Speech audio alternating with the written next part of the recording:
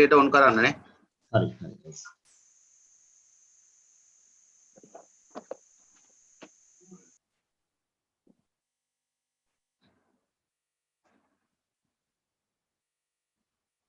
Mr. Priyanth, session chairs la ඔක්කොම verified ද ඔක්කොම confirm the?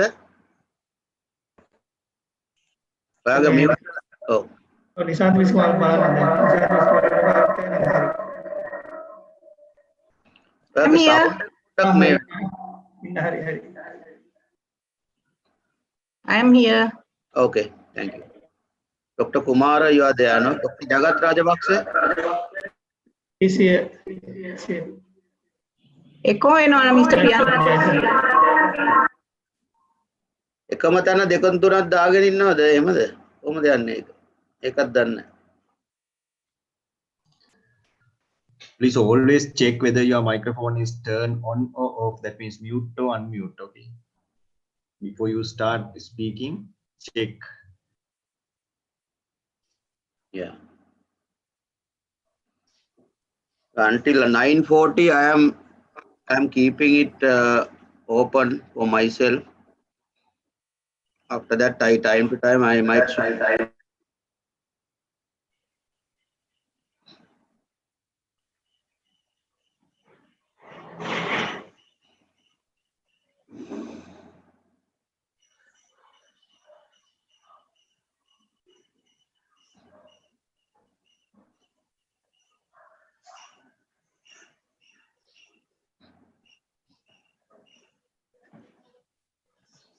Hello, Professor. Hello, Pam. Dr. Pan, yeah. How are you?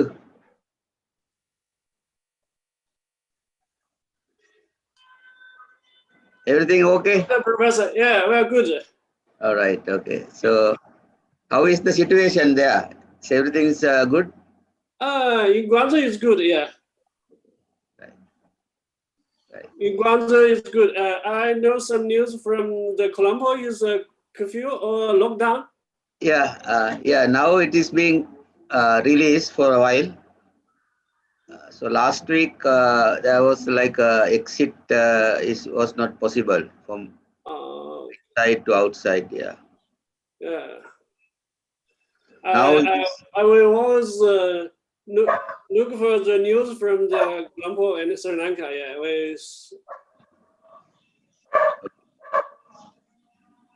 So where is Professor Wang? He is going to come soon?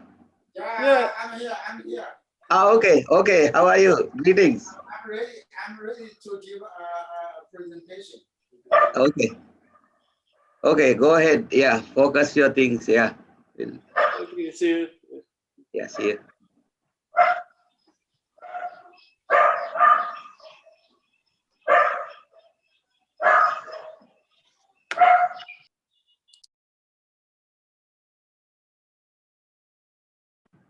Professor Burkill is there. What's happening? Professor, are you there?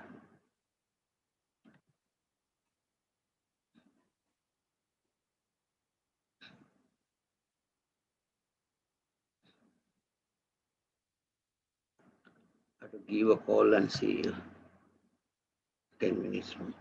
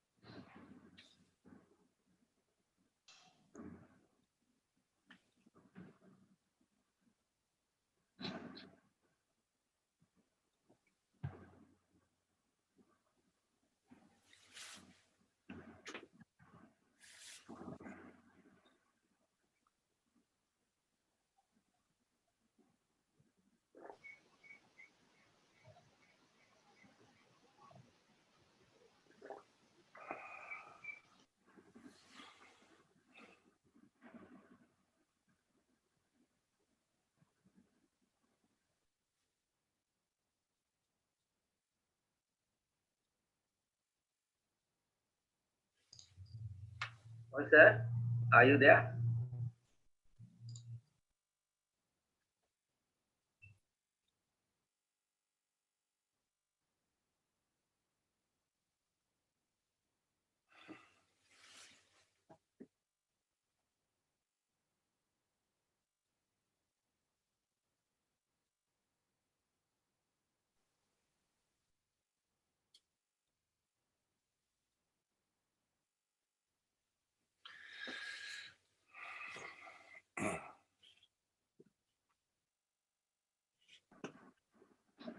Hello?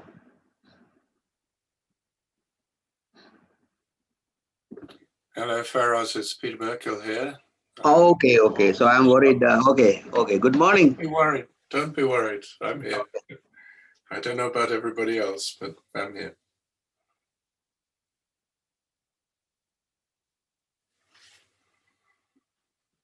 What do you want us to do? Mute our speakers and stop the video, or what?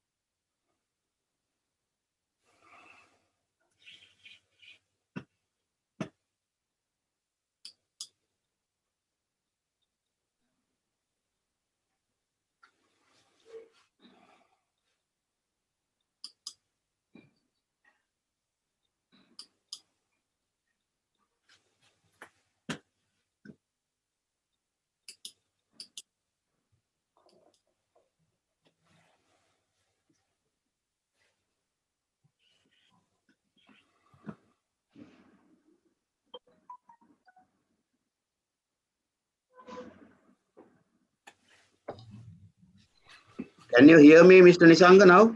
Yeah, we can hear, sir. Hello. Hello, Hello, brother. Good morning. Back. Yeah. Harold, how are you doing? Fine, thank you. Yeah, so we have some issues now. There are some health restrictions for us this moment. Yeah, we prayed every day for our dear Sri Lanka colleagues. Thank you. You can go through this difficult time. Right. Email එකේ miss තියෙන programme එක තියෙන්නේ මේවා PDF. How is your family and colleagues? Yeah, Everybody? we are in China. We are fine. Okay. Everything is good, and we now travel regularly. I just come back from Beijing, so then Okay. before yesterday, Okay. we had a very good meeting over Okay. there.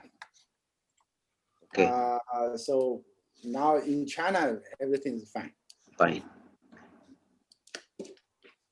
Great to hear that. So you are in the now Sri Lanka China Study Center in the campus? Yeah, in the campus. We are in Yeah. the campus. So because our main place in Mattakulu in Colombo is that's a kind of sensitive area, so we can't go and access. Yeah, where you stay, sir? Now we are from our domestic places and some regional centers. So I am in Matara now. Are you in Mandala? Okay, great. Great.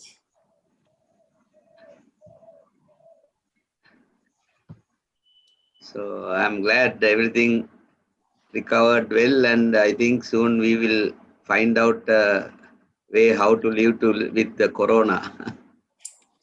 Mm. Feroz, it's Peter here. I wish you luck. We are still trying to learn. Yeah. Peter, Yeah. it's me, Stone Xiao. Yeah. He's from the Chinese Academy of Science, Professor Dong Xiao I know Wang. Peter very well. I know Peter very well. Ah, We yeah. have got a meeting in Australia for IIOE2. Peter, we have a very good drinking, right? Yeah, indeed. Well, it's nice to see you again, and I look forward Yeah, to hearing we your just talk. read the news report from the IIOE2 headquarters. Yeah. Talk about you. Yeah. Well, as the title of my talk says, I will be talking quite a lot about IOE2 this morning, but that probably is for general information. Okay. Feroz, how do you want us to be? Do you want us to turn off videos or what? No, that's fine because you are a very important guest for us. So I want to show the community that you are international participants and their details. So it would be much much appreciated if you come with the camera and just keep the video streaming It's okay, live. I drink coffee. It's Colombian coffee. That's totally fine. Totally fine. We have 3 minutes to go. Okay.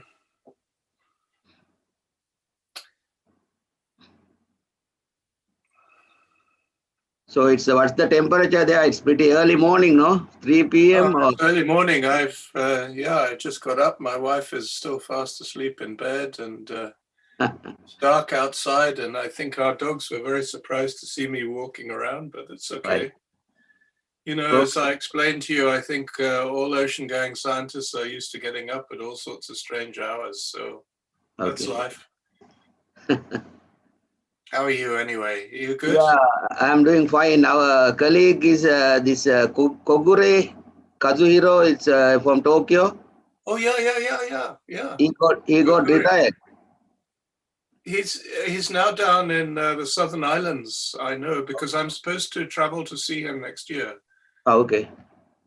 They have a big celebration, and he asked if I would come to be involved, and I said it would be a pleasure, assuming we can travel. Travel is very difficult these days, as I'm sure everybody understands.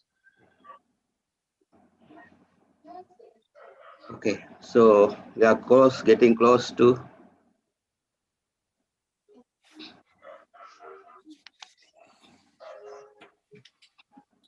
So congratulations on getting us all together. How many people will there be all together? So our targeting amount is about 500. So, very good. Yeah. People are pretty busy in the morning, so they might have, because all the university community will come today. Fantastic.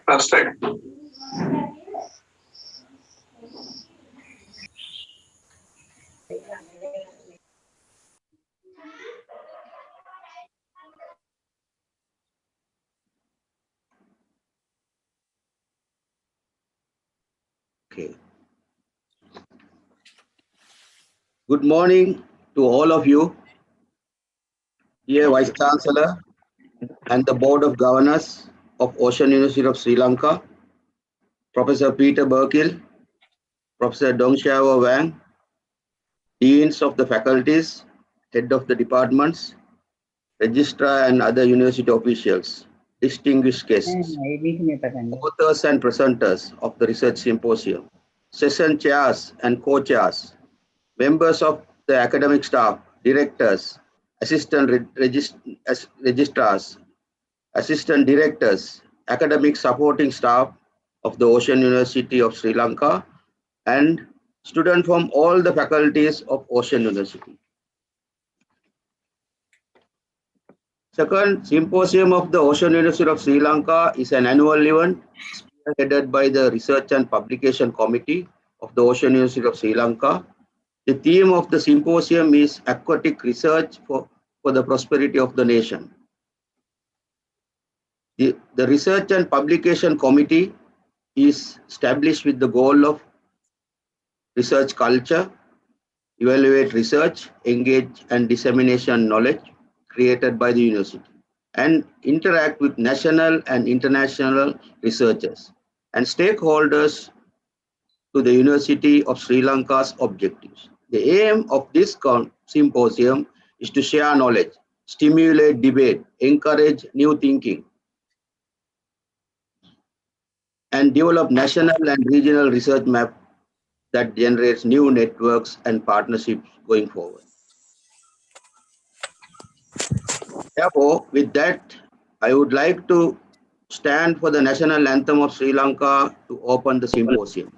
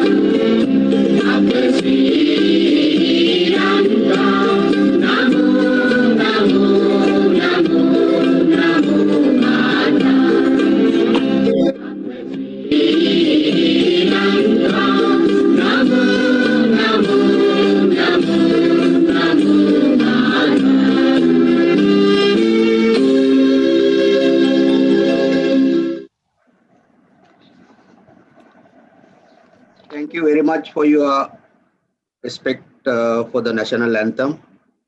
So I am pleased to invite now Professor Nalin Ratnayaka, our Vice Chancellor of Ocean University of Sri Lanka and the Chairman of the Board of Governors, to deliver the welcome speech. Thank you, Dr. Fairoz. Board of Governors of Ocean University of Sri Lanka, Professor Dong Xiao Wang and Professor Peter Burkill, our keynote speakers participating from the UK and China, deans, heads of departments, registrar, members of the academic staff and other university officials, invitees, distinguished guests, authors and presenters of the research symposium, session chairs and co-chairs, students, ladies and gentlemen. It is a pleasure to welcome you all for the second research symposium of Ocean University, organized under the themes of Fisheries and Aquaculture, Marine Engineering and Technology, Maritime Transport and Logistics, Oceanography and Hydrography, marine environmental management, and socio-economics and marketing. The future prosperity of Sri Lanka depends on how well we control our geographical location as a sea hub and utilizes the marine resources effectively in the surrounding sea. Our location in the Indian Ocean has shaped our history over a long period of time and will continue to do so in the future. New consumer markets are emerging all across Asia, and the major economies of China, Japan, Korea, and India contribute to the growth of the maritime activities in the busy east-west shipping route, which is only a few nautical miles south of the island. On this route, more than 150,000 ships annually carry 2/3 of the world's oil supply and a half of the total ocean trade. Furthermore, Sri Lanka has the jurisdiction for its seabed resources up to 200 nautical miles. And we have claimed beyond 200 nautical miles under the United Nations Convention of the Law of the Sea, since the geographic condition support that our river sediments reach far beyond. Thus, Sri Lanka's situation in the nautical corridor between the east and west and its natural resources in the surrounding sea has become important for the future development of the country. We as a nation need to reposition our country to maximize these advantages. To fully tap this potential, Sri Lanka needs to develop its human resources. And from this symposium, Ocean University is expecting to contribute to this larger and important task. Thank you very much. Yes, sir. Thank you for your inspiring welcome speech. Now we will move to the next item of the day. I'm again much honored to invite Professor Nalin Ratnayaka, Vice Chancellor, Ocean University of Sri Lanka, to introduce Professor Peter Burkill, our first keynote speaker to the symposium. Professor Peter Burkill. Our first keynote speaker today is Professor Peter Burkill, and he will talk about the International Indian Ocean Expedition and its relevance to Sri Lanka. Professor Peter Burkill is an Emeritus Professor of Ocean Science at the University of Plymouth, UK. He is also an Associate Fellow of the Marine Biological Laboratory in Plymouth. His background is biological oceanography with a H-index over 50. He was the head of the George Deacon Division of Ocean Science Department at the University of Southampton's National Oceanography Centre, then worked as the director of Sir Alistair Hardy Foundation for Ocean Science in Plymouth and later at University of Plymouth. He was elected president of the Scientific Committee of Oceanic Research in 2012 and initiated the second International Ocean Expedition IIO2 in 2015. He was a guest scientist in India's National Oceanography Centre in Goa for several years. He describes the Indian Ocean as his favorite ocean as it is warm and dynamic and poorly understood. Over to you, Professor Peter Burkill. Thank you very much. If I can share the screen with you. Sure, yeah.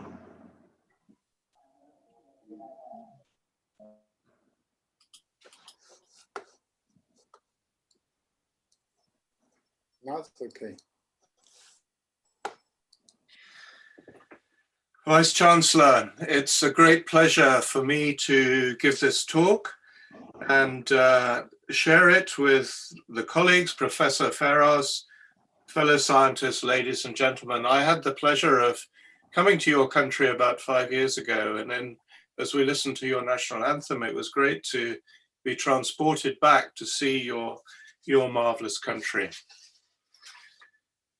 I wish to talk about Sri Lanka, which is shown here in red, a country that you know far, far better than me.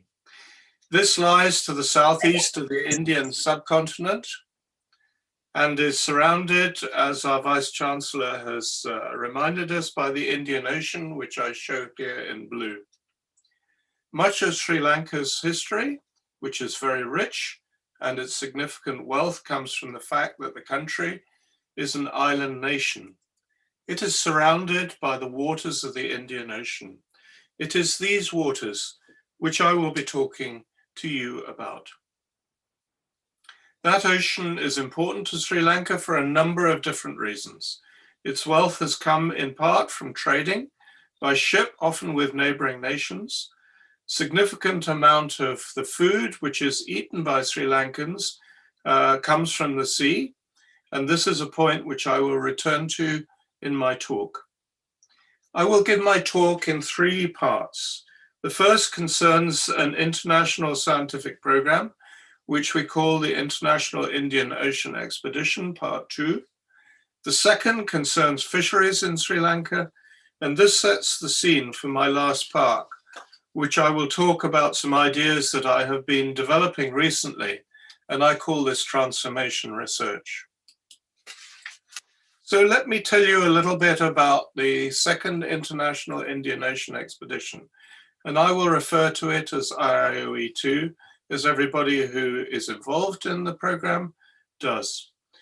This is an international program of discovery that focuses on the Indian Ocean. It has 3 international bodies that sponsor it. SCORE, shown down here. The Scientific Committee on Oceanic Research is non-governmental, comprises largely university faculty. Importantly, SCORE has taken responsibility for research in IIOE2. Here, should I declare a major interest, as I am the past president of SCORE, as our Vice Chancellor has just reminded us. The second sponsor, which I show here in the middle, is the Intergovernmental Oceanographic Commission. IOC, as we call it, is part of the United Nations family and has taken responsibility for infrastructure. By that I mean ships, laboratories, and the like in IIOE2. IOGOOS, shown here on the left, is also intergovernmental and has taken responsibility for long-term observations in the Indian Ocean. These observations are made from satellites, anchored buoys, autonomous platforms, such as Argo. This implies that we are not joined up. In fact, we are very closely joined up, as I will describe in my next slides. The logo for IIOE2 is shown up at the top right.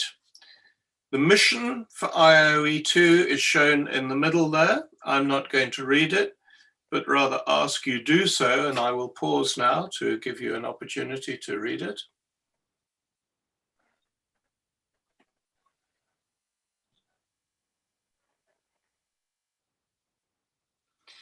Please note that there are 3 parts to this mission. First, we need to better understand the Indian Ocean, that is, advance our understanding.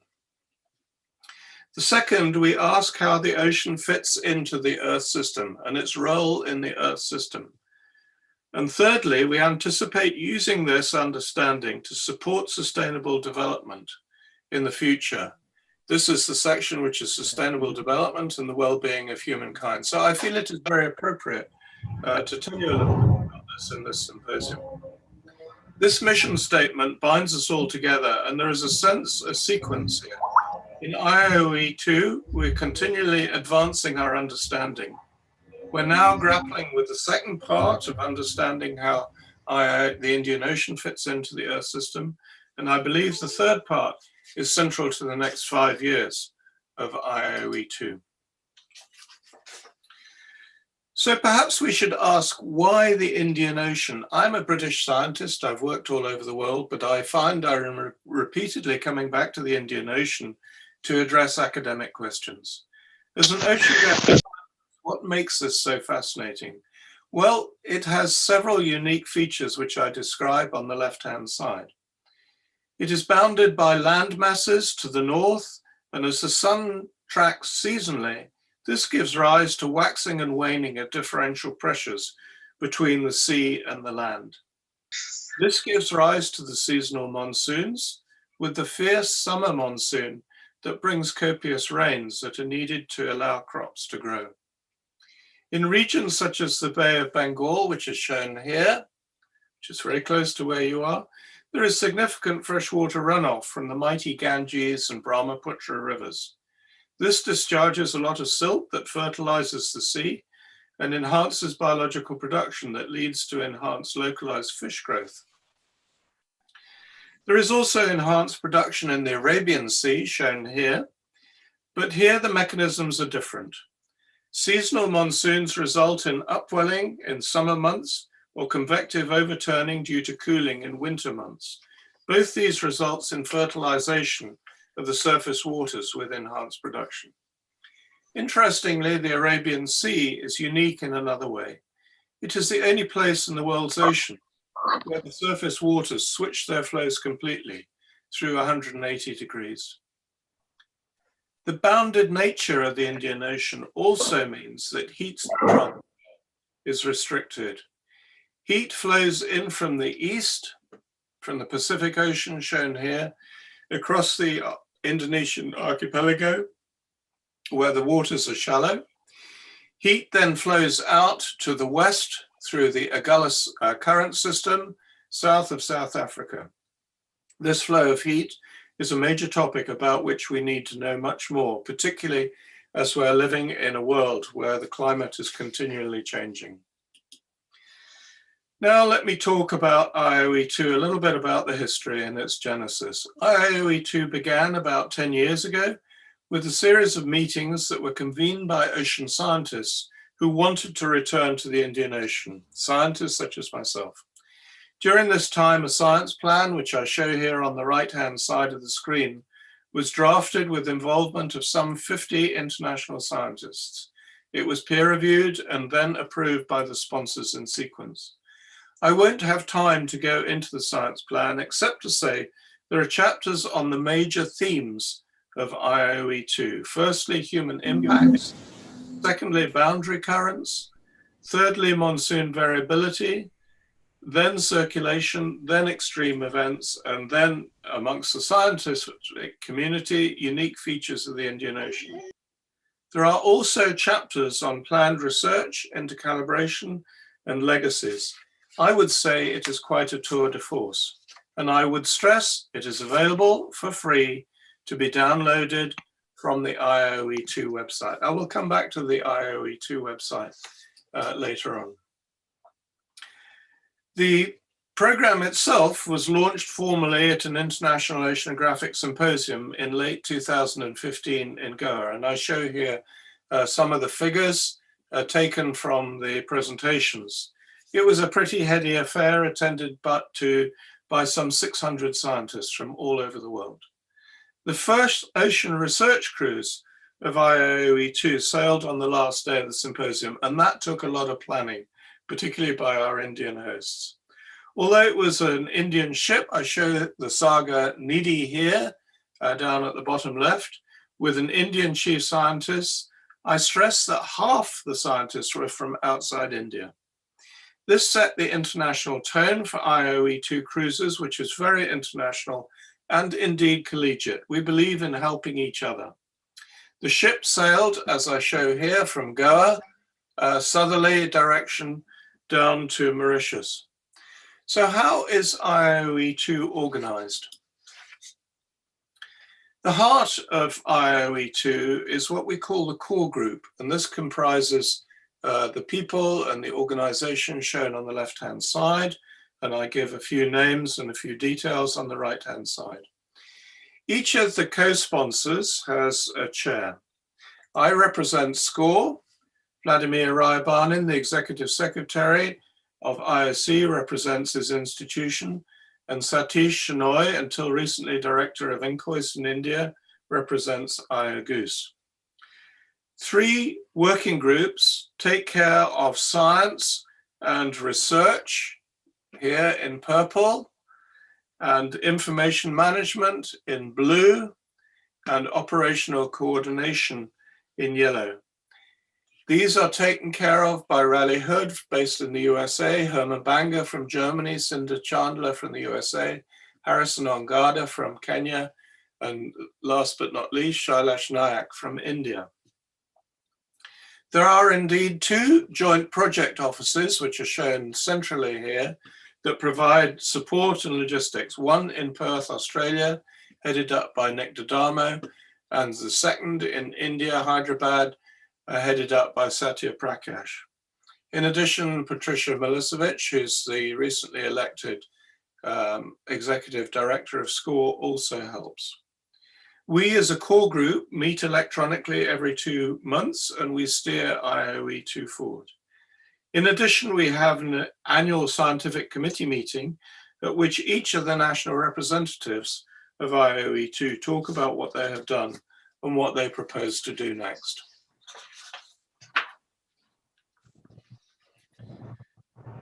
As IOE2 matures, we felt in the core group that after 4 years, we should plan a symposium to discuss what we have found out. But sadly, this had to be postponed because of COVID. The conference was due to be held in Goa last year in March, and there was an international planning group which consisted of far more than IOE2 that organized this. The objective, as I said, was to review the results of the first 4 years, but this is in abeyance. But we may be rescheduling this for October 2021. We'd also planned to hold the full scientific steering committee of IOE2 immediately after that meeting to allow delegates to have interactions with the program, and indeed the large-scale projects such as the East Indian Ocean Upwelling Research Initiative and the equivalent one in the West Indian Ocean, to say what they have done and what they plan to do. Rather than postpone this until next October, we're thinking of holding this earlier in the year, and planning for this has already started. Please watch this space, and I refer you once again to the website.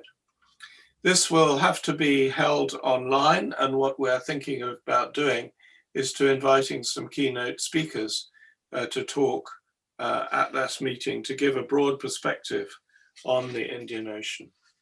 One of the issues which we also need to address is how we may contribute to the UN Decade of Ocean Science, about which I'm sure you have heard a great deal. What have we achieved in terms of science? SCORE believes in peer-reviewed research, and so papers are published primarily in peer-reviewed journals. One great thing is the ability to publish in special issues of deep sea research, of which I show 3 here. Each of these has its own theme, and somebody steps forward and offers to edit them. Raleigh Hood has done the first 2, and he's done a great, great job with this. In fact, there have been 6 special issues of deep sea research, and I list them on the left-hand side here, dedicated to the International Indian Ocean Expedition. In fact, if we include other special issues, there have been some 13 altogether on IOE2, giving a total of over 200 publications, each of which have been peer-reviewed. I won't go over them individually, and again, once again, I would refer you to the IOE2 website, should you be interested. These are identified very clearly in the website. But let me spend a few minutes on the one really big development that we have found over the last 5 years or so. It concerns heat. We live in a warming world, and one of the realizations amongst the climate community is how much heat is being absorbed by the oceans. 2 review articles on the Indian Ocean, and I show them here, Hermes and Anon, have been published in 2009 and 2020 this year, and they both come to the same conclusion. The Indian Ocean, which is our smallest ocean, is absorbing 25% of the heat gained by the ocean over the last 20 years. This process may be accelerating, as it is thought that it could be as much as 45% in surface waters of the last decade. I should explain here that this figure shows the difference in temperature between 1950 and almost the present day. So this is a heat differential. It shows the rate of warming. Whilst the global ocean has warmed by 0.6 degrees centigrade, the surface oceans of the Indian Ocean have warmed by 1 degree or more. This is a huge difference, and we really don't know why.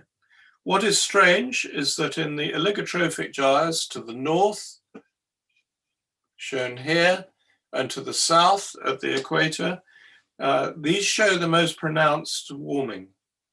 This suggests that it could well be localized warming. On the other hand, The mechanisms of warming must also be related to the Indonesian through flow, with coming through from the warm pool of the Pacific, which brings heat in, and the Agulhas that moves heat out past South Africa. Of course, this warming has huge implications for sea level rise, as well as changes in productivity and indeed reduction of the ambient oxygen levels of seawater. Determining the mechanisms for this warming is a really hot topic. Please excuse my pun. As well as these formal papers, IOE2 also has monthly newsletters, which I show on the left, and quarterly publications that allow scientists to exchange ideas informally prior to publication. These can be downloaded for free from the website. Now, let me tell you about the website. As I've implied,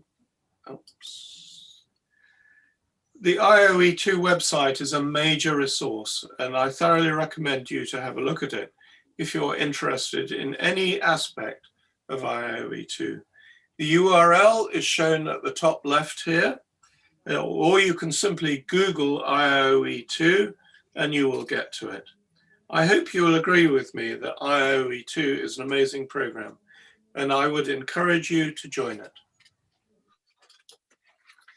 I will now switch in the second part of my talk to outline briefly fisheries in Sri Lanka as I understand it.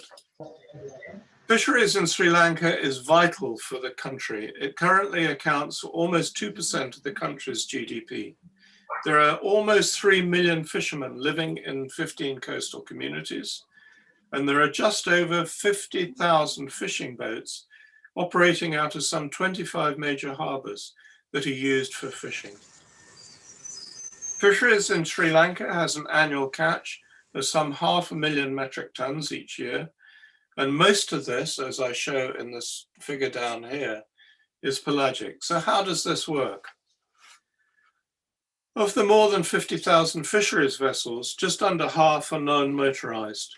While Sri Lanka does have motorized vessels, and indeed an offshore fleet that focuses on tuna, my perception is that most fishing is artisanal in nature, with fishing communities that are essentially family affairs. The mode of fishing is passed from one generation to another, from father to son. So the point I'm making is that simple artisanal fishing is really important to Sri Lanka. My question now is, can we help? And I will come on to the third and final part of my talk. In this, I want to address how I believe we can help these fishermen with a process that I call transformational research. Let me explain what I mean by transformational research, as it's a new concept I've been wrestling with, and it is still evolving in my mind. Let us now look at a broad perspective. The issue comes down to how can we use natural resources, in this case pelagic fish, for sustainable economies. In other words, keeping fishing communities, in this case, functioning, and functioning better. Let me outline the challenges as I see them. Our training, in the first challenge, our training as individuals is disciplinary. No single person can bridge all the gaps. Mine is in biology. I know little about economics, except they talk a different language that I do not really fully understand. So we need a team of people bringing together the different disciplines. That in itself is not quite enough. We have a second challenge. What makes a good team? My answer is that the team needs to share a common goal and be committed to that goal 100%. What is the best way of doing this? In my experience as a scientist, we will always rise to the offer of funding. So why not catalyze the process by money? But the amount of money that is needed is actually not that great. So how about this as an idea?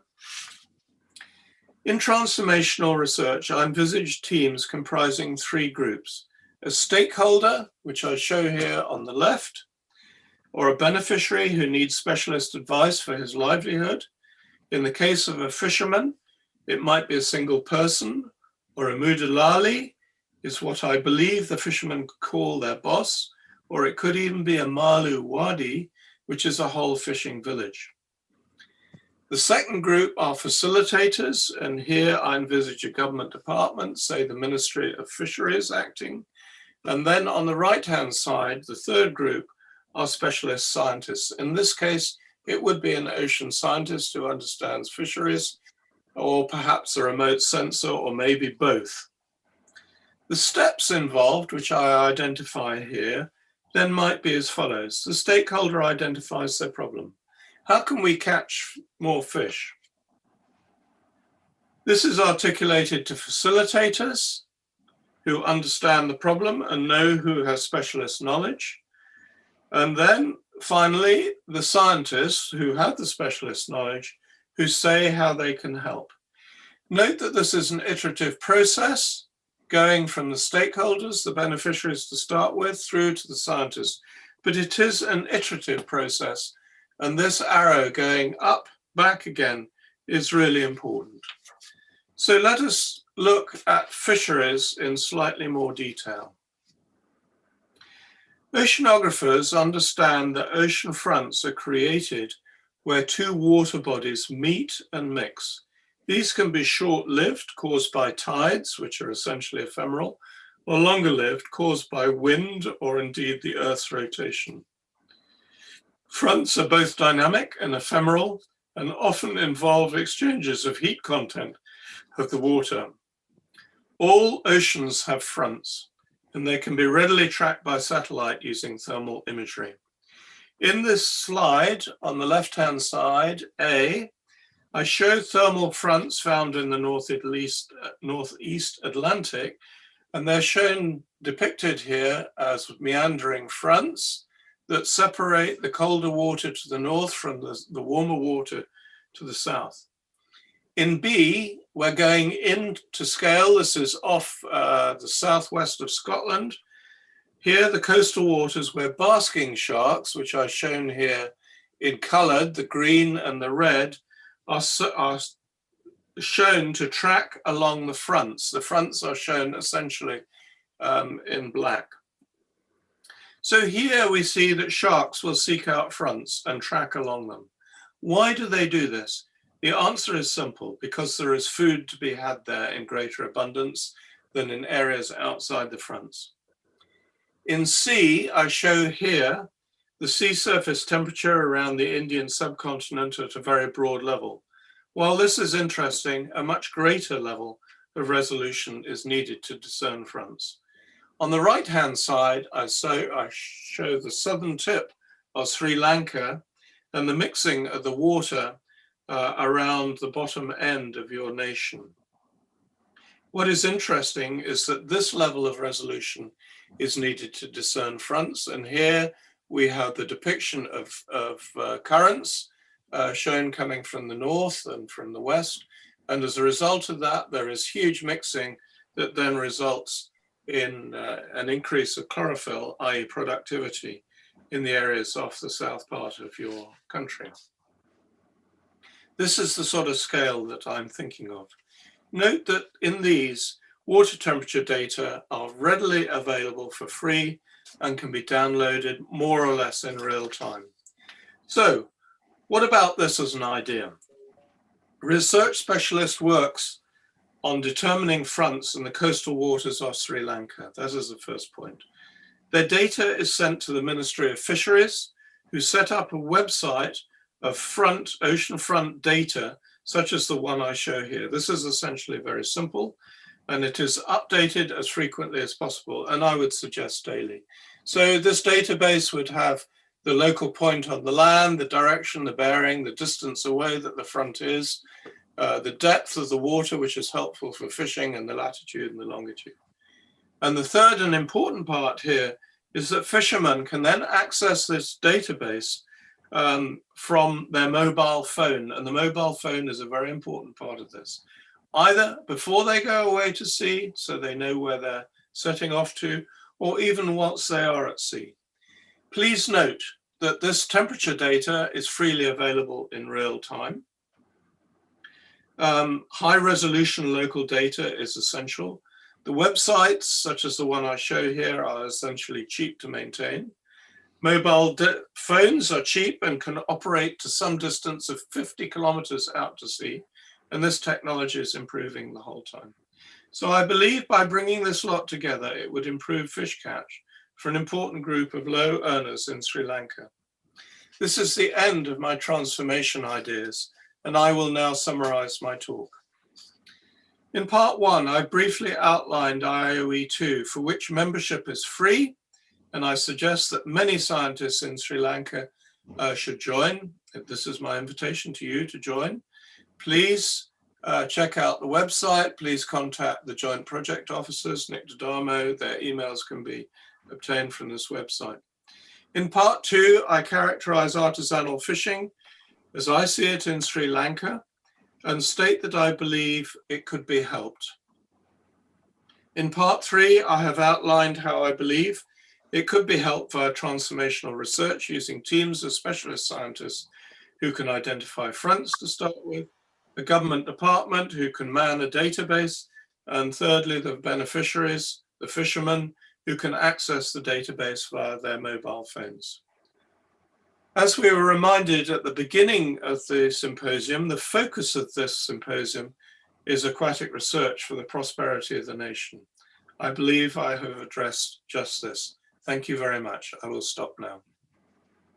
Thank you very much, Professor Peter Burkill, for your comprehensive scientific talk on the International Indian Ocean Expedition 2 and with relevancy to Sri Lanka, especially that you have highlighted our mandatory area of fisheries and ocean sciences in your talk. So it's a very wonderful opportunity to join with you and your hard effort to all the way from UK to connect with us regardless of time references.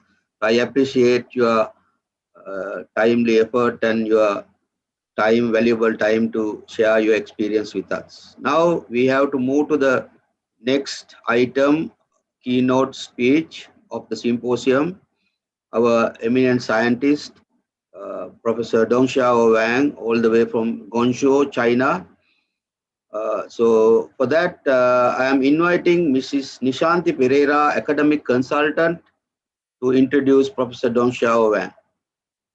Please. Thank you, Dr. Firis, Dean of the Faculty of Marine Sciences of Ocean University. Deng Xiao Wang is the Professor of Oceanography of the School of Marine Sciences, Sun Yat-sen University and South China Sea Institute of Oceanology, Chinese Academy of Sciences in China. He is the Dean of the School of Marine Sciences, Sun Yat-sen University. He is also appointed as Adjunct Professor of the Department of Oceanography and Marine Geology of the Faculty of Fisheries and Marine Sciences and Technology in University of Rune. Professor Wang is an eminent scientist in the field of physical oceanography in China and has published more than 280 research papers having 5,201 citations. He also serves as editorial board member of 10 international journals. In categorization of scientists, according to the contribution they have made to the science, Professor Dongxiao Wang has been kept among the best 50 scientists in China.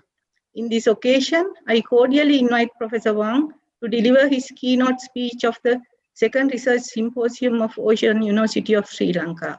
Over to you, Professor. Thank you, Chairman.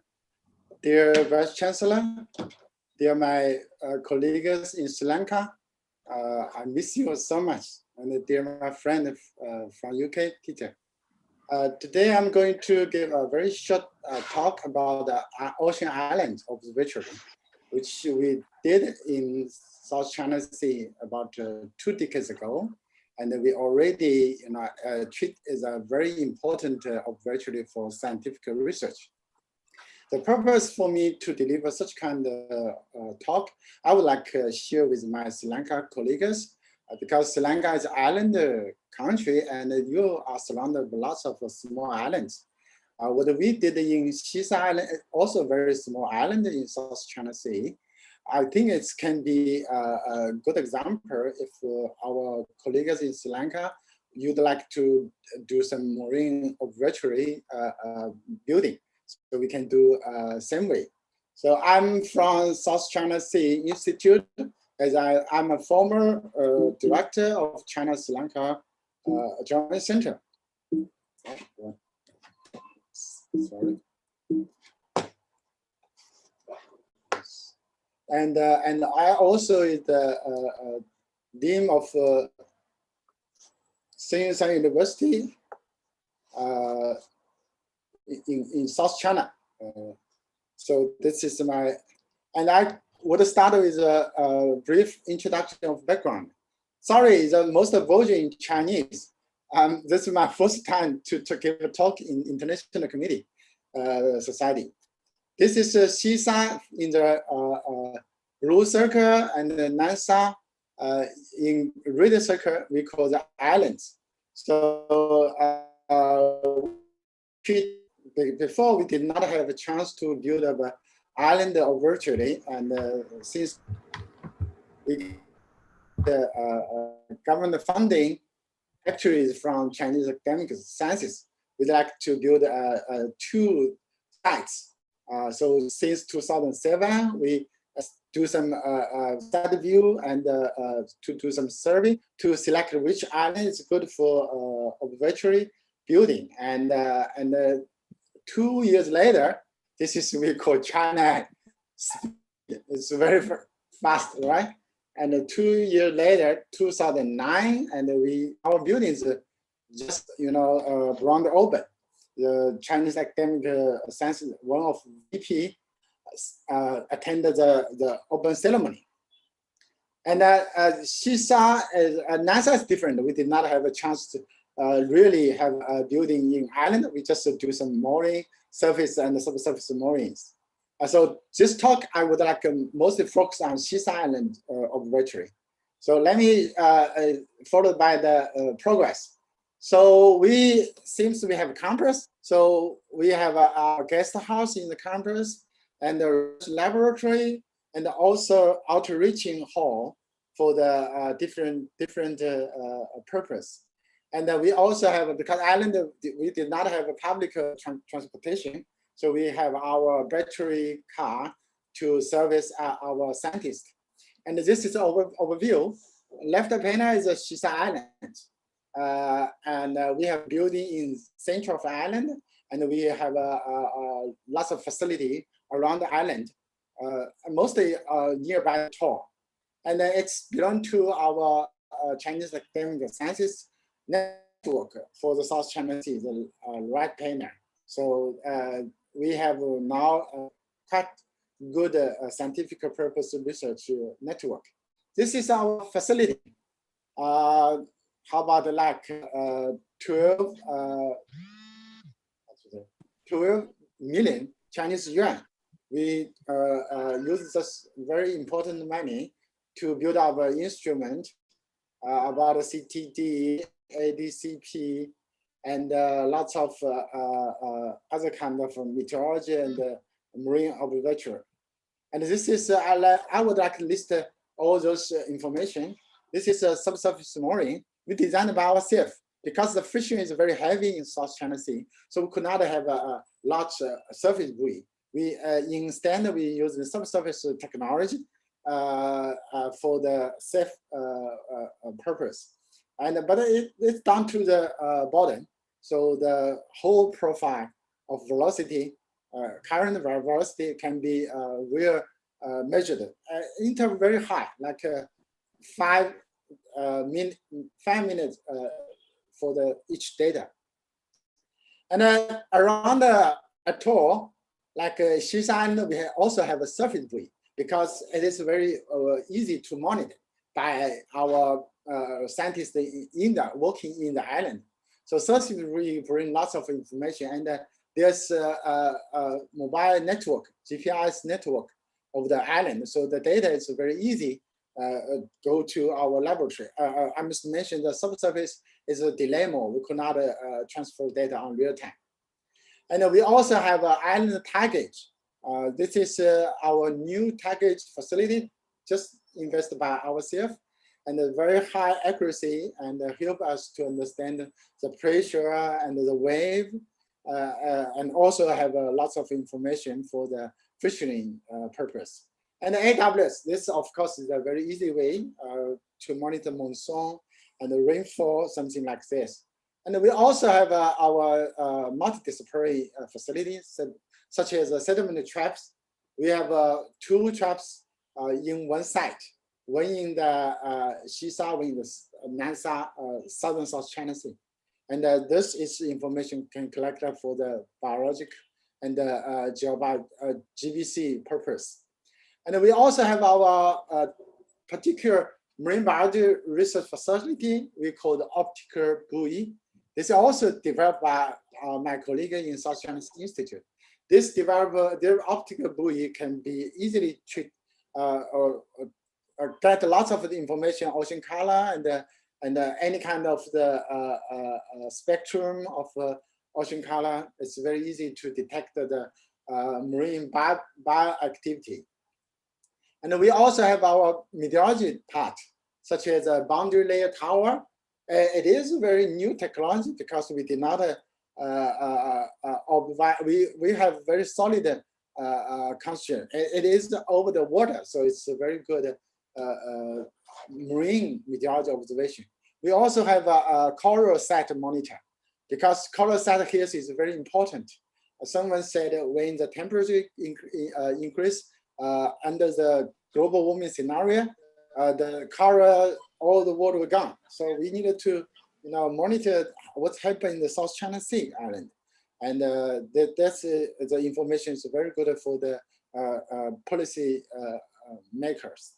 And we also using our cruise because South China Sea Institute is a national institute for South China Sea. So every year we have a plant of the cruise, and when the ship come to the Xisa Island, we are using our connection with the cruise. We can do some IOP, intensive observation period.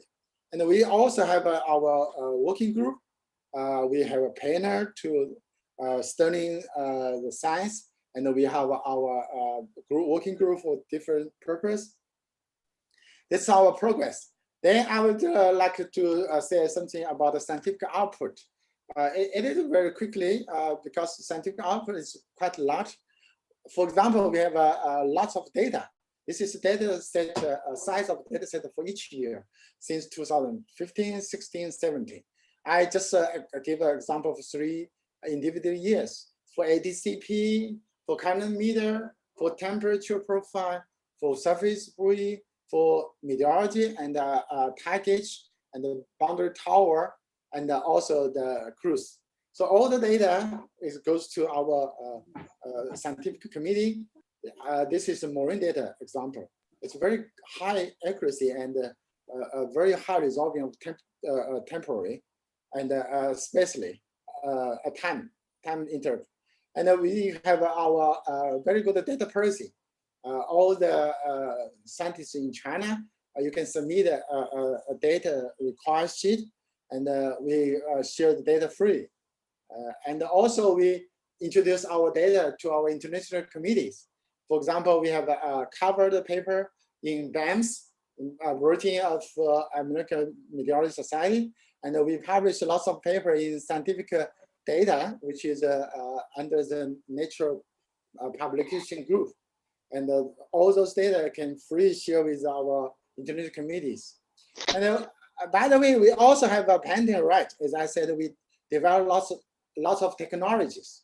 So the patent right and certification issued by our national patent bureau.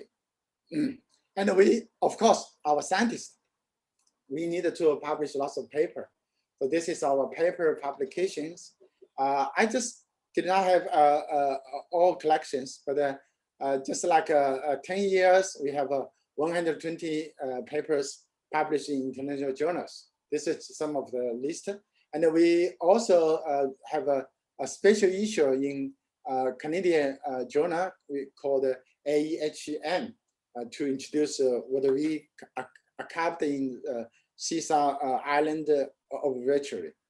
And I would like to give one example of how to use our institute data to study the oceanography in this island area.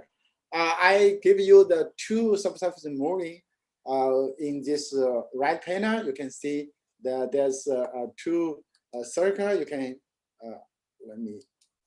you can see this is a triangle and the block. That's representative for the mooring A and B, and those is the A and B moorings. And we got a very good upper layer information, the down layer information. Let me first go to the down layer, low layer. It is very deep, from 1,000 meter to 1,400 meter. So it's a boundary, it's nearby the boundary. And the interesting issue is when there's high energy eddy activity in the subsurface, they're always accompanied by the sediment record, the high concentration.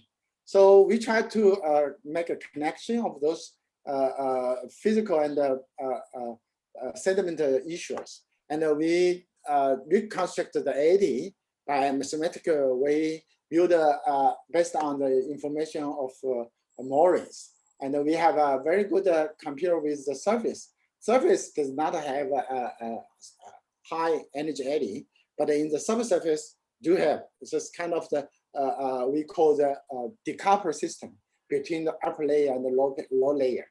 So we think this is a subsurface more eddy activity in this area.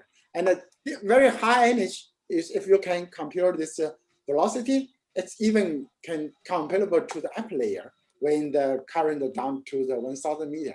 This is a huge energy. We'll bring the sediment surround this side and resuspend of this sediment to the suspended track. This is our explanation. And then for physical part, we can do lots of eddy study. We do want to study how the eddy generate. We found the island. This is Transacre, and you can see the island. This is sea mount down to like 250 meters. So it's very shallow. And when the eddy in the surface eddy change the direction of the current, the surface response look like this way. So we do have our numerical model from the 50 meter, 400 meter, 600, 900, and 1100. You can see those informations really when the island sea mount comes. If you remove the sea mount, the energetic subsurface eddy totally disappear. This is our physical explanation. I needed to explain more. This is one example. And as a side, we would like show you the this is this observatory already recognized the national committee, domestic scientist. We got a national science award for second class. It's very difficult to get in China. And we also have a different level award regarding to recognize our scientific archive in this island observatory, and also news report. Okay, last two parts I will give very short about what we service and what we want to do in the near future. As for service, outreach is very important.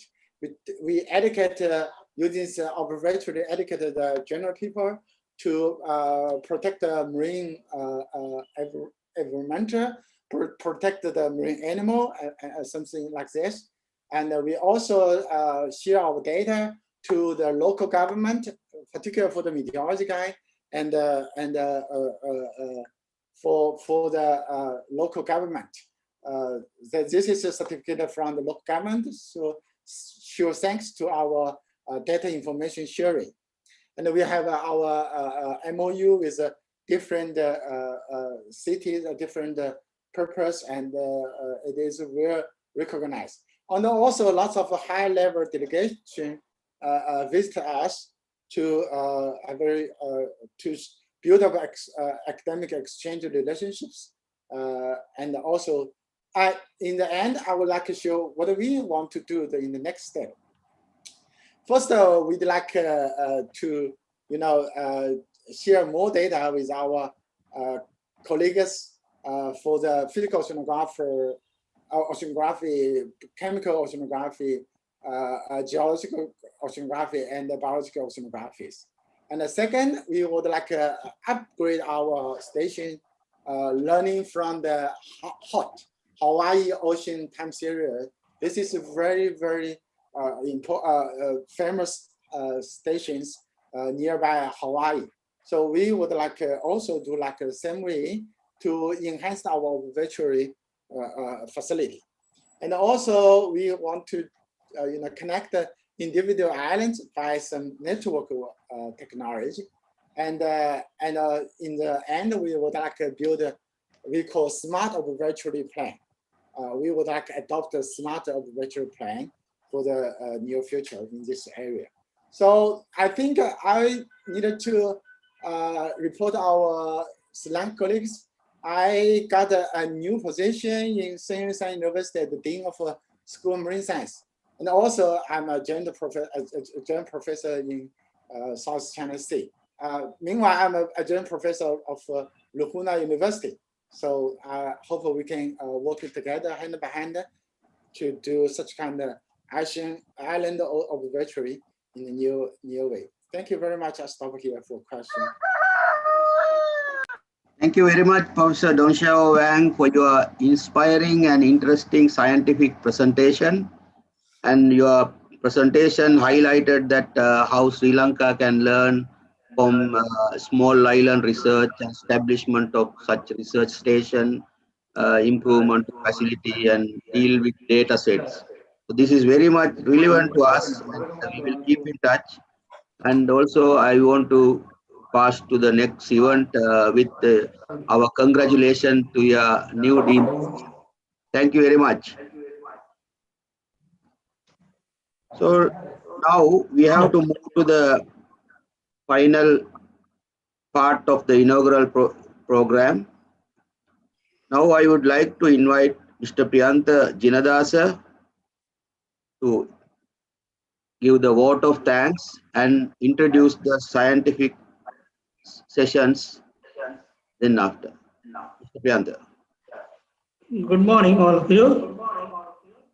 Our keynote speakers, Professor Peter Berkiel, Professor of Plymouth University, Professor Dong Xiao Wang, Dean School of Marine Sciences, Sun Yat-sen University, China, Professor Naren Ratnayake, Vice Chancellor, Board of Governors, Dean of the Faculties, Department Heads, Academic Heads, Directors, Registrars, supporting staff and students of the Ocean University, respective head of the institutions, our most valued invited guests, colleagues, ladies and gentlemen. It is a privilege and a great honor for me to extend a vote of thanks to all those who have contributed in many ways to make the second research symposium of the Ocean University success. First of all, let me express our sincere gratitude and appreciation to the keynote speakers, Professor Dong Xiao Wang and Professor Peter Berkiel, for your presence at this historical occasion to share your knowledge and experience through wonderful speeches. Ladies and gentlemen, Vice Chancellor of the University, Professor Naren Ratnayake, is the driving force behind the whole process. His vision, interest, and hard work have once again culminated in another success story. I wish to thank you, sir, for your efforts, which you have initiated and continue the research culture in the University of Sri Lanka. Our local invitees from Ministry of Skills Development, Vocational Education, Research and Innovations, and our sister organizations, other universities in Sri Lanka, Research Institute, dear sirs, madams, your presence and contributions are highly appreciated for this occasion. And also, our international guests are are being here with us to share their knowledge and experiences. We understand that you have taken time out of your very important busy schedules to contribute this symposium. Thank you for your invaluable contributions. Also, I will graciously remind our co-sponsor, China Sri Lanka Joint Center. Thank you for your contribution to organize this event.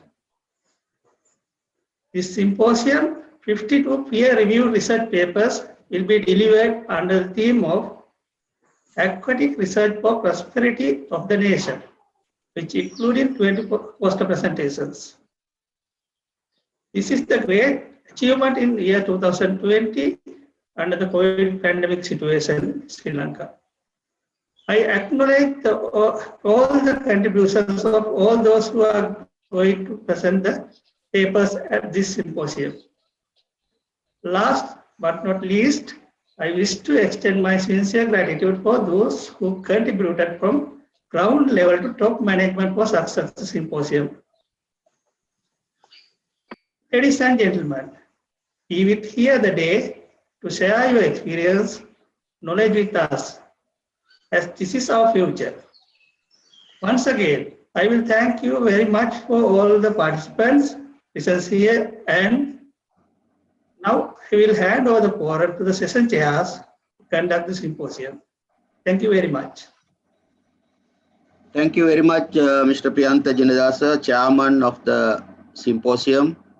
And we are going to start the technical sessions hereafter.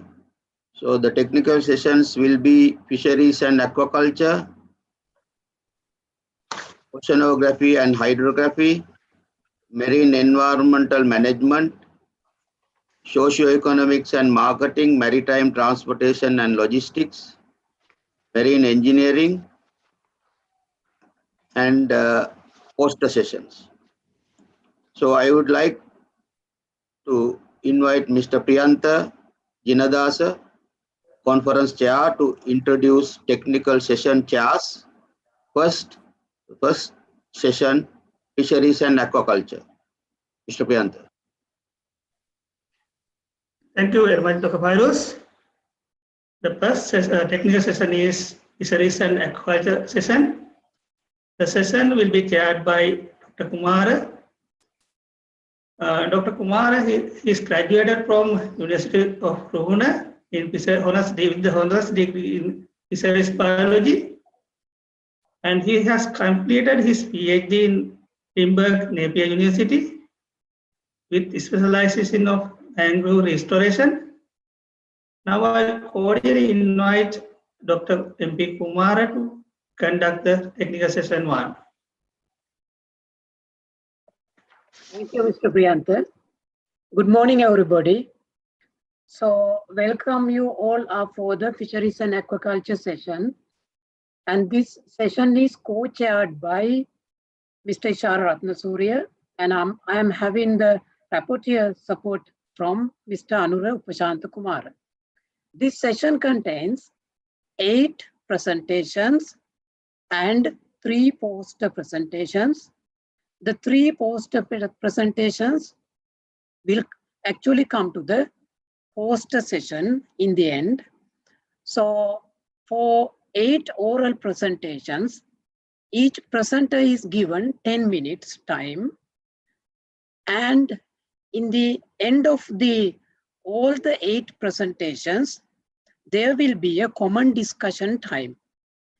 So the questions coming from the audience can be sent either through the chat line to the presenters, and those questions will be compiled by Mr. Anurupashanta Kumara, and questions will be directed to the authors for answering.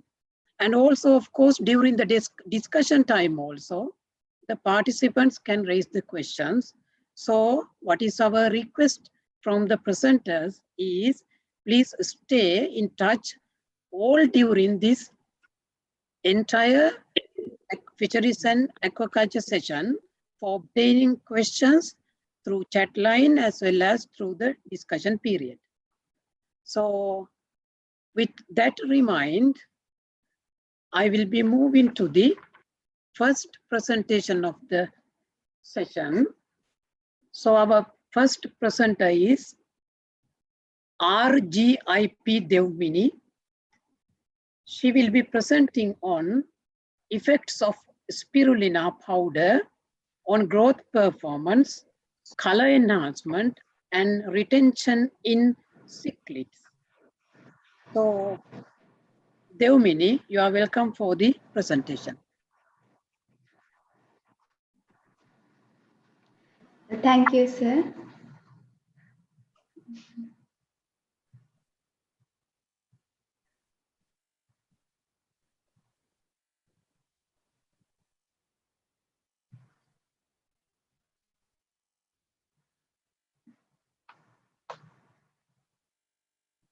Good morning, everyone. I am going to present my research presentation on effect of spirulina powder on growth performance and color enhancement and retention in cichlids. First, we move to the introduction. Ornamental fish industry is more important industry in the world. But when we consider about Sri Lankan ornamental fish industry, that has been distributed more than 120 countries. As well as there are so many export sales rather than local sales related to this industry. But there are some problems in this industry we can see. The color fading of fish is the major problem in this industry. So you can see in this picture that problem very clearly. So for this problem, there are so many artificial colorants in the market. So artificial colorants can increase the colors of fish, but less color retention. That means we export the fish after increase the colors by using artificial colorants. But after the exportation, so many complaints come back, again color fading is started. So that means artificial colorant can increase the colors of fish, but less color retention. So because this problem related to some special fish species such as cichlids. So for this problem, I was used natural spirulina powder as a color enhancer in my research. So these are the objectives in my research. Broad objective is the color enhancement and color retention in cichlids by using spirulina, and specific objective is determine the growth performance of cichlids by using spirulina. So let's say more to the methodology. There are 6 main steps in my methodology. So first step is preparation of experimental design. Under this step, I was used 15 of glass tanks, and those glass tanks divided to 3 by 3 and renamed as T0, T3, T6, T9 and T12. According, I used spirulina concentrations. As well as I was used to water recirculation system also to keep same conditions in each tank. Second step is preparation of feeds. Under this step, I was used 4 different kinds of spirulina concentrations. Those concentrations are 3, 6, 9 and 12% spirulina concentrations. As well as I was used prima fish feed to the control tanks. In this picture, you can see those spirulina formulated feeds. Third step is collection and acclimatization of fish. Under this step, I was used 15 of cichlids into each tanks. Fourth step is feeding trials. So under this step, I was divided into 3 time periods. Feeding trial 1 was done for first 7 days. That is the acclimatization time period. So at that time period, I was given only prima fish feed. Then feeding trial 2 was done for 56 days. At that time period, I was given spirulina formulated feed to the fish. That is the color enhancing time period. Feeding trial 3 was done for 30 days. At that time period, I was given only prima fish feed again. That is the color retention time period. And this table, you can see spirulina concentrations as well as sets of tanks each feeds given. Fifth step is take photos and measure the weight and standard length of fish. So under this step, I was used some standard method to take photos of fish. And those photos I was used to find the RGB values of fish images. RGB values give some idea about color intensity of fish. I was used images software to find the RGB values of fish, as well as I was selected some 3 places on fish body to find the mean RGB values of fish. In this picture, you can see those 3 places on fish body. And final step is data analysis. Data analysis was done by using MinDAB 17 software and the Microsoft Excel 2019 software. So let's see move to the results and discussion. This is the final situation of my research. So this slide shows what is the color difference under each treatment. So you can see under control and under 3%, 6, 9, and 12% spirulina concentration, what is the color difference of fish? Very clearly you can see what is the color difference. This graph shows the change of the mean RGB values of fish. So there is the inverse relationship between RGB values and the color intensities. So you can see in this graph, RGB values decreased with spirulina concentration. That means color intensity is increased with spirulina concentrations. And this table, you can see values of RGB values in initial stage and end of the color enhancing time period and end of the color retention time period. In this table, you can see there is any significant difference in end of the color enhancing time period and the end of the color retention time period under 9% and 12% spirulina concentrations. This is the change of the specific growth rate. So you can see specific growth rate also increase with spirulina concentrations. And this is the values of the mean specific growth rate of fish. This is the mean standard length changing of fish. So you can see standard length increase very rapidly under spirulina formulated feed. Under prima fish feed also fish standard length increase, but speed is low. This is the average daily gain change. So you can see in this graph, average daily gain also increase with spirulina concentrations. This is the change of the mean weight of fish. You can see under spirulina formulated feed, mean weight also rapidly increased. Under prima fish feed also fish mean weight increased, but speed is low. These are the formulation I was used to calculate specific growth rate and average daily gain of fish. This is the final conclusion of my research. So there were no any significant difference under 9% and the 12% spirulina concentrations, as well as I have get best RGB values from 9% and 12% spirulina concentration. Because of those reasons, I was selected 9% is the best spirulina concentration for enhance and retain the colors of cichlids. As well as growth performance also increased with increased spirulina concentrations. These are the references I was used to prepare my presentation. And finally, thank you for your kind attention. Thank you for your interesting presentation on the topic. And again, just to remind, please stay in touch all during the session, because in the end of all the 8 presentations, there will be a discussion session and we hope some questions will come to you. So with that, we are moving to the second presentation of the day of the session. The presenter is MKDULI Meegoda.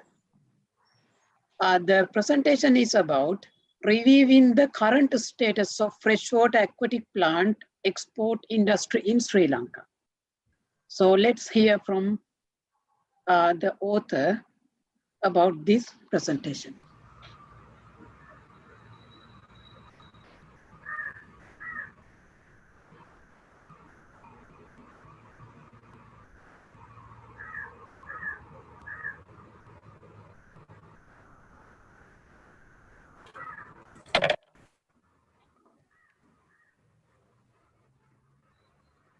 Good morning to you all. Here, my research about status of freshwater aquatic plants export industry in Sri Lanka. So I'm Lumbini Meegoda from Monash University. Throughout my presentation, I'm going to discuss under these topics. And first, let's move to the introduction. Sri Lanka is a small island which has high biodiversity. So according to the IUCN 2012, approximately there are 370 aquatic species in Sri Lanka. From that, 38 of endemic aquatic flora species, and those endemic species are having unique features. So because of their having unique features, there can be some identification issues because there are different species with similar morphological characteristics and also number of species bearing same common name. So those can be leads to frequent delays in the export process. Although they are having those kind of identification issues, endemic species are highly demanded in export market. So therefore, assessing the present status of the aquatic plant export industry in Sri Lanka will be important. And also, if we can develop a mobile application to support to identify the highly demanded aquatic flora species, that will be help to reduce that frequent delays. So here is the flow chart of the methodology.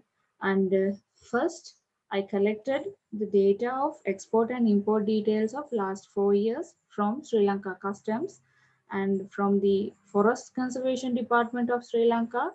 I collected the list of exporters who are exporting endemic aquatic plants, and from Export Development Board, I collected the list of exporters who are exporting aquatic plants. So based on their export listed, I done a questionnaire survey. So that survey mainly focused on the aquatic plant exporters, and that is based on basic informations, exporting species, difficulties and problems of their, and the suggestions. So those collected data was analyzed by Microsoft Excel. So those graphical illustrations show the custom data. First, this one is showing 2015 data of the aquatic plant exportation. Maximum quantity was reported in February. When come to the 2016, maximum quantity was in August, and 2017 it was come to the November, and 2018 it is December. So from here, upcoming 4 slides showing export country details with the quantity. So here about export country details on 2015. So here it is maximum quantity was reported for the Germany, and here about 2016 all the maximum quantity was reported for the Germany, and 2017 same here. When come to the 2018, maximum quantity was reported for the Germany, but in this year, Singapore has increased their quantity close up to the Germany. And here, upcoming 4 slides showing export quantity and export value for the Germany. Here it is 2016, here it is 2017 and 18. When compared to the export quantity and the export value is higher than the export quantity. So therefore, there is a very good potential to develop this industry. So there is a difference. This is comparing the export quantities for the Germany in last 4 years. When compare those 4 years, there is a difference at the end of the 2018 than other 3 years. So in 2018, in high quantity of plants were exported. Here about the export value from Germany from 2015 to 16. When consider the importation details of the Sri Lanka customs, there is only 2 records of aquatic plant importations in 2016 and 2018. 2016 that was from India and the Netherlands. 2018 that was imported from Indonesia and Thailand. And when consider the questionnaire survey data, most of the companies located at the Colombo. Companies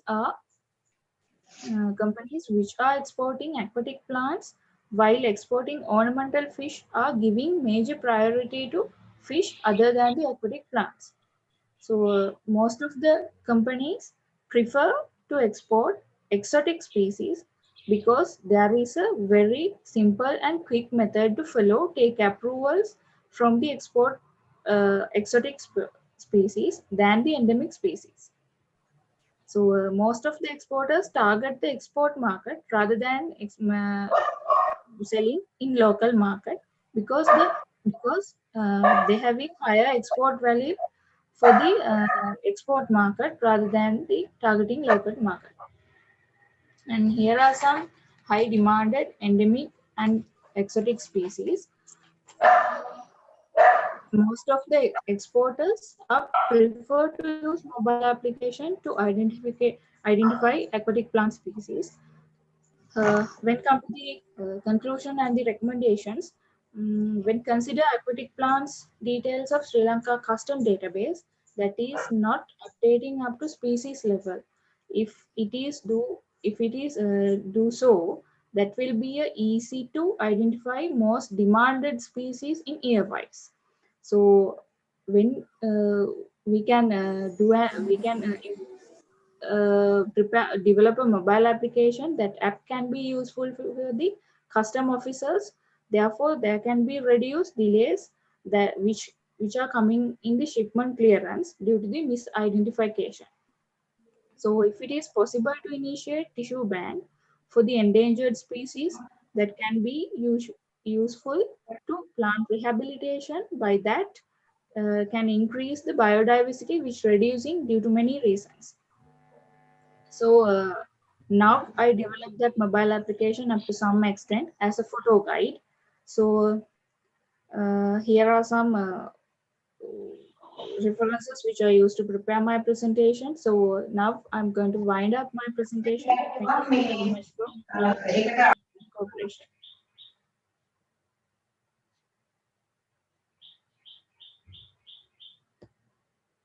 Thank you for your presentation. And next we are moving to the third presentation of the session. The presenter is M.U.S. Maldenia. The presentation is about extraction of crude extracts from Ulva lactuca and to determine the functional properties of the crude extracts. So you are welcome for the presentation.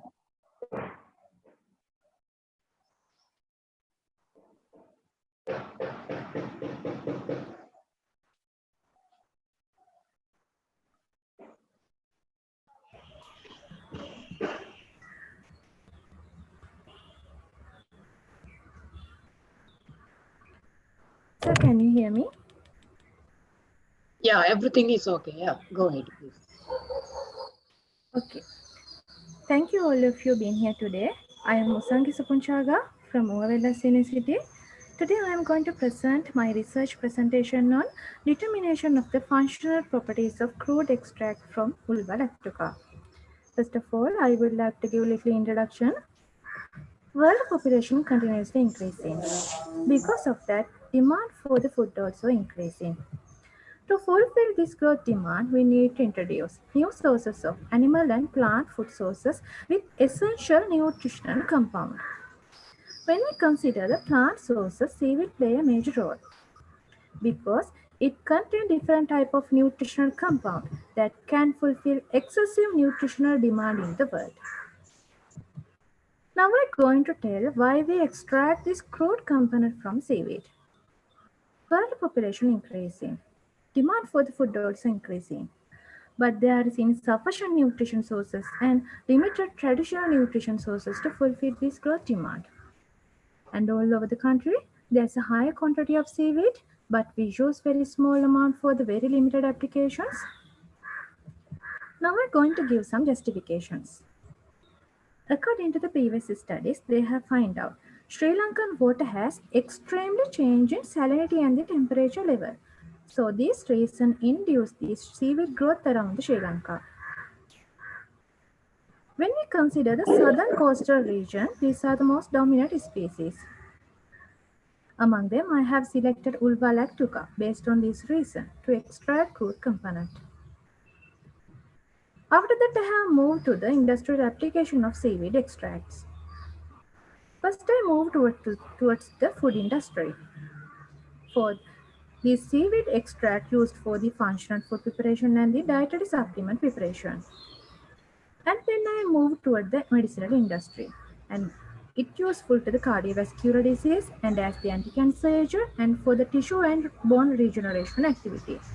Furthermore, it helpful to the cosmetic applications and the agricultural industry, and moreover, it helpful to the animal feed preparation. And these are the objectives of my research: to develop simple, non-toxic, cheap methods to extract crude compound from Ulva lactuca and to determine the functional properties of crude extracts. To achieve these objectives, I follow this kind of methodology. This is the glass view. Under the sample collection, I have collected Ulva from the Hambantota region. Then I moved to the species identification process. For that, I have used ABC taxa. According to the ABC taxa guideline, I have identified Ulva species as the Ulva lactuca. Then I moved toward the proximate analysis process and determine moisture, ash, protein, and the fat content presented in the sample. And these are the some of the activities I have done under the proximate analysis process. Then I have extract crude component using different extraction method. This is the water and the salt extraction method. I have complete alkaline extraction method also. For that I have used sodium hydroxide 10% solution. And finally I have extract crude component using ethanol 50% solution. Then I moved to protein quantification method. For that I have followed the Lowry method.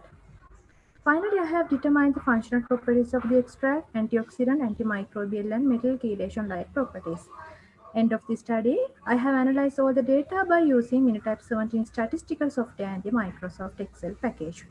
So it's time to discuss about the result of my study. This is the approximate composition of the raw seaweed sample. When I move towards the graphical representation in here, they showed higher moisture content rather than the other component. When I compared it with the previous finding, there are differences, but they have told this proximate composition totally depend on the geographical location of the selected seaweed. Then I moved towards the yield analysis to the Ulva lactuca. End of the statistical analysis, I have determined 1:4 ratio is the best ratio for the water extraction method, alkaline extraction, and the ethanol extraction method. And based on the 1:4 ratio, I have prepared different salt concentrations and find out 4% is the best for the salt extraction method. When I move to the graphical representation of the yield analysis, this is for the water extraction method. In here, 1:4 is the best one. When I compare it with the previous finding, I can agree with the previous result because my result coincides with the previous findings. This is the yield analysis for the salt extraction method. In here, 4% is the best one. According to the previous finding, they tell to get the higher yield, we have to use high level of concentration. Somewhat I can agree with this statement by looking at graphical representation of my result. And then I moved to the yield analysis of the alkaline extraction method. In here, 1:4 is the best one. According to the previous finding, they have told this is the higher yielded method. And this is the yield analysis for the ethanol extraction method. In here, 1:4 is the best ratio for the ethanol extraction. So it's time to discuss about the result in protein quantification. In here, I have result very low protein content for all the extract. When I compare each extract and identified, salt extract show a higher protein content rather than the other extracts. When I compared it with the previous finding, there are differences. But they have told this protein content totally depend on the extraction conditions and the protein quantifications method what we have applied during the study.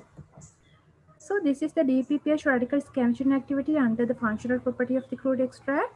First, I compared it with the ascorbic acid. There are significant differences. When I consider each extract here, salt extract show a higher DPPH radical scavenging activity rather than the other extract. When I move towards the previous studies, I can agree with them because my result studies coincide with the previous findings. This is the result for the T/SN. Here also I compared it with the control one. There's a significant differences. When I consider each extract here, alkaline extract show a low malonaldehyde concentration. It means it has higher antioxidant activity. So this is the ferrous chelation activity for the all the extract.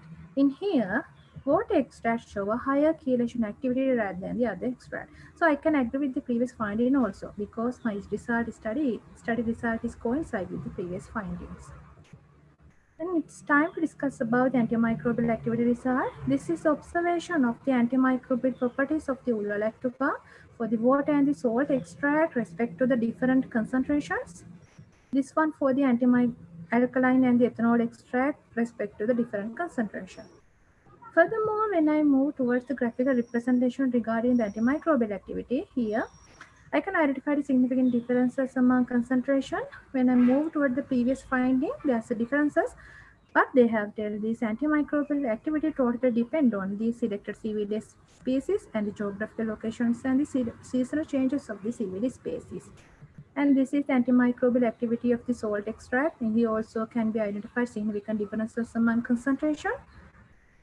This is a graphical representation related to the antimicrobial activity crude extracts from the alkaline extraction method. Here also same result.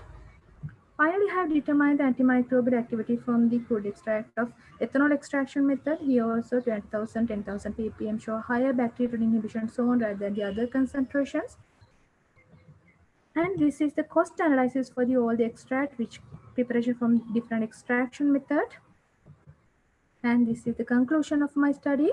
Finally, I have developed simple non-toxic cheap methods for the extract crude component from this ulla lactuca and all the extract rich with the antimicrobial, antioxidant and the metal chelation properties which can be used in the food industry. So those are the references which help to develop my study.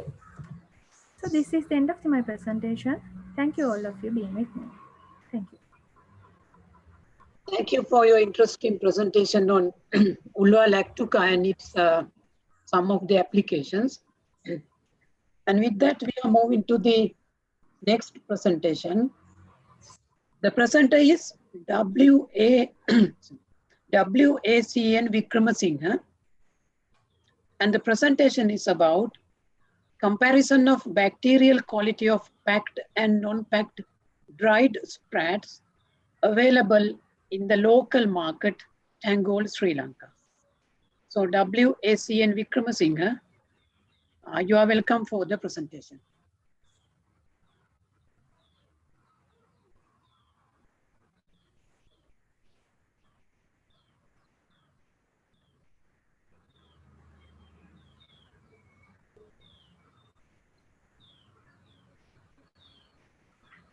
Comparison of bacterial quality of packed and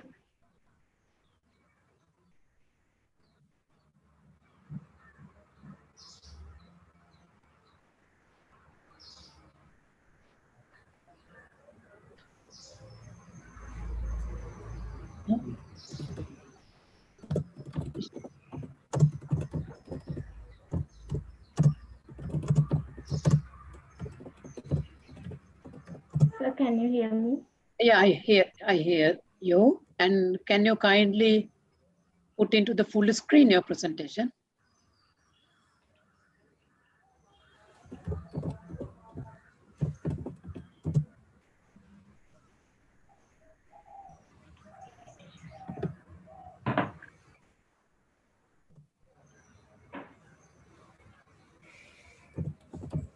Full screen, please.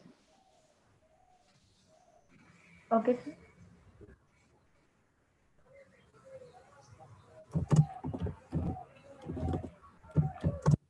Sir, is this okay? Yeah, go ahead. Yeah, you start the presentation.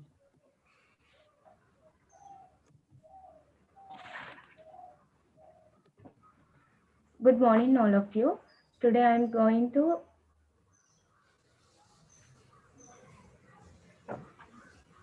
Good morning, all of you. Today I am going to present about my research, comparison of bacterial quality of packed and non-packed dried sprats available in the local market, Tangol, Sri Lanka.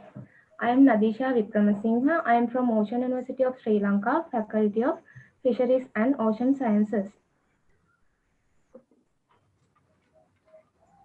First of all, I would like to explain about the introduction of the research. Dried fish is an important and popular protein source in Sri Lankan households, as there is a possibility of contamination during all the steps from processing to consumption. Assessing the bacterial quality of dried fish is important. Dried fish products are available in current market in a wide range of varieties. There are different species, local or imported, commercial or artisanal, packed or non-packed, and etc. These are the previous studies.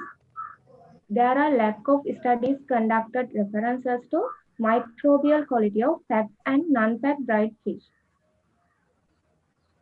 There is a market stereotype that packed products have a higher quality. Specs are in the top of the list of dried fish species that consumed in Sri Lankan households, which represent more than 40% of total consumption. Therefore, this study was done to assess the bacterial quality of packed and non-packed dried specs available in the local market Tangol using total viable count method to determine whether the product is within standard levels of bacterial quality and to screen the bacteria qualitatively using selective agar medias. Then I would like to explain about the method of this research. There are several methods that I have done this experiment. First one is sample collection, second one is sample preparation, third one is microbial count determination, Excuse me. fourth one is qualitative screening of bacteria, and fifth one is statistical analysis. Excuse me. We don't see your slides are moving. Can you hear me, the presenter, please? Yes, sir. We don't see your slides are moving. Are you moving your slides? Kindly. Start sharing again. I think you better to start sharing again. Yeah, you can start on the slide you were talking about. That's fine. Stop sharing and can you restart sharing?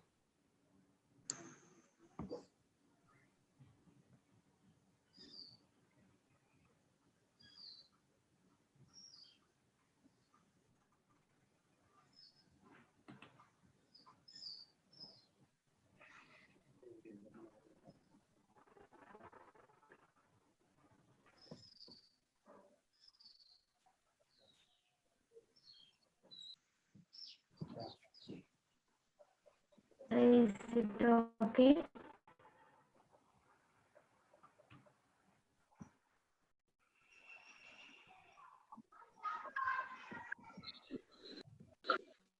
Singh, I am from Ocean University of Sri Lanka, Faculty of Fisheries and Ocean Sciences.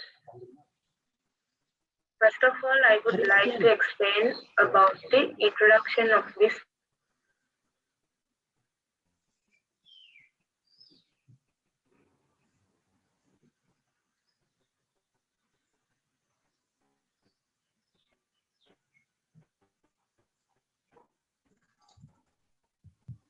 Dried fish is important.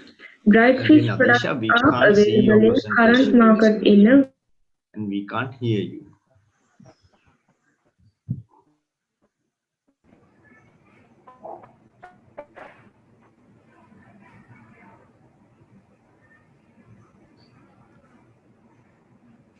It's better to share your presentation again.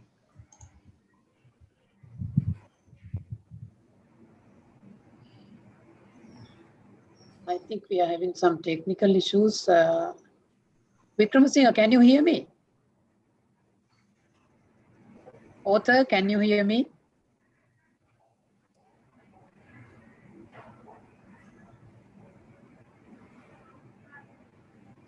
I think I am having, is that 012 number? Yeah. I think we are having a recorded presentation. I will try to.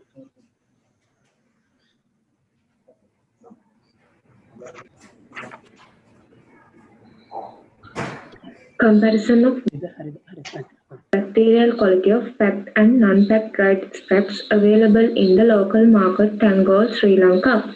I am Nadisha Vikram Singh. I am from Ocean University of Sri Lanka, Faculty of Fisheries and Ocean Sciences. First of all, I would like to explain about the introduction of this research. Dried fish is an important and popular protein source in Sri Lankan households, as there is a possibility of contamination during all the steps from processing to consumption. Assessing the bacterial quality of dried fish is important. Dried fish products are available in current market in a wide range of varieties. There are different species, local or imported, commercial or artisanal, packed or non-packed, and etc. These are the previous studies. There are lack of studies conducted references to microbial quality of packed and non-packed dried fish. There is a market stereotype that packed products have a higher quality.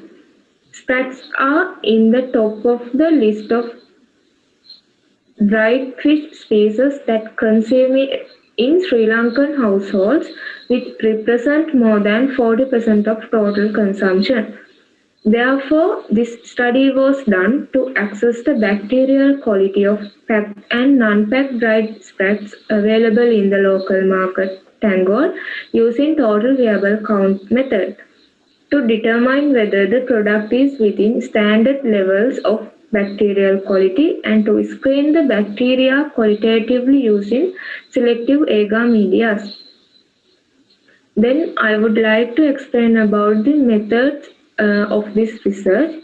There are several methods that I have done in this experiment. First one is sample collection. Second one is sample preparation. Third one is microbial count determination. Fourth one is qualitative screening of bacteria. And fifth one is statistical analysis. Among these methods, first of all, I would like to explain about the first method, sample collection. Under that, packed and non-packed dried sprats were purchased from local market, Tangol.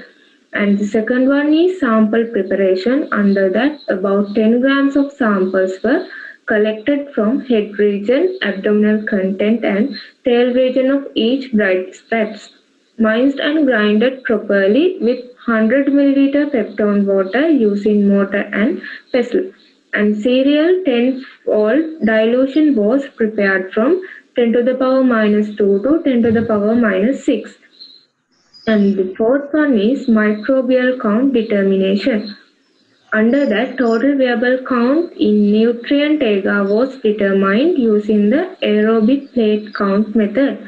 10 to the power minus 4 dilution series was selected to continue on the experiment because 25 to 250 colony forming unit is the most suitable dilution range in the microbiology. Under this method, 0.5 milliliter of the sample was spread on sterile nutrient agar plates and incubated at 37 degrees of Celsius for 24 hours, and finally colonies were counted. Total viable count was expressed as the number of colony forming units per gram of sample. Here you can see the packed dried sprats, non-packed dried sprats, grinded dried sprat sample, dilution series, and agar plates. Fourth one is qualitative screening of bacteria. Under that, qualitative screening was done by using selective agar media, thiosulfate, citrate, bile, salt, sucrose, TCBS agar, and McConkey agar. Different colonies were identified and numbered according to morphology. As the second step, they were isolated by subculturing in nutrient agar. and then isolated colonies were inoculated on selective medias and observed the response after incubation. Here you can see some picture of this experiment regarding this step. Under this method, final step was the statistical analysis. According this two sample t-test was performed using Minitab 16 statistical software. Then I would like to explain about the result and discussion about the experiment. Total viable count of packed and non-packed dried specs were 6.7 into 10 to the power 3 coloniform unit per gram and 5.3 into 10 to the power 5 coloniform unit per gram respectively, and you can see in this graph there was a significant difference in the total viable count of packed and non-packed dried specs, and the total viable count of non-packed dried fish was over the accepted limit, 5 into 10 to the power 5 coloniform unit per gram of Sri Lanka Standards Institute.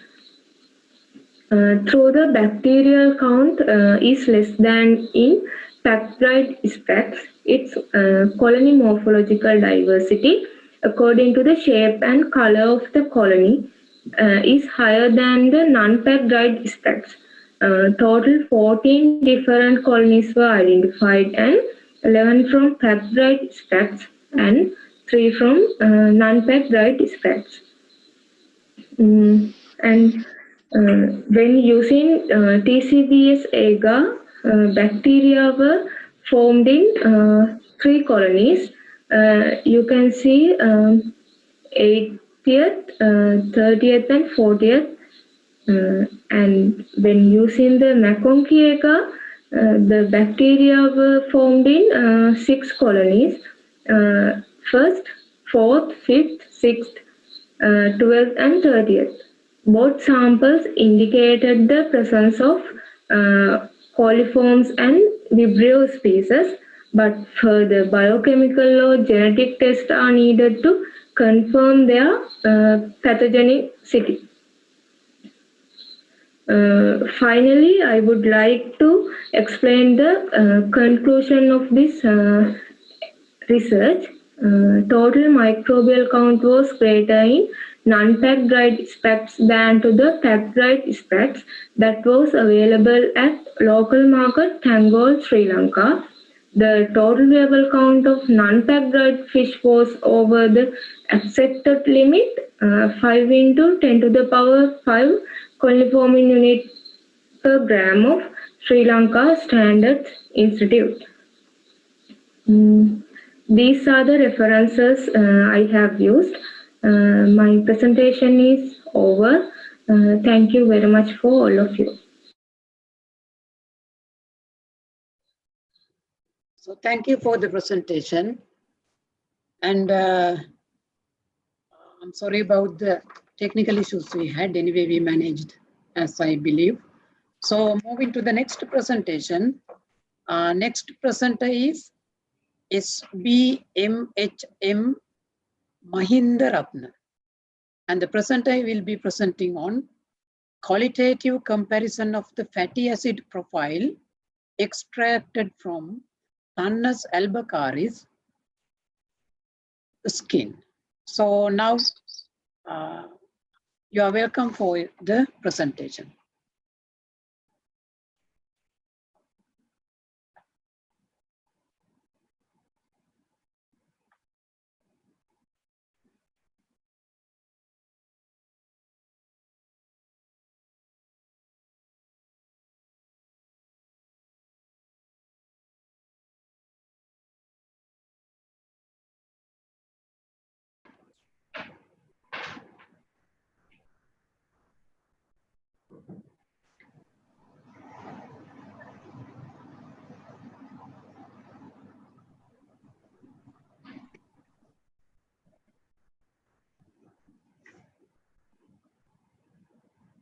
Okay, now you can start the presentation. We see the full screen, everything. You need to unmute your microphone. Okay, sir. Can I start now, sir? Yeah, we hear you. Okay, thank you. Good morning, my respective audience. Today I am here to present my research study on qualitative comparison of the fatty acid profile extracted from skins of Thanos albicaris and Lepidosidium flavobruneum. I am SBMHM Mahindaratna, according to the abstract number RSOCUSL 15. First of all, I would like to give a brief introduction about my study.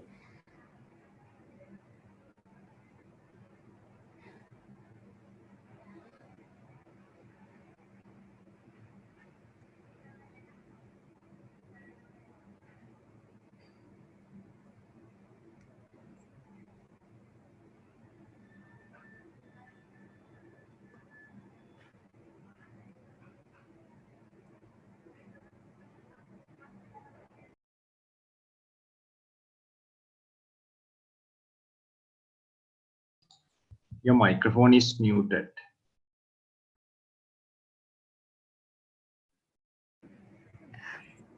Presenter, can you hear us? We don't hear you. I think your microphone is muted. Oh, okay, sir. First of all, I would like to give a brief introduction about my study. In Sri Lanka, there are fishery industry is divided majorly 3 major parts: coastal, offshore, and deep sea, and also the inland aquaculture. Then there are so many strengths in Sri Lankan fishery industry. I have already shown. Especially, there are coastline of around 1,700 kilometers around the Sri Lankan ocean, and also per capita consumption of the Sri Lankan is 15.8 according to source MFAR 2016 records. Then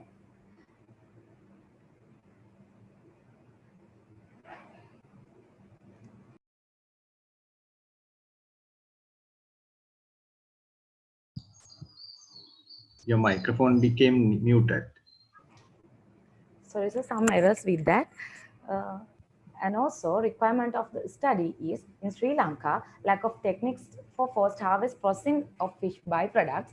So we can utilize fish byproducts into the effective way as a fish oil and also the enzymes and protein concentrates like that. Especially 20 to 80% of fish waste can be generated through the fish processing.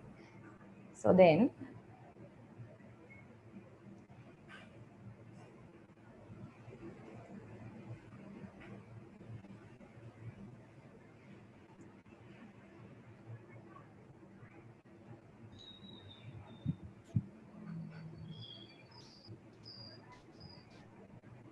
We can't clearly hear you. I think there is an issue with your microphone. yes, sir. And also some error with slide sharing, sir. Sorry. Selected species in my study. First one is a scholarfish and second one is yellowfin tuna.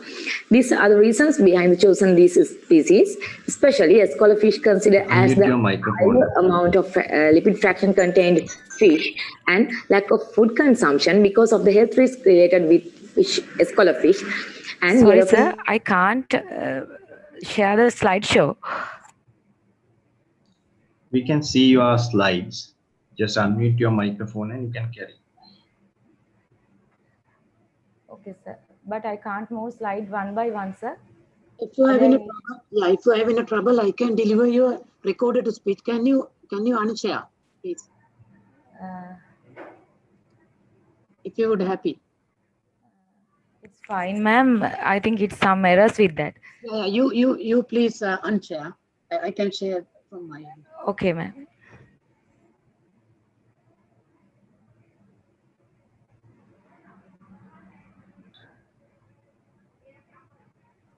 All the sample species into the effective way by using production of fish oil.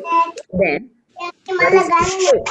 fish oil is the fat or oil that is extracted from fish tissue found in the phosphoglycerides of cellular membrane, and also especially 30% of fish oil is made up of omega-3s.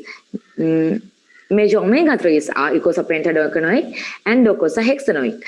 And Other than that, vitamin A and D also contained in the fish oil. Then we can gain more health benefits through consumption of fish oil, especially heart health, immune health, skin health, and also the brain health. Other than that, reduce inflammation, anti-diabetics, anti-cancer, and anti-aging like reducing abilities also given through the fish oil consumption. Then objective of the research study is to compare the fatty acid profile extracted from selected marine fish skins. And also specific objectives of the study is to compare the proximate composition of the fish skins, to compare the physiochemical properties of the extracted oil samples from selected 2 species. Then, when moved to the methodology part, this is the experimental design, 3 replicates per each species as R1, R2, and R3. Then, final output can be gained as qualitative analysis by gas chromatography mass spectrophotometry. Then, sample preparation was done by using prematured stage of selected samples and dissection and separation of the fish skin and fish skin used to further analysis. Then stored under the -80 conditions and prior to the extraction, thawing is done under the room temperature. Then, proximate analysis was done by using AOAC 2016 protocols, especially crude fat determination by using soak salt apparatus, and also moisture content and total ash content determination also done according to the dry oven and muffle furnace method using AOAC 2016 protocols. These are the equations related with the analysis. Then, fish oil extraction is done by using solvent extraction techniques, Bly and Dyer, comparative with biological and chemical physical method. Solvent extraction is an effective way to extract fish oil. In here, I already used chloroform methanol water 2:2:1 ratio and homogenize the sample, then filtering through Wortmann filter, #1 filter paper, then separate the chloroform, and also rotary evaporation was done at the 55 centigrades for 20 minutes, and then I gained the fish oil sample. Then lipid profile analysis was done according to these protocols, especially extracted fish oil choose to esterification procedure by using 2-step methylation, by using potassium hydroxide and sulfuric acid. Then fatty acid methyl ester convert into the gas chromatography mass spectrophotometry by using HV5MS capillary column with 6,819 gas chromatograph, and all the data sets are analyzed by through NIST library and also PubChem chemistry databases. Then this is the lipid profile analysis and heart of my research. Then identification of lipid properties was done by using lipid oxidation analysis and also antioxidant properties analysis. In here, iodine value determined by using Hannes method, AOAC protocol, peroxide value also determined through the AOAC protocols, and also T-bar assay was done by, according to the method, Aberatna and co-workers in 2015. Then, this is the statistical analysis part. Experimental design is completely randomized design and also one-way ANOVA. Then significant difference between mean values by using Tukey test, Minitab 18 software and Microsoft Office Excel software is already chosen to the statistical analysis. Then when moved the results and discussion part, this is the total ion spectra of the Escola fish oil extraction. These are the total ion spectra. These all data sets are tally with previously founded data. In here, A, B, C, D like dominant peaks chosen pentadecanoic, hexadecanoic, and also octadecanoic like dominant omega-3 fatty acids. Then this is the total ion spectra of the tuna fish oil. In here also dominant peaks chosen hexadecanoic, octadecanoic, and cis equals of pentadecanoic and cholesterol like fatty acids. This all the data is tallied with Nasir and co-workers data in 2017 findings. Then this is the identified fatty acids, tuna and Escola fish oil. In here, tuna fish oil and Escola fish oil in some similarities in the fatty acid content, especially major omega-3s are pentadecanoic, hexadecanoic, heptadecanoic, octadecanoic like acids. Then there are some differences in tuna and escolar fish oil, arachidonic and arachidonic, and also the oleic like omega-6 fatty acids are different from these two species. Then this is the proximate analysis was done, and especially higher amount of fat content is contained in escolar fish, nearly 59.85. This all the data are tally with previous foundings, and ash content is no significant difference, and also moisture content is having a significant difference between two species.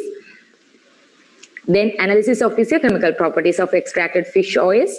In here, tuna fish oil contained comparatively higher amount of iodine value and peroxide value compared with the escolar fish. It means tuna oil can be auto-oxidation easily compared with the escolar fish oil. Then this figure shows the T-bar assay determination. In tuna, there is high amount of malonaldehyde concentration, and also escolar fish contain low amount of malonaldehyde concentrate. It means, according to the World Health Organization results, nearly malonaldehyde concentration is below under the 2, and tuna is, in this case, tuna is inedible situation, and also escolar fish is edible situation. We can purchase is these all the data sets can be varied within the storing conditions and also the storing time period. Then final conclusion of my study is to compare the fatty acid composition of the selected species is varied within the location variation and also the habitat variation. Proximate composition of the selected species are varied based on the species variation. Then there are no significant difference of the chemical properties among the extracted oil samples within these two species. And other than that, we can develop this study to the medical level, and we can purchase fish oil in a health beneficial way to the further. Then these are the references I have chosen and I have purchased. Thank you for your great attention, and also thank you for the great opportunity. So thank you for the presenter. And actually the next presenter, due to some technical barriers, we are unable to contact him through online. But as a compensation, we are having his recording, and I will share that recorded presentation for the panel. Present my research on development of a cost-effective mass culture media for spirulina pathogens in Sri Lanka. This is the outline of my presentation. Let's move to the introduction. Spirulina is microscopic photosynthetic unbranched filamentous blue-green algae. It is one of the most promising microalgae in the world due to its high nutrition availability like proteins, vitamins, essential amino acids and minerals. Due to the high nutrition availability, it is produced commercially at food supplement around the world and also feed supplement for fish and shrimps and fishes. So it is held as the food in the future. When we look into the nutrition value of the spirulina pathogens, it contains more than 50% of proteins along with other macro and micronutrients like carbohydrates, calcium, potassium, fat and moisture. Due to the high nutrition availability of the spirulina pathogens, it can be used as a live feed in the aquaculture industry. It has many benefits like strength in the fish immune system, reduce the death and disease rates, and thereby increase in the fish growth rate. And also it has many benefits for the humans also, like increasing the digestibility of the consumers, have cholesterol and diabetes lowering effects, and can be used in the cosmetic industry, cosmetic and pharmaceutical industry, and also furthermore, we can use for wastewater treatment also. But the main, even though spirulina has many benefits, the main barrier in the consumption of the spirulina is the cost of production. This is due to the high, it consumes high cost for the culture media. So cost of the media is one of the main barrier when expanding the spirulina culture in Sri Lanka like developing countries. So in here we are focused on reducing the cost of the culture media by developing by developing cost-effective culture media. Under the objectives, the main objective is to develop a low-cost culture media for spirulina patensis in Sri Lanka, which is applicable in Sri Lankan context, and this specific objective is to improve the spirulina mass production in Sri Lanka. Under the materials and methodology, first the samples were collected, then the formulation of mass culture media were done, then the preparation of the mass culture media were carried out, then the initiation of the mass production was done, then the growth rate was measured for 24 days, and finally data analysis were carried out. This is the microscopic view of Spirulina patensis. First, the samples were collected from the wet laboratory of the Nagda Rambadagala Center. Then the formulation of mass culture media were done. In here, the controller is the standard Sarup media. Along with that, 4 other new treatments were developed. In here, T1 is the media used in the Nagda Center, and along with that, T2, T3, T4 medias were developed by incorporating cow dung as solution into Nagda media. In here, in here it shows the composition of the standard Sarup medium. In here, we can see that it contains a high number of chemicals which are highly expensive, and this shows the composition of the newly developed medias. In here, T1 is the Nagda media. It contains only 4 ingredients, which are these chemicals are in industrial grade, and this is developed by considering the NPK requirements for the algal growth, and the T2, T3, T4 medias were developed by incorporating cow dung as different concentrations of cow dung as solution along with the Nagda media to reduce the nutrition deficiency in the Nagda media.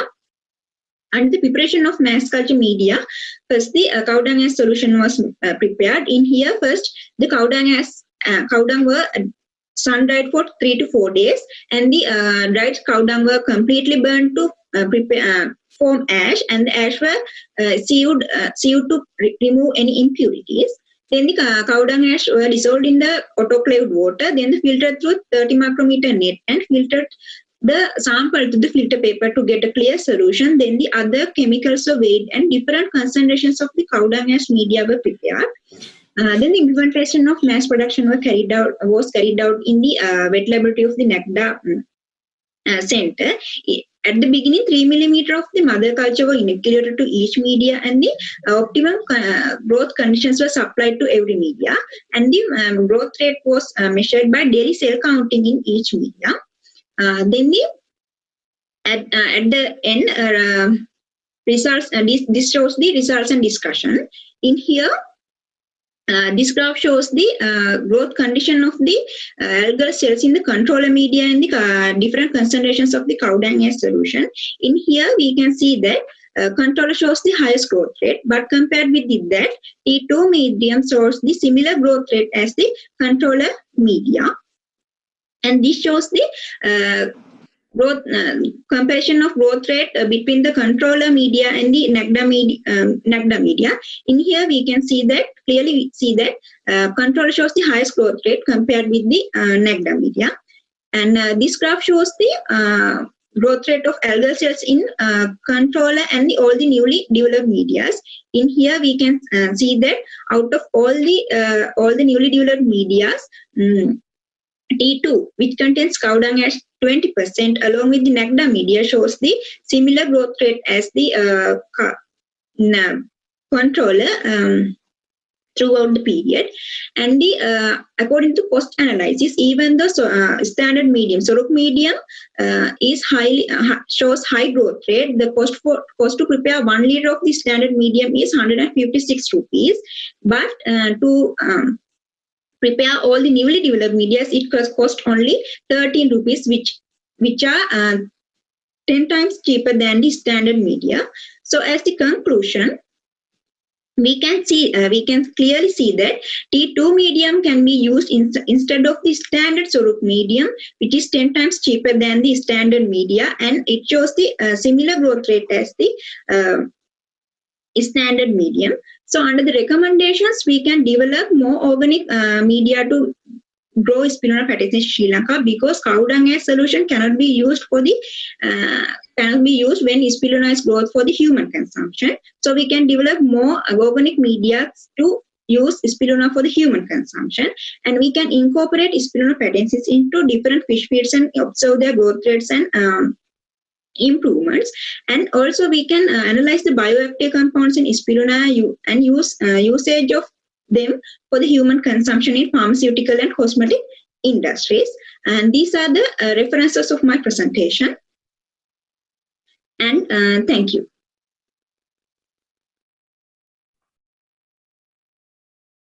So we thank to the author. With that, we are moving to the next presentation. This presentation is going to be done by Erandi Pathirana. The presentation is about the influence of the microbiome on oyster health, demonstrated using an experimental infection model in Pacific oyster, Chrysostria gigas. So Erandi Pathirana, it's time for you for your presentation.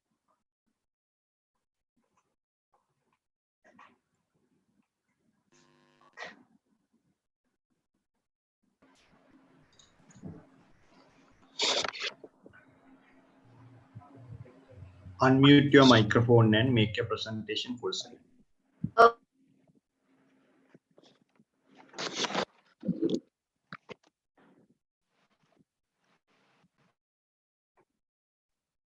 Can you hear me? Yeah, clear, Dr. Antik. Slide. Yeah, I'm trying to share my.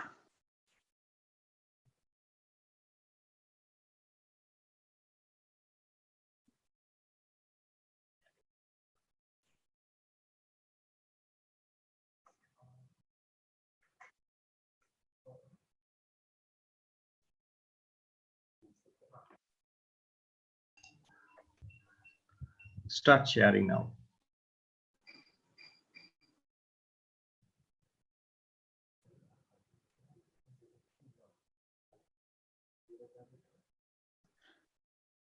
Can you see my full screen? We don't see the slides, Dr. Antik. We hear you. Anyway. 1 minute then, sorry about that.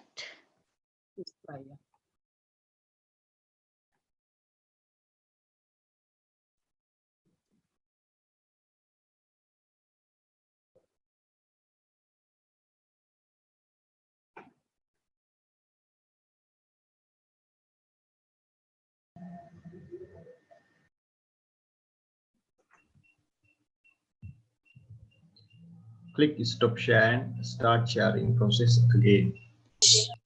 Yeah, it came, Dr. Now we Antik. can see. Yeah, again it went back, but it came.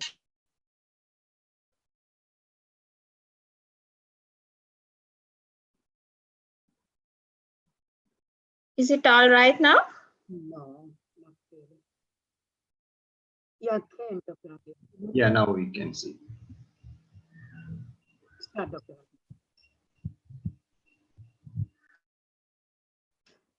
No, again it went off. Yeah, now we see. Put into the full screen. Is it all right now? Clear, start, please. Okay. So sorry about the technical issues. Thanks, Dr. Kumara. Good morning, everyone. Our study is about demonstrating the influence of the microbiome on oyster health using an experimental viral infection. So,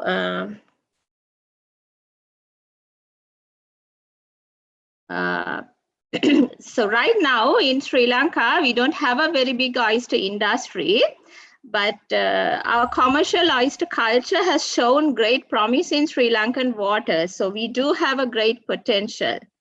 In a global context, the oyster industry experienced severe economic losses in the recent past with mass mortality of oysters at farm level.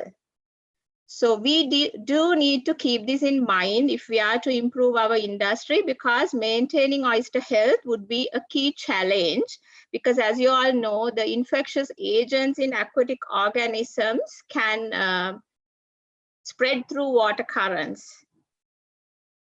So talking about these mass mortality disease outbreaks in Pacific oysters, the primary cause is an ostrich herpes virus, but there's quite a bit of evidence suggesting that there's a role of the oyster microbiome in these disease outbreaks. So what is this microbiome? Now, we very often talk about the role of gut microbiome in human health. And right now, there's numerous research being done on the microbiome of humans and other animals, including fish and other aquatic organisms.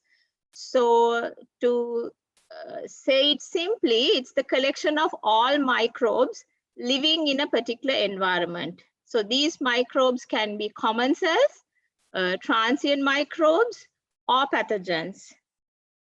So talking about the oyster microbiome, as you all know, oysters are filter feeders. So they take in feed from their estuarine environment, and with the feed, they will also take in the microbes present in the estuarine water. So we have seen with these viral infections, we have seen different mortality patterns in oysters living in different estuaries. So there can be an influence of the oyster environment on their microbiome, and this may impact their response to disease. So having this in mind, we evaluated the oyster microbiome as a risk factor for disease susceptibility in oysters. So we specifically looked at the microbiome of oysters with a common genetic origin, but living in different estuaries.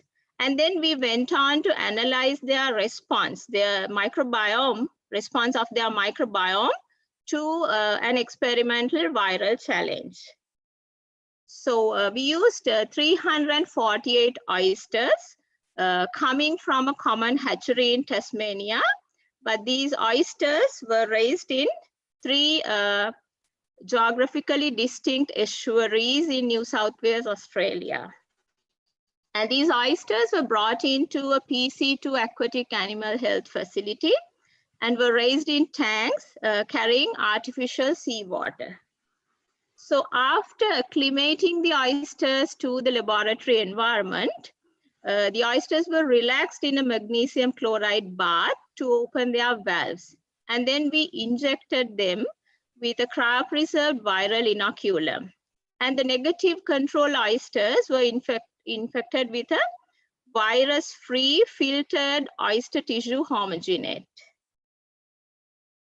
And looking at the sampling, we sampled oysters from 5 different cohorts. So they were the oysters before the viral challenge, and the oysters soon after the viral challenge, the moribund oysters, and the oysters that survived the viral challenge after 7 days, and the negative control oysters. And we extracted DNA from oysters, and we sequenced the DNA using next generation sequencing in an Illumina MiSeq platform. And we specifically looked at the V1 and V3 regions of the bacterial 16S rRNA gene. And this sequence data were processed and analyzed using QIIME2, which is a bioinformatics software package used in microbiome studies. And moving to our results, it was quite interesting to see that the microbiome composition of oysters living in different estuaries were quite different or significantly different, although they had a common genetic origin. And we also saw that the response of their microbiome to the viral challenge were different.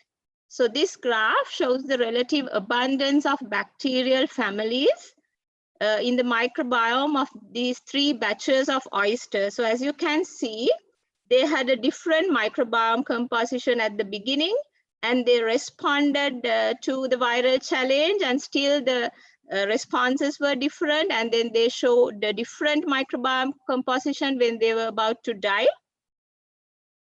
So summing up, we could say that the microbiome composition in oysters varied with their environment, even though they had a common genetic origin. So there's a potential role of the estuarine environment in shaping the microbiome. And also with these changes in the microbiome, they also showed differential responses to the viral challenge. So in general, the disease susceptibility of oysters can be influenced by their microbiome, and then their microbiome can be influenced by the environment they live in. So these are our references. And I would like to take this opportunity to thank everyone who helped us to make this study a success. Thank you.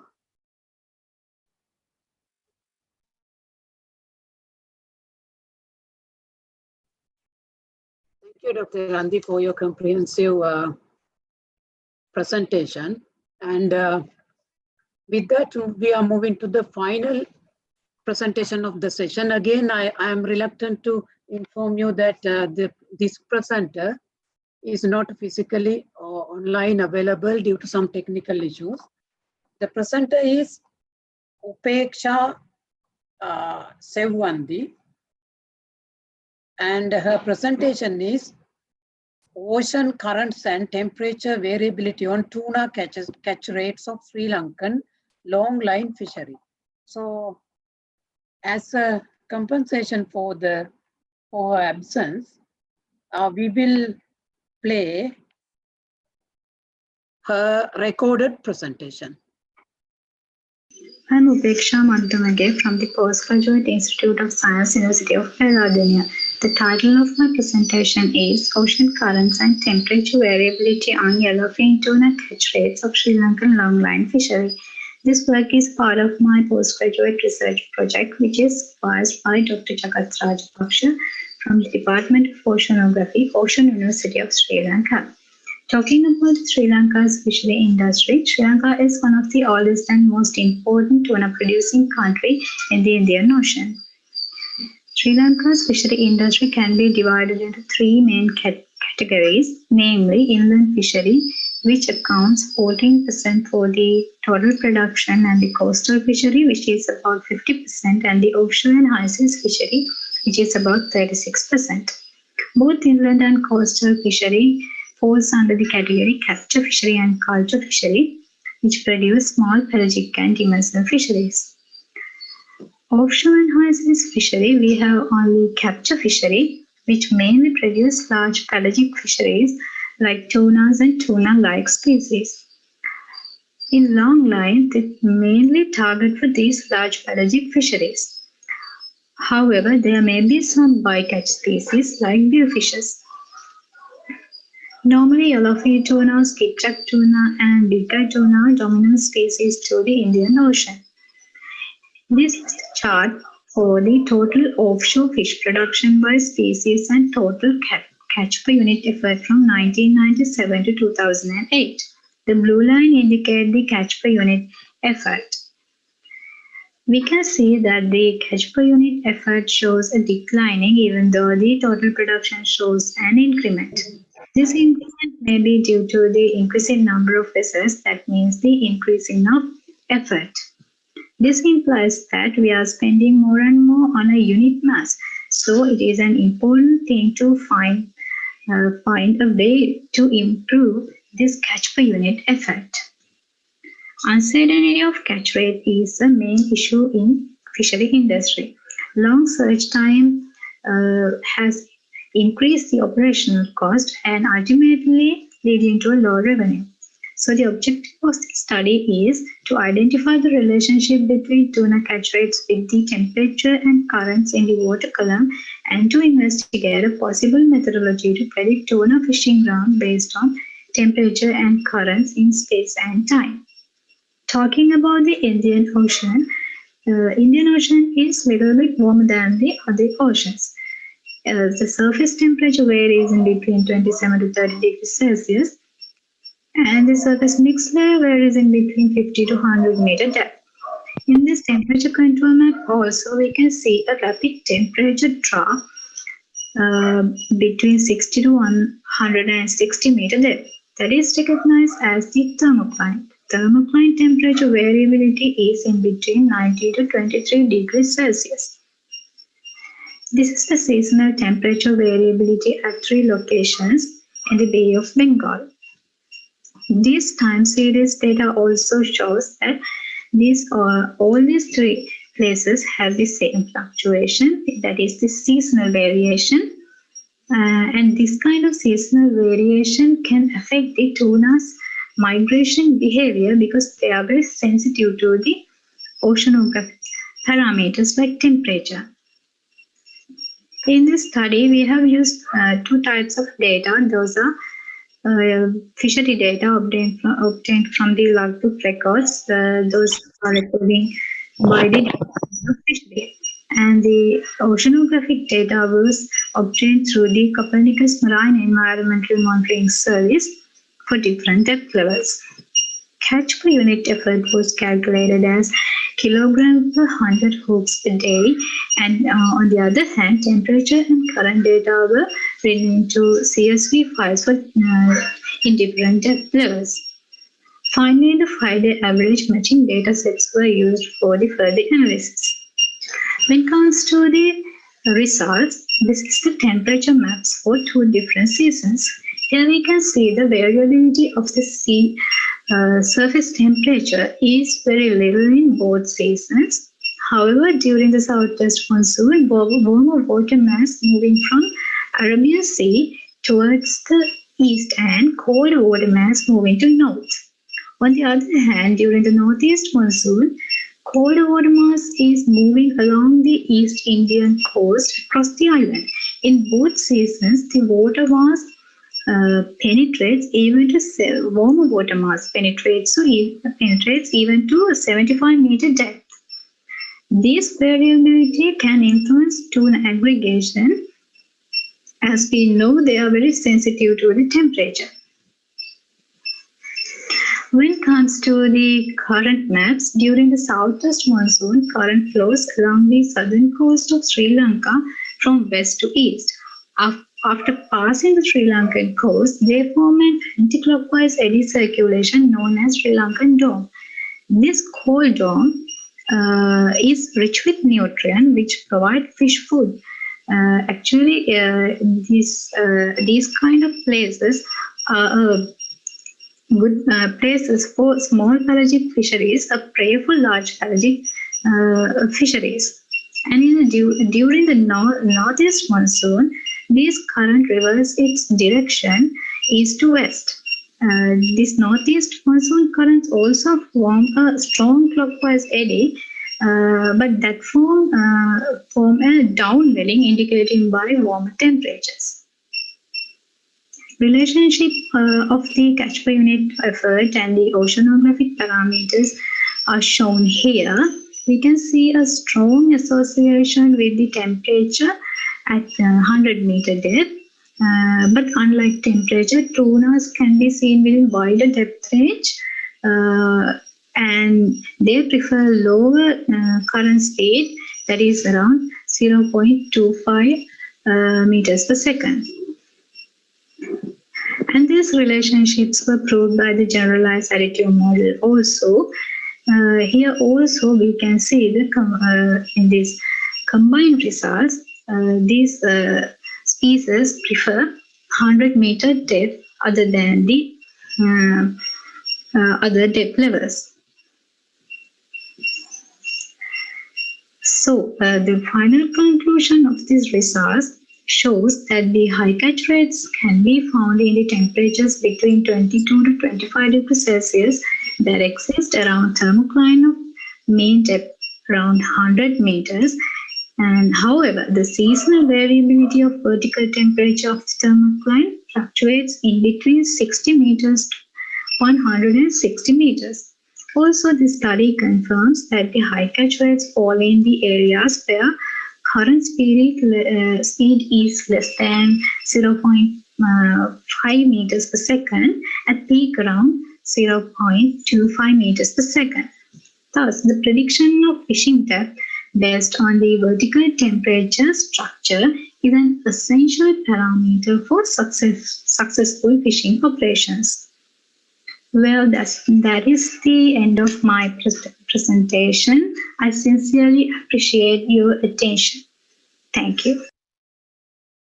So thanks for the presenter. And with that, we have completed all the 8 presentations of the session.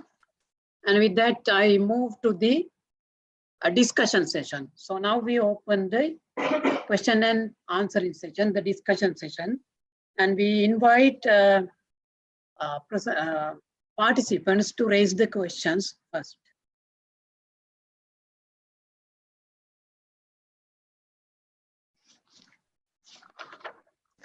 Until the questions are coming, I think I can direct some of the questions we received through the chat line. So thanks to our rapporteur, Mr. Anrupa Shantakumara, he has compiled all the questions. The question 1, this goes to the first presenter, RGIP Devmini. The question is, her presentation was about effect of spirulina powder on growth performances of cichlids. So the question was, why did you specifically use 3%, 6%, 9%, and 12% spirulina as fish feed rather than going for higher percentage? We see like all these are rather lower levels. So why did you specially prefer for going for lower levels rather than the other higher levels? Devmini, are you hearing my question? Yes, sir.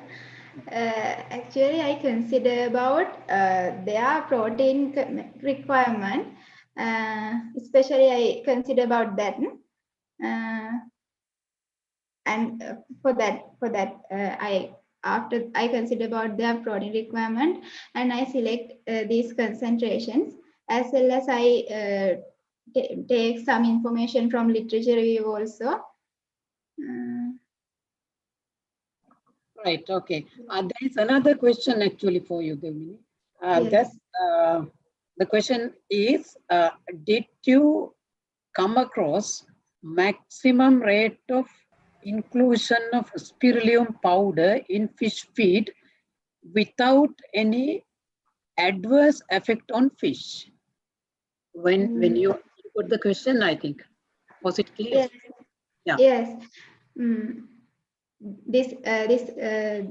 About this also, I take some information from literature review, and I confirm these concentrations never have not side effect to the cichlids. Yeah, okay. Thank you. Any other questions for first presenter, Devmini, from the audience? Oh. Okay, shall I move to the, we got another question. This question goes to WACN Vikramasinghe. I think she is online. We had a trouble, but we played her video. We hope she's online. So the question goes to you. What specific colony morphologies did you observe in packed dried spread? We remember your presentation. What specific colony morphologies did you observe in packed dried spread? Were the circular colonies or any other specific colonies? Are you online, Vikramasinghe? Yes, sir.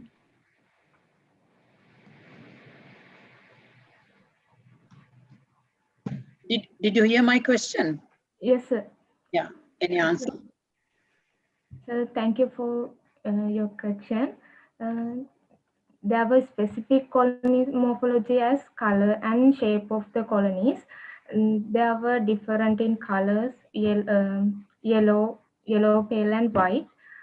Also by form, circular and irregular forms.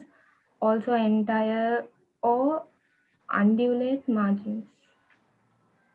Okay, thank you for the answer. Any more questions from the audience?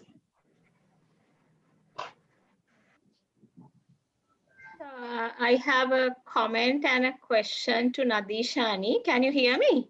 Yes, ma'am. Yeah. So yeah, it was interesting to see that the packed-dried spat were having less bacterial quantities compared to the unpacked spats. So you said you came across these large colonies with undulating margins. So I guess they are these contaminating bacilli, which are not really pathogenic. So what about the colonies or the growths on the McConkey agar? Did you come across any? So, madam, can you repeat again? With regard to this large pale colonies, so I guess they are bacillus colonies, which are common contaminants, but they are not pathogenic. But since you cultured on McConkey agar, did you come across any specific colony types on McConkey agar? Colonies on the McConkey agar, using No, madam. Okay. Chairman, I have a question. Is it okay? So I want to ask from Dr. Irandipatirana about the microbiome on oysters. So I just wanted to know that I assume that you got the samples from the commercial ventures, and what sort of sampling method that you have followed, and what kind of volume you extracted to microbiome analysis, RNA 16x analysis. Yeah, thank you for the question, Dr. Firos. We actually did gill and mantle samples for the viral analysis, but for the bacteria, what we really did was we removed the gut because the gut is having a specific microbiome. So once we removed the gut, we homogenized the oyster tissues after removing the shells in diluted sterile seawater, or sometimes it can be saline, and homogenized it. And then we use that, firstly we cultured them to do conventional bacteriology, and then we extracted DNA from the oyster tissues to do the metagenomic study, the bacterial 16S rRNA gene analysis. And also regarding the viral counts, have you any, because visualized counts, you have any epifluorescent microscopios, that sort of counts that you have observed? No, we used qPCR assays, real-time PCR assays to quantify the OSHV1 virus. Okay. So you use the Illumina platform, not the 454. No, we use the Illumina MySec platform. All right, thank you very much. Okay, thank you. Okay, thank you. Chairman, are you done? Yeah, I have a couple of questions for the presenters. Is it okay? So my first question goes to MKDULI Migoda regarding the current status of freshwater aquatic plant export industry in Sri Lanka. So may I know what are the biosecurity measures taken by aquatic plant exporting companies? They use, before they exporting, sir, they check all the plants without any parasitic or any disease conditions. And also they if there is any kind of issue, they remove the plant from the stock, and if there is any serious problem for the culture series, they have to remove all the session. And if there is any kind of illegal plant which collected from the wild, they identified it and they replant the plant at a suitable place. So all these things they do for the plant exporting. Okay, thank you. Thank you. There's another question for SBMH M. Mahindaratna. Will you be able to record their length and weight of the fish? So you have done some fat content analysis. So I think the fish length is somewhat important because when the fish is grow, their lipid level is also will be high with the age. So will you be able to record the length and weight? Okay, sir. Thank you very much. Sir, in this case, I already chosen prematured stage of the fish.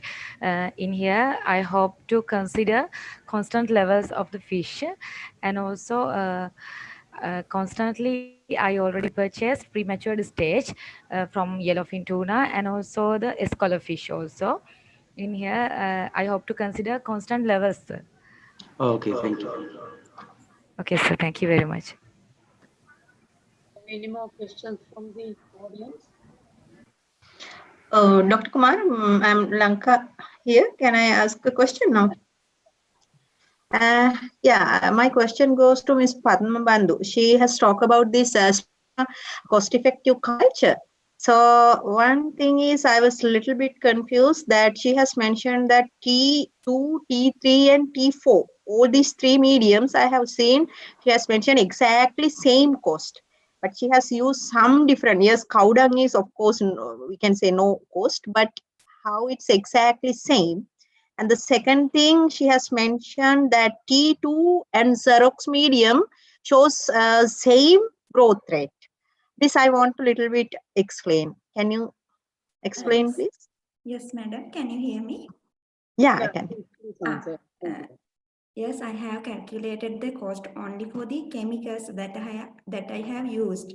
So in all the three mediums, the chemicals were same, and the only the cow dung as percentage solution percentage was I changed only the percentage. So I think that was the reason to get the same cost for all the three newly developed medias. So the percentage made it different growth rate. Okay. Oh, and yes. then how this standard medium and T2 showed exactly same growth rate. If so, then it is very worth medium. It should. Yes, madam. In here, I mentioned that even though I mentioned similar, there were some slight differences. But throughout the whole study period, we can conclude that there was similar means not exactly same. We can when we do the cost analysis and all those things, we can use instead of the standard medium, we can use the T2 medium. Yeah, it's okay. Not exactly same growth rates. Okay, Yes. thank you. Thank you. Dr. Kumar, I have one question. Yes, sir. Go ahead. Yeah, it's not from myself, but Professor Peter has sent an, I think, question through the chat that I would like to highlight that because it's very important. The question is from Swarnamali. Okay. Did you find tuna home in the ocean fronts? Professor Peter's question is, did you find that tuna home in ocean fronts? Can Swarnamali answer? Actually, we were So can you hear me? I'm online. Can you hear me? Yeah, we hear you. Yeah. Please answer. At this study, we haven't done much about the ocean fronts yet, but however, hope to develop this study further as these results give us a hint that tuna's preferable current speed. So we hope to develop this.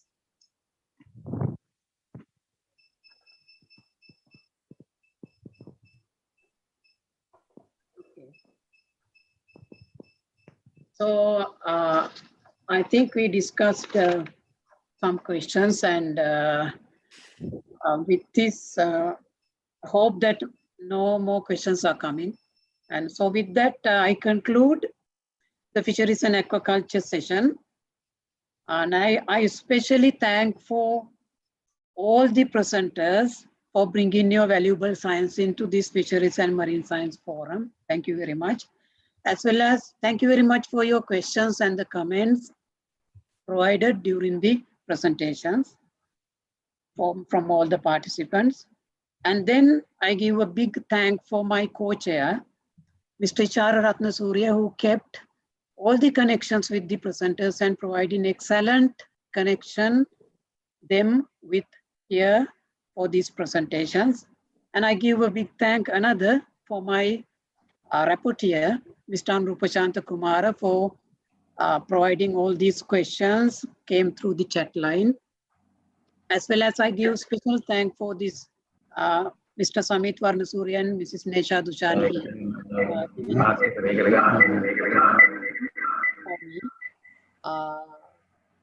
So with that, I conclude the Fisheries and Aquaculture session. Thank you very much for all of you for providing various support. Thank you. Thank you very much, Chairman, for your interesting organizing and delivery of the first session, Fisheries and Oceanography, with your team, Mr. Co-Chair, Mr. Ishar Ratnasurya, and Rapporteur, Mr. Kumara. So I already received the summary also from what are the outcomes in point form for the wrap-up session. So thank you very much once again, and we will move to the next session. I would like to remind that the next session is Oceanography and Hydrography, chaired by Dr. Jagat Rajapaksa. Now I would like to invite Mr. Priyantha Jinadasa, Chairman of the Symposium, to give a brief introduction, the Chairman of Oceanography and Hydrology. Thank you. Thank you, Dr. Pairus. Next technical session is Oceanography and Hydrography. This will be chaired by Dr. Jagat Rajapaksa. Dr. Jagat Rajapaksa currently he is a senior lecturer in Ocean Institute of Sri Lanka. He has completed his basic degree in geology in the University of Peradeniya and master degree in physical oceanography in University of Gothenburg. Also, he has completed his PhD in satellite oceanography. He has more than 25 years experience in oceanography. So now I invite Dr. Rajapaksa to conduct the Oceanography and Hydrography session.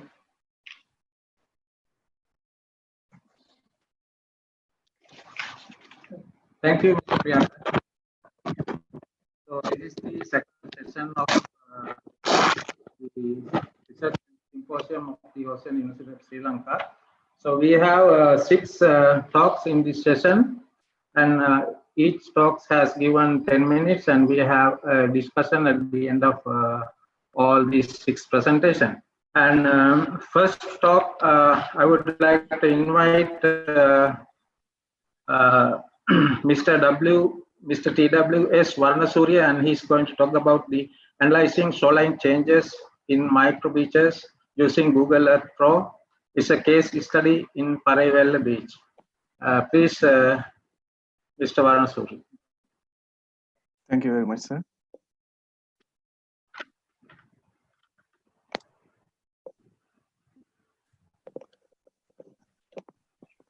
Okay, good morning. I am Samit Varnasuriya from Ocean University of Sri Lanka. This is the research title, Analyzing Shoreline Changes in Microbeaches Using Google Earth Pro, Case Study in Paraivella Beach, Sri Lanka.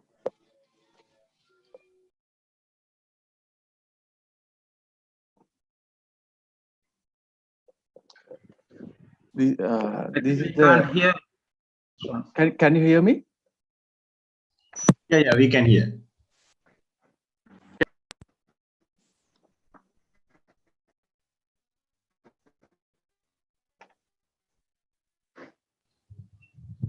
Can you hear me? Yeah, we can hear you. You can continue. Okay, right. So, right, okay. Okay. Okay.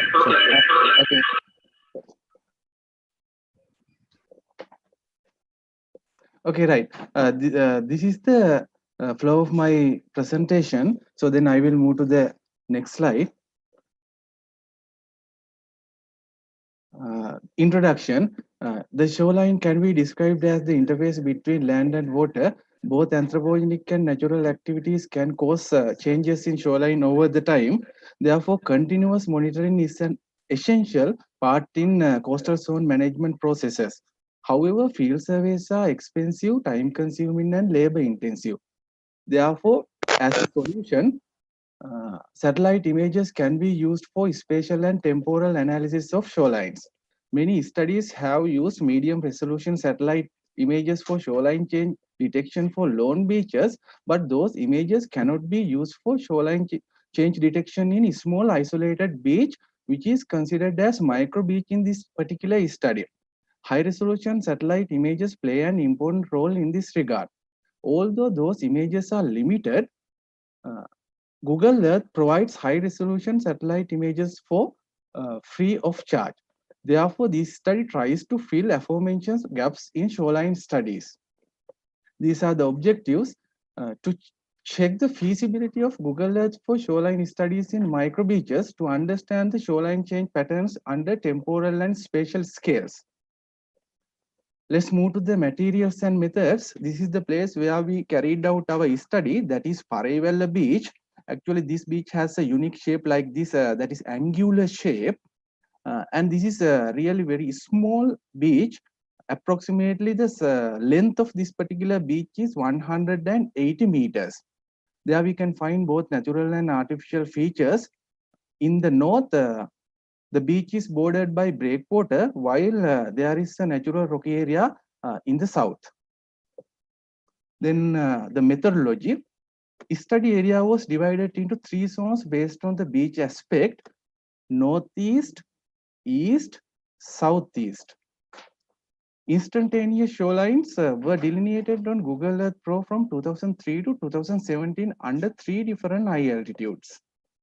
Waterland boundary was used in this particular case as the shoreline. In this diagram, you can see how the beaches arrange from 2003 to 2017 on Google Earth platform. Transects were cast along baselines in 1 meter interval. This diagram, you can see how the transects, baselines, and shorelines were arranged. This is the baseline, and this is the transect cast perpendicular to the baseline, and the gap is 1 meter between 2 transects, and this is the arrangement of the shoreline. Shoreline changes were detected using digital shoreline analysis system in ArcGIS software using net shoreline movement, endpoint rate, and shoreline change envelope statistics. When we overlay all the shorelines in ArcGIS software, it appears like this. Here you can see when we use shorelines overlay operation in ArcGIS software, we had to convert KML file format into shape-file format. Here you can see the years that we considered in our study. This flowchart gives the big picture about the methodology of the study. Shoreline delineation was mainly subjected to 3 different activities: digitizing, correction, and calculation of the uncertainty. So in digitizing, actually the freehand manual digitizing was implemented on Google Earth software under 3 different high altitudes, namely 50 meter, 300 meter, and 1000 meter. So one person digitized all the shorelines, and the specification of the computer was kept constant throughout the digitizing process. 3 replicate transects were digitized at each shoreline in order to calculate the digitizing error. Once the digitizing error has been calculated, this was subjected to check the difference, whether there is a significant difference among these 3 different high altitudes. So then once we identified the best high altitude, or we can say the most accurate high altitude, the shorelines delineated under that particular high altitude was used to calculate the shoreline change statistics by means of accuracy information obtained from the accuracy assessment. Actually, the accuracy assessment was carried out based on one of the studies that we carried out in 2018. This considered digitizing error, shifting error, tidal error.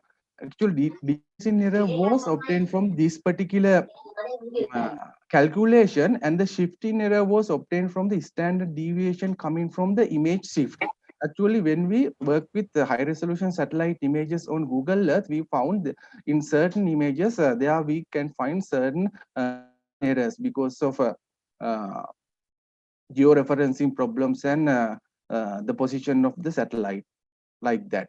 So then tidal error also was taken into consideration in our uncertainty calculation. In that particular case, we got the slope data from the field survey and the tidal variations.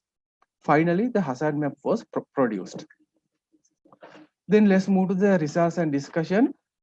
Based on the accuracy assessment, we identified under 50-meter high altitude gave the most accurate shoreline delineation. Therefore, we have calculated the statistics based on that particular high altitude. According to the results, we identified that there was a significant difference in all shoreline change statistics among zones as well as high altitudes. So then when we move to the net shoreline movement, we can identify zone 1 and zone 2 subjected to erode, while zone 3 there we can see slight accretion. And when we move to the zone 1, it was eroding in the rate of 0.8 meter per year. When we compare this net shoreline movement and shoreline change envelope, here we can see huge gap. So that is actually because of the repercussion caused due to 2004 Indian Ocean tsunami. So overall, we understood in shoreline change statistics, zones and considering high altitude are key concerns in shoreline studies. Then this hazard map shows how it impact on the shoreline due to 2004 Indian Ocean tsunami. This is the 2003 shoreline position and this is the 2005 shoreline position. Zone 1, there can be a drastic erosion, and even zone 2. Zone 1, it is about 37.24 meter erosion, and zone 2, 51 meter erosion. And when we go to the zone 3, there we can find partial deposition. Some part has been eroded and there you can see partial deposition. The interesting thing in this case is when we go to the 2006 shoreline position, there we can find natural recovery. Here you can see how it recovered in the rate of 23.2 meter per year. So without any human intervention, there we can find the natural recovery and try to get the previous shape of the beach. And then this slide gives the overall picture about the uncertainty of the study. The highest uncertainty could be observed in zone 3 under 1000 meter high altitude, while the lowest one is from 50 meter high altitude in zone 1, that is 1.56. Average is given in meters and this is the standard deviation. And conclusions are 2004 tsunami caused significant impact on beach. Beach has recovered naturally up to a certain extent. Google Earth was found as convenient and accurate source for shoreline mapping. Limitations are having image gaps, lack of historical ground data, and due to some extreme events such as tsunami and lack of seasonal data, we were unable to estimate the seasonal changes of the beach. And these are the main references that we used in our study. And I would like to convey my sincere thanks to the Ocean University for providing the facilities and the people, those who gave the trustworthy information during the field visit. And thank you very much. This is the end of my presentation. Okay, thank you very much.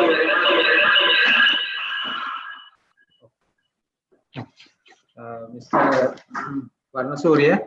I also would like to announce the audience that you can deliver your questions through the chat line. And I would like to introduce the next presenter.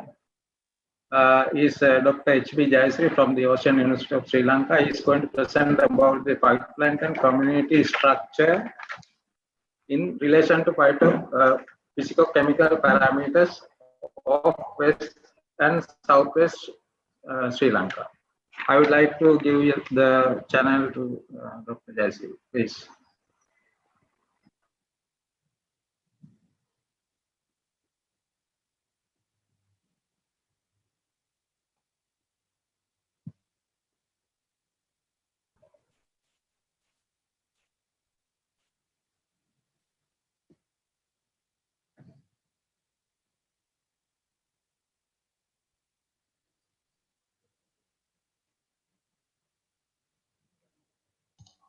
We can't hear anything. Your mic is muted, Dr. Jayasiri.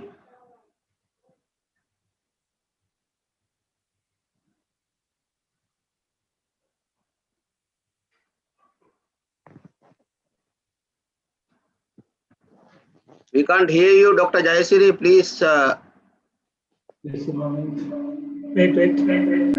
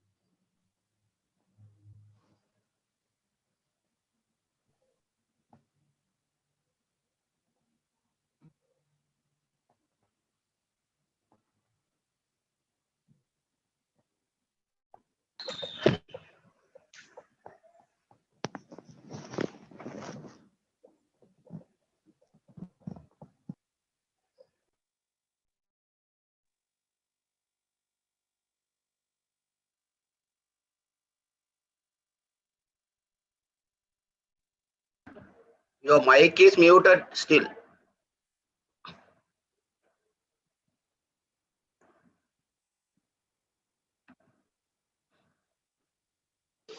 Excuse me, Dr. Pyrus. Yeah.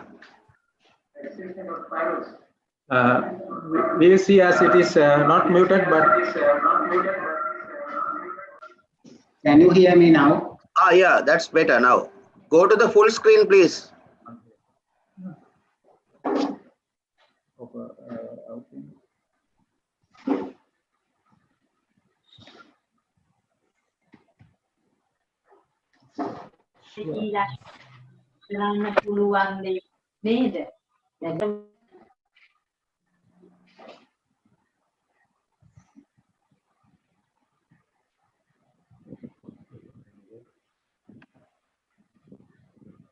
Okay, I remember.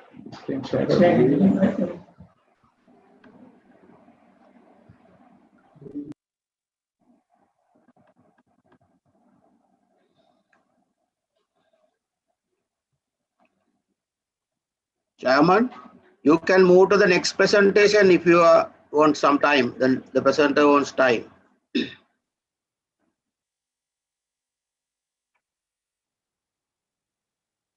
Otherwise, we are having the recording as a backup, Dr. Pyrus, in case. No, it's up to chairman. Yeah.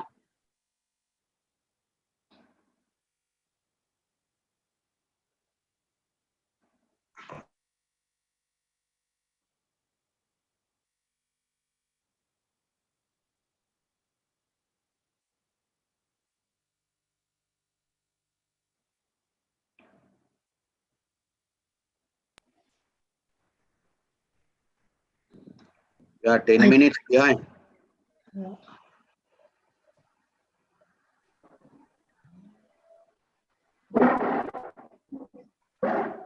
Can you hear me now? Yeah, we can hear you. Please share the screen. And my presentation is on phytoplankton community structure in relation to physicochemical parameters of west and southwest coast of Sri Lanka. And first we will move into the introduction. Plankton, that everybody knows, there are two groups, and they are floating and drifting organisms. And they produce 50% of planet's oxygen, and they are very important for conservation of marine food. And also they fix sun's radiation and transfer into higher trophic level. So phytoplankton also quickly respond to the environmental changes. Therefore, we can use them as good indicators for changes in nutrient pollution. And also phytoplankton can be used to assess the potential fishery resources of a particular place. And also they fix atmospheric carbon dioxide and affecting and reducing the atmospheric carbon dioxide, and also that affect the global warming, in turn climate on the earth. And also there is a physical biological interaction with phytoplankton and other biological species. And here you will see the so many factors are affecting phytoplankton productivity. And you will see some physical factors such as temperature, mixing processes, wind, and photosynthetic active radiation and UV all affect on phytoplankton productivity. In terms of chemical parameters, nutrients such as nitrogen, phosphorus, silicon, and pH, carbon dioxide, and all other inorganic and organic pollutants also affect phytoplankton productivity. And our objective is to assess the phytoplankton community structure in relation to physicochemical properties, specifying the abundance and composition, and also to assess the correlation between phytoplankton and physicochemical parameters, and also to identify and quantify the toxic species of phytoplankton. And this is the methodology. And this study was conducted in April 2017. This is during the first intermonsoon. And we have selected 3 sites, and this is the larger study area from Colombo to Mirissa. And one transect is there in the Colombo, and also another transect is there in Veruvala, and also another one is in Mirissa. And all transects, each transect is 20 kilometers long, and each contains 10 sampling locations. And between sampling locations, and there is a 2 kilometer intervals. And phytoplankton were samples using a plankton net with a mesh size of 10 micrometers. And we collected samples vertically with a speed of 0.5 meter per second. And samples were preserved in Luger's iodine solution. And in addition to phytoplankton samples, and water samples were collected using Ratner sampler for physicochemical parameters analysis, and such as the total suspended solids, nutrients such as nitrogen, phosphorus, and silicon, and also chlorophyll lake concentration. Now we will move into the results, and we estimated the abundance and composition. And abundance, we have done the one-way ANOVA at significant level of P equals 0.05. And total phytoplankton and diatoms were significantly high in Colombo and Mirissa than that of Veruvala. And also cyanobacteria was significantly high in Veruvala compared to other 2 sites. But dinoflagellate did not show any significant difference among the sampling sites. And during this study, we found total of 58 phytoplankton species, and 3 species were dominated throughout the study. And these are the 3 species which are dominated in this study area: Ceratulina, and also Navicula, they are diatoms, and Trinodactylium is cyanobacteria. And now this is, you will see the composition of different groups. Diatoms contribute more, that is 60%, and followed by cyanobacteria and dinoflagellates. But in different sites, we found different composition, and Colombo and Marissa, and dominated by diatoms. But variola and cyanobacteria was dominated during this period. And it is because of one single species, that is Trichodesmium, and therefore there is a possibility of Trichodesmium bloom in this particular site. But Colombo, cyanobacteria and dinoflagellates contributed equally, but in Marissa, and their composition is very low compared to other sites. And physicochemical parameters, we studied descriptive statistics and one-way ANOVA for studied the significant difference among the sampling sites, and chlorophyll A, and all the parameters were significantly varied among the sites. And chlorophyll A and total suspended solids and nitrate was significantly high in Colombo, and nitrate was significantly high in Marissa. And significantly high phosphate was found in variola, and significantly high silicate was found in Colombo. And here also you will see all the values mean and standard deviation with their ranges. And diversity was assessed using mostly commonly used two diversity indices, such as Shannon-Weiner diversity index and also evenness index. And here you will see the Shannon-Weiner diversity index and evenness index was significantly higher in Colombo and Marissa than that of variola. So we compared with previous studies, and locally we available conducted 15 studies, and among them we found Shannon-Weiner diversity index higher in comparison to our study, such as Oak State it is 2.7, and Gulf of Manna it is 2.4, and basin sites such as Mount Lavinia and Pollena and Unawatuna it is 3.19, and off Colombo near Port City it is 2.7. So it means some areas we got higher values, but most of the areas we got consistent with our findings. And also we studied the correlation between different phytoplankton groups and physicochemical parameters using Pearson bivariate correlation. And total phytoplankton was significantly correlated at significant level of 0.01, and total phytoplankton was significantly correlated with diatoms, dinoflagellates, and chlorophyll and nitrate. Among nutrients, nitrate was contributed or correlated highly, and diatoms correlated with significantly with dinoflagellates and also nitrate, and chlorophyll was correlated with nitrate and also phosphate and silicate. So here you will see the correlation between phytoplankton group and different physicochemical parameters. And further, we analyzed the correlation using principal component analysis, and we used this principal component, that is a data reduction technique, and we extracted 3 components which are higher than 1 eigenvalue. So it means we found 3 components higher than 1 eigenvalue, and all these 3 explained by total variation of 86.05. And component 1 explained the variation of 49.84, and component 2 25.58, and component 3 10.62%.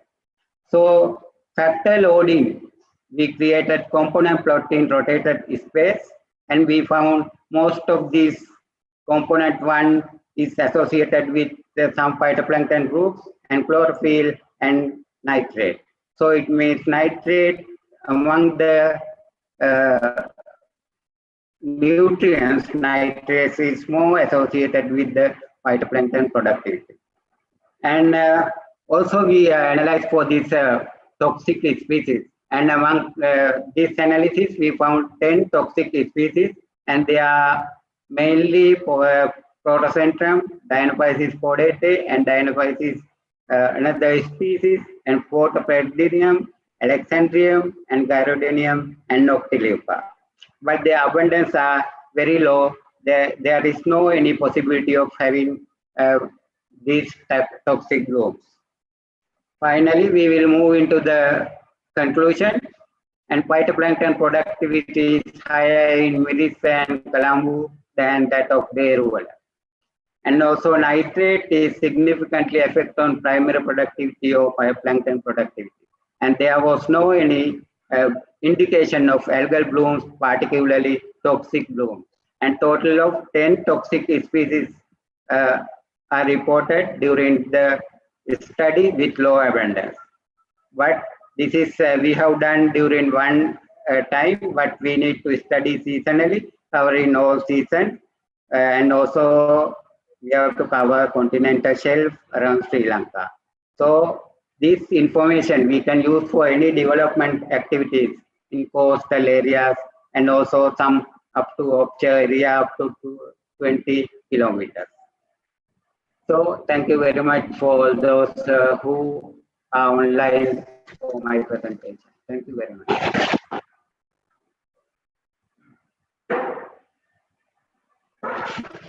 Thank you, Dr. Jasiri. I would like to thank him because he managed to catch up the time. And I would like to introduce the next presenter. He is Professor Dongxiao Wang from China.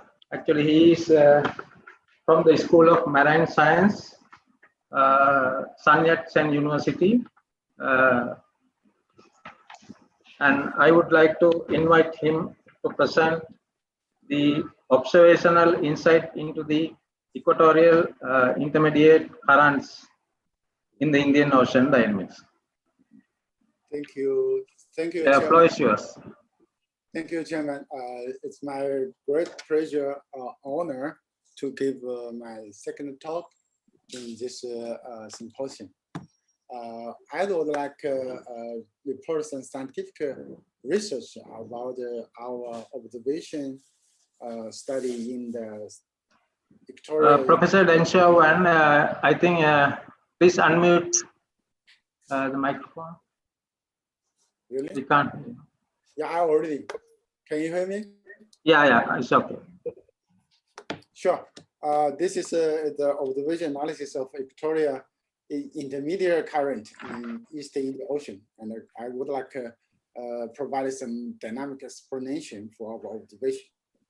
This work is jointly carried by the team from School of Marine Sciences, Sri Lanka University, and the China-Sri Lanka Joint Center for Education Research, Chinese Academic Sciences, and the University of Ruhuna.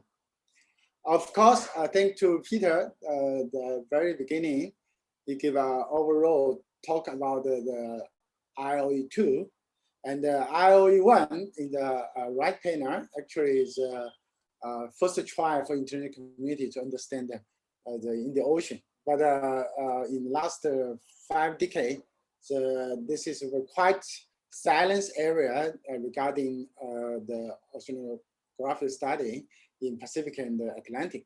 So that is the reason we needed to carry out the Indo IOE2 and also Indo's second phase. We would like to pay attention to mechanism of current and ecological, economic, and climate change all over the Indian Ocean area. For scientific challenge, Indian Ocean is very particular. Of course, ocean is very important for the climate system because most of the heat content is stored by the ocean. And particularly if you take a look at the Indian Ocean, Indian Ocean is it's kind of a very intensive warming compared to the Pacific and the Indian Ocean. That is very interesting. We need to ask the question why and what happened in the surface and down to the bottom of the Indian Ocean.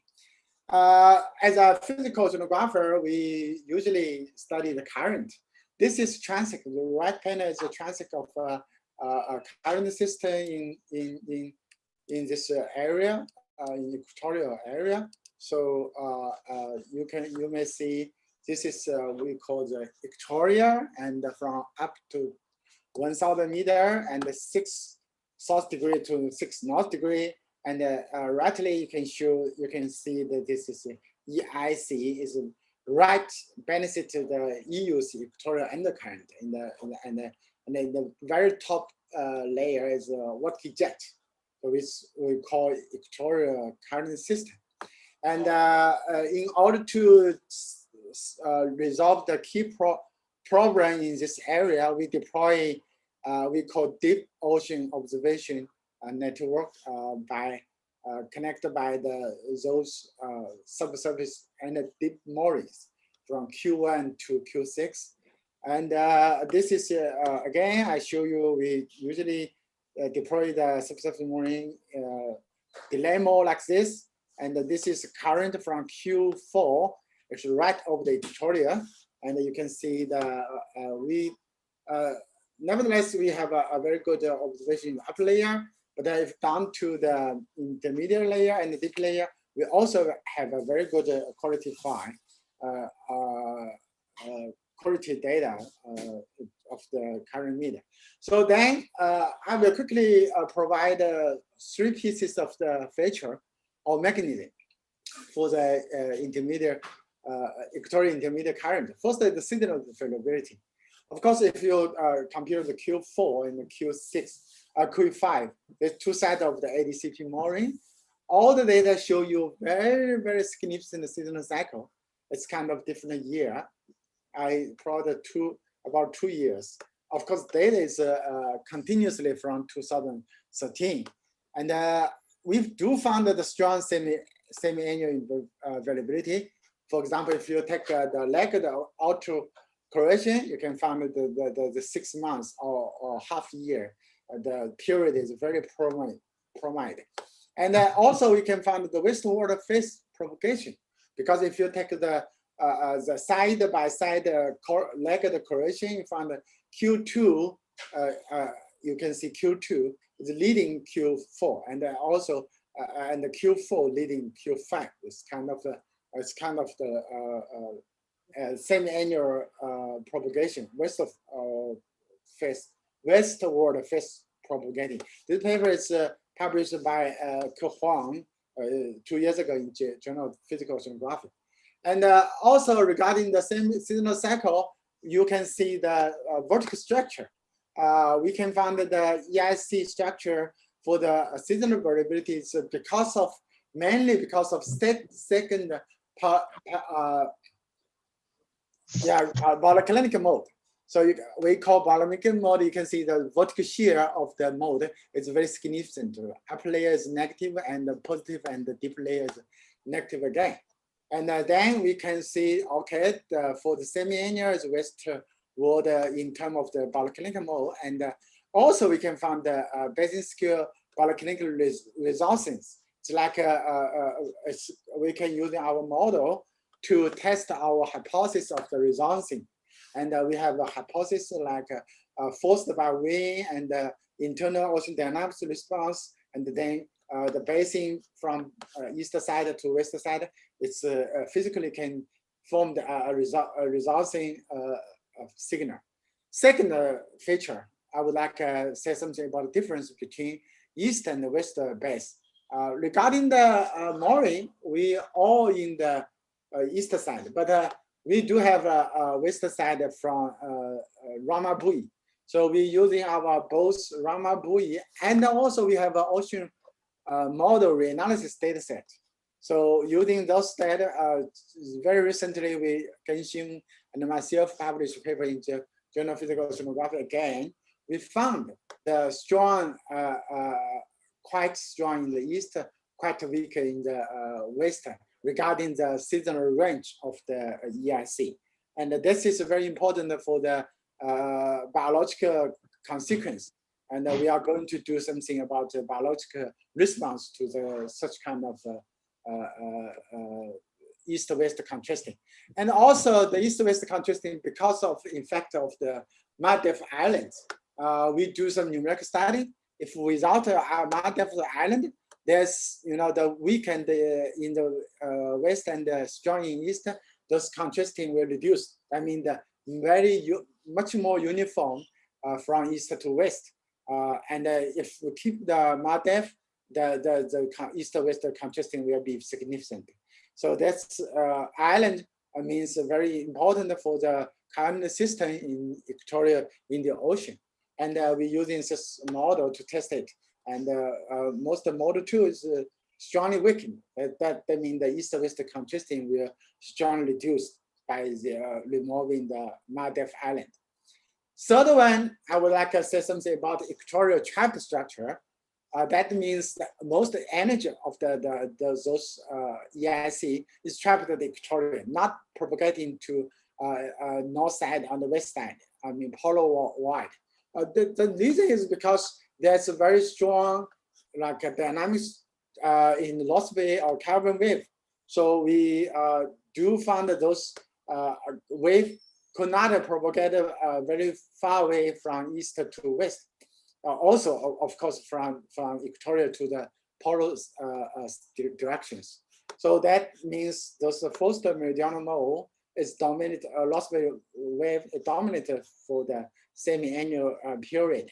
And this is a very good solution if we can, using this theory and dynamics to forecast the equatorial current system, even like a half year ago.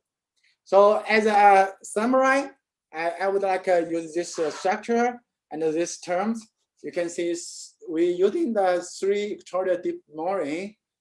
It's very expensive, but we do reviews very important rather than the historic analysis. We found that the EIC have a prominent semi-annual variability, and the most energy is trapped by equatoria because it's loss wave dynamics. And a strong east-west contrasting, and because of the very limited propagated westward of this volcanic mode. And this mode, usually we can explain by the modal resonances because east wall and west wall in the ocean. And all those information can be used for the Victoria in the ocean forecast in the near future. I'd like to stop here and thank you again.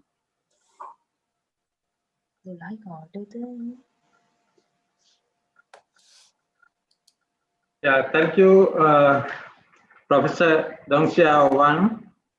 And I would like to invite the next speaker, that is KBSSJ Ekanayaka. He is going to present about the impact of the regional wind stress curve on the Sri Lankan dome.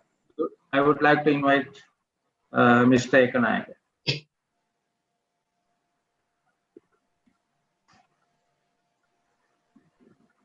Good morning, everybody. I'm Janranjan Ekanayaka from South China Sea Institute of Oceanology. Our presentation is impact of the regional wind stress curve on the Sri Lankan dome.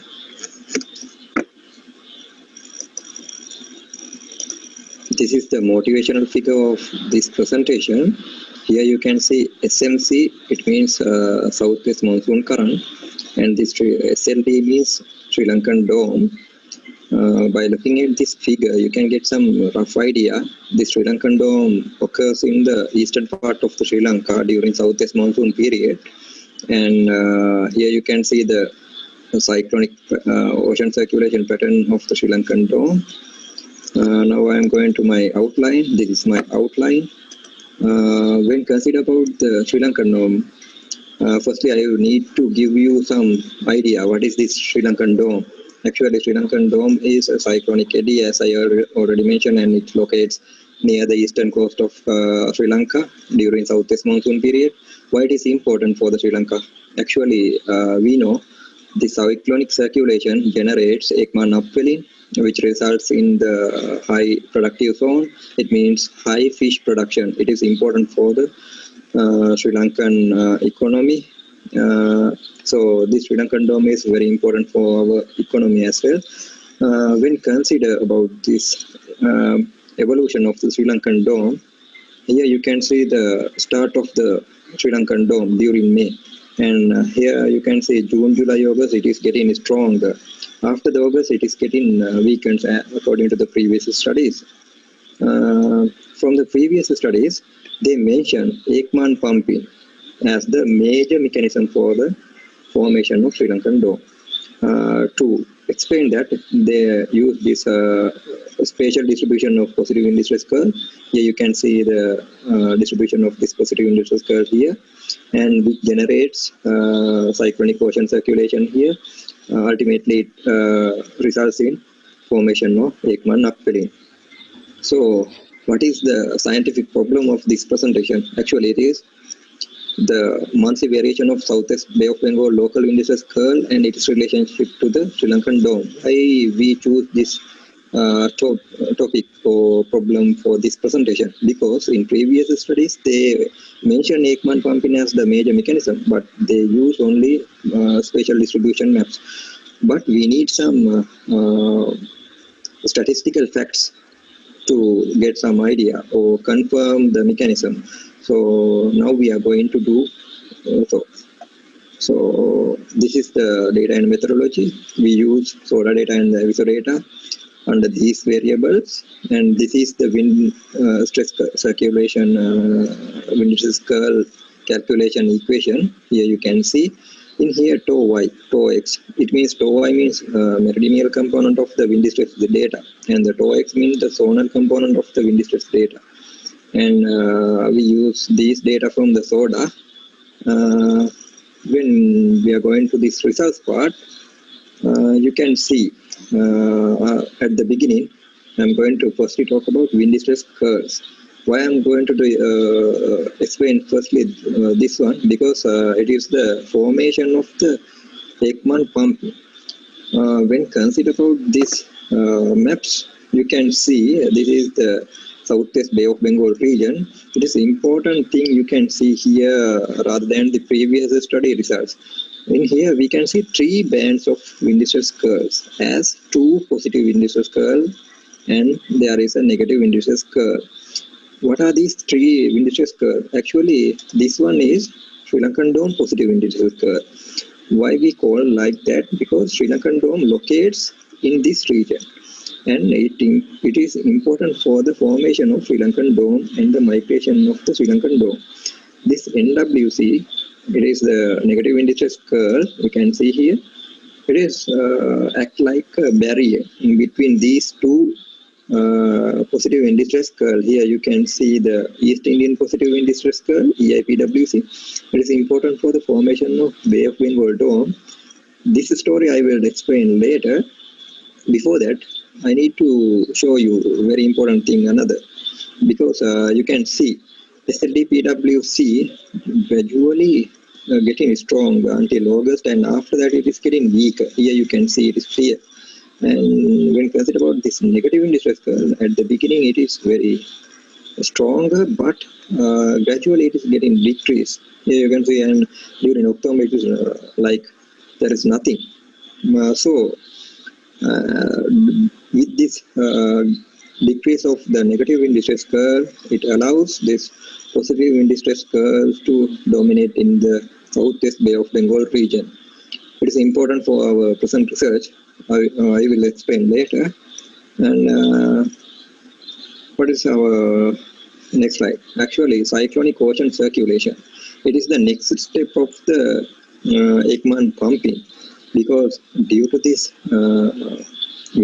positive wind stress curve, it generates cyclonic ocean circulation. Here you can see, as I already mentioned, it will start from May, and June, July, August, it is getting stronger and more northeastward, and during September, it shows very important thing. Here you can see there is some zonally elongated 2 eddies.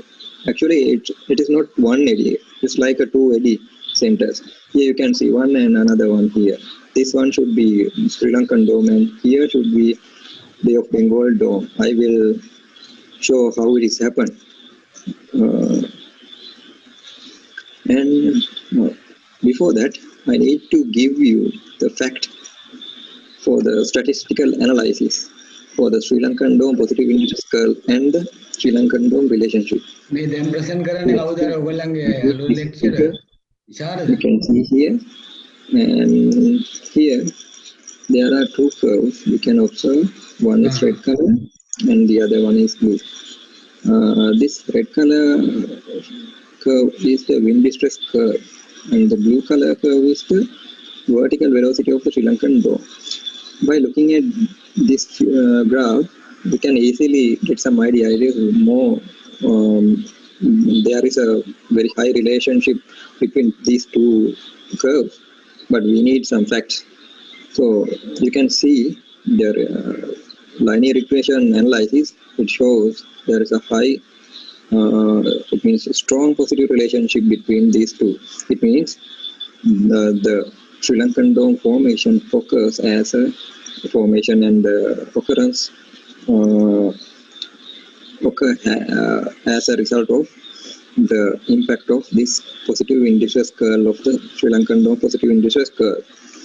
And the other important observation we can get from this figure is, in here you can see this red color graph getting decreased after the August. It means it has some impact for the Sri Lankan dome as well. According to the previous studies, they mentioned the dissipation of the Sri Lankan dome happened due to the negative feedback from the remote forcing impact. But from this figure, we can tell there is some negative impact from this dissipation of Sri Lankan dome positive wind distress curl, also important for the dissipation of Sri Lankan dome. Okay.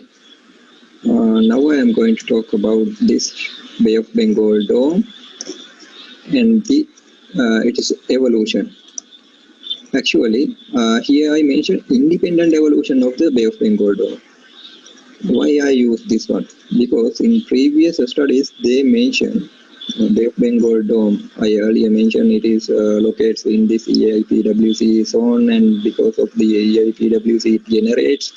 But we need some facts. By using this EIPWC region, we can get some clear idea. This Bay of Bengal dome occurs independently as a result of Ekman pumping effect, as same as the Sri Lankan dome. Here we can see the same result as above, and statistical data, it shows very high relationship.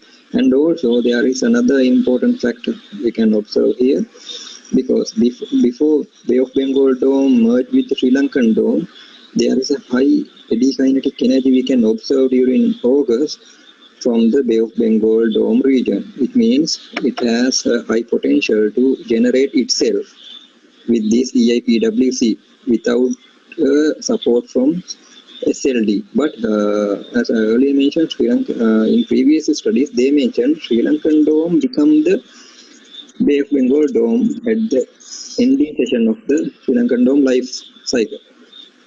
But we suggest it is not like that.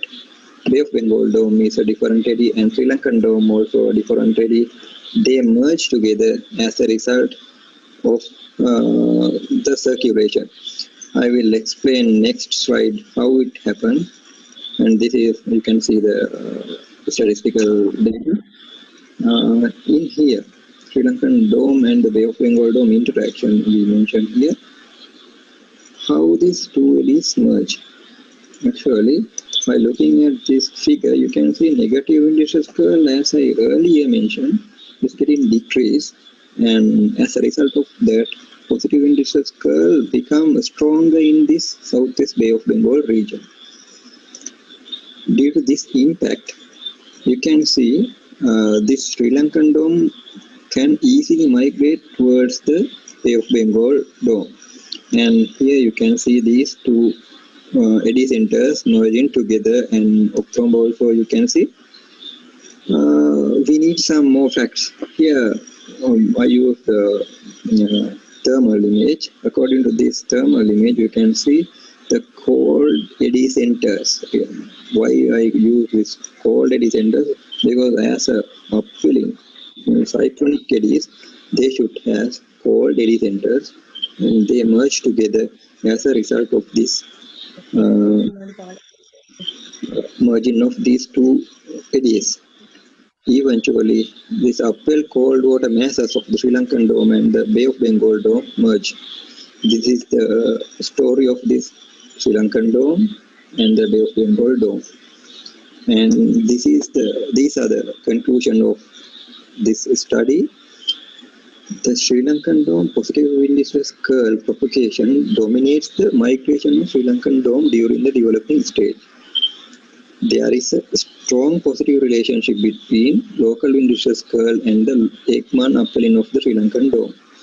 And the weakening of this Sri Lankan Dome positive wind stress curl is also an important factor for dissipation of Sri Lankan Dome in addition to the warm residual effect of the Sri Lankan Dome. The Bay of Bengal Dome evolves independently due to the East Indian positive wind stress curl driven Ekman pumping mechanism. And when positive wind stress curl becomes dominant in the southwest of Bay of Bengal, the Bay of Bengal Dome starts to merge with the Sri Lankan Dome. Finally, the interactions of the Sri Lankan Dome and the Bay of Bengal Dome cyclonic ocean circulations results in the merging of their upwell cold water masses. These are the references of our study, and thank you very much, all of you. Okay, thank you very much, Mr. Ekanayaka. He is from the State Key Laboratory of Tropical Oceanography of the South China Sea Institute of Oceanology. The next lecture is by the Nalaka H. Damage. The presentation is about the overview of the buoyant fluid dynamics of the Pearl River estuary over NSCS. And actually,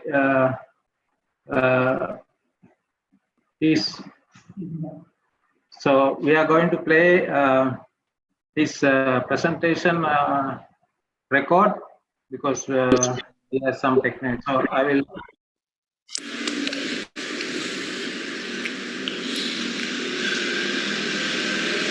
Hello everyone, I am Nalaka from South China Sea Institute of Oceanology, Chinese Academy of Sciences. The title of my presentation is Overview of the Buoyant Flume Dynamics of the River estuary over the North.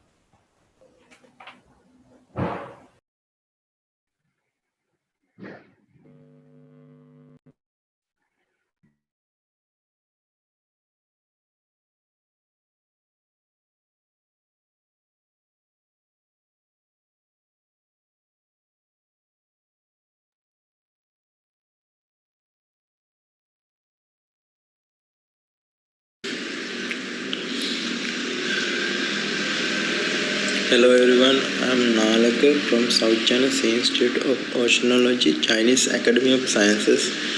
The title of my presentation is Overview of the Buoyant Flume Dynamics of the Pearl River estuary over the northern South China Sea.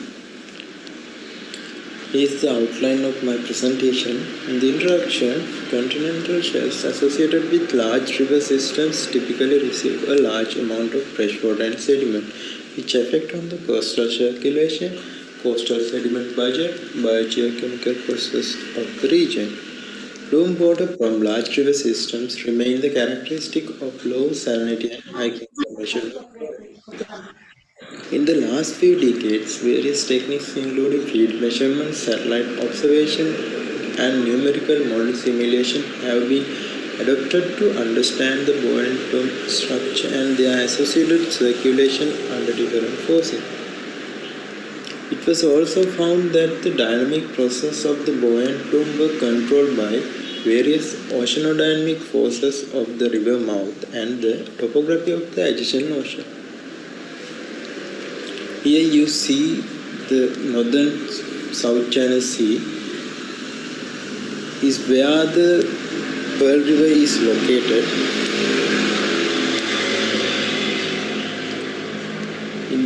Pearl River is located midway along the Taiwan and Hainan province in the northern South China Sea region. Here are some terminology of the site map. You see Western Guangdong Sea region and the Eastern Guangdong Sea region are the area where the Pearl River plumes are spreading. The Pearl River estuary is located midway along the northern boundary of the South China Sea. The South China Sea is under the influence of the East Asian monsoon. The Pearl River is ranked as the 13th largest river in the world and second largest in China. The summer is the flood season, extends from April to September. The peak river discharge occurs in June and July. But during the winter, the river discharge is comparatively low. When considered the salinity of the plume front, there are two patterns of distribution, horizontal and vertical pattern. Many works have reported the plume dynamics of the Pearl River estuary, which are dominated by two-layer gravitational circulation. The light plume water spreads seaward in the surface layer, and heavy saline water intrudes landward in the lower layer. The disposal of plume water, plume front, and water exchange between the freshwater and seawater are susceptible to the wind and tidal forces. The strength of the stratification and location of the plume front are determined by the amount of river discharge. Here are some events happen on the northern South China Sea region during the last 2 decades. Let's move the factors affect on buoyant plume characteristic. Influence of the river discharge and wind, ocean currents, Ekman, Coriolis, topography and the tides are the factors mainly affect on the buoyant plume characteristic of the northern South China Sea. Let's talk about the influence of the river discharge. Here you see once the river discharge increases, the plume size is also increased. It has positive impact. Influence of the wind is combination of the river discharge and wind makes the plume morphology. These are the ocean current exist on the northern part of the South China Sea. Those are Western Guangdong Coastal Current, Eastern Guangdong Coastal Current, South China Sea Warm Current, Dongshan Current. And the Coriolis force-driven anticyclonic circulation can in the upper layer near the mouth of the Pearl River estuary. The tidal current is one of the dominant current in the northern shelf of the South China Sea, but its net transport is small. But it enhances the mixing intensity of the plume water. Here are some previous studies based on the Pearl River plume dynamics and morphology of. This is the typical climatological turbidity structure during the summer. Okay, let's move to the conclusion of my presentation. Here you see the type 1 is identified as East Coast Jet. It's long, narrow, turbid strip. East offshore spreading is relatively short and broad strip. The type 3 is west along shore spreading. It is westward near the shore extension. The fourth one is symmetrical along shore spreading. You can identify it as both east and westward extension. The fifth one is offshore bulge spreading. Equal length scale of the alongshore and offshore expansion can be seen here. The sixth one is east isolated patch. It is eastward patchy plume. East offshore branch is seventh one. Westward plume extension with offshore branch. And the offshore filament is the eighth one. Coastal offshore filaments can be seen in the figure. Those are the 8 types found in the northern South China Sea region, spreading the plume of the Pearl River estuary. Here is the summary of the plume type. And thank you. These are my reference.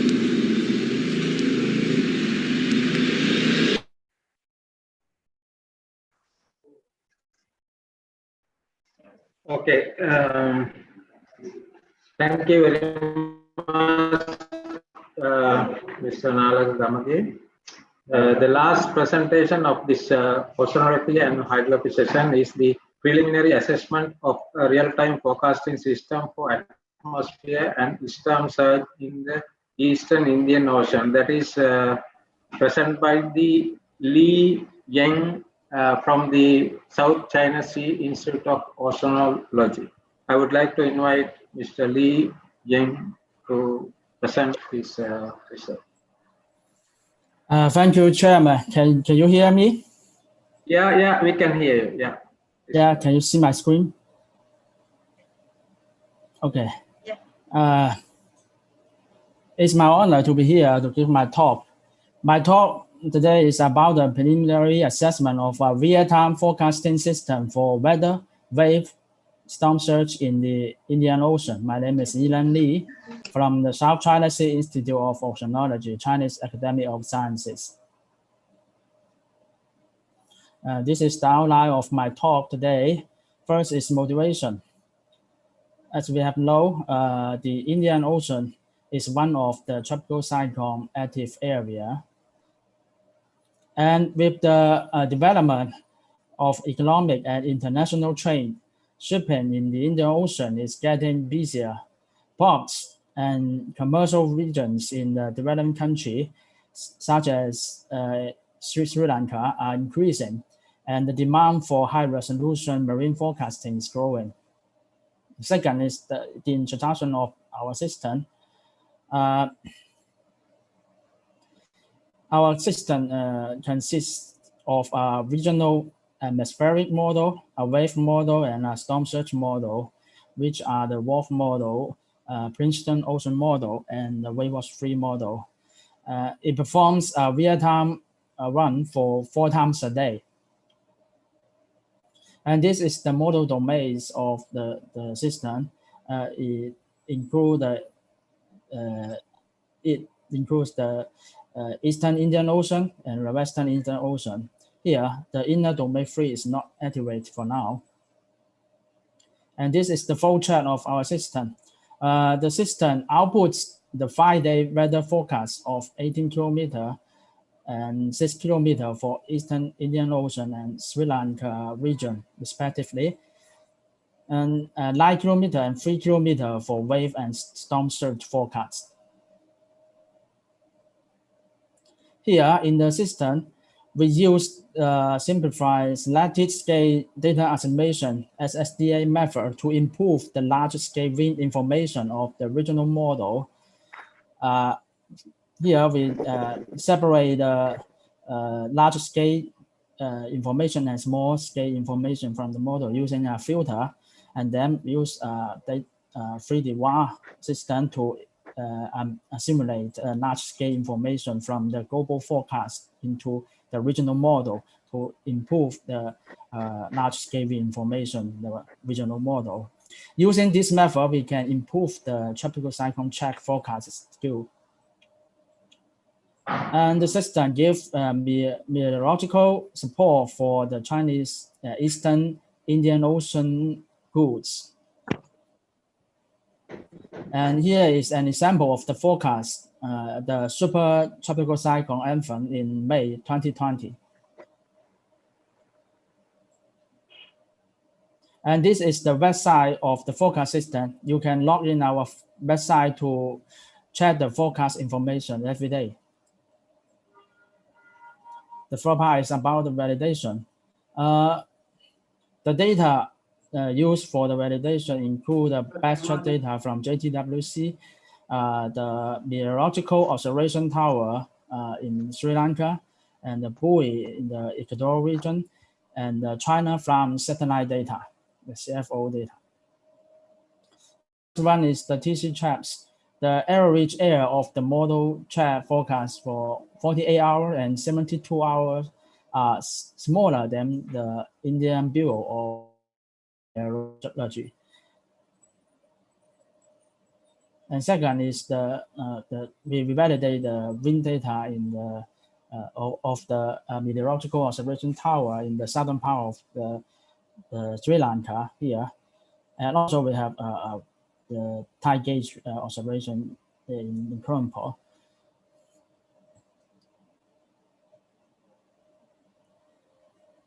And the room scale errors of the wind speed forecast are much lower than the satellite data when compared to the observation tower.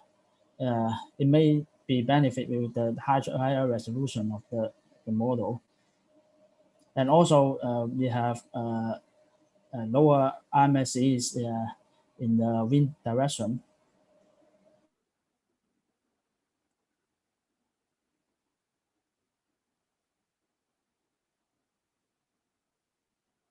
Education Center put a set of ARC interface multi-parameter observation buoy in the Indian Ocean equatorial region.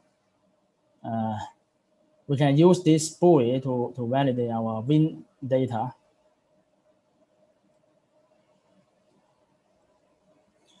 When validated with the wind data from the buoy in the equatorial region, the correlation coefficient between the model and observation is smaller in the similar to the reanalysis data from the Euro and the USA, which have around 5 meters per second room scale error and nearly 0.7 correlation with the observation.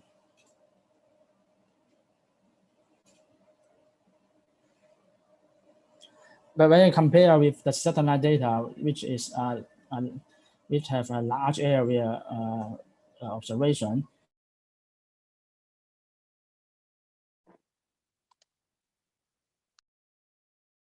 5 meters per second larger than the ERA5 analysis, with the correlation coefficient is around 0.7.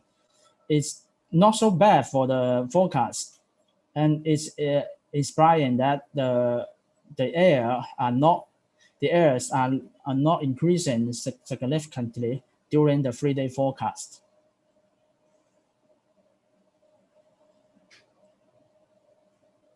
And in the Western Indian Ocean, the room scale are still around 2 meters per second, which are nearly double of the ERA5 analysis. However, the correlation is comparable to the reanalysis, which are over 0.8 for the 3-day forecast.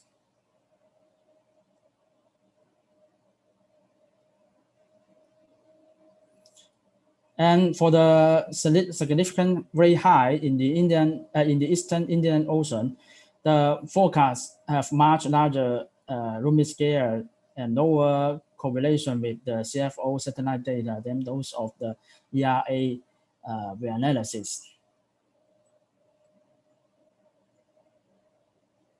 However, we have much better forecast result in the Western Indian Ocean with correlation over 0.9.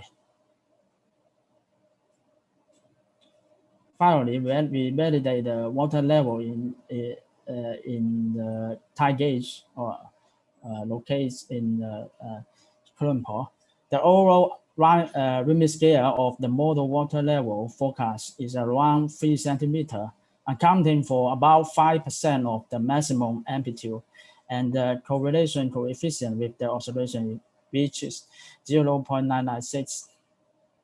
And finally, we have the summary.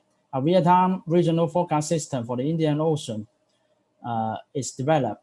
The system outputs the file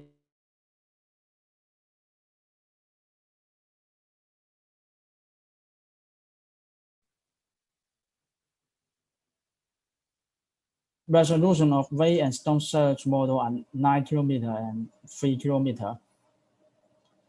The system provides reliable and valuable information to the local marine and meteorological agencies. Thank you.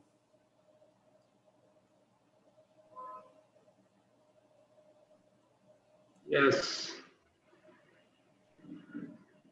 Yes, thank you, Dr. Lin Yanin from China. And this is the end of the session 2, that is the oceanography and hydrographic session. And now we can open the session for question from the audience.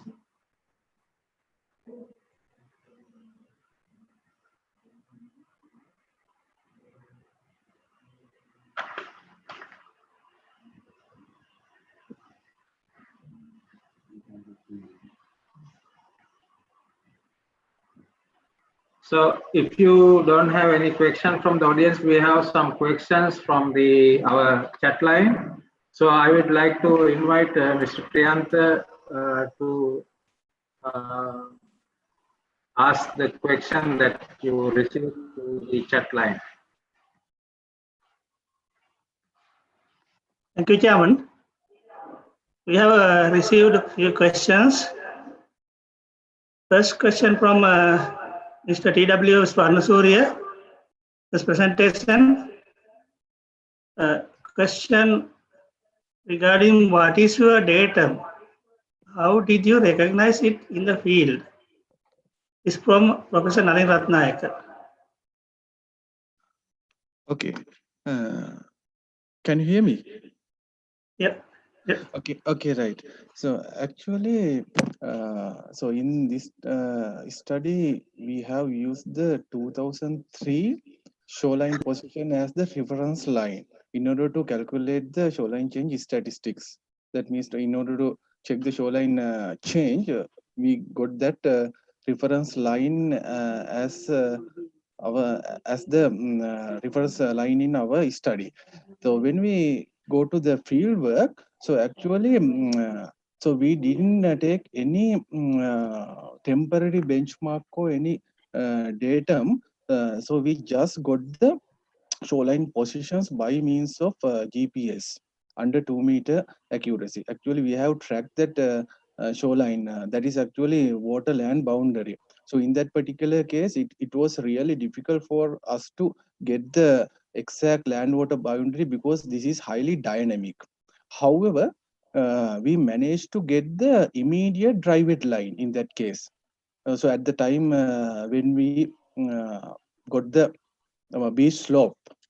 So the other thing is, since we have used all the high-resolution satellite images on Google Earth platform, they were in WGS 1984 coordinate system. That means in that particular case, the datum is WGS 1984. But it didn't affect to the change detection. But when we come to the field work, so we have to focus on some reference lines. So in that particular case, we have used that immediate dry wet line as our study, but it is better to have some temporary, that means like a temporary benchmark. It can be a permanent structure on the beach, as well as sometimes we can fix that one for that particular period. But for future studies, we hope to do that modification in our studies. Thank you very much.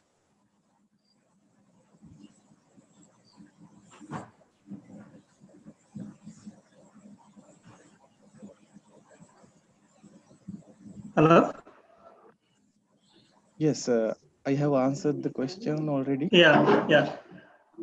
Professor, do you have more questions? Are you okay with the answer?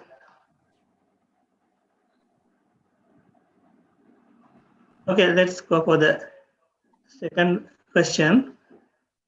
The second question from Dr. Jayasiri by Professor Peter. His question is, if you use a 20 micron net, a lot of plankton will pass through and not be retained. Have you looked at these really tiny sized cells? I suspect they are both numerous and important. Simply take a water sample and sediment the cells out using Lugals. You could also use chlorophyll retained by, say, GFF filter versus chlorophyll retained 20 micron mesh. Dr. Jayasri, do you have any answer or clarification for this? Yeah, thank you for the question, Professor Peter. And I have not used 20 micrometer net. I mentioned that it is 10 micrometer. Actually, nowadays, we are not using net for phytoplankton sampling. So, but standard sampling nets are there for phytoplankton. So, we use 10 micrometer net, but still we can use water sample analysis for using sedimentation technique. So nowadays we are not using the nets, but still 10 micrometer net is usable to identify most of the phytoplankton. And for the analysis of chlorophyll, we use GFF glass fiber filter papers. That pore size is very tiny, and we will retain a lot of phytoplankton and analyze for the chlorophyll, and that indicates the phytoplankton that abundance also. I think that is my answer for that question. Is it enough, or I have to give more clarification on that?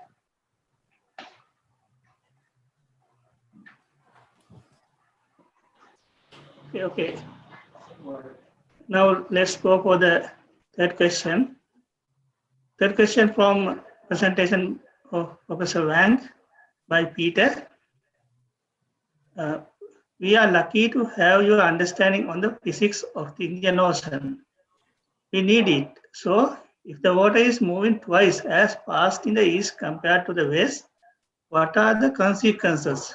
Does it flow more deeply, or does it result in increase in surface height? Professor Wang, this is open for your answer.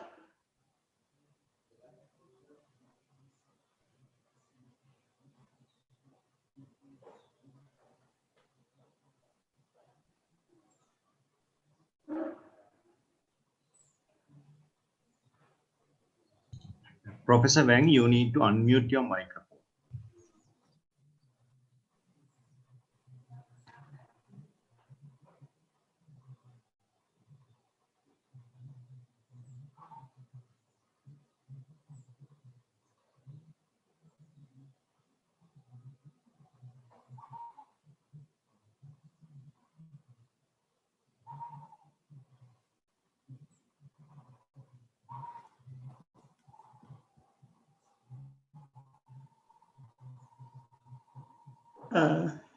He may have a trouble, or let's go for the next question, and we will give the chance again after this question.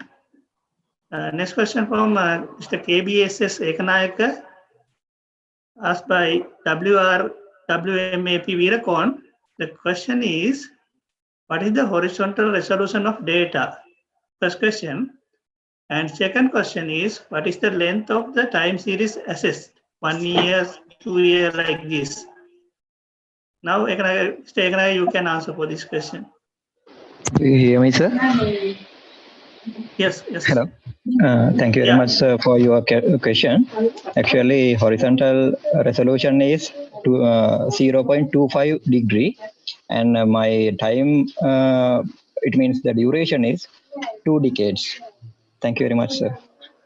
Okay, Mr. Veerappan, do you need more clarification, or can we go for the next question?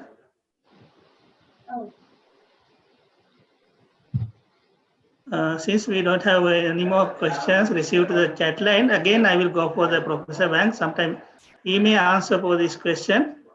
The question is, we are lucky to have your understanding on the physics of the Indian Ocean.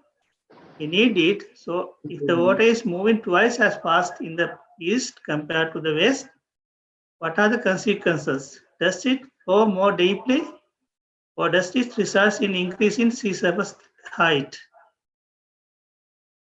Professor Wang, are you available?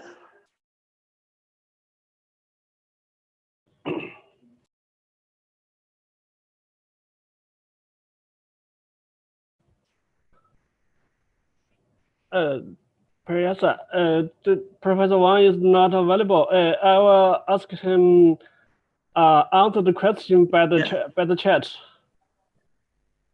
Okay. Thank you very much, Pan. Okay, those are the questions which we received to the chat line. So I will hand over the forum to Chair to continue.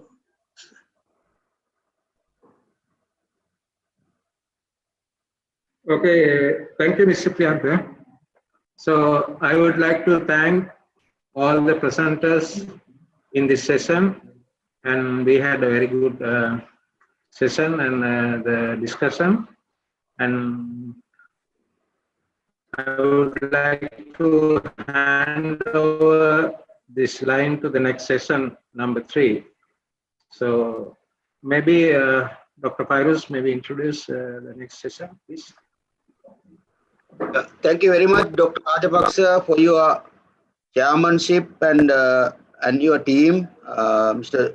Jinadasa, Priyanta Jinadasa, for your interesting session on very informative data and processes on oceanographic situation in Indian Ocean as well as in China. So, and also Q&A session was very much interesting. So until the time limitation, so we'll move on to the next session. The next session will be Marine Environmental Asset Management, chaired by Dr. H.B. Jayasiri and the team. I would like now to invite Mr. Priyanta Jinadasa, Chairman of the conference Symposium, to introduce Dr. Jayasiri for the chairing of the technical session. Thank you. Thank you, Dr. Fairuz. Now we are reaching to technical session number 3, which is Marine Environmental Management. The session will be chaired by Dr. Lanka Vikramasinghe. Dr. Jayasiri is a senior lecturer in Ocean University of Sri Lanka. He is graduated from University of Luna and completed his master in Gothenburg University in Sweden in the field of physical oceanography. Then he has completed his PhD degree in environmental management, and he has a lot of experience in the field of environmental management, more than 25 years. So now I invite Dr. Jayasiri to head the technical session. Thank you, Mr. Priyanka. And this is the technical session number 3, and that is on marine environmental management. And this session is co-chaired by Dr. Lanka Vikramasinghe, and also rapporteur is Mrs. Imali Manikarachi. And in this session, there are 6 oral presentations, and also relevant to this same environmental management, there are some 8 posters at the end. So First, I will invite Ms. S.A. Sujivani to deliver her presentation, and that presentation is on assessment of marine litter in selected beaches of southern and western parts of Sri Lanka.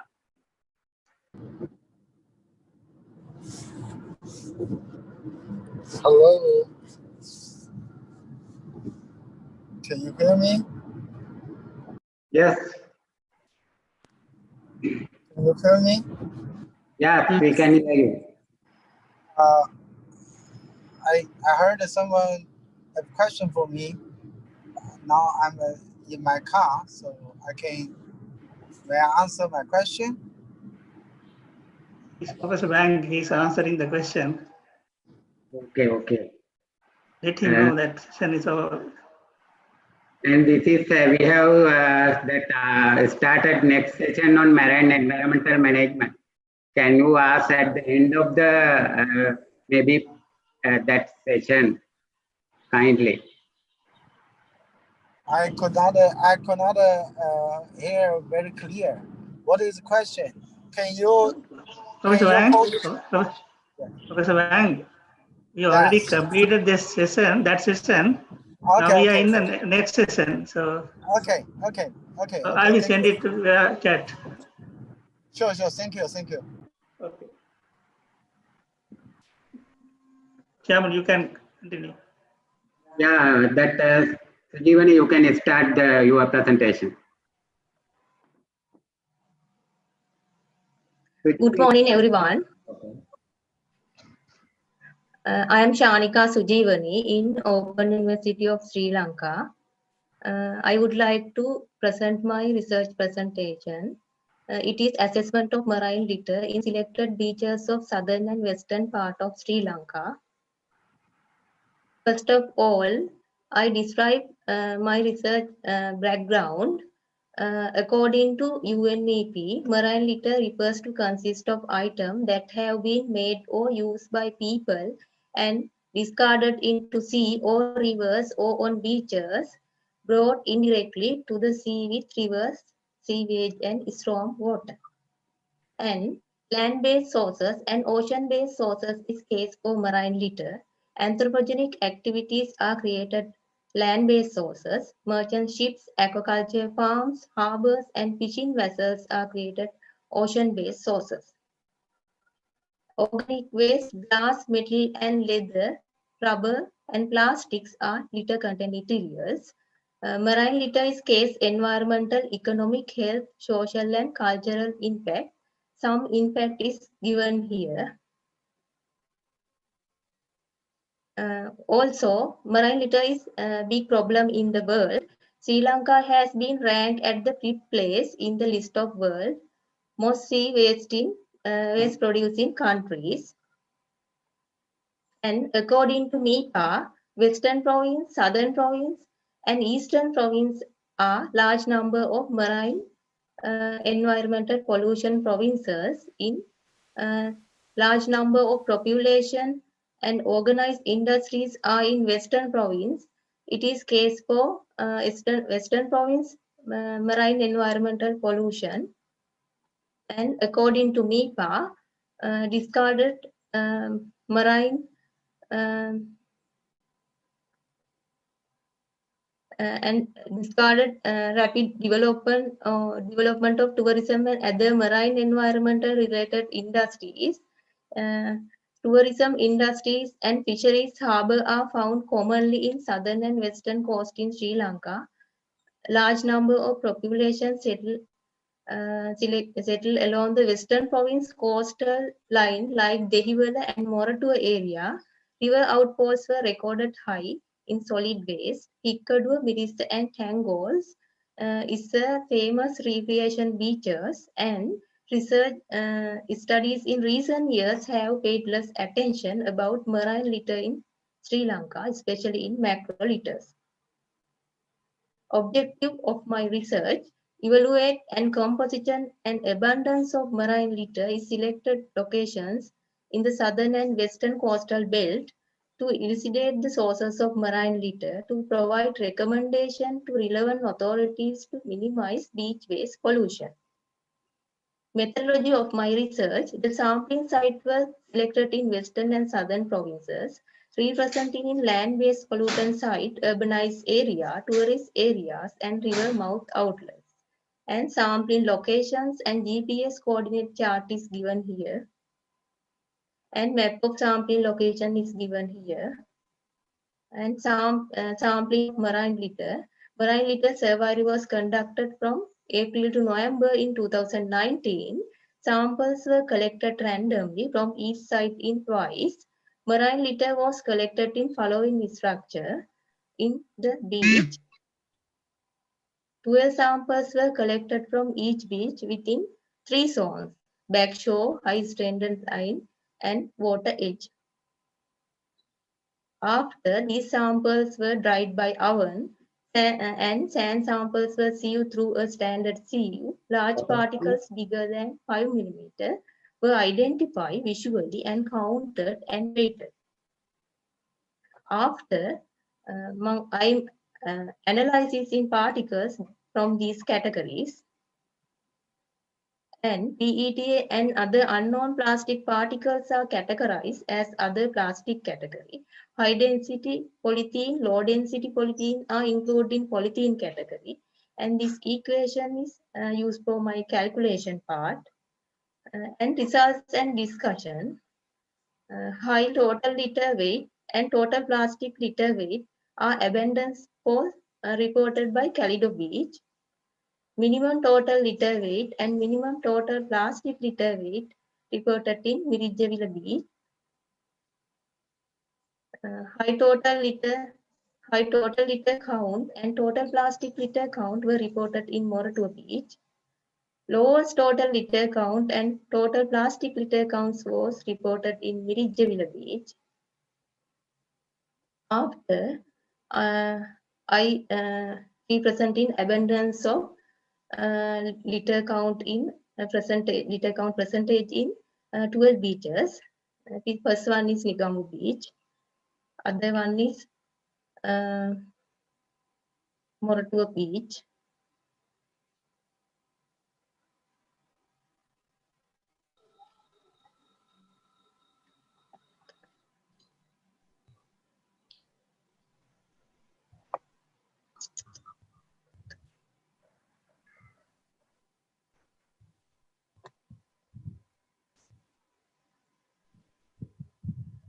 And this is these are 12 beaches in this. This one is Hikpadua here. It is Valigama Beach. After I selected in Kalido and Panadura Beach. In samples are collected from each beach in April to May 2020 after COVID-19 lockdown. These two beaches are decrease in marine litter particles. I think it is reason in lack of human activities and reduced rainfall. And litter count was observed in high in all the beaches, backshore area. Discussion of my research: high amount of plastic was observed in Western Province beaches in Moratua, Dehiwala, Panadura, and Calido beaches. Some plastic content materials in these beaches are abundant. I observe land-based land-based pollution source voice. Main source in land-based pollution for this beach pollution. Some reason for that: in COVID-19 lockdown, beach visitors were decreased, so litter count was low among Calido and Panadura Beach. Domestic waste are high in litter samples, which were carried by drainage canal to accumulate at the beach or brought back by the ocean tide. And large number of land-based litters were carried by rivers in rainy season. And rough sea condition creates the mixing and surface water and hence the even distribution of litters. And coastal railway line is located near the Moratuwa, Dehiwala and Panadura beaches. High abundance of litters were found in backshore, which were left the beach in backshore area by visitors. Conclusion of my research: high total litter count and total plastic litter count in Moratuwa, and high total litter weight and total plastic litter weight were reported in Calido Beach. Virijavila is represent close abundance of litter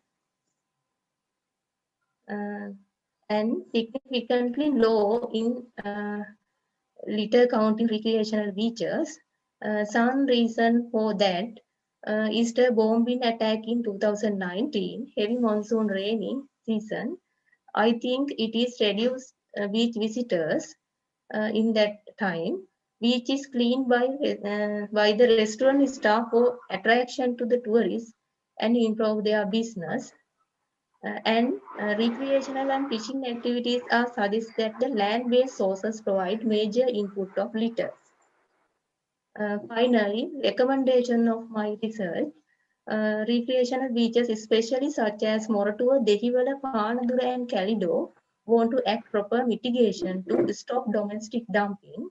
I suggest to keep billboard in such open dumping locations to enhance the public awareness, implementing penalties on polluters, need to introduce waste bin in recreational beaches, develop their attitude from held different environmental program, implementation of tools and registration, continuous monitoring and assessment are recommended throughout the year.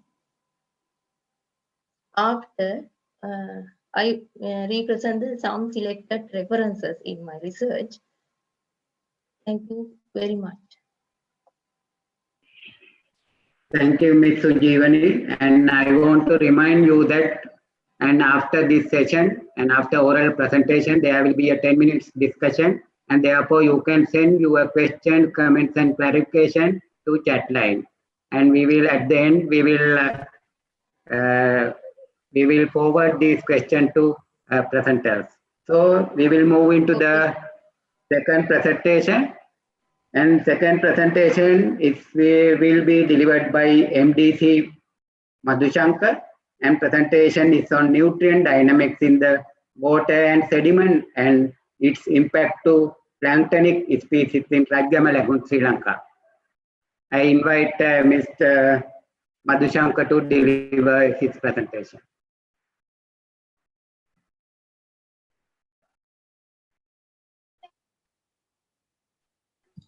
You need to unmute your microphone.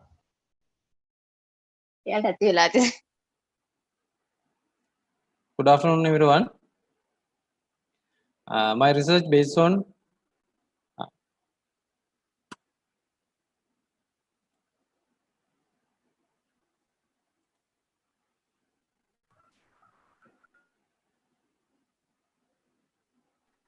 Your microphone is muted, I think. Okay, sir. So now we can hear. Yeah. Good afternoon, everyone. My research based on nutrient dynamics in the water and sediment and its impact to planktonic species diversity in Rajgama Lagoon, Sri Lanka. I am Madhushankar from University of Rohuna. My internal supervisor is Professor Aruna Kumar from University of Rohuna. External supervisor Dr. Amratunga from Nara. Research location was Rajgama Lake, and it's surrounded by Dudanduwa, Rajgama, Kotudampe, and Bertudu. This is the GPS satellite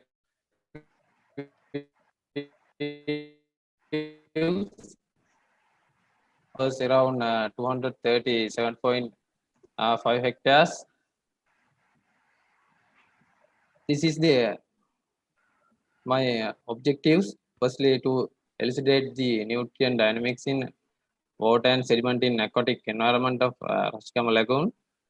secondly, to study on planktonic species abundance in Rajkama Lagoon.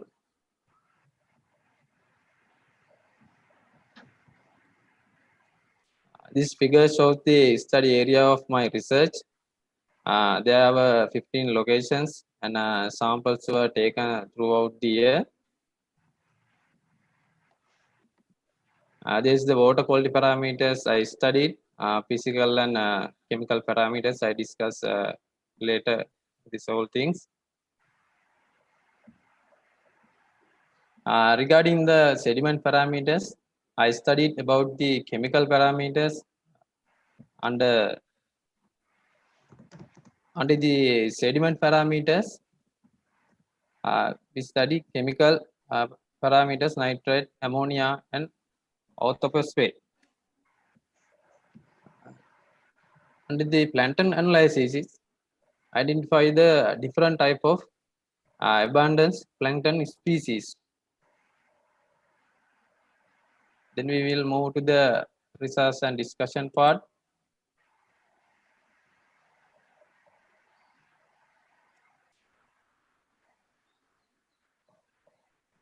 These are the physiochemical water quality parameters related to the surface water. You can see in the second column indicate the range of different parameters that given for my studies. Third column shows the reference range of these parameters. Highlighted ammonia and phosphorus level more than the reference ranges. Consider about the salinity. Figure 5 showing average mean value of the salinity level, but consider about the figure 6. It shows monthly salinity variation in one location throughout the year. There was huge fluctuations that range between 2 ppm to 40 ppm. It caused rain patterns, surface evaporation, and seawater input directly response to the salinity fluctuation. This figure shows the surface water nutrition in variation in different sampling locations. Here, ammonia and phosphorus concentration were fluctuated in a remarkable level. These main issues for this finding are fertilizer, surface runoff, and some other factors. As example, co-industry adding the more organic materials and phosphorus nutrition in the catchment. These high nutrition can be because of the amplification, eutrophication. Likewise, sometime it will be happen of the fish killing this lagoon. Under the sediment analysis, we consider about the sediments. It's play important role in lake water quality by acting as both nutrient source and sink. There is a fluctuation in sediment ammonia level in different locations. There is a considerable fluctuation in nitrate, but not in phosphorus level. When analyzed the chlorophyll amount of the different sampling locations, it was also differ from location to locations. When consider about the plankton identification, amount of species in the water also differ from location to location. There are plankton species that we found in Rajkama Lagoon.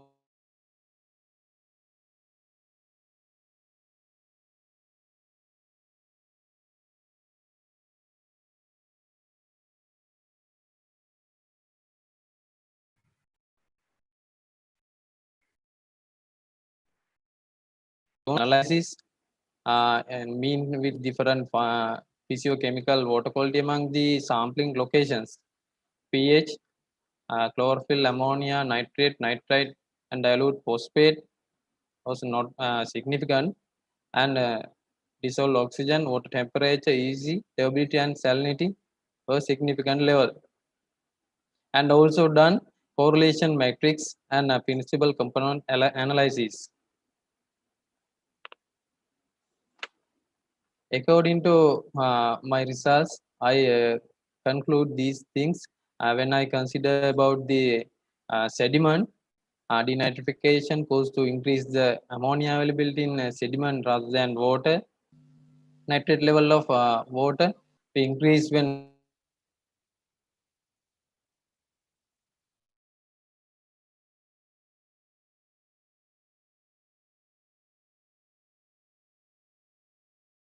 consider about water quality. Considering the level of water quality, Rajgama lagoon can be used for fishing purpose. Lagoon salinity level is normal, but compare with reference range a little bit high. And nutrient rich water cause many diseases, irrigation, algae, and other vegetation, and high phytoplankton. Finally, I given these my recommendations: high nutrient.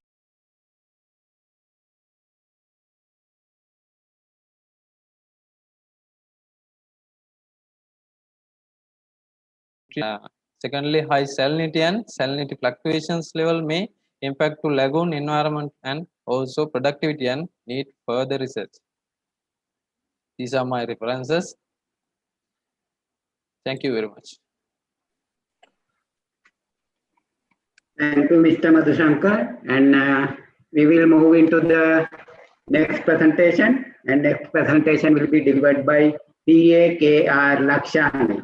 The presentation title is Detection of Sea Surface Plastic in the Northern South China Sea using an end-member analysis of Sentinel satellite reflectance. And I will invite Ms. Lakshani to present her presentation. Yes, thank you very much. Mr. Madhusankar, you need to stop sharing. Yes, sir.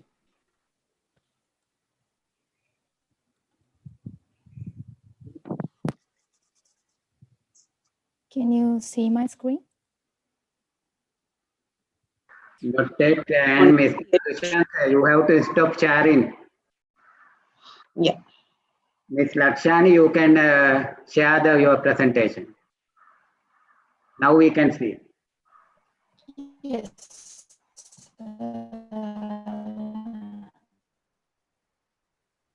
Okay.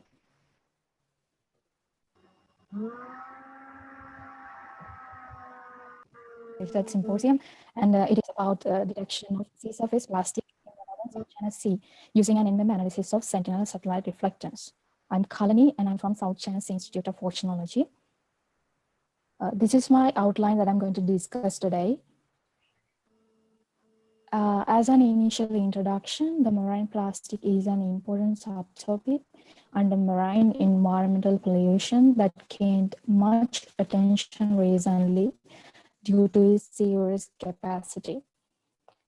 The global distribution of marine plastic is well known in the areas of ocean gyres, South China Sea, and Mediterranean Sea.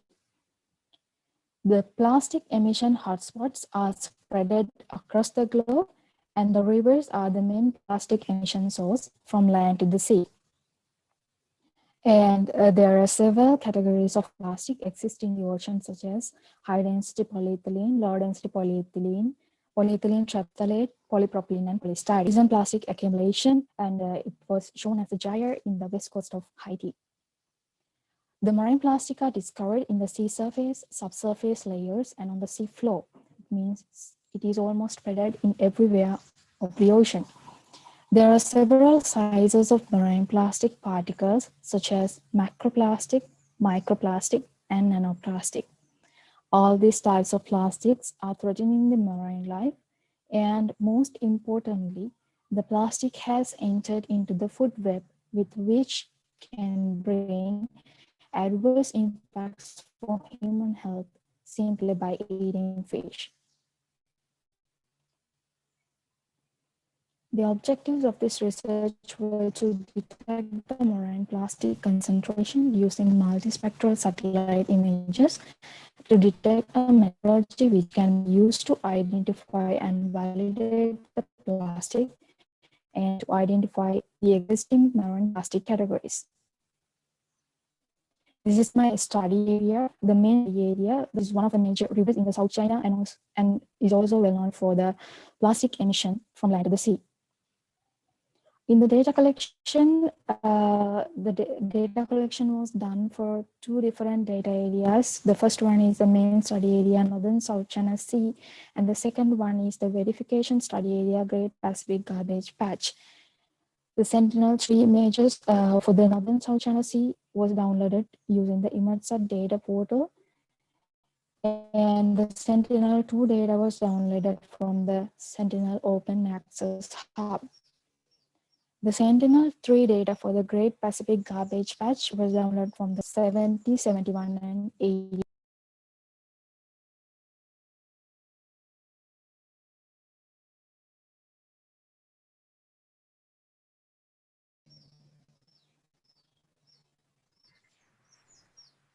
We will not see your presentation, is it? Yes. Is it okay now? Yeah, now it's Yeah. okay. Okay. After the data collection and after pre-processing of satellite images, they were used as the input for the end-member detection. The end-members are the reference signatures that are used to model the spectral reflectance of each pixel. Simply, the end-members are the pure pixels within a satellite image. The end-member detection was done by using NV software after deriving the minimum noise fraction and pixel purity index images. The infrared bands of 12, 16, 17, 18, and 21 were used for Sentinel-3 and 12 were used for Sentinel-2. So after detecting the end-member signatures, they were used for the spectral library comparison. This was done by using the measured USGS plastic spectra, and the ultimate purpose of this spectral library comparison was to see visually how much the spectra look similar.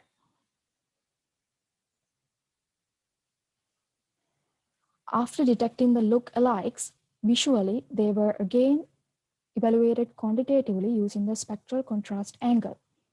The evaluation scale for differentiation was very strong, strong, moderate, weak, and very weak. And these very weak values were omitted during the processing to maintain a higher accuracy level. So after detecting the plastic end-member spectra, they were used to determine the pixel-wise fractional abundance of identified pixel-wise fractional abundance. This process is simply known as linear spectral unmixing. After detecting the pixel-wise fractional abundance, these values were converted into a continuous surface by using Kriging's partial interpolation. So after deriving the plastic concentration maps, they were cross-validated by using the model derived by Libreton et al. For validating the methodology. The derived plastic concentration maps for the Great Pacific Garbage Patch was categorized into 4 classes of high, moderate, low, and very low. Then these concentration maps were overlapped and compared with the high, moderate, low, and very low plastic model areas of Libreton et al. These are my results of the visual comparison. The black denotes the derived end-member spectra, and the red denotes the compared USGS plastic spectra. And these are the spectral contrast angle values obtained for the Northern South China Sea.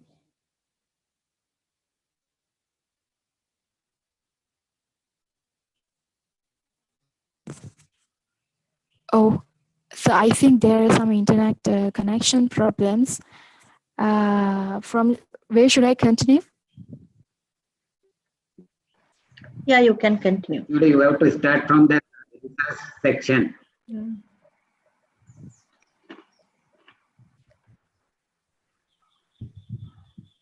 Can you hear me?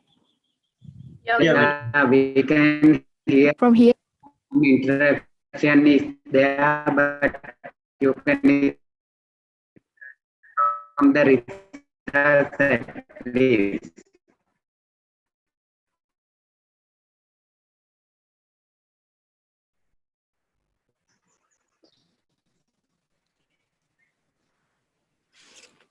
It's Lakshani. Can you go for the research section? Yes, I will. You need to share your presentation. Presentation you have to share. Okay, I just shared it. Can you see? Yeah. I'm sorry about this internet connection problem. Okay, this is my research section, and this graphs is for the visual comparison of spectra. The black denotes the in-member spectra, and the red denotes the USGS plastic spectra. These are the spectral contrast angle values obtained for the Northern South China Sea. As you can see, the figure A, D, and H evaluated as We can't hear you clearly. spectral contrast angle scale. And if you can see in You here, can the see the figure A is presentation. for the high density Can you speak loudly? glass, and H is for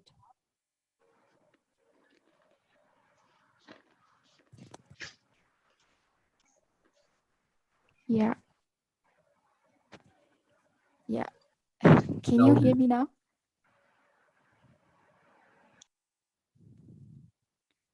Hello.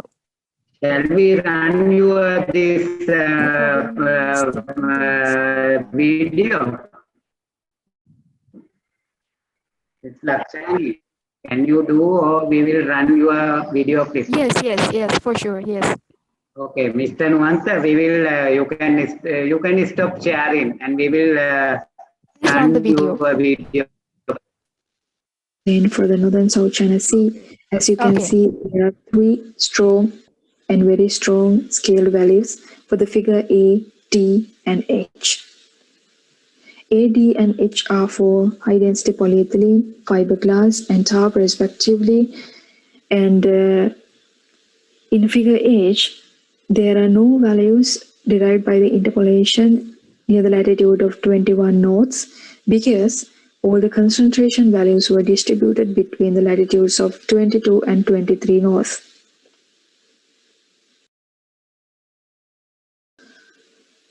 So these are the derived plastic concentration maps for the Great Pacific Garbage Patch.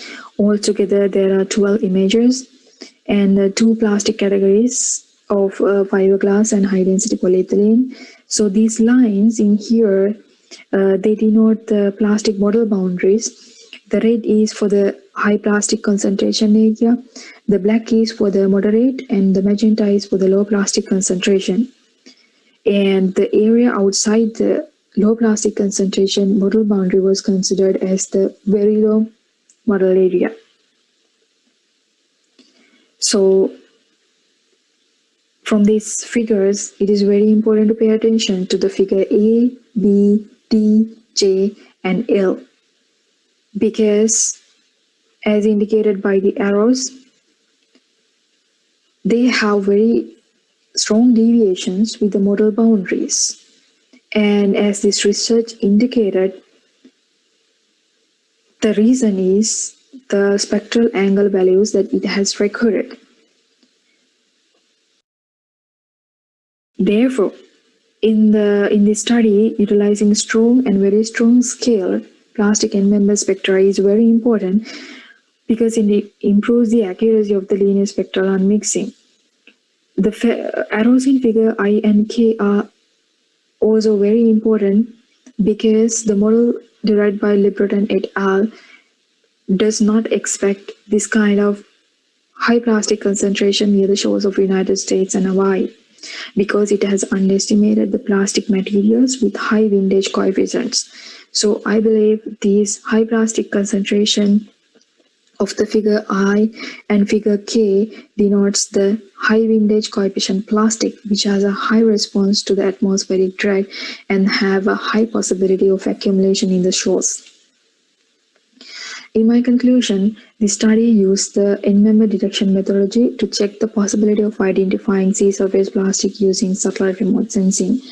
We found the concentration maps of recognized plastic categories for the Northern South China Sea and Great Pacific Garbage Patch using linear spectral unmixing. The overlap area comparison results showed 50% similarities in 7 out of 12 images. It is very important to emphasize the utilization of strong and very strong spectral contrast angle scaled values in the linear spectral unmixing because it enhances the accuracy of the result. In further work, the next step will be validating the methodology used in this study using the in situ data, because in this study we could not find any satisfactory data for evaluating any satisfactory in situ data for evaluation. So these are some recent studies I want to highlight in this presentation, which gives very important methodologies and in situ data for the development of this subject scope. So these are my references, and thank you. Thank you, Ms. Lakshani, and I request you to be online for answering the questions. Okay. Okay, thank you very And much. thank you, Ms. Lakshani. And next presentation will be on composition of sessile benthil life form, reef fish with relation to water chemistry, and microbial abundance of Parevella coral reef, Tango, Sri Lanka. And the presentation will be delivered by Dr. M.F.M. Pyros. I invite Dr. Pyros to deliver his presentation. Thank you, Dr. Jayasiri, for your introduction. And today my talk's title is too long, but at the end of the conclusion part, you will determine how it should be shortened. So the composition of sessile benthic community and reef fish with relation to the chemistry and microbial abundance at Paravella, Tangol, Sri Lanka. So this work actually carried out with my students. So they are actually helping me to work on this, and at the same time they get the training. So let's focus, but I want to give a small introduction about the human impact. So the science says the 20 ocean ecosystem types they have studied, and they come across a mapping. So you can see in the Sri Lankan section, the red dots are visible. So this is a couple of years ago, this paper published. Now it is be more red appearance, I would guess. So let's come to the coral reef section as the key ecosystem that I am focusing in my research. So just look at the situation as a model which is subjected to our hypothesis, not only for Paravel side, but as a whole Sri Lanka. So just see the healthy reef and the eutrophic reef and overfish reef, because the fisheries, overfishing, and all these concepts are very relevant to us right now, and also the environmental pollution, and how these situations will balance, and to initiate conservation and management to bring the ecosystem back to healthy reef. So that line, so we have to know what is a healthy reef and what is eutrophic and overfish condition reef. So therefore, recently there is a observational and evidenced phenomena that we call as phase shift is being confronted among science in coral reefs science.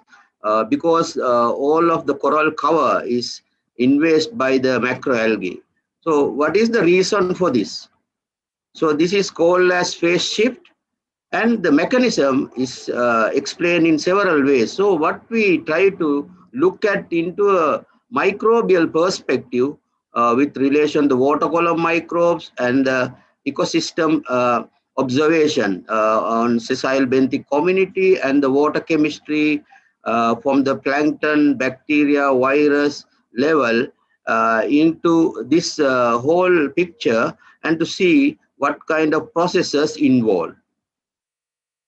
So it is actually involved with the marine microbial loop. So I am publishing here the reference. So if you'd like to learn on this subject, so please refer to the paper where it is started by Farooq Azam. So this is actually the fundamental oceanographic phenomena that we use in coral reef ecosystems as well. So the other thing is mechanism we found microbialization. So studying several oceanic regions, so we found a process which is leading to this phase shift through a microbial perspective, which is we call as microbialization, which is involved with dissolved organic carbon, which serves as a food for bacteria, and disease, which is increasing the dissolved organic concentration, and algae also support to increase dissolved organic carbon and involvement of microorganisms. So this kind of component based positive feedback loop is observed. So we have pretty much national level stations in Sri Lanka, but today I am going to talk on the Paravella reef, so with a special reason. But first of all, you should have a small introductory understanding on the profile of and the topography of coral reefs. So geologically, it is like several zonations. So, but the lagoon zone is a very much interactive and very accessible zone, which I categorize as a reef pool actually. So this is what my student Chandrasiri prepared. So I put that to recognize his work. So he made the map with his knowledge with the certain categories, land and oceanic categories, and to show the Paravella reef in Tangol.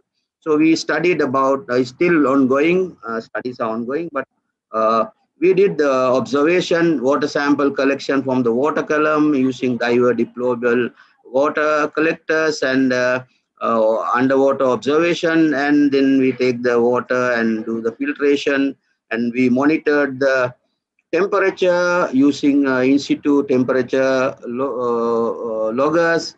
So we see pretty much a nice pattern which is typical to all of the Sri Lankan reefs in the Paravella area. So what I am thinking now to look at the natural mesocosm, because mesocosm experiment comes with a very artificial environment. We have to provide a lot of energy, and economically it is very difficult to maintain. But this Paravella reef is very pretty shallow area, which is very close to the university, pretty much accessible all around the year. So we can use this as an educational tool, to use as a living laboratory, and that is what I call as a natural mesocosm. Using that, so I actually developed a concept during my postdoctoral time on the internal cycling and export flux of nutrients in the water column. So that can be tested actually. So addition to that, I worked in Paravella area on the recruitments of algae and coral as well. So that all combined, I would like to confront you according to our module. So the life forms, reef fish, microbes, and the water chemistry. So that we have some results for the nutrient levels and organic carbon level, it is about 62.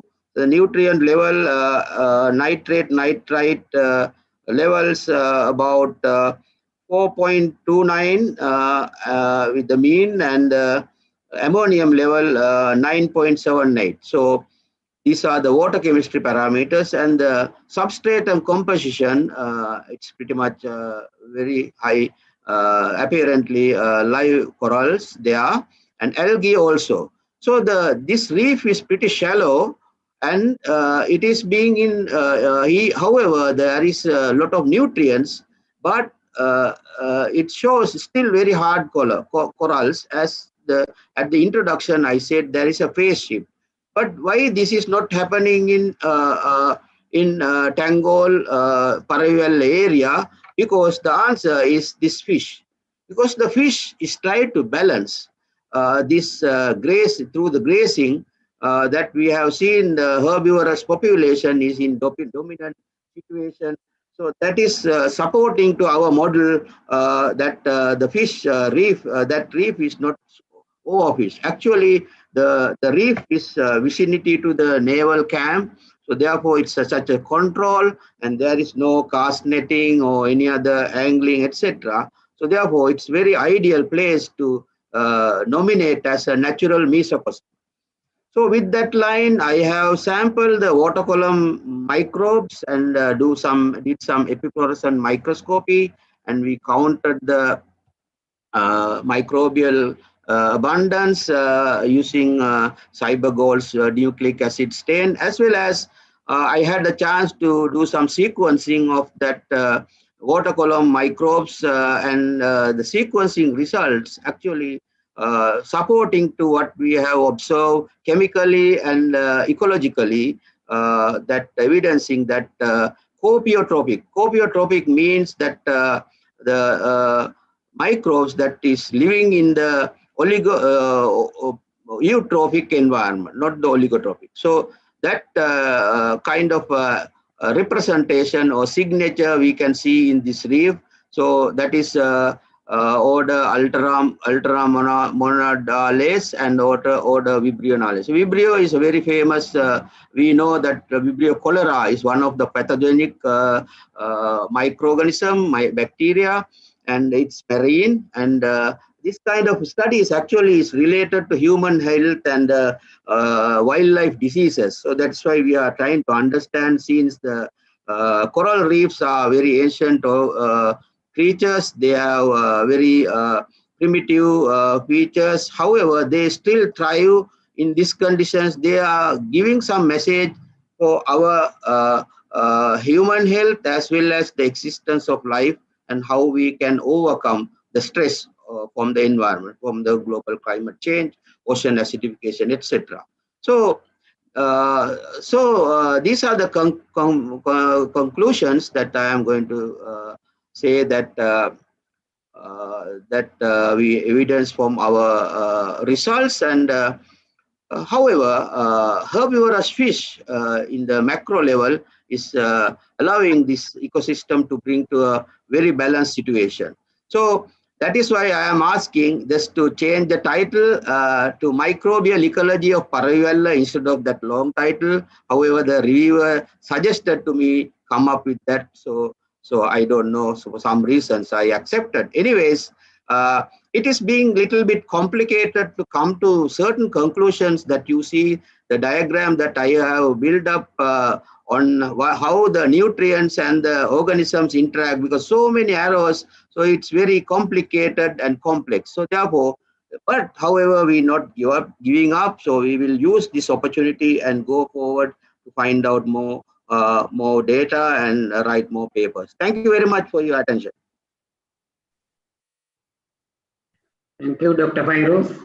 And next presentation is on seaweeds for bioremediation, removal of oil from seawater. And it will be delivered by RMYE Rajapaksha.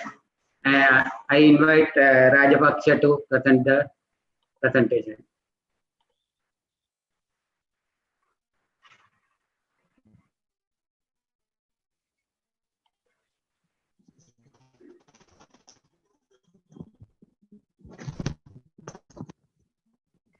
Can you hear me, sir?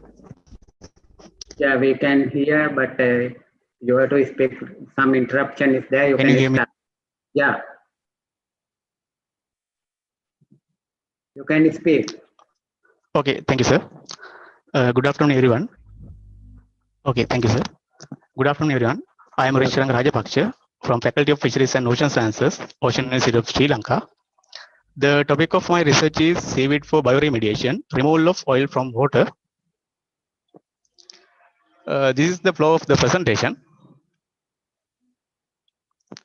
You generally know seaweed are multicellular algae and they can do photosynthesis, and also they occur in marine environments.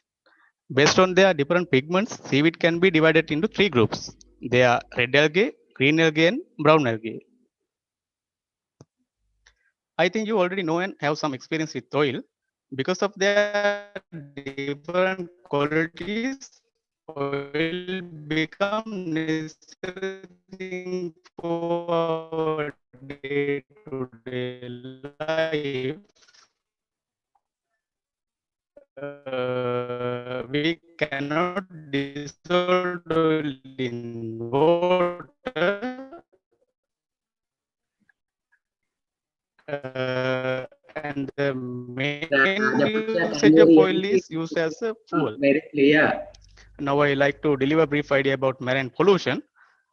The introduction or release of substance or energy by humans that decrease the quality of marine environment. It's called marine pollution. Oil is one of the most. Hello, sir. Can you hear me, sir? Yeah, you can speak. Can you hear me, sir? Yes, yes, we can Hello? hear. Yes. Can you hear me, sir? Yes, yes, you can speak now. Okay, thank you, sir. Student, it seems that your connection is Effects little on the slower, ecosystem so of you oil. can slowly speak. Some of they are direct physical contact with organism. Okay, madam.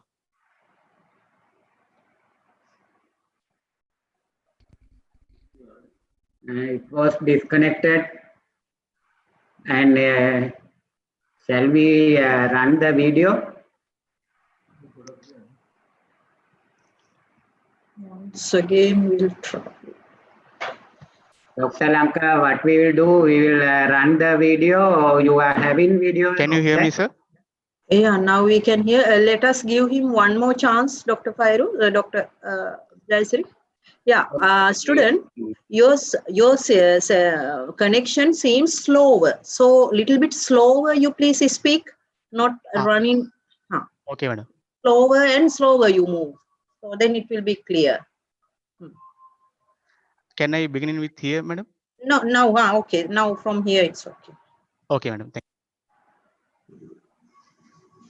Little From slow. the ecosystem from oil, some of their direct physical contact with organisms negatively affect to the respiratory function, loss of food resources, skin irritation, coral reef bleaching, and many of them.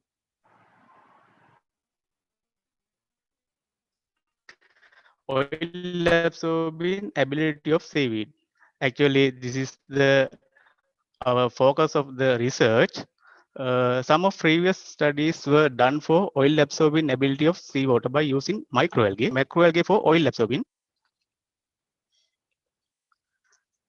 The main objective of the research was to study the oil absorbing ability of selected seaweed species from seawater, and specific objectives were study the effect of particle size of seaweed species and also study the effect of drying methods of seaweed. Now I move to materials and methods. These are the equipments which I used for this research. These are the seaweed species which used to the experiment. These seaweed species used for representing the major three groups in order to Ulla lactuca green algae, Cressidaria species red algae, and Sargassum species brown algae. seaweed were collected along the Tangol coastline in Sri Lanka during May 2019. Seaweed samples as sand, shell particles, and small creatures. Samples were dried under two types of drying methods. They are solar drying method and oven drying method. In solar drying method, glass tanks with aluminum bottoms were used to cover the samples, and samples were kept until they become constant weight. After getting constant weight, samples were kept in samples bottle at room temperature until they analyzed in oven drying method. Samples were dried in the dry oven at 66 weight become constant. Previous method was used to store these samples too. In the experiment, each dried samples were crushed to reduce the particle size by using mortar and pestle. Samples were separated into three sizes. Their actual size, 1 millimeter and 0.2 millimeter. Sieve set was used. Dried samples were weighted under three categories of particle sizes. 1 milliliter of oil, actually we used crude oil. This crude oil was measured and placed in the conical flask. 49 milliliter of seawater was mixed with oil. The three seaweed samples were added into each conical flask separately, mixed well, left for overnight to absorb oil from the mixture. After overnight, each seaweed samples were removed and remaining solvent were mixed with 20 milliliter of chloroform. The separatory funnel method was used to separate the oil from the seawater mixture. The funnel was shaken vigorously, held upright, and then cap was loosened to allow chloroform vapor to escape. This process repeated for 5 times and kept into settle. After 12 hours, 2 layers were displayed in each separatory funnel. In this picture, chloroform with extracted solution have settled in lower layer. Actually, this happened because of density of chloroform higher than water. The density of oil is lower than water, but after mixers should be mixed properly. Chloroform and extracted solution were settled in bottom layer and water remained in upper layer of separatory funnel. I previously mentioned it. Chloroform and extracted oil solution were moved into measuring cylinder. Now I move to results and discussion part. This figure shows percentage of remaining oil associated with different drying methods for different algae. Orange color representing the remaining oil percentage of oven drying method and blue color representing the remaining oil percentage of solar drying method. Consider about 3 seaweed species. You can see remaining oil percentage is always low in solar drying method. So using these results, we can say solar dried seaweed have higher absorbing ability than oven dried seaweed species. This figure shows mean volume associated with drying methods and among 3 seaweed species. This figure shows mean volume associated with solar drying method and among 3 seaweed species. The mean oil absorption ability is significantly varied among the 3 seaweed species and between different drying methods. Solar dried Gassidaria species had the highest absorption ability, followed by Ulva lactuca and Sargassum species.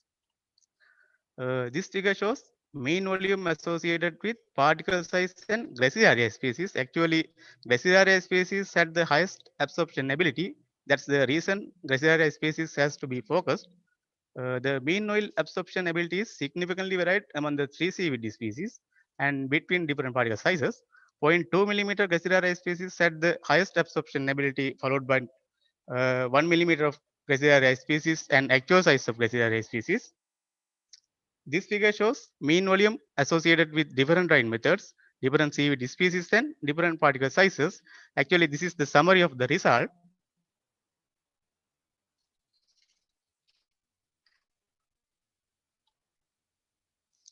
Chloroform was used as a solvent for oil. The final results got as total volume of chloroform and remaining oil volume. To get an accurate value for this is my final conclusion. The mean oil absorption ability is significantly varied among the 3 seaweed species and between different drying methods. Solar-dried Gracilaria species had the highest absorption ability, followed by Ulva-lactuca and Sargassum species. The mean oil absorption ability is significantly varied among the 3 CVD species and between different particle sizes. 0.2 Gracilaria species had the highest absorption ability, followed by 1 millimeter of Gracilaria species and actual size of Gracilaria species. These are the recommendations of our research. Further, these findings will be useful in implementing bioremediation measures in the oil polluted areas, and also further study should be performed on seaweed used as a bio-oil filter. These are the references. That is the end of my presentation. Thanks everyone for listening. Thank you, Mr. Rajapaksa. And we will move into the last presentation of this session. And the title of the presentation is Diversity, Abundance and Composition of Phytoplankton in Coastal Waters of Crow Island Beach Park with reference to physicochemical parameters. The presentation will be delivered by PA Ratnasri. Good afternoon, everyone. I hope you can hear me. So I'm going to present my research today, which is diversity, abundance, and distribution of marine phytoplankton in the coastal waters of Crow Island Beach Park with reference to physicochemical parameters. And during the presentation, I will go through these content. And we all know that marine phytoplanktons are extremely important component in marine ecosystems because they are the primary producers in marine food webs. And there are many phytoplankton groups, including cyanobacteria, naked flagellates, and also some planktonic algae such as diatoms, dinoflagellates, and coccolithophores. And even though they are extremely important component, the excessive growth of phytoplankton can cause many problems in coastal and marine environment, such as harmful algal bloom situation, where one particular species suppress the growth of other species and become dominant in an ecosystem. And the plankton diversity has direct impact on the health of the coastal ecosystems. And phytoplanktons are studied extensively all over the world for many purposes. And Sri Lanka also have many researches carrying on about the freshwater and marine phytoplankton species. However, one of the major problems that we have is we lack the baseline information to carry out or to progress in the advanced researches about the phytoplankton. So this present study is somewhat to aim to fulfill that gap. So these are the objectives of the research, to identify the marine phytoplanktons along the coastal zone of Crow Island Beach Park, and to calculate the diversity and abundance of various phytoplankton species along the coastal zone of Crow Island Beach Park, and to assess the seasonal variation of the phytoplankton in the coastal zone of Crow Island Beach Park in relation to physicochemical parameters. So considering the methodology, the study area, I have selected 3 sites in the near coastal water of Crow Island Beach Park. One is the Kalani River mouth, which is site A, and I have selected 3 sampling locations from each site. So the site A is the Kalani River mouth, and site B is the adjacent coastal waters of the Crow Island Beach Park, and site 3 is the near coastal waters of Modera Fishery Harbour and Colombo Port. So during the sampling procedure, samples were collected from November 2019 to March 2020 for a period of 5 months, and samples were collected once a month during the dawn, and phytoplankton samples were collected by filtering 50 liters of surface water with 10 micron phytoplankton net and immediately fixed with acidified Lugal solution, and the water samples for nutrient analysis were collected separately, and some of the parameters were measured on site, such as temperature, pH, conductivity, salinity, and total dissolved solid using a portable multi-parameter. And the Secchi depth was also measured using a Secchi disk. And the laboratory analysis were conducted in Environmental Study Division Laboratory and Oceanography Laboratory at NARA. And total nitrogen, nitrate, nitrogen, these all phosphates, silicates, and ammonical nitrogen was measured using UVA spectrophotometers. And during the sampling analysis procedure, standard protocols have been followed. And the phytoplankton analysis were carried out by filtering, by concentrating preserved phytoplankton samples to 10 milliliter, and then 1 milliliter of the samples was placed in Shedricraft cell, and number of phytoplanktons were counted and identified, and replicates were done for each sample. And the phytoplankton abundance, diversity, composition, and richness was calculated. And I have used the standard guides available in the NARA and also in the algal base for my identification. And the Microsoft Excel was used to for the calculations, and the statistical analysis were performed using SPSS 23 software. Moving to the results and discussion section. During the research, the total mean phytoplankton abundance was recorded as 171 numbers per liter, and diatom was the most abundant group of phytoplankton. And also the second most abundant group of phytoplanktons were dinoflagellates, followed by other microalgal species as well as cyanobacteria. And according to the statistical analysis, there is a significant differences in site-wise variation of total phytoplankton abundance. However, there was no significant difference in monthly variation of phytoplankton abundance.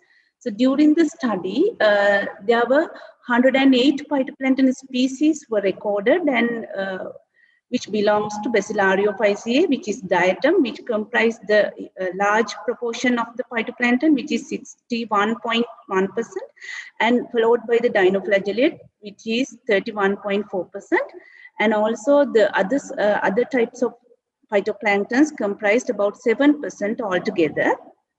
And these are the diatom families recorded. The most abundant diatom family is the Chaetoseraceae. And the dinoflagellate families, these are the dinoflagellate families recorded. The most abundant dinoflagellate family is Cerataceae, and followed by these other types of phytoplankton families. These are some of the photographs I have taken during the observation. And according to the Shannon-Wiener Diversity Index, in all 3 locations, the diversity was very high. And also species evenness was recorded high during the study. And according to the statistical analysis, the nitrate and silicates have significant variations in the site-wise differences. However, the salinity and conductivity, TDS, and ammonia also has significant differences in monthly variations. And considering the correlation between dinoflagellate abundance and salinity, it is a positive and significant correlation. And also the Secchi depth and dinoflagellate abundance also have positive and significant variation. Most importantly, during the study, there are some toxin producing dinoflagellates were recorded, such as Alexandrium, Acahuo, and Gymnodinium, but with very low abundance. So from the findings of my research, I have these conclusions. I think periodical monitoring is required as a way of prior informed, because there are some toxin producing phytoplanktons available in the near coastal water of Coe Island Beach Park. So to get the information, to get prior informations about possible harmful algal bloom developing conditions, I think time to time monitoring is required. And also this research is only conducted for a 5 month because of certain limitations of the COVID situations in the country. But I think therefore it covers only the particular season of the year. But I think if we are able to carry out the research maybe for 12 months, there might we would find a more convenient results regarding the monthly variations. And so I will wind up my presentation from there, and these are the some of the references that I have used during the study. And I should thank these people who helped me to success this research. And thank you very much, audience, for your patient listening. Thank you. Thank you, Ms. Ratnasri. This is the last presentation of this session, and now we will move into the discussion, and we will get some 10% from audience for questions. It's open now for questions. And if there are any questions for first presenter, Ms. Sujivani? Yes, sir. Okay. Any question for this first presentation? Assessment of marine litter in selected beaches of southern and western parts of Sri Lanka. So actually, there is no any question from audience. I have one question for you. And you have analyzed these different categories of marine litter. And I want to know whether how you have analyzed the organic waste. I use in Westac marine litter guideline for this. Yeah. What are the organic waste means? Sorry, sir. What are the organic waste? What you mean by organic waste? Some part of plant part, leaves, roots, and seashells, and some degradable waste, biodegradable waste. I category in. Yeah, I want to know, what is the definition for marine litter? It is discarded and discarded in peoples into beaches on sea. It is mean marine litter.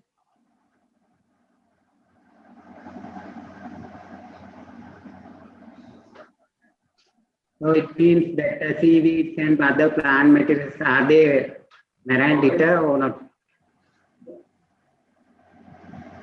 According to the definition. Sorry, sir, I can't hear you. So this, definition for marine litter, no? According to that definition, this whatever the plant materials coming from the ocean, are they organic waste according to the definition?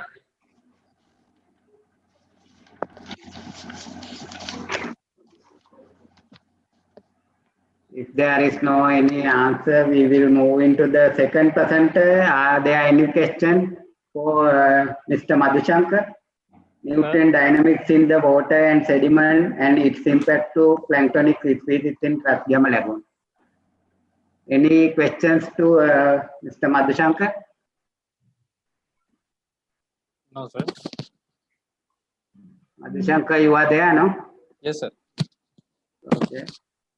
And I want to know whether Rajgama Lagoon is open to the sea or whether it is closed by sandbar. Sorry, sir.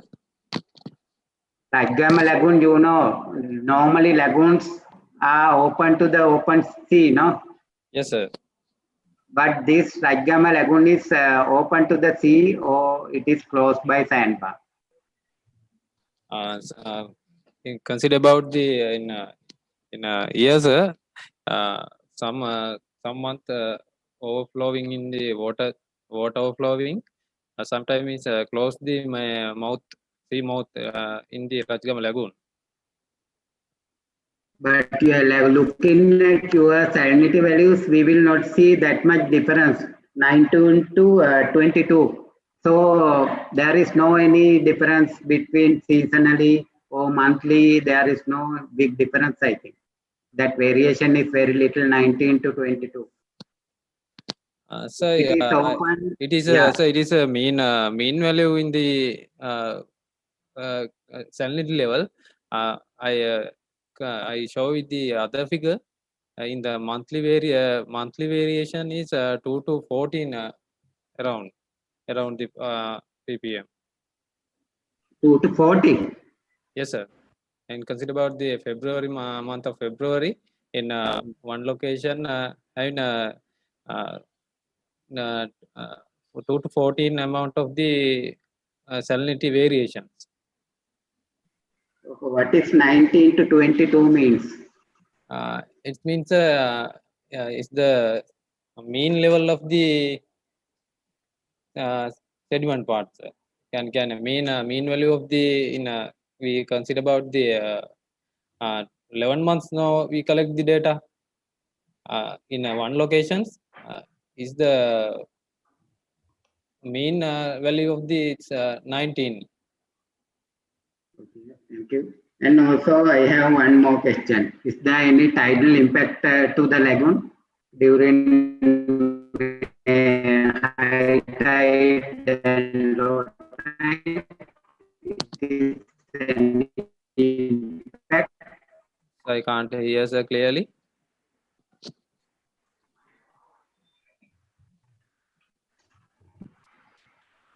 Hello. Sir. They are in the lagoon. Can you hear me? No, sir. No, not clearly, sir.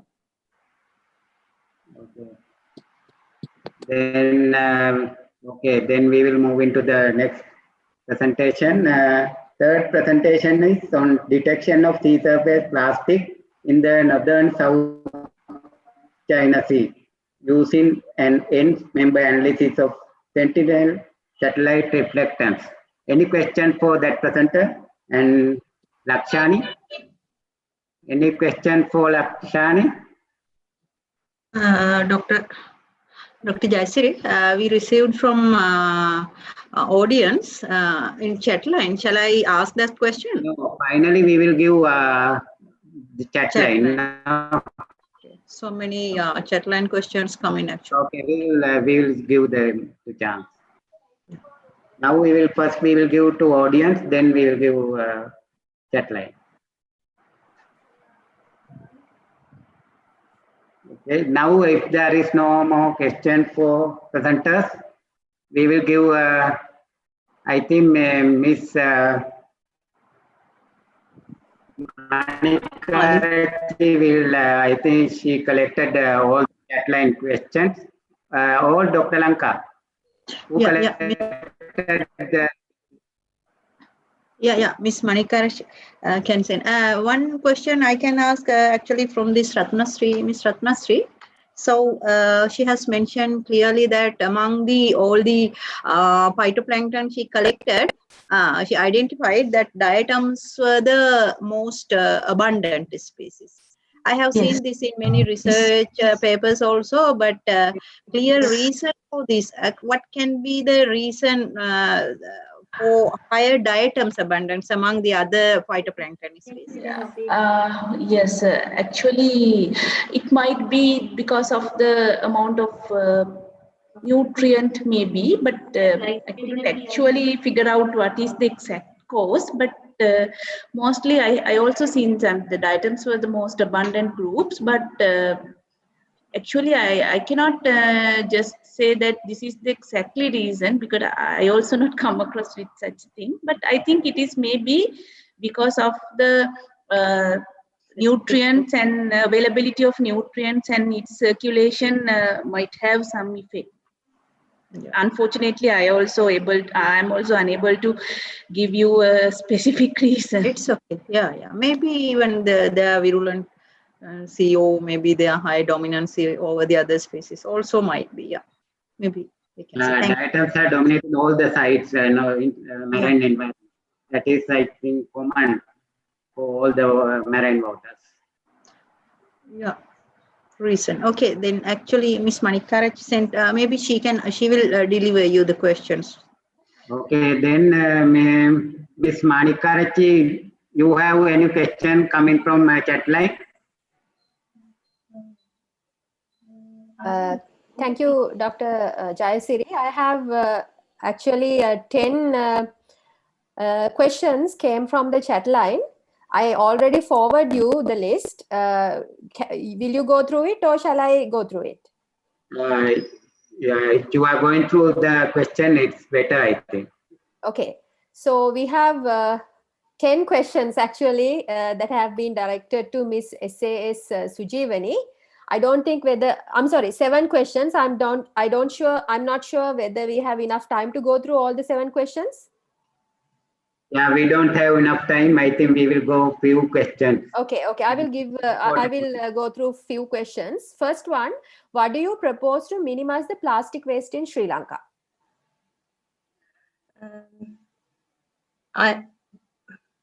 I give some recommendation in my presentation to minimize in plastic waste.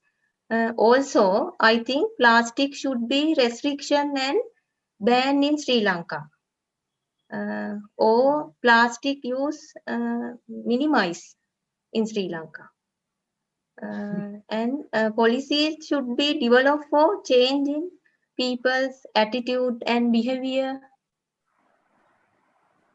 Another question for you, considering the population size and the land size of Sri Lanka compared to the other countries, especially in the Eastern Indian Ocean region, what do you think about the reliability of the claim that Sri Lanka is the 5th largest marine polluter in the world? I think it is published in e-learn articles. It is a problem for Sri Lankan scientists. They are still research it. And I think Sri Lanka is a small island. And Sri Lanka has large number of single-use plastic litters. Okay. Can I add to that question that there was an internet article about that we are the 5th polluter in the world. That is not true. That was I think that was a mistake. It is not the real statistical value, so don't accept that. Thank you, Professor Nalin. One more question for you, Sujivani. Do you have any suggestion on using RGB image analysis or standard color charts to assess weathering in addition to any advanced chemical method? I suggestion use clean course index chart, selected beach locations. Okay, thank you, Ms. Sajivani. I have one question collected that is directed towards Ms. PAKR Lakshani.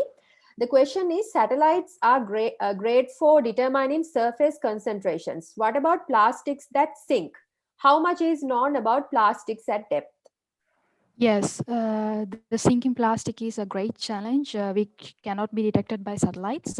In that case, what I suggest is that there should be a monitoring methodology from emission to the degradation. So even though plastics are emitted from the pearl estuary, they have a possibility of moving with the ocean currents or sink. So therefore, the plastic emission sources should be monitored from the emission to the degradation, so we know when and where they float or sink. This is also a great challenge because these emission sources are spread across the globe, and some countries even do not have a good waste management methodology. So all these things are still challengeable. The sinking or the subsurface plastic are the greatest challenge so far. Thank you, Ms. Lakshani. We have 2 questions for Dr. Fairoz. First one, corals are sensitive to pH and we now have ocean acidification. Have you measured pH on your reef? How has it changed with time? Yeah, so that's a good question actually. So far, so long, so we have not seen any dissolution. So that is actually related to the bicarbonate chemistry. However, we have noted not only from Paravella, from all around Sri Lanka, the average pH range is 8.08 and 8.48 range, but to 2 decimal points. The standard deviation is coming as 0.02 to 0.26. So it's like we need another instrument actually to measure like at least to 4 decimal places. Very such, so it's kind of expensive. But instead of that, we can do some omega calcium or something that nature. It's a very good thing is to look at the phytoplankton or coccolithophorid, something that nature. So that is the line actually. Yeah, you have measured. Yes. One more question for you, Dr. Faros. What Yeah. was the metagenomic analysis at genus species level, particularly for order Vibrio nales? Yeah, that's right. But our objective is actually not going to find out the strains and isolate. It's kind of another biological, but we are kind of a microbial ecological perspective. We have our goal to look at the biogeochemical pathways. That is what our pictures and the models would ask. For example, there are pathways like Emden-Meyerhof Pranas pathway or Entner Dendro pathway, or we call phosphate pentose phosphate pathway, like a carbon path. So that is why we do use that metagenomic data up to order level, and then we use several protocols in the pipeline to analyze the look at the biochemical functional grouping, like a biogeochemical pathway. So that is our goal. So we didn't go into that details, but we did some culturing to look at the Vibrio such as or Salmonella, etc. But not in that level specifically go into because we have very limited sampling, because we used a thing called Sterivax, that's 0.02 kind of a filter, and we have to digest and clean up and take the metagenome 16S. So that's how we do. Thank you, Dr. Faros. And we have a couple more questions coming in. Do we have enough time, Dr. Jayasiri? Yeah, that 10 minutes time is over. You can ask quickly 1 or 2 questions. Okay. Reply through chat line. You can questions I'm always there. So please post. I try to manage. Yeah, and but also, actually these questions are for Mr. Yuresh Rajapaksa. 3 questions. Yeah. I will quickly deliver. Mr. Rajapaksa, this question is personally from me. I would like to know, did you consider the chemical structure of the oil that you use? Because, if you are talking about marine-based oil pollution, the oil is usually consisted with a lot of purities like bunker oil. So how do you apply your method to bioremediate that sort of oil with high impurities? Sorry, madam, can you tell me again? Yeah, now your method that you use to remediate oil, did you consider the chemical composition of the oil?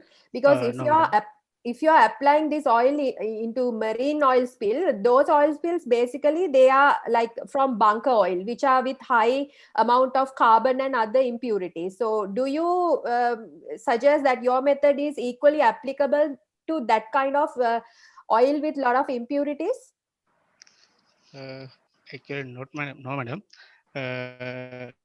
We have not focused that. Our focus was oil absorption ability of seaweed from sea water. But in future, we expected to develop a bio-oil filter. So we will expected to measure that kind of oil content or that kind of measurements. Okay, I'll go through quickly 2 more questions. Have you checked the natural oil content of the 3 macroalgae species that you have used in your study? Because microalgae have been using in biodiesel production due to their natural oil content. So how you eliminated interference of that natural oil content to your results? No, madam. My answer is same. We were not consider about available amount. Okay, final question. Are there any special reason for solar dried samples to absorb oil than oven dried sample? Yes, ma'am. Okay. Would you care to explain? Sorry. Would you care to explain? Are there any special reason for solar dried samples to absorb oil than oven dried sample? Would you explain why? Yes, madam. I think.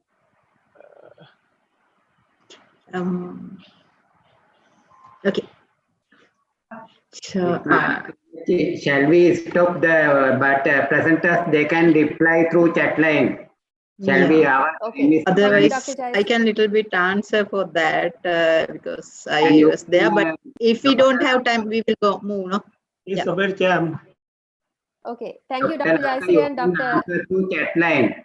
Now our time is over because we have to transfer it into next session, and you can answer through chat line. Okay, and we will conclude this session and marine environmental management. And I thank all the presenters and also all the authors, co-authors, and also those who are online, and also those who send question via chat line also online.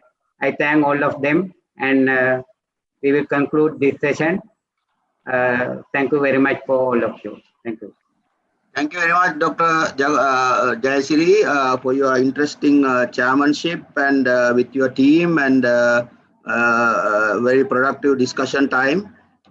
So we have to move to the next session, technical session 4, Socio-economics and Marketing, Maritime Transportation and Logistics, chaired by Ms. Nishanti Pereira. So I would like to invite Mr. Priyantha Jinadasa, Chairman, to introduce the Chairman of the current session for, Mr. Priyantha, please.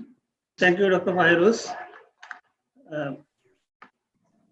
This is the technical session for Socio-economics and Marketing, Maritime Transportation and Logistics.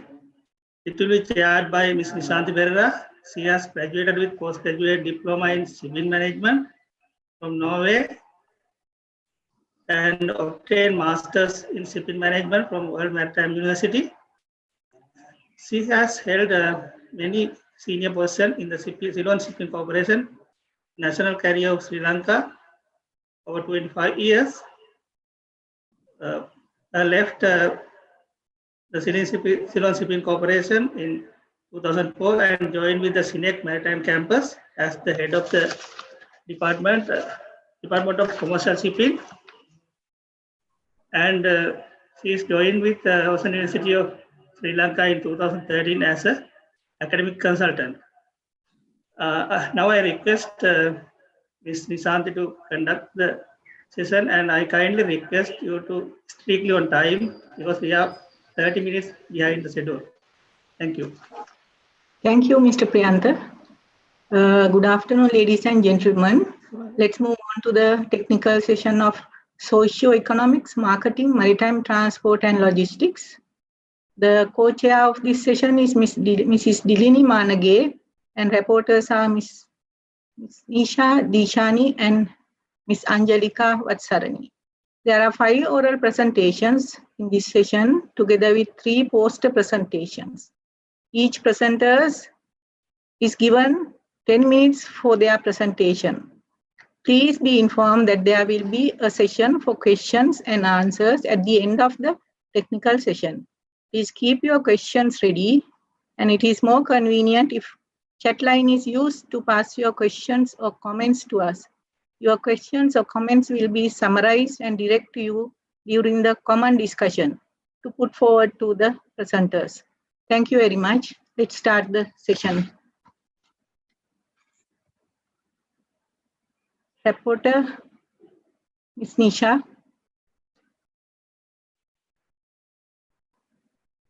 Ms. Nisha.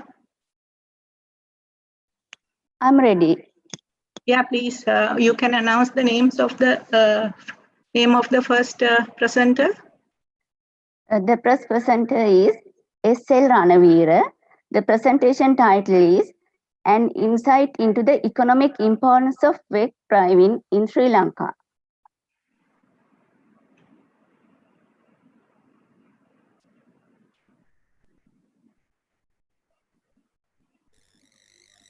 Good day, everyone. I hope you are doing well in this difficult time. I am Sansiya Ranavira from Ocean University of Sri Lanka. My studies topic is an insight into the economic importance of wet diving in Sri Lanka. These are the contents of my presentation. Scuba diving is a form of underwater diving where the diver uses a self-contained underwater breathing apparatus in order to breathe below the water surface. It was developed in the mid-1940s by the world famous underwater explorer and conservationist Jacques-Yves Cousteau from Emily Gatman for the French Navy during the Second World War. Divers usually carry compressed air-filled tanks on their back while they swim for less than 40-meter dives. Although the use of compressed air is common, divers who go way deeper and explore much longer time use air mixtures such as nitrox, heliox, and hydrox. Scuba diving can be categorized into recreational and professional. Recreational diving or sport diving is diving for the purpose of leisure and enjoyment. Professional diving is diving where the divers are paid for their dive. This photo shows the essential scuba diving equipment that need for a dive. Different forms of scuba diving have emerged to suit the various interests of divers, such as open water diving, deep diving, drift diving, wall diving, night diving, wreck diving, ice diving. Wreck diving is an incredibly popular form of scuba diving where explore the wreckage of ships, aircraft, submarines, or any other artificial structures that ended underwater accidentally or purposely. There are three wreck diving types. They are non-penetration diving, limited penetration diving, and full penetration diving. Non-penetration diving is known as the least hazardous form of wreck diving, which involves diving over the wreck. Limited penetration diving involves entering the light zone, which is any visible part of the wreck that can be illuminated externally by ambient or natural lighting. Full penetration diving is the most dangerous type of diving that involves technical diving and a greater level of risk. This is where the diver go beyond the light zone. Recreational diving has long history and gradually developed to present status in Sri Lanka. The first historical evidence of diving in Sri Lanka was published during the Portuguese period and during the early British colonial period that highlight on pearl diving in Gulf of Mannar and the associated Chanchel fishery. It is believed that in 1950s, scuba diving was first introduced to Sri Lanka by Arthur C. Clarke, Rodney John Class, and Mike Wilson. The data and information on wreck diving in Sri Lanka are meager due to the lack of available literature. So this study examining the current status of wreck diving and explore the economic importance of wreck diving and its future prospectus. This study was performed by administering semi-structured questionnaires among domestic and foreign recreational divers and dive operators in 4 coastal areas in Sri Lanka, namely Hikkaduwa, Unawatuna, Trincomalee, and Batticaloa. A random sample of 17 divers and 16 dive operators were selected for this study, which was carried out from January to November 2019.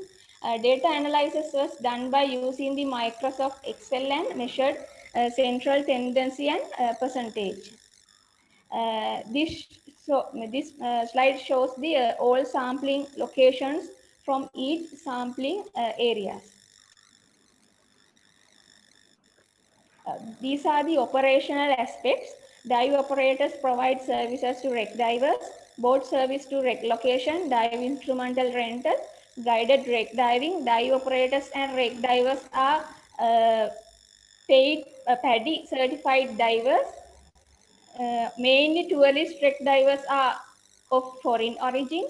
A cost structure of wreck diving include accommodation, dive transport, and food costs. These are the results I have got for Unawatuna area. The average number of customers arrived per day for wreck diving was 30. Average charge per egg dive was $37. Average expense per month was recorded as $133. The average total cost for divers per diving trip was $363. The average number of customers per month for egg diving was recorded as 400. Average income per month from wreck diving was $14,860. 50% of divers spend 3 days for a diving trip. For Hikkadu area, average number of customers arrived per day for egg diving was 19. Average charge per egg dive was $33. The average expenses per month was recorded as $142. The average total cost for divers per diving trip was $324. The average number of customers per month for egg diving was 560. Average income per month from wreck diving was $18,000. 73% of divers spent 3 days for a diving trip in Hikkadu area. For Batiklo, the average number of wreck diving customers arrived per day was 15. Average charge per wreck dive was $39. The average expenses per month was recorded as $152. The average total cost for divers per diving trip was $270. Average number of customers per month was recorded as 440. Average income per month from wreck diving was $17,280. 55% of divers spend 5 days for a diving trip. In Trincomalee area, the average number of customers arrived per day for egg diving was 12. Average charge per egg dive was $40. The average expense per month was recorded as $146. The average total cost for divers per diving trip was $226. Average number of customers per month was recorded as 360. Average income per month from wreck diving was $14,850, and all divers spent 3 days for a diving trip. A total of 171 people are benefited from job opportunities created by all these diving centers. Travel agents, airport and aviation services, hoteliers, diving center operators, boat operators are the direct and indirect beneficiaries of wreck diving. After analyzing the results, these are the conclusions I have reached. Hikkadu was recorded as highest average number of customers per month, highest average income per month, and lowest average charge per wreck dive.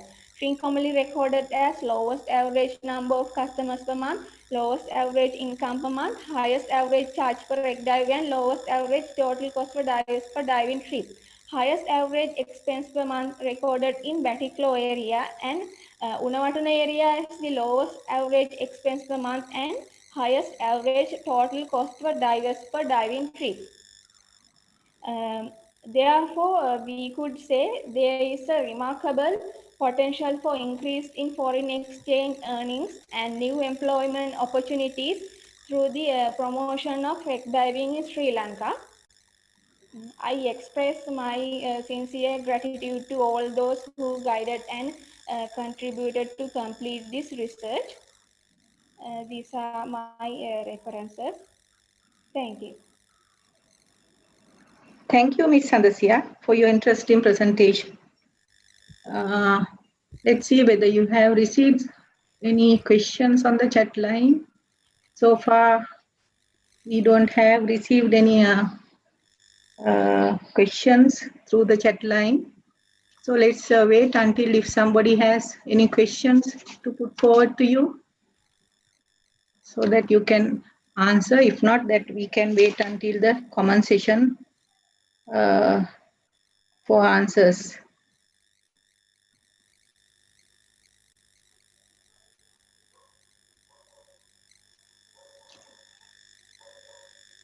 So there are no questions coming. I will call upon the next presenter of in line in this session, that is Ms. Vishmi Gunasinghe. The topic of her presentation is recreational valuation of a beach park using travel cost method. An application to visitors of the Crow Island Beach Park, Sri Lanka. Ms. Vishmi, it's over to you. Ma'am, can you hear me? Yeah, we can hear you. Please go ahead. Good afternoon, everyone. So I'm Vishmi Gunasinghe. Today I'm going to present my research findings on the valuing recreation benefit and the willingness to pay of the Crow Island Beach Park. So introduction. So Crow Island Beach Park serves as a major recreational venue for the visitors from the nearby towns. And it covers an area of 7.8 hectares. And it has boundaries from the north, naval base and the Nara premises, and from the east, neighboring houses and the commercial area, and from the south, small lagoon, and from the west, the sea. And it consists of both environmental and recreational properties, which are quite limited in the Colombo metropolitan area. So this beach park built up with the assistance of the World Bank and the Ministry of Defense and the Urban Development in 2014. So it owned and managed by the Colombo Municipal Council, and entrance to the Crow Island Beach Park is free of charge. And this park considered as a quieter, less crowded alternative to the Gold Face Green. And here are some photographs of the Crow Island Beach Park. You can see the entrance and the pony riding areas and the wave weaving areas.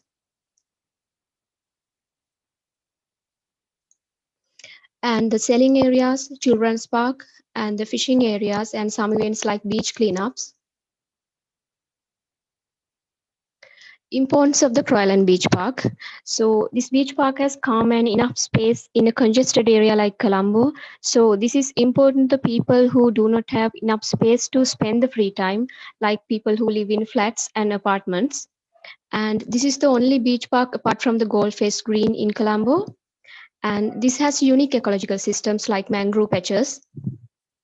Also, this provides livelihood to many people. And this park located in a multicultural environment. Significance of the research. So no study has been carried out so far to determine the economic value of the recreational goods and services and the visitor characteristics in the Crow Island Beach Park. And from this, we can justify the current use of the beach park. And from data from this research help to conduct the total economic valuation of the beach park, and also we can determine an entrance fee by considering the visitors' suggestions. Objectives. To estimate the economic value of the recreational goods and services in the beach park, and to suggest a possible entrance fee based on the state's willingness to pay. Methodology. So this satellite map shows the study area and its boundaries.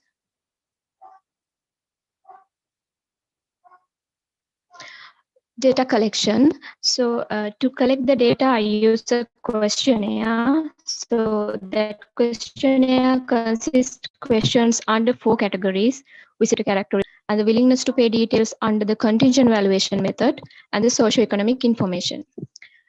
Under the contingent valuation method, visitors to the park questioned whether they were willing to pay in terms of the access fee for the better management of the beach park.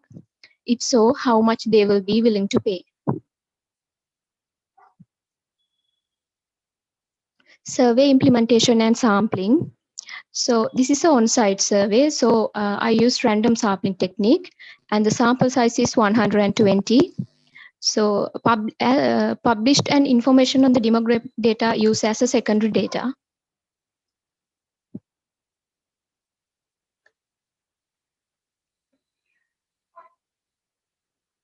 Data analysis. So database create using Microsoft Excel, and analyzed using individual travel cost model through the regression analysis.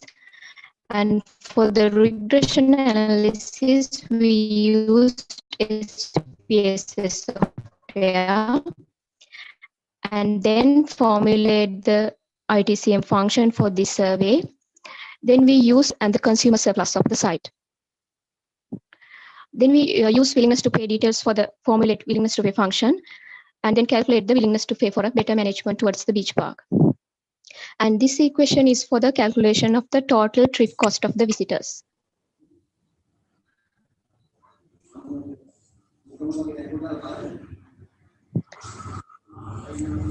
And trip generation function. A simple travel cost model can be defined by this trip generation function. So from that, we derive the following individual travel model for this study.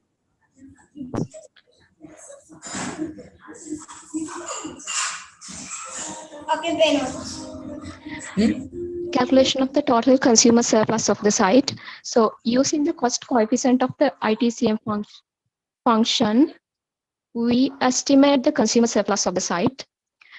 And the below equation is for the calculation of willingness to pay function. And this is the willingness to pay function.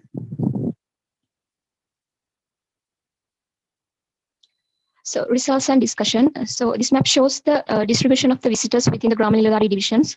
So you can see the most of the visitors are from the Mattakuli Grama-Niladhari division where the park located. For reason behind that is the distance of the park. And this pie chart shows the nature of visitor residences. So 68% don't have enough space in their residencies because the nature of the Grama-Niladhari divisions nearby the beach park are congested areas. So they have limited space to live. And this pie chart shows the visitor preference for the willingness to pay. So 88% of the visitors are willing to pay for a better management of the park. And this table shows the on-site expenses and the round-trip cost. So average on-site expenses are about 363 rupees per visit per person, and the average round-trip cost is about 203 rupees per visit per person. This is the multiple regression equation for the individual travel cost model. So here you can see a negative relationship between visitation rate and the trip cost. It means visitors spend more travel cost, make the fewer visits to the park. And these findings are consistent with the demand theory. So according to the calculations, individual consumer surplus is 2,605 rupees and the total consumer surplus is 495 million rupees. So these estimates are consistent with the results of other researchers like Veerasganga Recreational Park and the Navala Park. But in the sample, considerable number of visitors live within the radius of 5 kilometers. So the actual cost of enjoying the site not accurately reflected in minimal travel cost. And also this analysis excluded some use values and non-use values provided by the site. So actual consumer surplus generated by the beach park would be far higher than the estimate arrived at this research. Multiple regression equation for the stated willingness to pay. So you can see a positive relationship between the stated willingness to pay and the monthly income. In other words, the higher income leads to the higher willingness to pay and the vice versa. So according to the calculation, the estimated entrance fee is 32 rupees. So as the Croalland Beach Park is an open access park, it could be that the municipal authorities in Colombo might be interested in generating revenue for management of the park. So to do this, they can use this as a measure. So our study concluded that the estimated consumer surplus value of 495 million implies that the current use generates significant economic value. And considering the positive impact of attributes on visiting, the urban plans could aim at the improving different attributes of the site. And based on the result, a suggested entrance fee of 32 was recommended. And that entrance fee can help to the better maintenance and development of the beach park. These kind of economic values of outdoor recreation could lead to the established better environmental policy decisions like waste management, sound management, and creating similar parks at least around the boundary of the city will generate infinite benefits to the congested city dwellers. The results of this study will provide justification for such projects in many congested coastal cities in the country. So I would like to thank Royal and Beach Park Management Society and all the people I have met along the way and have contributed to the development of my research. These are my references. Thank you. Thank you, Ms. Vishmi, for your interesting presentations. The next presenter online is Ms. Nisha Dushani. She will present her paper on use of participatory rural appraisal tools to develop attributes and levels of a choice experiment, a case study of Rekava coastal wetland in southern Sri Lanka. Over to you, Ms. Nisha. Thank you, Chairman. Good afternoon, all of you. I'm Nisha from Ocean University of Sri Lanka. Today, I'm going to present a tiny part of my ongoing PhD research. It is about use of participatory rural appraisal tools to develop attributes and levels of a choice experiment, a case study of Rakava coastal wetland in southern Sri Lanka. In this presentation, I will show you how to make use of outcome of PRA workshop to develop attributes and levels for a choice experiment. First, let me explain you in brief what is a choice experiment. Choice experiment is a quantitative technique for eliciting individual preferences for different attributes characterizing the goods that we want to value. In this case, that is the Rakava coastal wetland. In a choice experiment, we offer several choice cards to a respondent and ask the respondent to select the most preferred alternative in a given choice card. Actually, the choice card has a few alternatives. Each alternative is explained by a set of attributes with some levels. We offer this choice card to the respondent and ask to select the most preferred one. So we ask them to repeat the procedure with the remaining choice card. Using different analysis techniques, we can analyze the choice experiment data. But for today's story, we want to know how we can make use PRA outcome to develop correct attributes and levels required for a choice experiment. Actually, we wanted to conduct a choice experiment to estimate the preference of foreign tourists for ecotourism development and biodiversity conservation in Rakava coastal wetland in southern Sri Lanka. We had a participatory rural appraisal workshop to achieve the objective of identify suitable ecotourism activities for Rakava. My special objective was to identify the ecotourism development attributes and different levels for each attribute for the choice experiment. I had my PRA workshop in Rakava Oruvala Community Building in 2018. Our focus group discussions included members from the Turtle Conservation Project, local tourists, tourist guides, drivers, lagoon fishers, marine fishers, hotel managers, homestay providers, government officers from Department of Wildlife and Fisheries, representative from some NGOs, villagers who are interested in engaging ecotourism activities. Altogether, we had 32 participants in our workshop. We used several PRA tools to collect information from the community. Resource map helped me to identify the geographical distribution of natural resources and places where we can develop our ecotourism activities for Rakava. I use historic profile to collect the information regarding changes in the natural resources such as turtles, mangrove cover, coral cover, lagoon fisheries, and the changes in the human-made capital, for example, hotels and other infrastructure. Also, we collected changes in the climatic factors in Rakava, and we collected information about the changes in tourist arrival to the Rakava and changes in the tourism activities in Rakava. We collect all this information from the historic profile.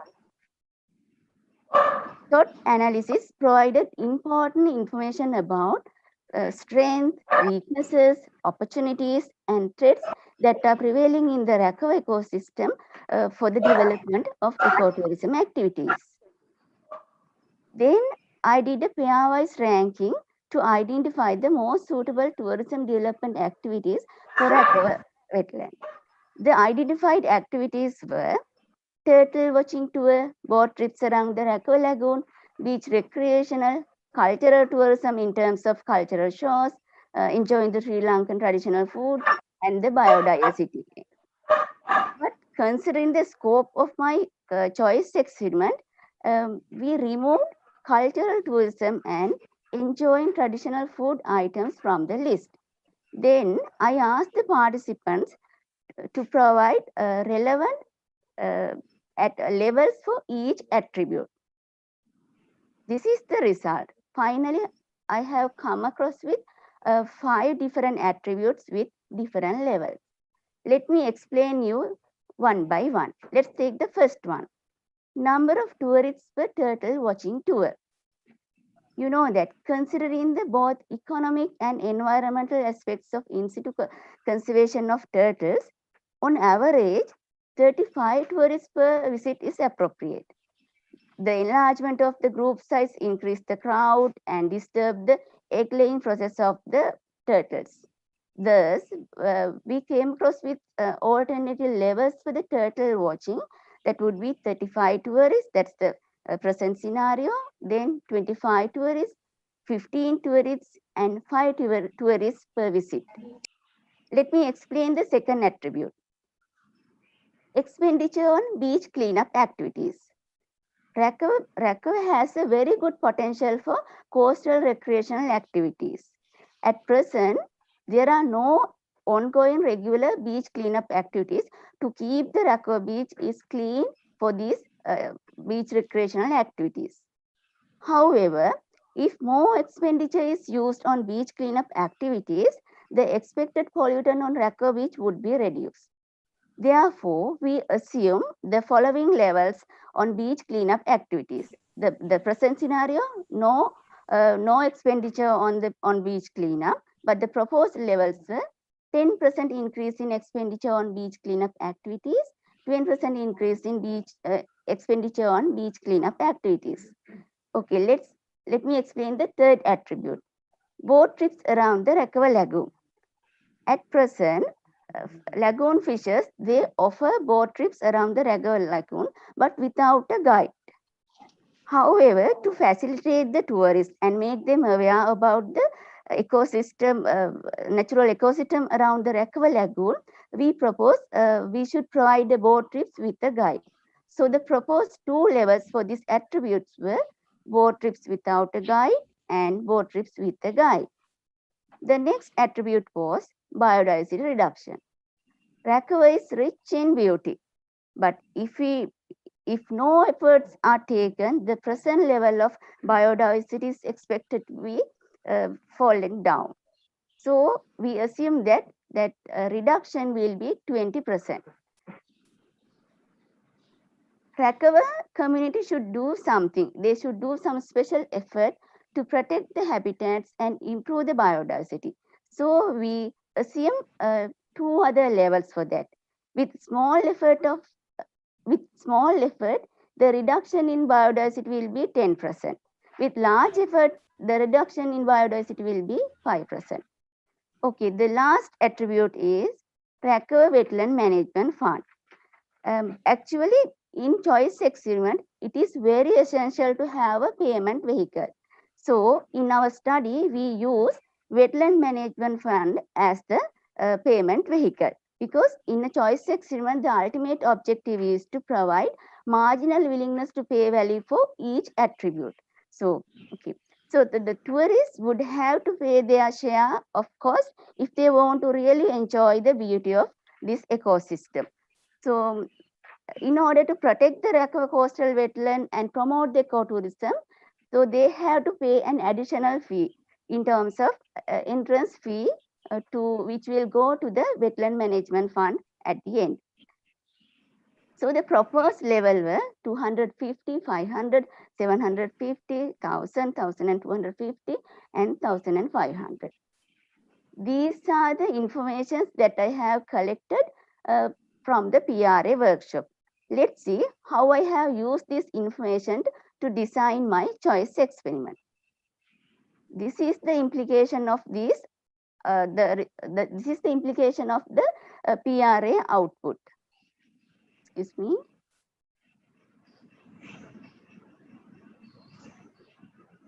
Actually, from the PRA workshop, I collected the most relevant attributes for the Rakava wetland to develop the ecotourism activities there. So, using these attributes and their respective levels, actually, we use a special software called Engine software. After feeding this information into that software, I could develop 10 choice cards to my choice experiment. So, this is an example of such a choice card. That's all about my presentation. But I have a take-home message to the audience. Being a social scientist, we are very familiar with this PRA technique, but we rarely make use this outcome for advanced analysis like choice experiment. So please give a try. Finally, I would like to thank Professor Oscar Amarasinghe for the given supports during my focus group discussions. And I wish to thank University of Ruhuna and UIT, the Arctic University of Norway, for providing me this wonderful PhD opportunity. NORAD Climate Change Project is acknowledged for funding my research. Thank you very much for your kind attention. If you have any question, I would be happy to take during the discussion session. And your comments are welcome. Thank you. Thank you, Ms. Nisha. We will put forward you the questions that we have received during the common discussion. Then the fourth presentation. Let's move on to the fourth presentation of this session today. It is the presenter is Ms. Tisari Edirivira.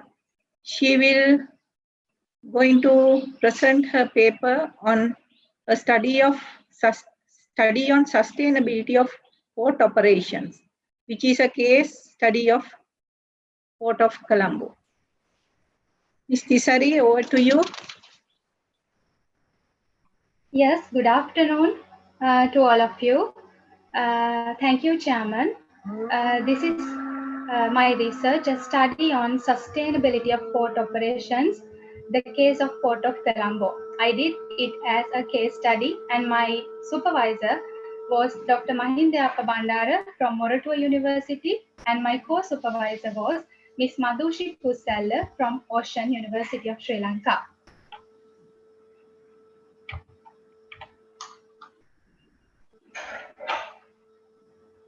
What are SDGs, Sustainable Development Goals?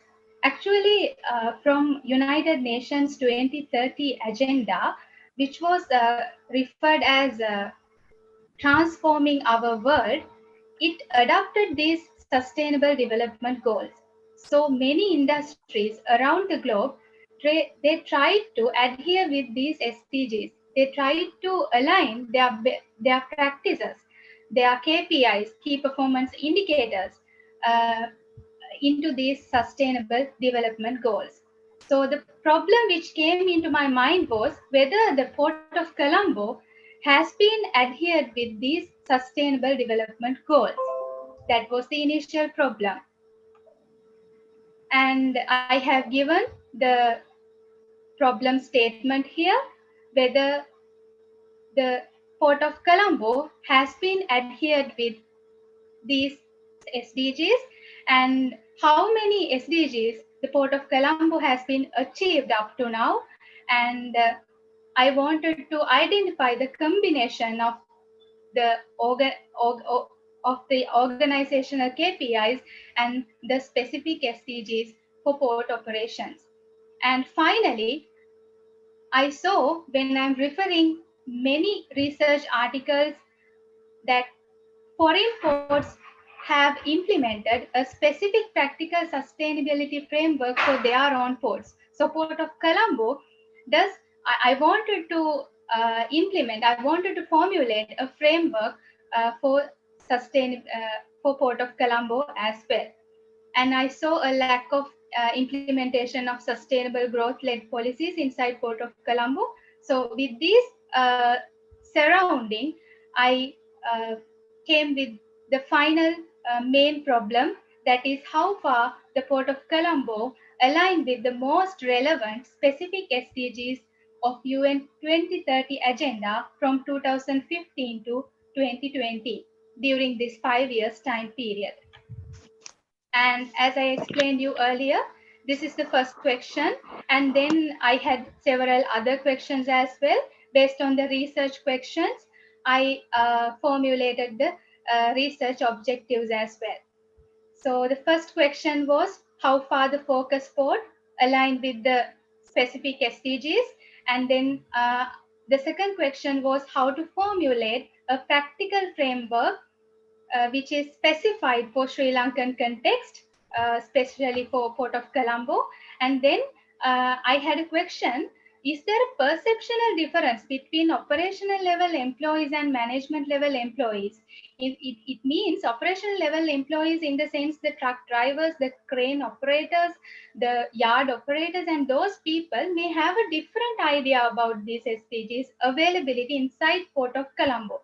And management level employees, they also may have a different idea about the existence of these SDGs inside Port of Colombo. So I had a question whether there is a perceptual difference between these two employees. And the literature review, I did an extensive literature review, and basically the most important research which was referred earlier was an Australian web-based practice which was called sproutplanning.com. It has classified these 17 SDGs into 3 sections. They are core SDGs, secondary SDGs, and case-specific SDGs. Core SDGs have a direct relevance with port operations. Secondary SDGs have a relevance, but it is indirect.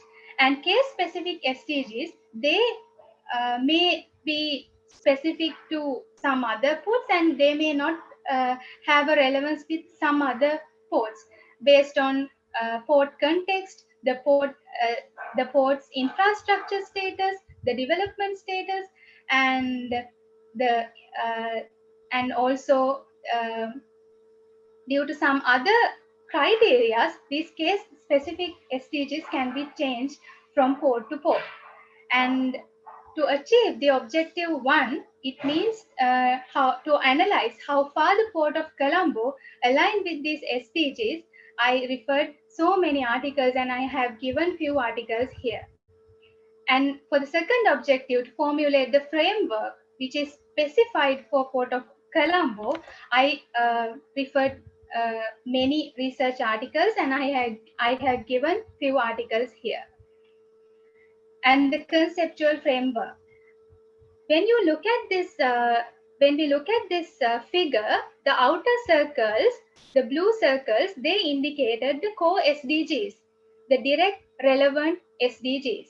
SDG 3, 7, 9, 11, 12, 13, 14, and 17. And then the yellow color circles, outer circles, they represent the secondary SDGs.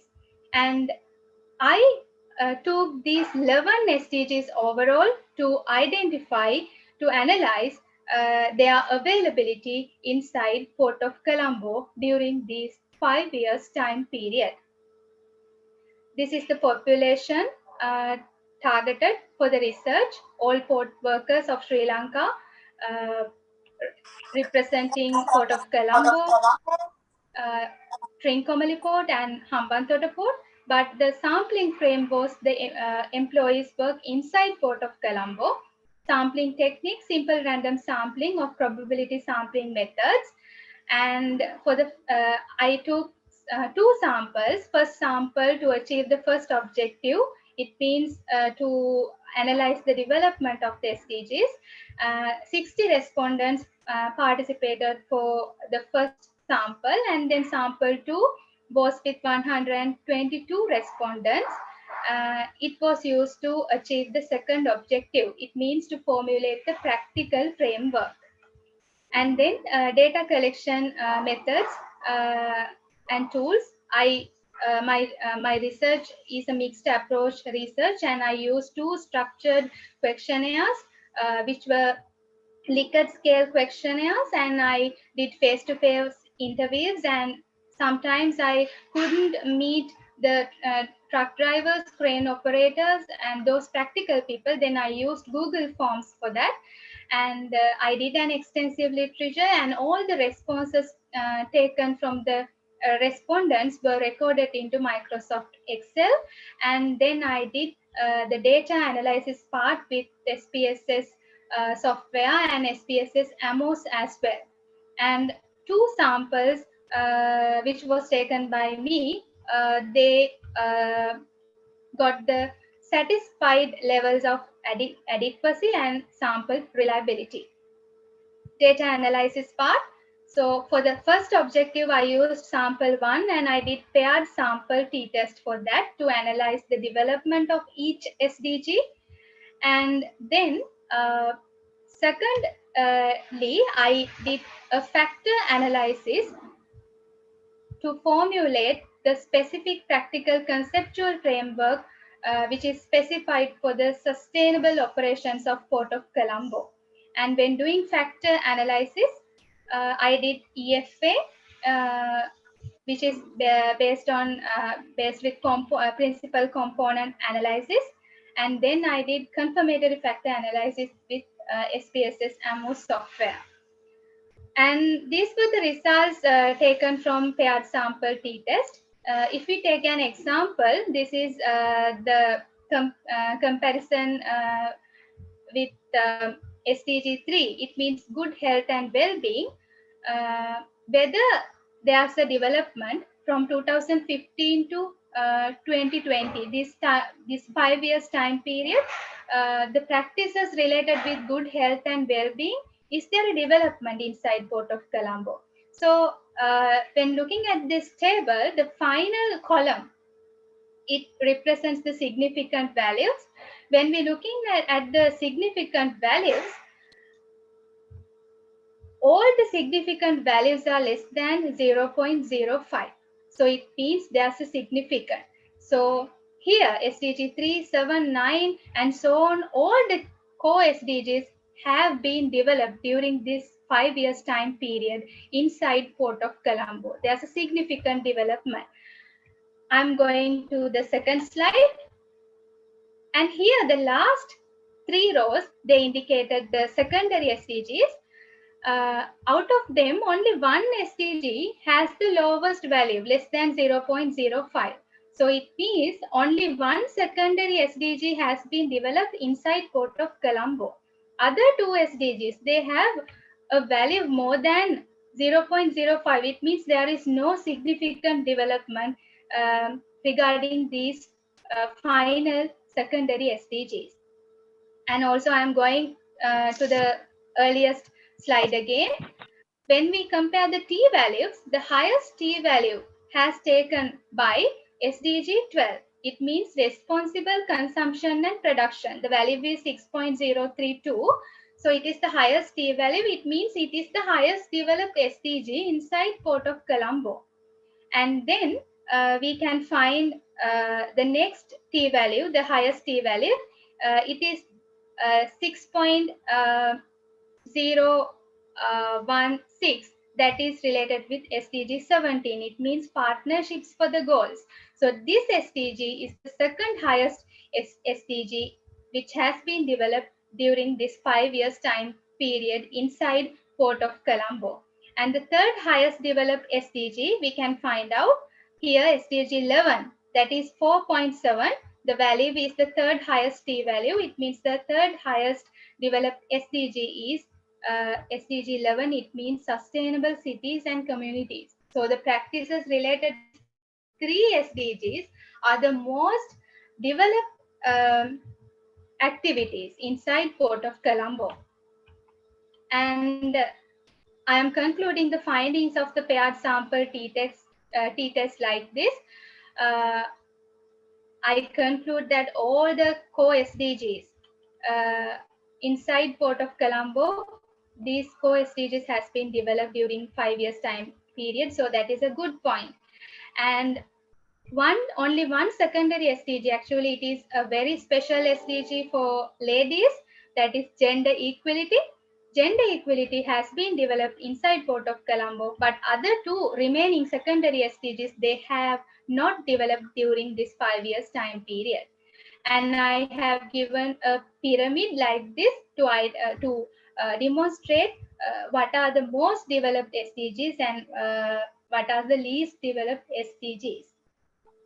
And when I'm doing the paired sample t-test, actually for each SDG, I gave 3 variables based on extensive literature I did. I gave 3 variables to each SDG, and then I found I wanted to find that what variable contribute more for the considered SDG. So I found that 12.1, that is achievement of the ISO 14001, that is the most contributed variable for this responsible consumption and production development.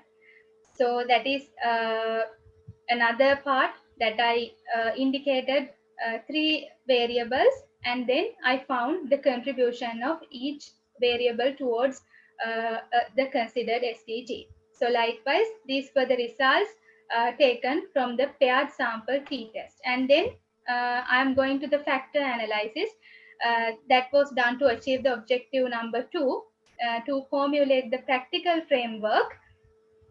Actually, when I'm doing the practical framework, to formulate the practical framework, I did EFA-based principal component analysis, and the first EFA-based principal component analysis, PCA, was executed to identify the underlying latent construct for the 29 variables, and second CFA was conducted to test the stability of the latent construct and analyze the latent sustainability indicators of factors underlying port operations of Port of Colombo.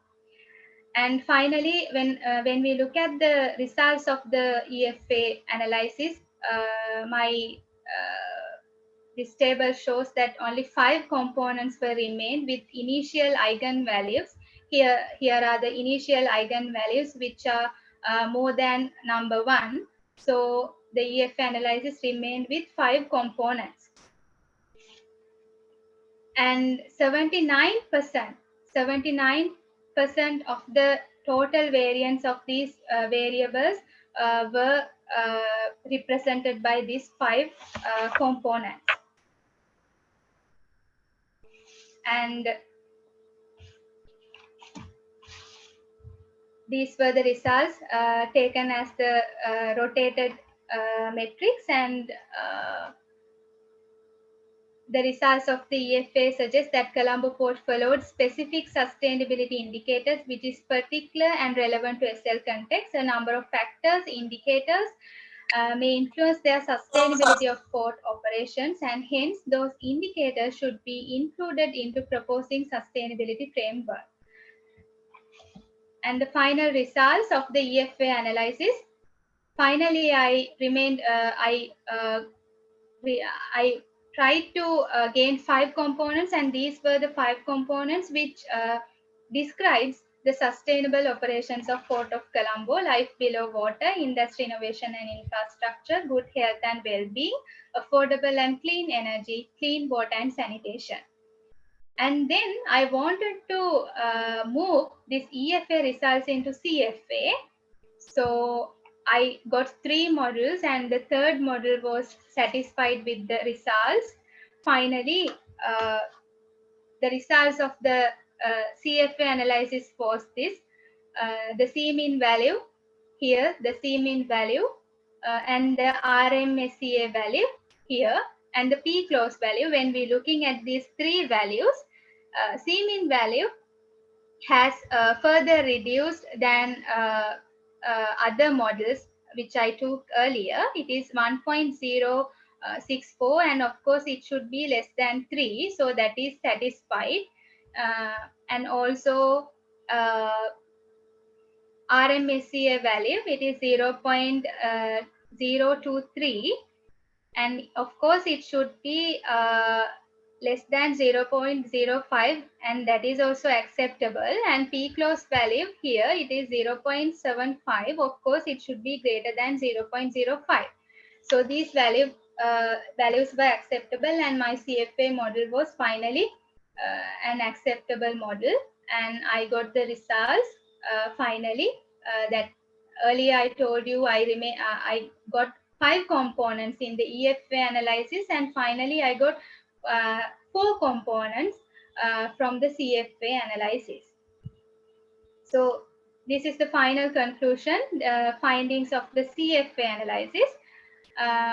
The sustainable operations of Port of Colombo is mainly described by these SDGs. So these are the most specific SDGs for Port of Colombo: life below water, SDG 14, then industry, innovation and infrastructure, SDG 9, and good health and well-being, SDG 3, and affordable and clean energy, SDG 7. So my final sustainability framework remained with these 4 SDGs out of the considered 11 SDGs, the core SDGs and the secondary SDGs out of. And then I did many analysis methods during my research, during doing my research, and these were some other analysis I was done. And these are the conclusions of my research.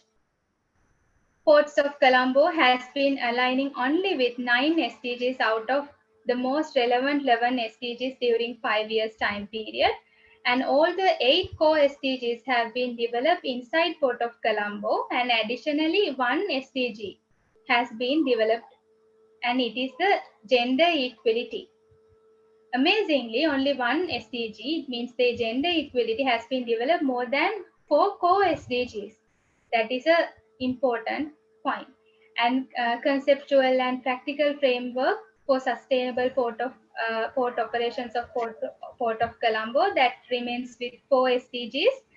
And I did another analysis. I told you earlier, I analyzed the perceptional difference. Always management level port workers gave higher perceptional positive response than operational level port workers about the availability or the current performance of each SDG. And these were the results. And I proposed few solutions for the respondents, and asked what are the most preferred solutions or changes to be implemented in Port of Colombo. So the new solutions, such as implementing a new vehicle routing system, practicing a green building certification like LEED Plus, and developing a multi-module split, and implementing full automation, at least in a part of port, or implementing drone technology should be imposed immediately for better future. So these are few solutions suggested, and all the respondents have given their preference towards these changes. And these are the recommendations.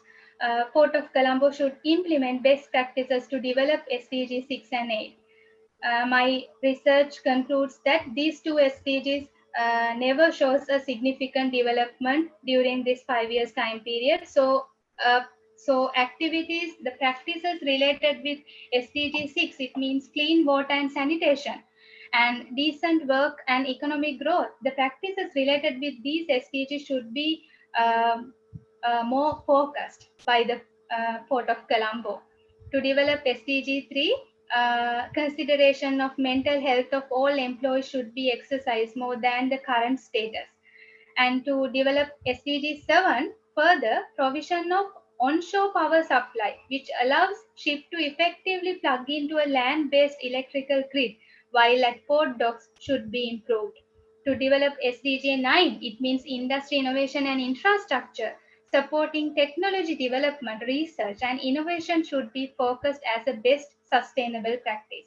And to develop SDG 13, it means climate action, being proactive not to contaminate basin seawater area should be practices more than before.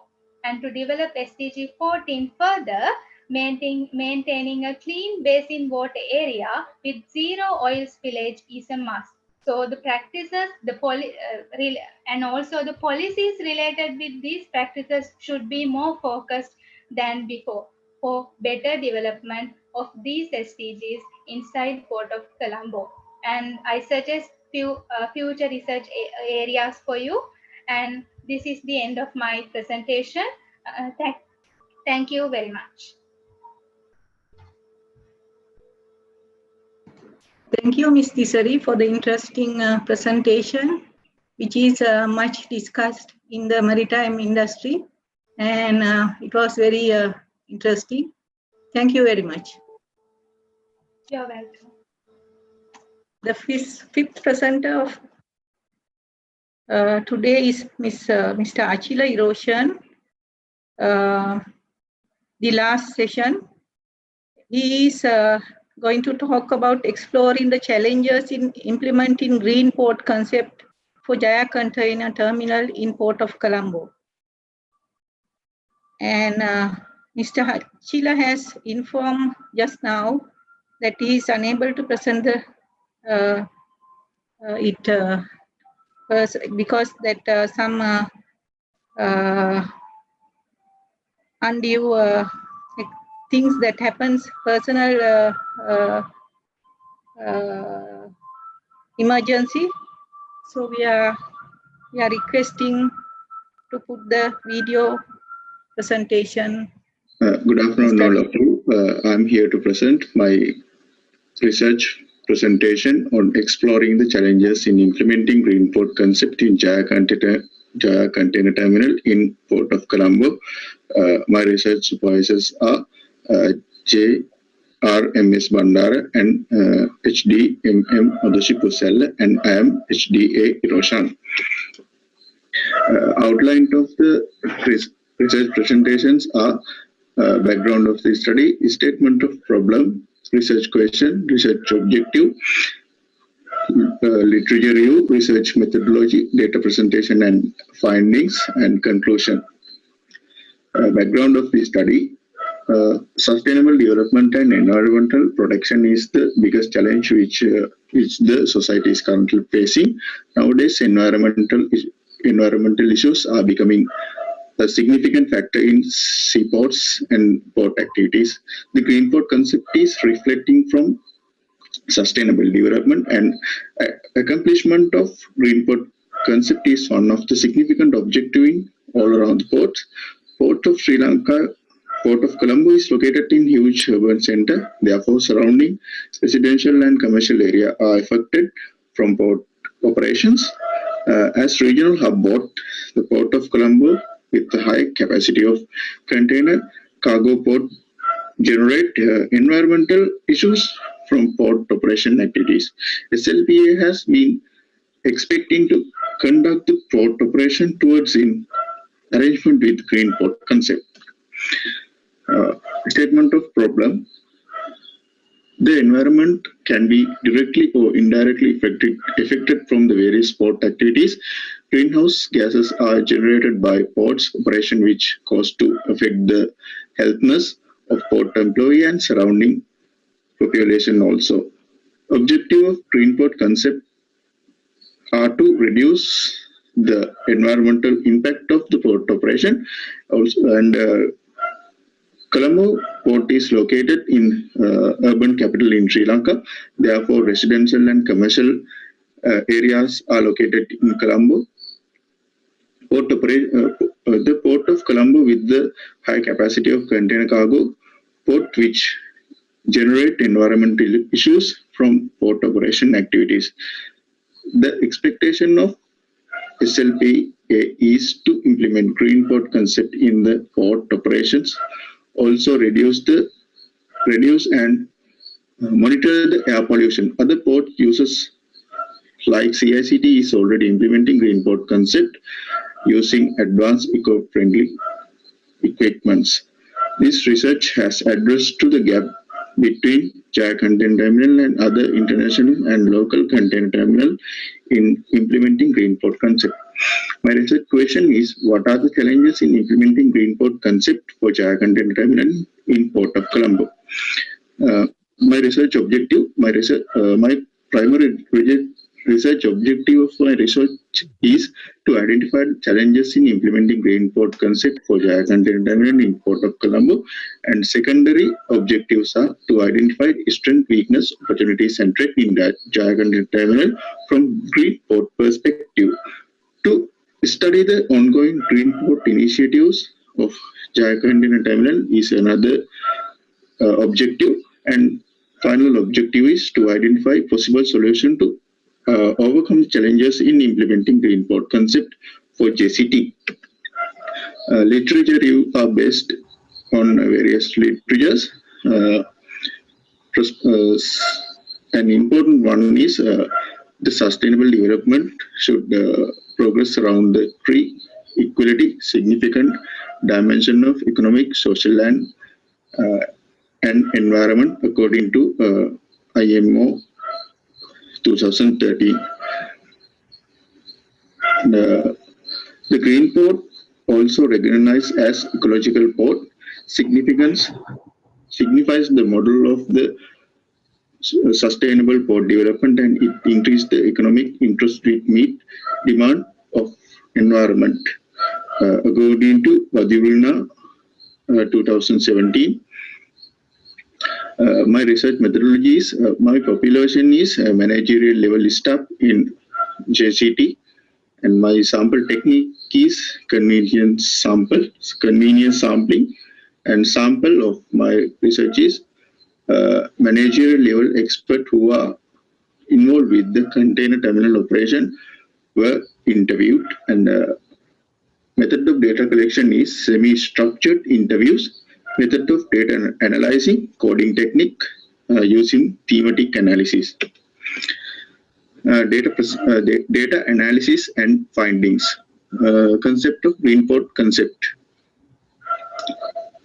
Analysis of interview response demonstrate that majority of respondents identify the concept of sustainability as consumption of remaining resources without affecting to the interest of future generation. And respondent identify the green port concept as an advanced business technology for advanced business strategy for consider the environment and community.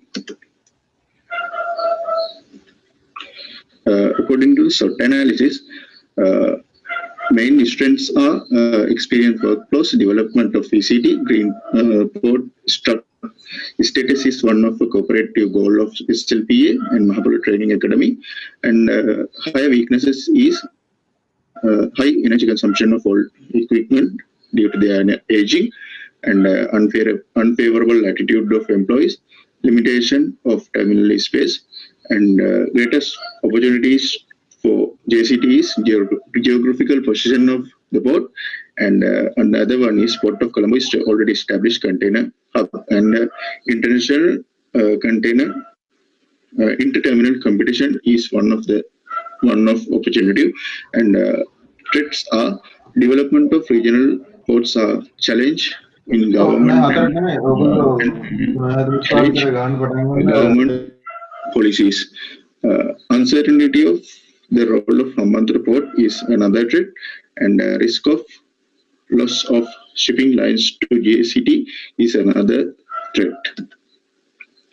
Level of implementation of green port concept in Jaya Container Terminal is starting stage. Current green port implementation are planning to purchase electric and hybrid RTGs, planning to reduce the existing yard lighting system to LED energy effective bulbs, and office equipment and office lighting are powered by the electricity which produced by solar power, and planning to use solar energy to power the yard lighting system in JCT, implementing a waste management program, tree plantation, and conducting awareness programs and using Euro 4 powered engines for terminal trucks. Challenges in implementing green port concept in Jaya Container Terminal. The biggest challenge is a huge cost involved with advanced technologies and equipment, and another one is required amount of investment, also high for implement green port activities. Lack of awareness of both employees and management about green port concept and their individual contribution for green port concept, and strong implementation of government policies required to conduct green port practices in Port of Colombo, also Jaya Container Terminal, and limited space in JCT is another challenge. Solutions to overcome challenges are SLPA has formulated their strategic goal to increase the revenue, reduce the cost, and increase the profit, and plan to invest local and foreign investment in the development and improvement projects in JCT and awareness programs for both employees and management. JCT's plan to development as a government terminal and expecting to successfully implement some green port action in ECT. Expected benefits from green port concept are reduce the current operation emission, reduce the energy consumption, environmental and health benefits, and awareness programs are implemented to increase the awareness on the environment and green port concept, plantation programs, and it will cost to reduce the air pollution and increase the air quality. Waste management practices will lead implementation of advanced waste management system in future.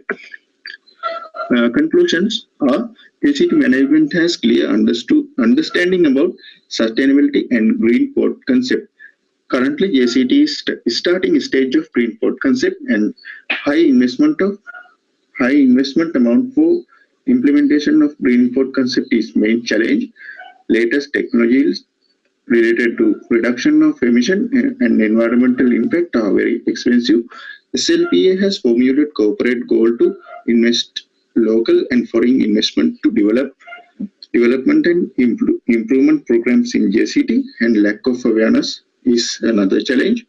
And Sri Lanka government has not functioning strong government policy on green and sustainable port development. It is another challenge for implement green port concept in JCT.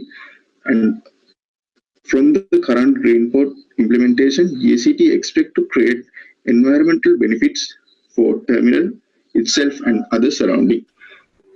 These are my reference for my research. Thank you, all of you.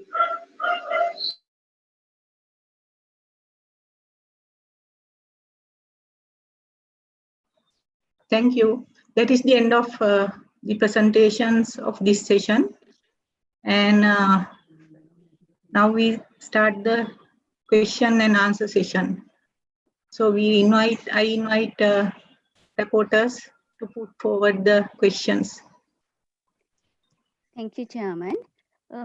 We watched several presentations covering a vast area of this subject discipline.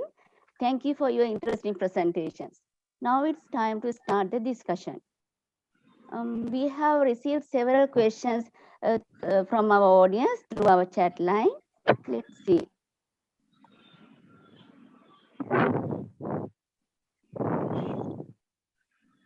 Ms. Ranaveer, there are two questions for you.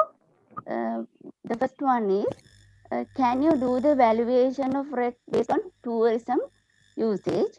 And the second question, did you consider the REC density in each area for your study? Most areas are popular due to various reasons such as beach, culture, religion, food or other water sports. So to the best of my knowledge, dive cost is not totally depend on REX. For the other question, the answer is Now I consider popular dive spots in those four coastal areas based on establishment of dive operators. Okay, thank you, Ms. Ranavira. Let's move to the second presenter. Ms. Gunasinghe, there's a question for you. As to your multiple regression equation, total visit cost has a significant positive relationship with the stated preference to pay. Can you please justify the outcome of your study? Yeah, the total visit cost mean here is the travel cost plus equipment cost plus and the parking fee. So the higher visit cost means they spend more money on the visiting. So according to the analyzed data, the people who have spent more money on the beach tend to have higher income. So here I prove in this research, I prove that higher income has positive relationship with the willingness to pay. So willingness to pay has a positive relationship with the total visit cost.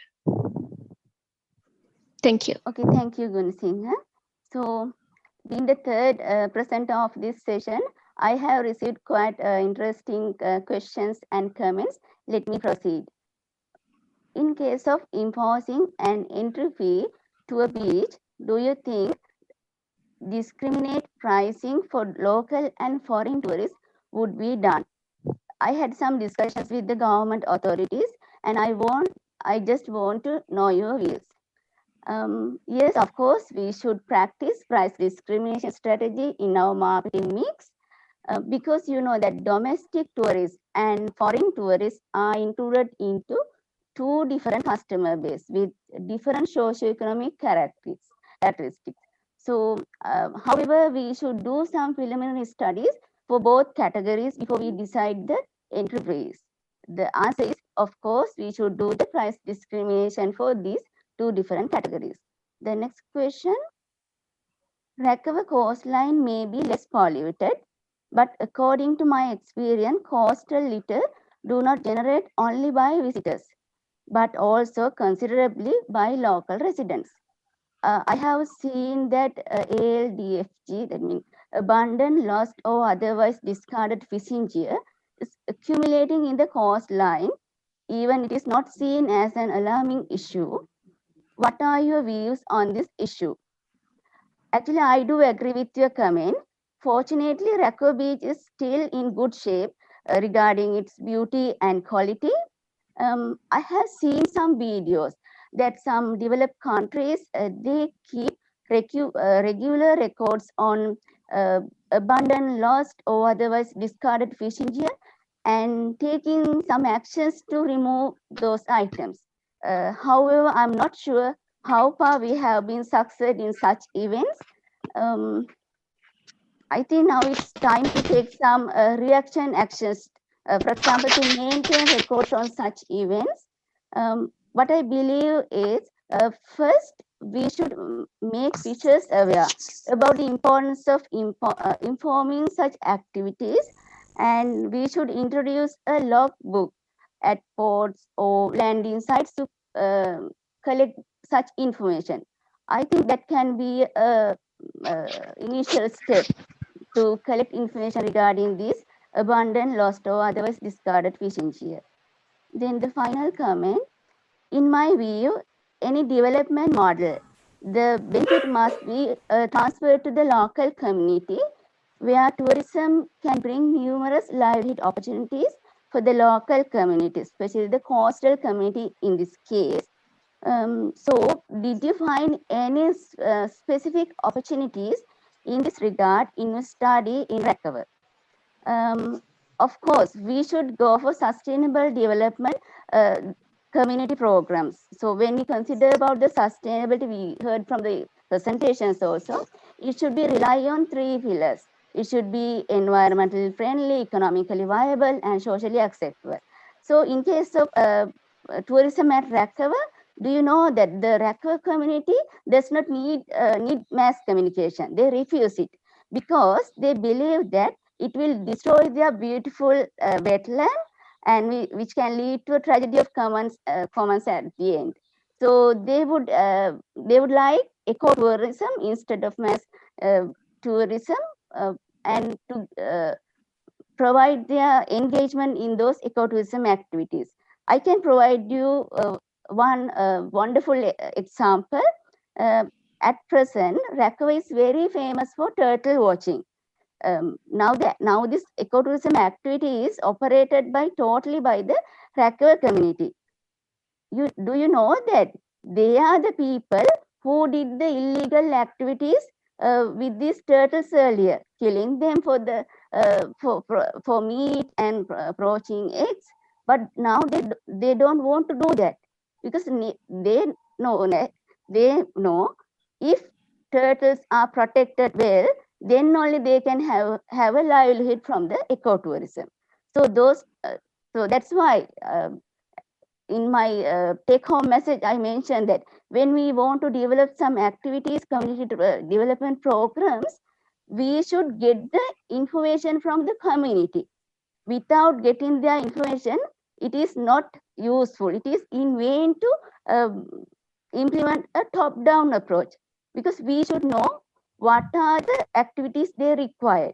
So if we can do the bottom-up approach and go to the community and do the preliminary studies, collect their information. If based on that, we should develop the sustainable development activities for the community. I think I have answered the question, but if you need more, if you want to elaborate more answers, I can provide answers in the chat line. Thank you. Okay, let's move into the fourth presenter. You have one question from the audience. Why SDG 8 is not directly relevant to what activities? Ms. Edhirveera, are you there? Yes. Actually, SDG 8 means the decent work and economic growth for a country's production. Its exports and imports are the main factors which affect for its economic growth.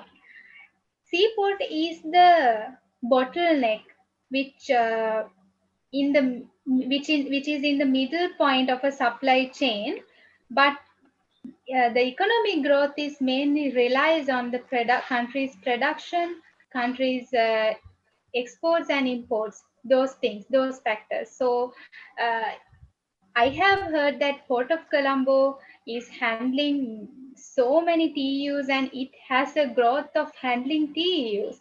But for the economic growth, it has a relevance, but it is considered in the research done by Australian web-based practice called spotplanning.com that it has a relevance, but it is some sort of an indirect relevance. Thank you. Ms. Edhirveera, you have one more question. Would you happy to take it? Yes. Port of Colombo being one of the largest profit makers in the country, how do you defend your argument that if does not support SDG 8? What specific targets you can refer defending this argument?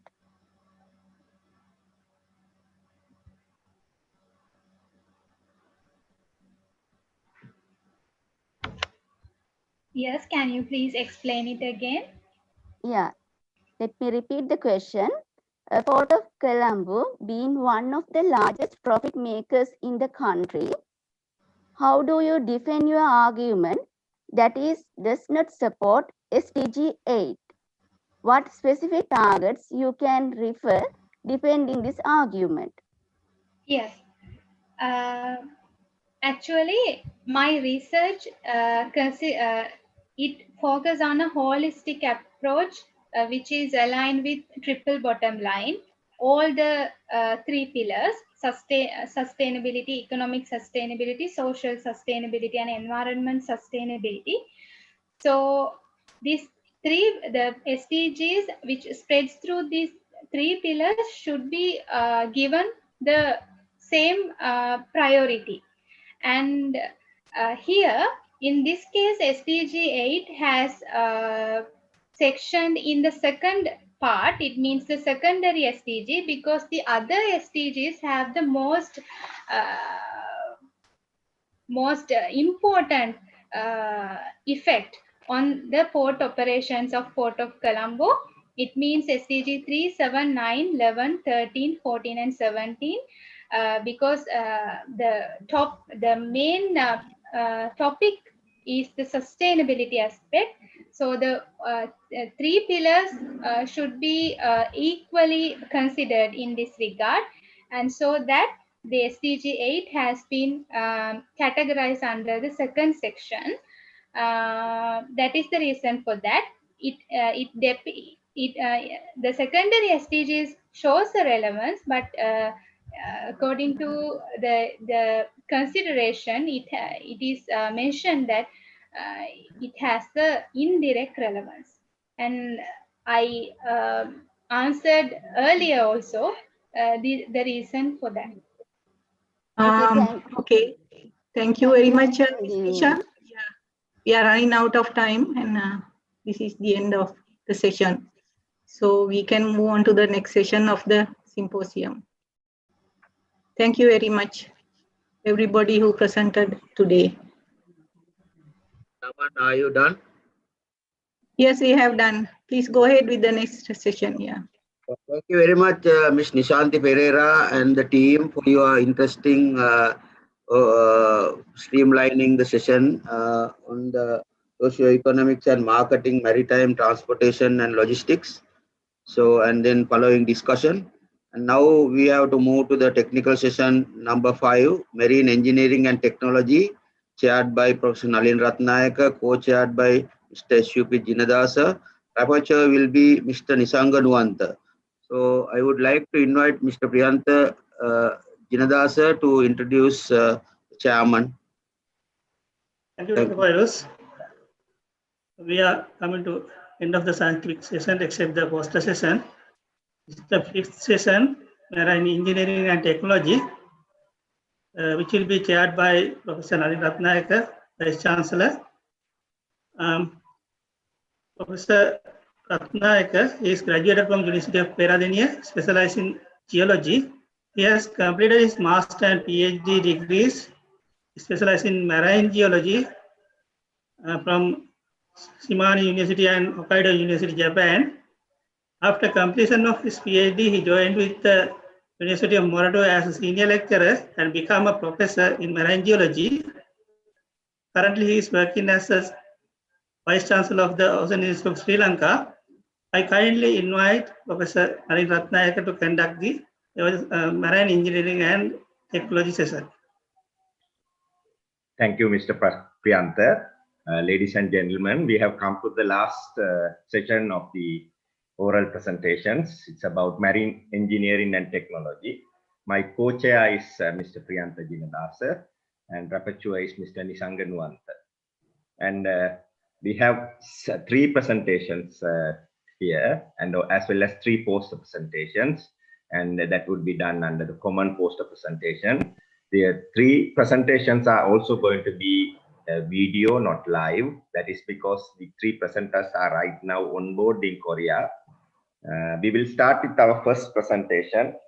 That is about performance evaluation of battery energy storage for offshore solar power system.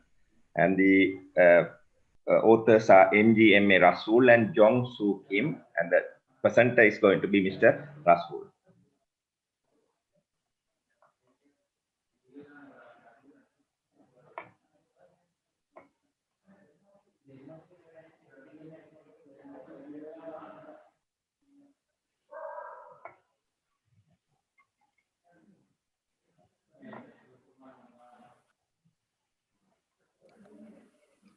Good day to everyone. This is Muhammad Ashik Rasool from Department of Marine Engineering, Ocean University of Sri Lanka. My abstract presentation is on performance evaluation of battery energy storage for offshore solar power system. This is the outline of my presentation, going to brief on introduction and background of the research, then the methodology and the results obtained will be discussed, and finally the conclusion will be presented. As we know that the power generation from renewable energies as clean energy has been significantly growth around the world because of non-stop growing energy demands.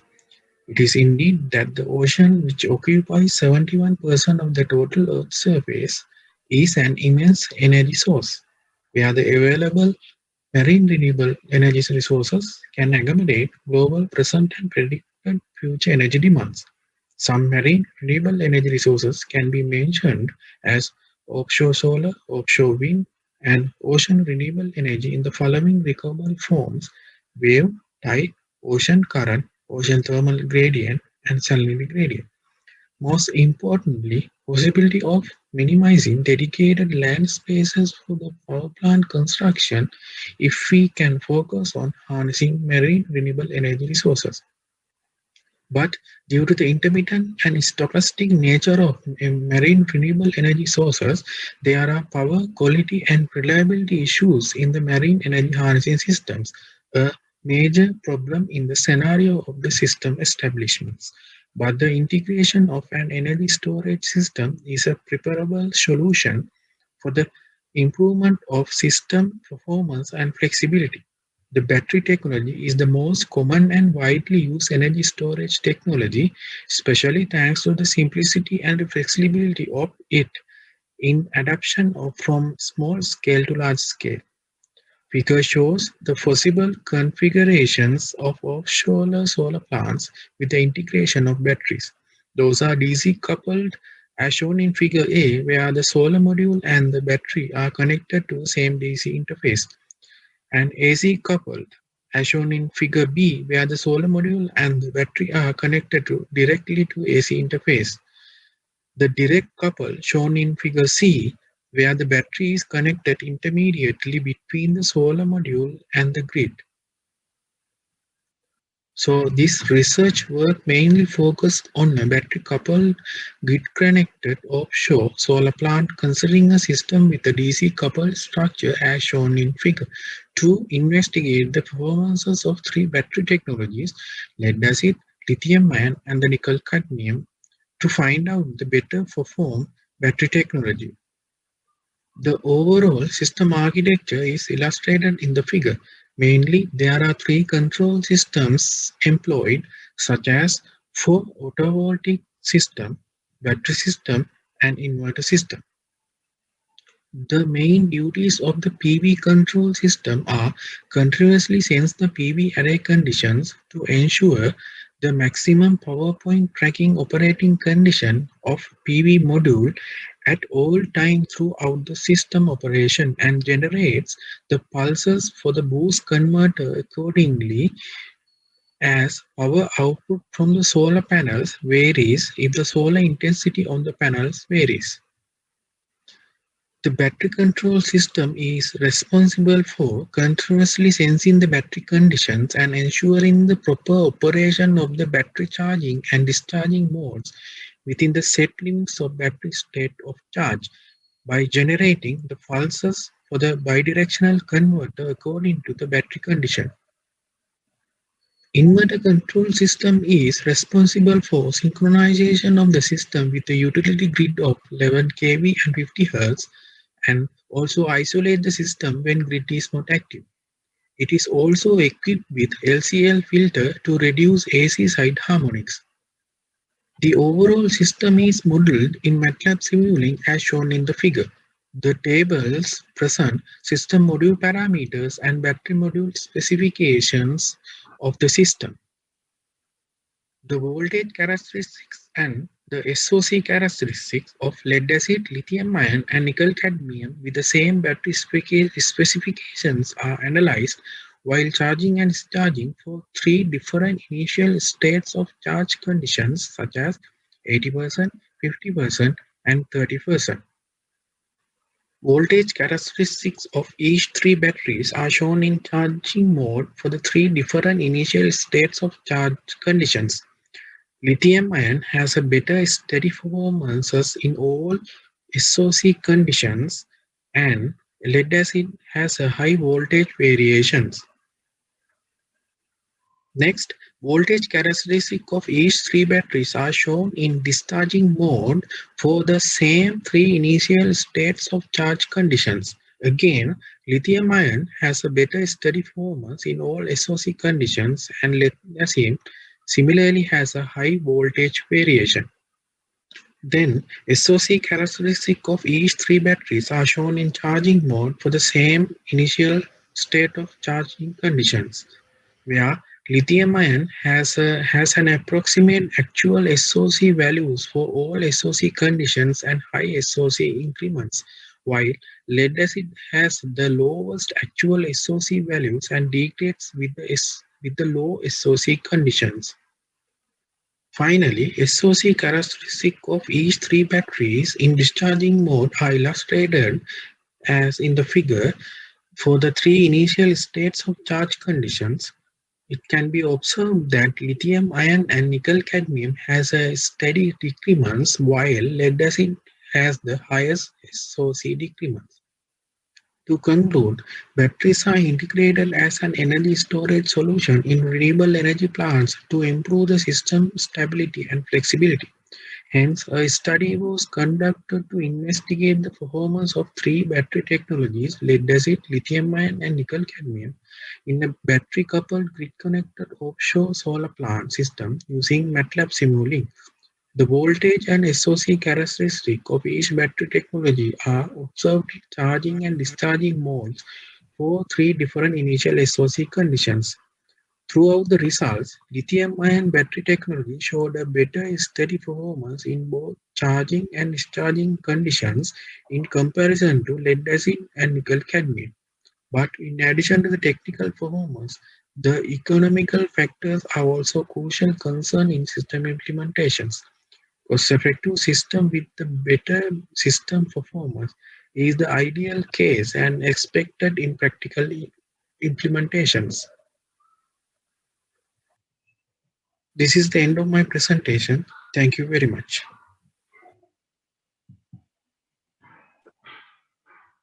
Thank you very much. As I said earlier, I will not be able to, you will not be able to answer questions, ask questions, since these are recordings, video recordings. We are going to the next presentation that is going to be about effect of lateral acceleration on non-linear coupled pitch-rolled ship motion in turning maneuvers. And the presentation is authored by PDD Harshapriya, Seng G Gag, and I Seng Jong. Speaker is going to be PDD Harshapriya.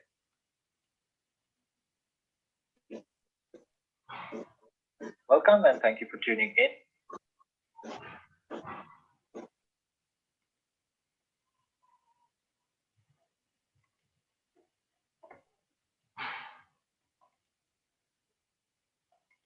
Welcome and thank you for tuning in for this presentation. First, I would like to thank the session chair for the time, and I would also like to thank the Vice Chancellor and the other members of the Symposium Committee in Ocean University of Sri Lanka for the efforts. My name is Dimantha Harshapriya, and I'm a graduate student from the Department of Naval Architecture and Ocean Systems Engineering in Korea Maritime and Ocean University in South Korea. I'm also affiliated with the Department of Marine Engineering in Ocean University of Sri Lanka as a lecturer.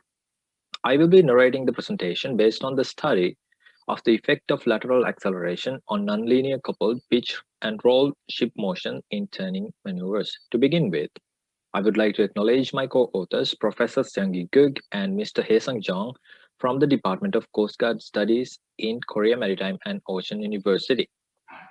To introduce the study, I should first brief the maneuvering component of a particular vessel.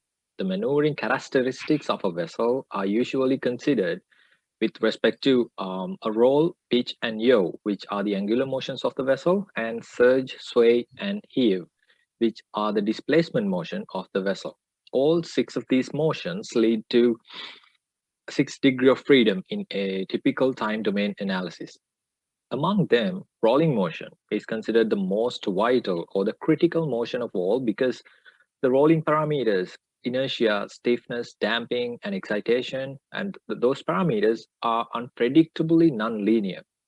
So most of the time, hard or sudden turning maneuvers create critical rolling, but the problem is that you cannot possibly exclude or ignore these hard maneuvers. For example, these hard maneuvers are carried out in different occasions, such as search and rescue or collision avoidance, or even in naval operations. Also, when it comes to autonomous navigation, an autonomous vessel must have perfect or at least almost perfect maneuvering characteristics. That is why it is very important to assess the critical ship motions. So in this study, the combination of nonlinear pitching and rolling motions of a vessel with respect to its lateral acceleration, also known as sway rate, during turning maneuvers in a continuous time domain is analyzed quite deeply. And this presentation will describe the mathematical modeling, which is a little technical, and the experimental study, which is the real ship tests and how the experiments were carried out. Also, towards the end, I will talk about the validation of results and conclusions in short, and finally, the future scope of the study quite briefly. Moving on with the experimental study first, the vessel that was used for the study is shown in this slide. And as it is seen, the vessel is a training vessel, and it has a displacement of nearly 6,500 tons and a length of nearly 120 meters. Data was collected through real ship experiments for a couple of years, from 2017 to this year, 2020. Standard maneuvers that are specified by the International Maritime Organization, or the IMO, were carried out. To be a little more specific, the maneuvers followed were the 1010 and 2020 zigzag tests. Figure on the far left shows a naval vessel conducting the maneuvers as an example, so you can understand what exactly is a zigzag maneuver if you're unfamiliar. To put things in a simpler manner, these maneuvers focus on changing the rudder angle by a constant value, either 10 degrees or 20 degrees, depending on the test, and measuring the variations of other parameters. You can see the basic parameters of interest here on the middle figure. To be a bit more technical, we focus on the changes of heading and overshoot angles with the rudder angle variations, and it is shown in the figure on the far right. And in this study, we measured more parameters using specific equipment. We used an inertial measurement unit, or an IMU, also known as a spatial fog tool, and 2 global navigation satellite system receivers, or GNSS receivers, and they were installed on deck of the vessel along the center line in par with the center of gravity of the vessel to increase the accuracy. And parameters such as time, roll, pitch, and yaw angles, surge, sway, and heave accelerations, and other velocity parameters were measured for analysis. So basically, this is the basic structure of the experimental study and how the tests were carried out. And moving on to the mathematical modeling and simulations, which is the technical part of this study as well as of this presentation, 2 coordinate systems were used. The first one, the body fixed coordinate system, is used for describing the velocity and acceleration information taken aboard the training vessel. And the second one, the sea keeping coordinate system, also known as the inertial coordinate system, is used to derive hydrodynamic forces and to express wave elevations at the average locations of the vessel. And following the basic equations of motion and the motions of sea keeping, the rotation matrix was obtained, because here we are focusing on angular motion. So the rotation matrix we obtain depending on the heel angle, pitch angle, and yaw angle. To elaborate the math model a little further, we can simplify the rotation matrix only for the rolling motion as shown here as T, and including the lateral acceleration, also known as a sway rate. Initiation of the math model is shown here. When the pitching is considered, however, the same approach is followed to build up the relationships, and finally, the pitching and rolling motions with respect to lateral accelerations, and they are combined together. And we move to the simulations later on. And mind you that I have deliberately excluded the rest of the math model in this presentation to make it less technical, because it's already, I feel like it's a bit technical, but this initiation of math model is quite important to explain the study that is narrated here under this presentation, and then the simulations. First, an arbitrary sway motion is introduced at the center of rotation of the body, which is the vessel, and then the lever arm offset is introduced, basically a simple sinusoidal wave.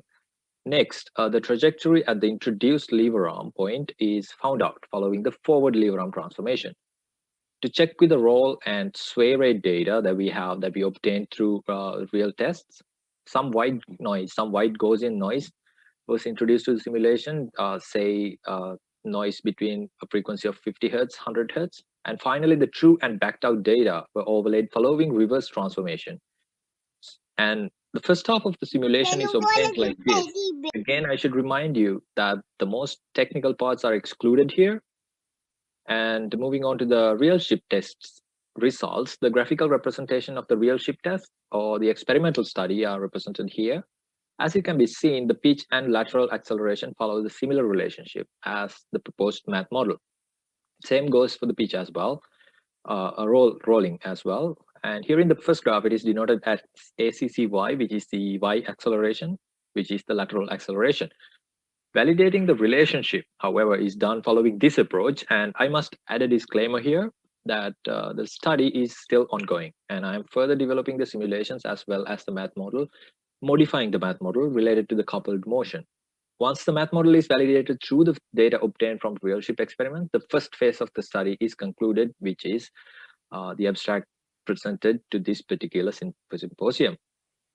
And to brief you all on the future of this particular study, modifications are done in the math model, as I have mentioned before, to strengthen the relationship of motions. Further, we are planning to incorporate turning circle maneuver to this study because it is also a standard turning maneuver.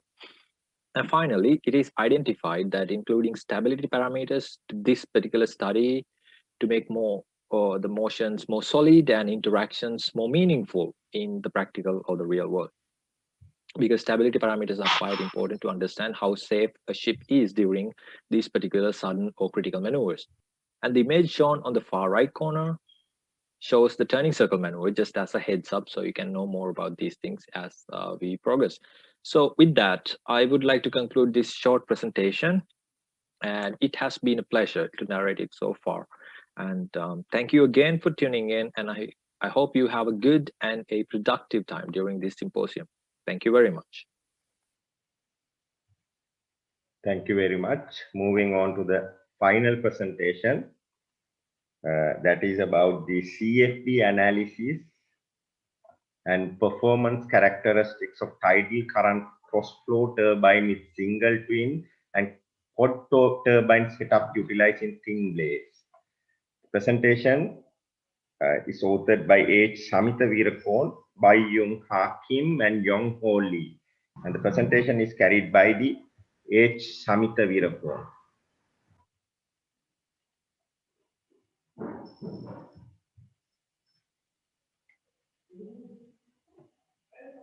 Greetings to all of you. So today I'll be presenting my research work on CFD analysis and performance characteristics of tidal current cross-flow turbine utilizing single, twin, and quad turbine setup. Greetings to all of you. So today I'll be presenting my research work on CFD analysis and performance characteristics of tidal current cross-flow turbine utilizing single, twin, and quad turbine setups. So I will straight away go to the problem statement. So in Sri Lanka, there's a leading demand for renewable energy sector because now even in the Sri Lanka Sustainable Energy Authority has been advised to produce about 80% of the electrical energy produced within 2050 by using the renewable energy sources. There are two main advantages. First, it does not do any emissions, so the climate change won't be affected. And also, if you think of the fossil fuels, now they are depleting, and if you think of the atomic energy, because even in the most developed countries, the atomic energy plants are now forced to shut down because of their major hazards. So this research is strictly been aimed for the development of Sri Lanka's for the development of Sri Lanka, and also with this development we can have a sustainable and a visionary future towards a new Sri Lanka. So this is the problem I want to reach, and there's a huge demand, huge potential during the upcoming years for Sri Lanka. And so if I go through the objectives, so basically the objectives was to find out the essential research fields in harnessing ocean energy, because we are an island, we are covered with the sea, so we are the best candidate for this sort of energy harnessing. And also to implement the fluid dynamics and computational fluid dynamics, as we know the CFD, to ocean engineering aspects. And also to enhance this effect, I have used a direct drive turbine, which is now under research and development throughout the world. So this will be a huge impact on producing energy. And also, I wanted to analyze the fluid structure interaction with this research. So I will go briefly on this. So this is the turbine setup that have been produced. So this specific turbine has a nozzle, two nozzles, which both acts as a divergent and a convergent nozzle. And also the turbine structure contains thin blades. And you can see with my data acquisition, this tidal turbine is placed inside the ocean channel, which is having a tidal stream velocity of 2.5 meters per second. So this is the basic construction. And before we move on, the research is basically based on the CFD analysis. So before we put the geometrical model, we have to create a mesh, which is a volumetric mesh. So you can see the turbine blades are being meshed thoroughly with keeping in mind that the Y plus value in CFD, Y plus value should be kept as low as possible because of for good accurate results. So this is the turbine meshing, the blade meshing. And this part, as you can see, this is the nozzle. This nozzle plays a vital role in performance enhancement. So the nozzle also been meshed with a hexahedral mesh, completely hexahedral, keeping in mind a good mesh quality is required. And as you can see, this is the important part where I have set the turbine setup. So in the turbine setup, 3 stages of simulation was carried out. Numerical simulations means the numerical calculation. So for us to do the numerical calculation, first turbine, the single turbine setup, dual turbine, and the quadruple turbine setup has been placed, and then the calculation was carried out. In this calculation, you can see the volumetric mesh is a large mesh because we did the mesh convergence test, and so depending on the mesh convergence test, these were the values which gains the required amount. And in this simulation process, we have put no slip wall conditions, and the turbulence modeling was K omega SST, shear stress transport model was used. And the residuals were set to 1 to the power times -4. That was a residual target because we run the simulations and we have to get the accurate results. So let's go on to see the results. So we use the commercial ANSYS CFD code, the ANSYS CFX, where most of researchers in this particular era, particular stages, they use this powerful tool. And as you can see from the mass and momentum convergence, all the aspects of the mass and momentum convergence has dropped down to the required residual target. So which means our numerical calculations has been succeeded. And with the post-processing, as you can see, this turbine is a bidirectional turbine. Either way the fluid path moves, the turbine rotates in the same direction. So the Y plus value, Y plus means the non-dimensional distance from the wall, which we think of, has been kept as low as 50. So which is also a good achievement. And because we do this numerical calculation, and we have to analyze the turbine performance. Turbine performance calculation was mainly based on the Betz limit calculation procedure, where we have the criteria of performance or the coefficient of performance, the CP value. As you can see, theoretically, we calculate the CP value based on the inlet velocity conditions and the available power, and also what is the extracted power from the turbine. So basically, we run these simulations to extract the turbine power through the torque and the RPM. So let's see how the values changes. So in here, these were the results, or these were the findings from this research. As you can see on the top of the screen, you can see single turbine setup where extracted powers are shown, and single turbine setup, twin turbine and quadruple turbine setup on the below, where you can see the coefficient of performance values. So as you can see, I will briefly show you the twin turbine setup yields a maximum margin of around 148 kilowatts with a CP value of whopping 0.12, increase in 0.12. So which is an amazing achievement for this kind of turbine setup. And the quadruple turbine, the single turbine are below par values. So my results or finding of this research was the best was the twin turbine setup. So we'll go through the post-processing results.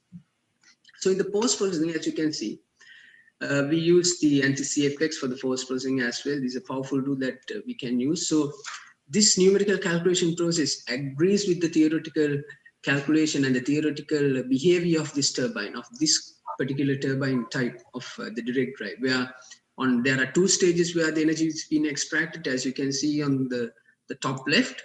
First stage and the second stage being marked as red color, so which means that the fluid energy is being transferred to the machinery where you can produce electricity, which is a good finding.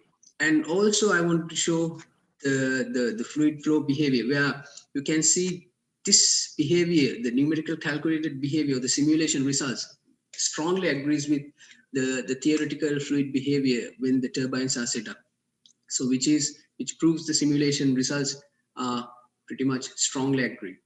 And also you can see how the turbines, the hexahedral mesh and the tetragrids combined with the prism layers are being uniquely functioned to provide a good results of this, because the CFD, the advanced fluid dynamics concept, have to be kept in place where you have to have a good accurate results with your research. So this vector contour plot shows you why these results are accurate. And also you can see the flow behavior throughout the part and throughout the turbine, and how the flow is being behaved, and the flow is being analyzed thoroughly with using the safety technique, and it proves that this turbine performs as we have predicted. And I will show you a small scale streamline vector where you can see when the flow is passing through the turbine, and when the turbine is being restricted with the flow, where you can see the velocity is being decreased and the pressure has been increased. So that increment of pressure transfers the pressure energy, because it's a reaction turbine. So it transfers that energy to the turbine and it produces power. And so you can see pretty much this research was being a success with using the CFD techniques. And the key finding was that the turbine in the single, twin, and the quad turbine setup utilizing thin blades, the twin turbine setup outperforms everything. And also this turbine is very much required, with minimal maintenance is required, and manufacturing cost is low. For a country like Sri Lanka, we require that. And the turbine can outperform with a wide range of rotational speeds, as you can see from my findings. So it is a good opportunity, it's a good trend that we can keep on, because then we can get a flat efficiency curve. So I think with this research, with these key findings, I will conclude my small brief introduction. I hope everybody will stay safe in Sri Lanka. Thank you. So we had very nice 3 presentations in marine engineering, and it is very unfortunate that they could not join us, and we would be able to ask questions. But however, marine engineering is the future Sri Lanka. So they are Ocean University lecturers, and once they are well equipped with research in marine engineering, they are going to be an asset to Ocean University as well as to Sri Lanka. That concludes the session. Over to Dr. Fairuz. Thank you very much, Chairman, Vice Chancellor, for very interesting presentations. Even though the participants were not available, they have performed well using the technology, so they delivered the message very well. However, we will keep this discussion post the questions if there is any. And with that message, I would like to move to the poster presentation straight away. That according to the agenda, that is chaired by Dr. H.B. Jayasiri, co-chaired by Ms. Madhushi Pushalla, Ms. Nesha Dusani, Mr. Samit Varnasurya, Mr. Nisanga Nuwanta, Ms. Samali Ratnasiri. As there were total couple of posters to go, so I would hand over the chair to perform streamline the session. Thank you. Thank you, Dr. Fairoz. And we will move into the final or last session of the day. And this is the technical session number 6 and for presentation of posters.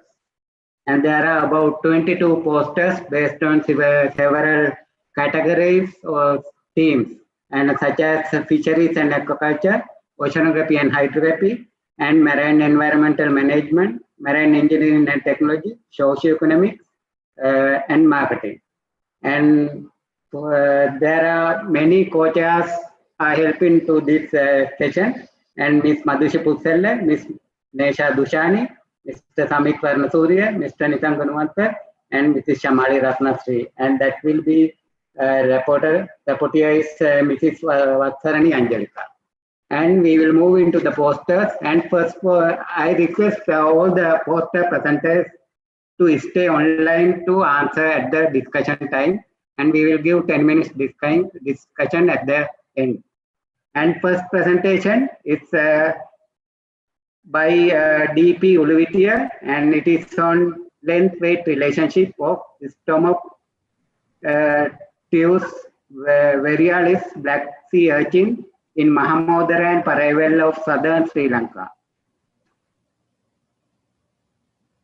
And each presentation will be there for 3 minutes time. Hello sir, can you hear me? Yeah, I can hear. Good afternoon dear all. My research topic is length-weight relationship of Stomopteus variolaris in Mahamodara and Paravel of southern Sri Lanka. This study was conducted to determine the length-weight relationship and the length and weight frequency of Stomopteus variolaris from intertidal waters of Mahamodara and Paravel in the southern coast of Sri Lanka. A total of 102 and 87 samples were collected randomly from the Mahamodara and Paravel during the time periods from September 2018 to August 2019. The test diameter and body weight were measured separately for 2 sampling sites. The frequency distribution of test diameter and weight of Stomopteus variolaris reveals that the test diameter range from 3.2 cm to 9.0 cm and 3.0 cm to 8.6 cm for Stomopteus variolaris in Mahamodara and Paravel respectively. Total weight ranged from 27 gram to 350 gram and 28 gram to 340 gram for Stomopteus variolaris in Mahamodara and Paravel respectively. In addition, the length-weight relationship of Stomopteus variolaris were weight 0.97273 * 2.636 and 0.98316 * 2.622 for Mahamodara and Paravel respectively. The present study revealed the B value for Mahamodara 2.636 and Paravel 2.622 were less than 3, which concludes that Stomopteus variolaris shows a negative allometric growth. Results of the present study could be utilized to get an idea about the growth of Stomopteus variolaris in southern coast of Sri Lanka for formulating a sound management plan while developing the fishery. Thank you. Thank you, Olivia. And we will move into second poster, and it will be presented by N.H.D. Surangi, and presentation title is Gut Content Analysis of Black Sea Urchin, Stomopteus variolaris inhabited in Negombo and Veligam coast of Sri Lanka. Good afternoon, all of you. Today I am here to present my research on gut content analysis of black sea urchins or Stomopteus variolaris, which are inhabited in Negombo and Veligam coast of Sri Lanka. These black sea urchins or Stomopteus variolaris are highly abundant sea urchin species in Sri Lankan water. In the world, there is a trend of culturing sea urchin as their gonad, known as raw, is highly prized culinary delicacy.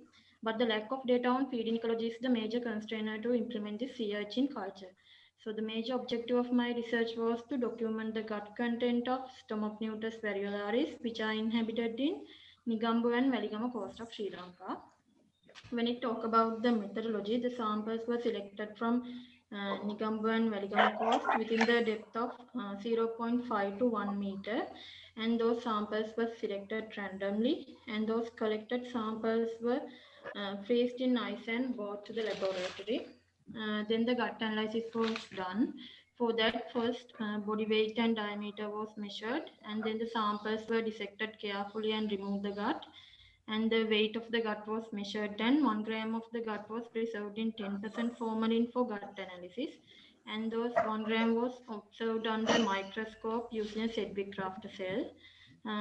Identified gut content was categorized into 4 groups as macroalgae, animals, animal derivatives, and sediments.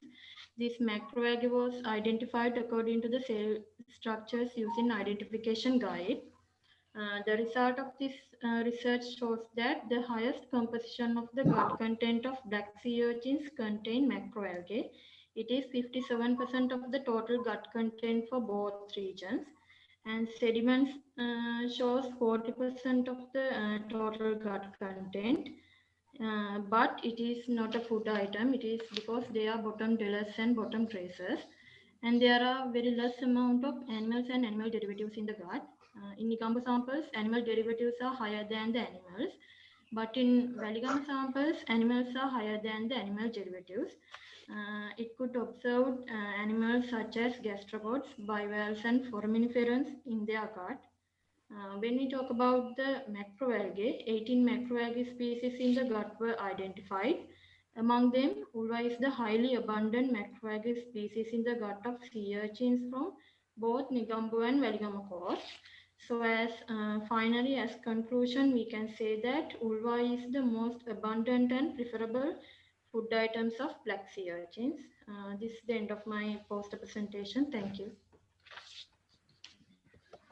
Thank you, Rangi, and I also requested to send you a question via chat line, and we will move into the next poster presentation, and that will be presented by Nalakech Gamage.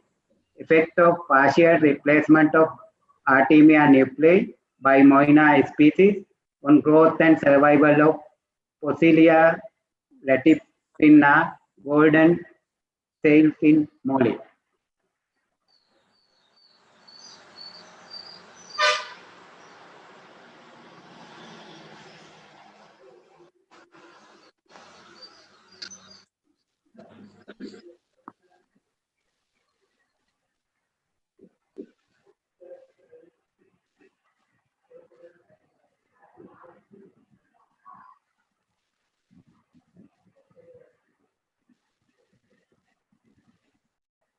And there is no voice in this poster, and you can go through the poster, and we will give 2 minutes time to go through the poster.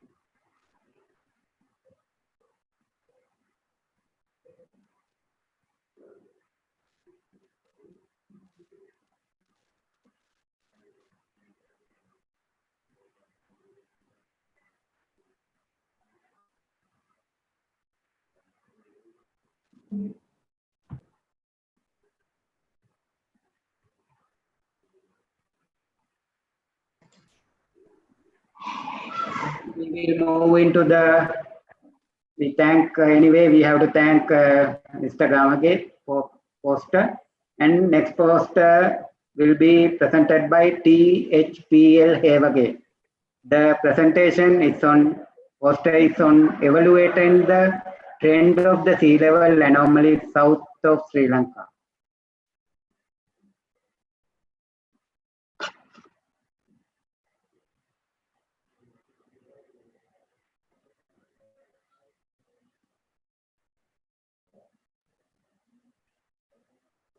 Hello everyone, I'm Praboda and today I will be presenting our great post on evaluating the trend of sea level anomalies south of Sri Lanka. Telugu rights is a contemporary topic addressed by the scientific community, though there are predictions on global scale, regional studies are very scarce. So this study focused on the southern tip of Sri Lanka, and we have investigated how the sea level height varies over the last 25 years. So in this study, we have selected a grid of latitude 5 to 6 degrees north and longitude 79 to 82 degrees east in the southern part of Sri Lanka. And the satellite-derived data was obtained from Aviso Marine Copernicus, and the data extends from 1993 to 2018 for a period of 25 years. Our mathematical software was used for data processing and statistical analysis. So first we have found the monthly mean sea level heights, then the area average monthly regional anomalies, as well the overall sea level height at each grid point to find the maximum overall sea level height. So to our results, it was obvious that the area average monthly sea level anomalies show an increasing trend, and this trend is significant at the 5% significance level. The maximum and minimum values of the overall sea level height was recorded as 0.82 meters and 0.86 meters respectively, and the grid point which corresponded to maximum sea level height over the past 25 years was 5.875 degrees north and 81.875 degrees east. So the conclusion of our study was that over the last 25 years, in the southern tip of Sri Lanka, there has been an increasing trend of sea level anomalies, and this is quite important to a coastal nation like ours that we develop studies like this, because this can help in implementation of plans regarding sustainable development. Thank you. Thank you, Ms. Sevage. And next presentation is on yellowfin tuna, Tunas albacaris abundance in relation to temperature distribution in the Indian Ocean. Poster will be presented by PLADC Pinnagoda.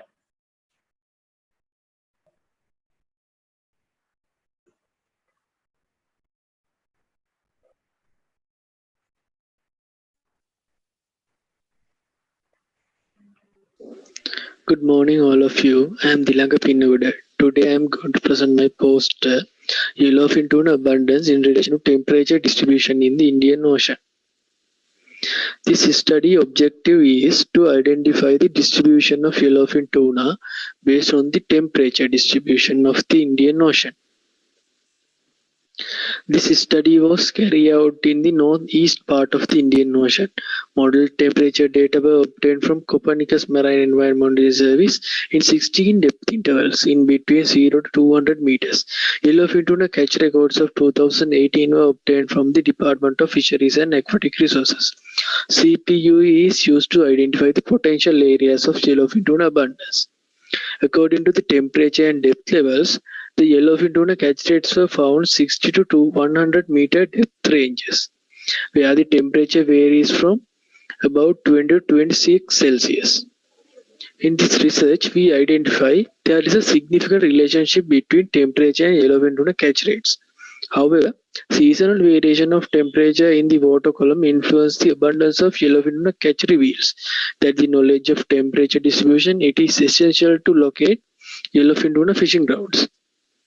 The average catch per unit of effort is the number of fishes per 100 hooks per day was 1.74. Figure 1 describes about the fishing activities in the Indian Ocean in 2018. Figure 2 catch per unit of effort of yellowfin tuna within the 2018. Figure 3 and 4 describe the yellowfin tuna spatial distribution of catch per unit of effort, and figure 5 and 6 describe about vertical temperature distribution of the Indian Ocean in 2018. In discussion part, according to the logbook data of yellowfin tuna fishing activities, yellowfin tuna is largely caught in several areas in Sri Lankan EEZ and Bay of Bengal and Arabian Sea. Yellowfin tuna catch location is changing throughout the year. The observed result shows that there is a seasonal variation of surface and subsurface temperature that influence the catch rate of yellowfin tuna in the Indian Ocean. As a conclusion, we can say temperature is a strong predictor of locating yellowfin tuna species, but it is not only the factor that can affect the yellowfin tuna catch rates. Therefore, it is useful to study more oceanographic parameters that can predict the yellowfin tuna fishing grounds. As a future direction, this study can develop further to predict more suitable oceanographic area for major fishing species. I acknowledge Department of Fisheries and Aquatic Resources and Copernicus Marine and Monitoring Service. Thank you.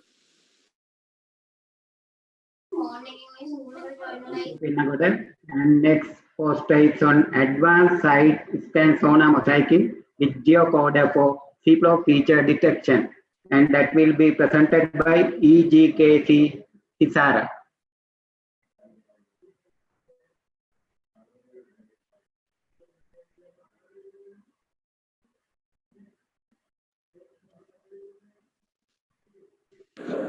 Hello everyone, I am EGKC Hisara. Our poster is the topic of side scan sonar mosaicing with geocoder for seafloor feature detection. Ocean features can be explored, identified, imaged and characterized by the use of acoustic device. For that, wide ranges of acoustic imaging systems are used, including single beam echo sounders, multi-beam echo sounders, side scan sonars and sub-bottom profilers. Acoustic seabed classification is the process of categorizing seabed features into different sediment classes. Side scan sonar is an acoustic imaging device used to provide wide-range, high-resolution images of the seabed. It enables a more complete and detailed description for safer navigation, oil and gas industry, dredging operation and environmental studies. Especially sonographs provide better knowledge to differentiate material and texture type of sea bottom with the help of ground truth samples. The main objective of the task is to classify sea bottom and identify features using side scan sonar data at Colombo Port.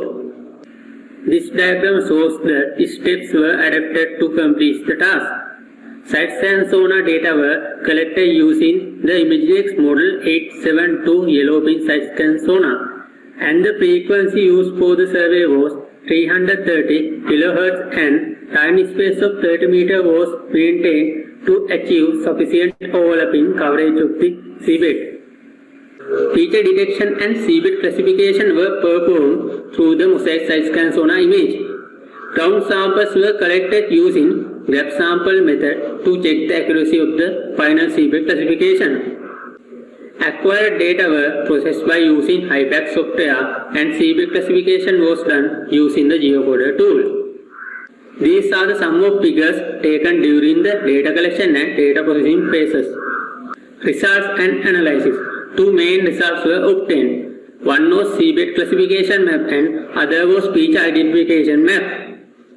Seabed classification was done based on the grain size of the various forms of sediment. Angular response analysis or ARA states that sediment type vary from -1 gravel to +9 clay by grain size value, and 20 sediment types are being laid between this range. Several objects can be identified using the characteristic of grayscale, shape, shadow and pattern. These figures are shown some of the identified features. This was a chain, part of a pier, concrete blocks. Also, there were shipwreck, rocky areas and some obstacles had been detected. And this figure shows the acquired ground samples in several locations of the surveyed area. Conclusion of the task. A large quantity of the seabed was covered by gravelly muddy sand, around 57%, and the remaining area was covered by slightly deviating types of sand, such as fine or silty sand, around 14.7%, and coarse sand, around 20.4%. Also, the resulting seabed classification map prepared through geocoder is almost equal to the result obtained from grab sample analysis. This is the end of my presentation. Thank you. Thank you, Sarah. We will move into the next poster, and it is on determination of shallow water depth using Landsat 8 satellite images, and it will be presented by SBPLV Dayananda.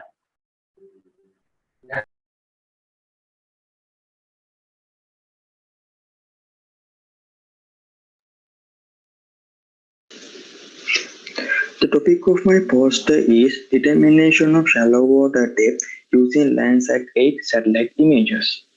As we know, the single and multi-beam echo sounding systems are commonly used in the world to obtain bathymetric data, but it will be difficult to apply in shallow water regions where depths are less than 5 meters due to potential grounding of the vessel, and also system loss performance in coastal area due to sound wave penetration to the bottom of the ocean as in turbid water.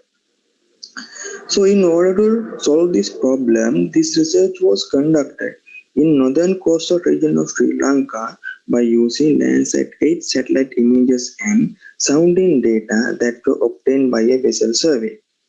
The final goal of this research is to prepare a satellite-derived bathymetric map by using Landsat 8 satellite images and to check its accuracy with the accurate depth data that were obtained by a vessel survey. When we look at the first image under the methodology, it is important to extract bottom radius, which is represented by LB, from the total upwelling radius measured by the remote sensor. In order to do that, atmospheric correction, sunglint correction, and deep water correction were applied to the satellite images. Then after removing land area by using near-infrared band of the satellite image and apply nonlinear inversion algorithm to blue and green bands on satellite image, the final goal of making satellite-derived bathymetric map was created.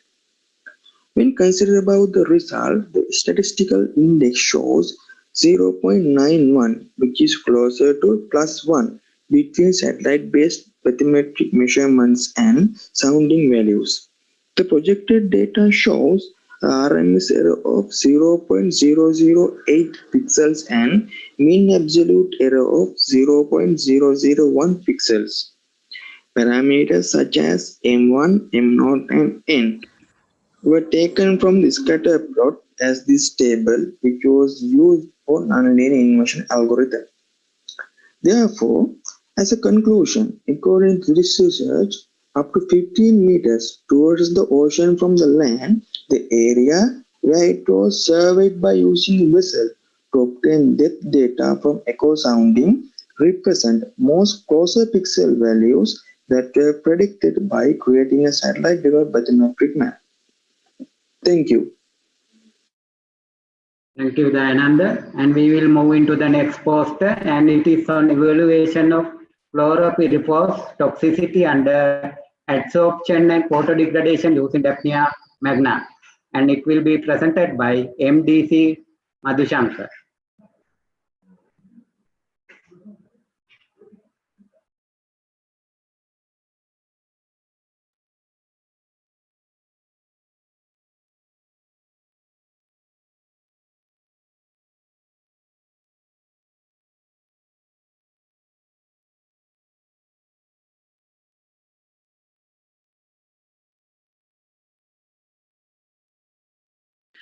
Good afternoon, everyone. This is one of my undergraduate student research work. She is unable to attend this conference, therefore I present this poster. So our research is focused to pesticide toxicity under different scenarios like adsorption, photodegradation. Also, we use some different material for the adsorption as well as photodegradation. If we move to some introduction about this research, so as we know, Sri Lanka is an agriculture country. We cultivate many crops as well as rice. Rice is our main staple food. We use pesticide for better management of these crops. Therefore, it has some kind of impact. We need to evaluate that impact. We use this time chloropyrifos However, it was banned in 2012, but we need to understand what is the toxicity under different scenarios in the country. So we use standard chlorpyrifos concentrations, 0.5 milligram per liter, 1 milligram per liter, and 2 milligram per liter. Then we prepared some treatment material like humic acid as well as charcoal, and also humic acid coated charcoal. We can say humic acid with charcoal. So this treatment we use for different experimental procedures, adsorption. So in the adsorption procedure, we use, as I said earlier, 0.5, 1 milligram per liter and 2 milligram per liter concentration with the replicates. We use for our experiment in this experimental procedure. After that, we extract using a solid phase extraction cartridge. Supernatant was used for the analysis of the remaining chloropyrifos by the GC ECD. Also, same concentration were used for the photodegradation process. We use same experimental time for this experiment also. When we use this treatment material, same material we use humic acid as well as charcoal and humic acid coated charcoal with the different treatment pesticide concentration 0.5, 1 milligram per liter and 2 milligram per liter. So we found good results. You can see in the figure 1 adsorption of chloropyrifos under different treatment with different treatments. Also figure 2 illustrates the photodegradation of chloropyrifos under 3 different treatments. So you can see in figure 3 removal rate of pesticide in the adsorption process. Also figure 4 illustrate the removal rate of pesticide under photodegradation. You can see there are huge amount of material, chloropyrifos, was removed under photodegradation process. Actually, this photodegradation process including with the adsorption also. The adsorption experiment was done only separately, only for the adsorption, but the photodegradation process including adsorption part also. So also when we conduct the toxicity testing, we use Daphnia magna. We followed the OECD guideline for the toxicity testing, and we found that mortality rate was little less than the adsorption humic acid as well as in the charcoal.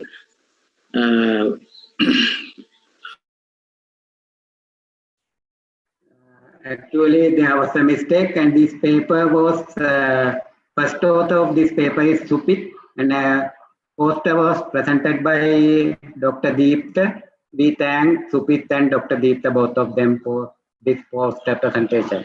And next poster is on analysis of status of plastic waste management and proposed a circular economy-based policy framework to management of plastic waste in Sri Lanka, and it will be presented by G.N. Jairat.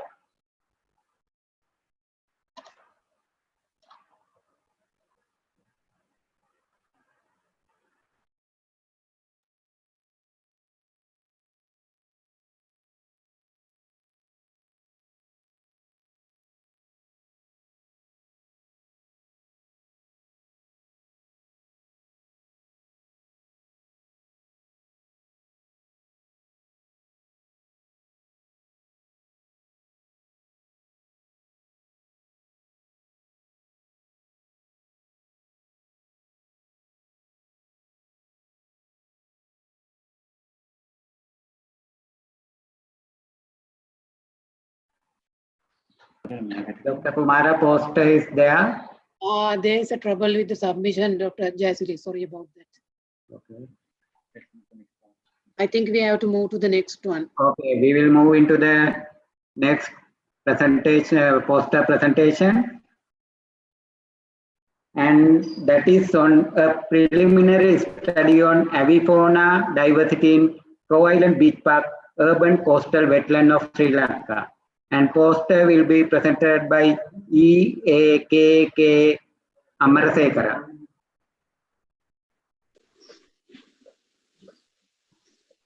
Hello everyone. This poster is about avifaunal diversity in the Crow Island Beach Park, which is an urban coastal wetland located in Colombo district. And this park is close to Kalani River mouth area. So good afternoon everyone. This poster is about avifaunal diversity in the Crow Island Beach Park, which is urban coastal wetland. And this park is located in Colombo 15, close to Kalani River mouth area.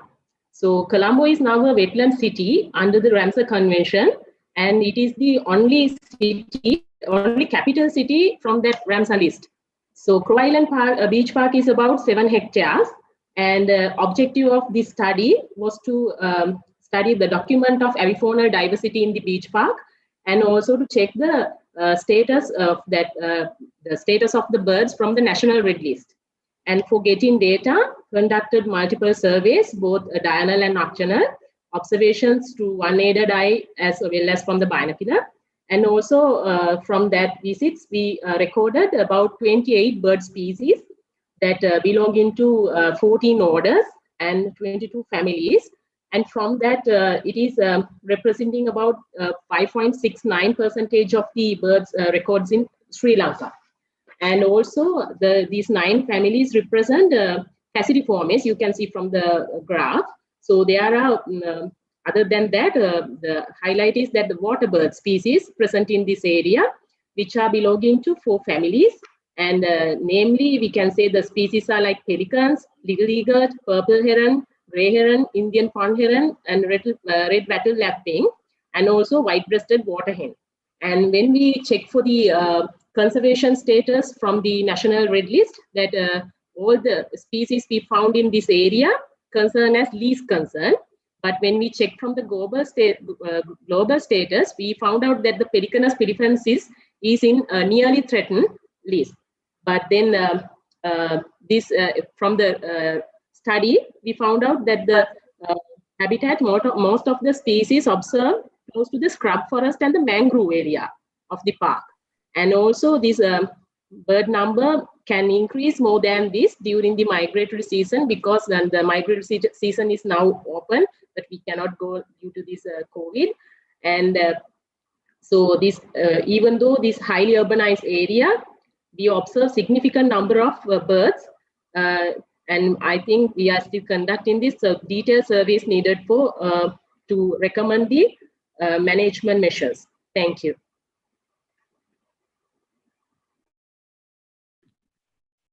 Thank you, Ms. Kasunti, and we will move into the next poster presentation, and that is on comparative study of the abundance of aquatic avian species at Rakava and Kalametiya lagoons, southern Sri Lanka. And poster will be presented by K.C. Vanigatunga.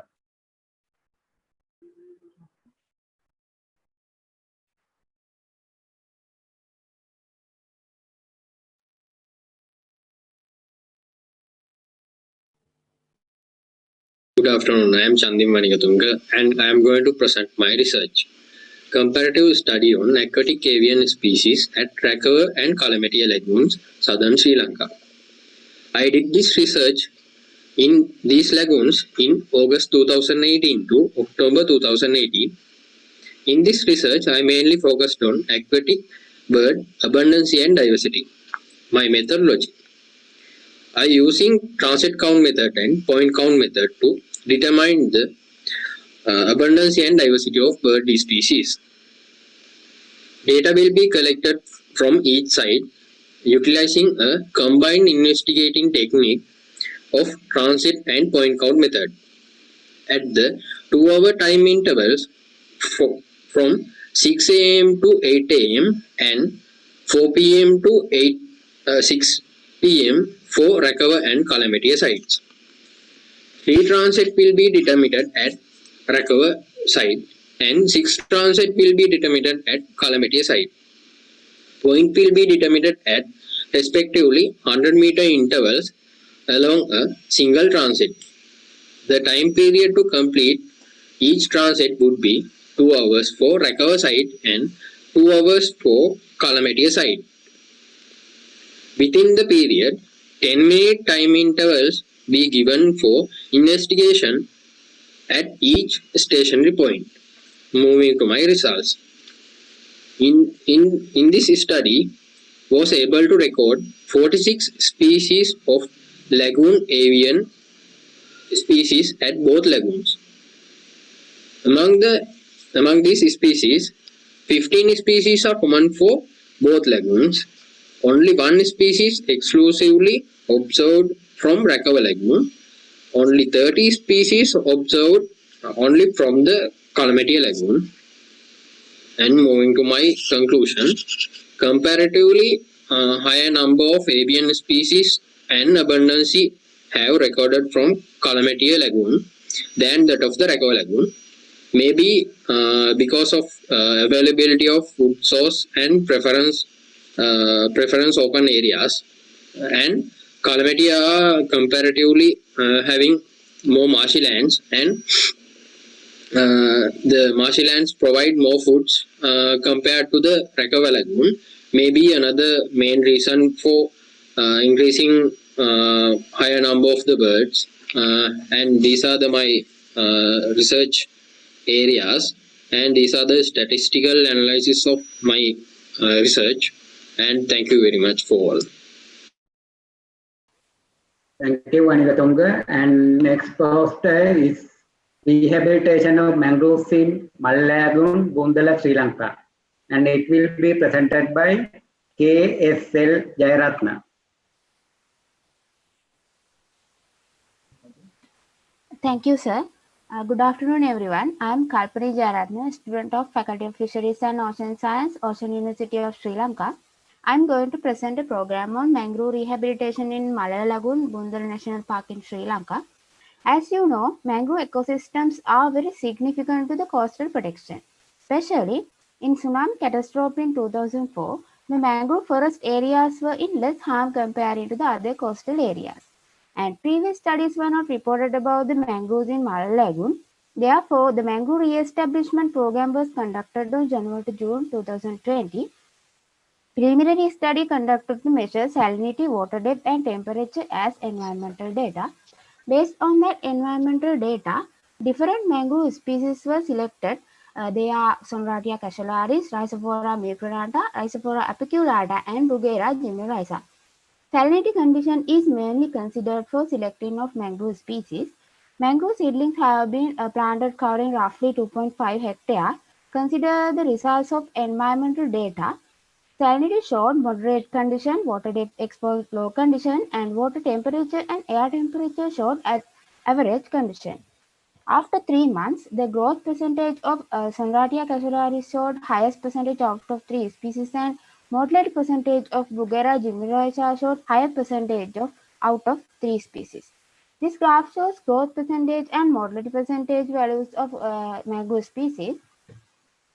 During field patrols, there were some frequent entries to the research site by the small-scale fishers who are living in the surrounded areas of the sites for their own purposes.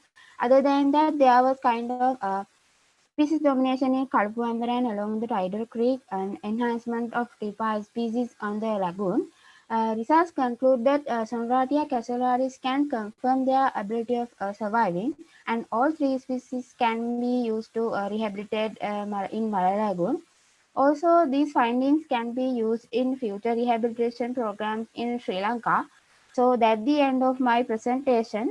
Thank you for your valuable time. Thank you, Jayaratna. And next presentation is on apical growth in order Gymnodiniales, history, diversity, and taxonomy.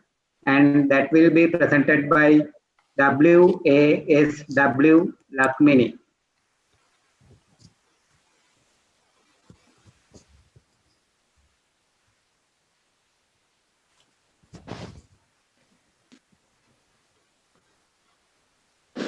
Hi everyone, I'm Samadhi Vatsala.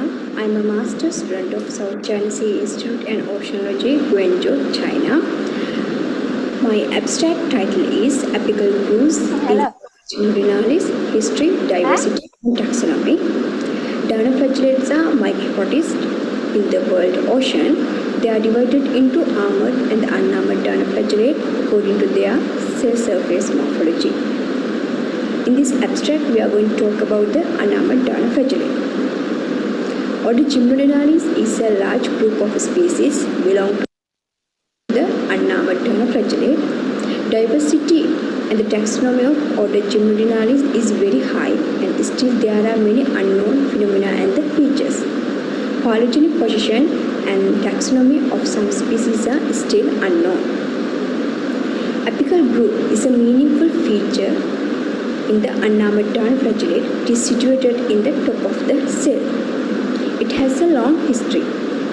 In the past, different scientists name it as different names like parasingular line, acrobase and the anterior loop. Recent researchers show it is not only a grooved and narrow and shallow structure, it consists with many morphological features like small knobs, amphibial vesicles and the small canals. Then it renamed as apical structure complex. Apical structure complex categorized into type 1, type 2, type 3 according to their groove morphology. But still there are many different names are used for the apical structure complex. Circular, straight, U-shape, smart cuff shapes, hook shapes, question mark shapes are the sum of the shape of the apical groove. Apical structure complex shapes and morphology varies with the genera to genera. Apical morphology with species sequences have enabled to identify, reclassify different genera. For example, Woodferrata, Margalfidinium, Polycricus, Testodinium. So this abstract suggests apical structure complex have evolutionary relationships. Still there are many unknown phenomena and features. Although in the past it has different name, the best name is to describe it is apical structure complex because it consists with many morphological features. Thank you. Thank you, Lakmini. And next poster is on comparison of microplastic abundance with special reference to their shapes and color at estuarine and seaside areas near to Nilvala River mouth, southern Sri Lanka. And it will be presented by S.K. Hevapatrana. Can you hear me? Sorry. Good evening. I am Sudhira from Ocean University of Sri Lanka. Before the digging into my research, I need to give some idea about the microplastic. Microplastic is less than 5 millimeter in their size. At present, there were lack of knowledge about the microplastic settled in the aquatic ecosystem. So my research objective is evaluates the abundance of microplastic according to their shapes and colors and considering several sites in Nilvala River mouth and the adjoining sea area at the southern coast Sri Lanka. So this picture shows where I have collected my data. Mainly I have selected two locations such as riverside and seaside area. And firstly I have got data from waterline area, then 5 meter and 10 meter towards the land side away from the waterline area. And after that we collected data from 5 meter away 5 meter away from the water line towards the deep water area. Finally, we have collected 3 replicates from each side. Then we need to extract the microplastic, and we use to density separation method and vacuum filtration method for that.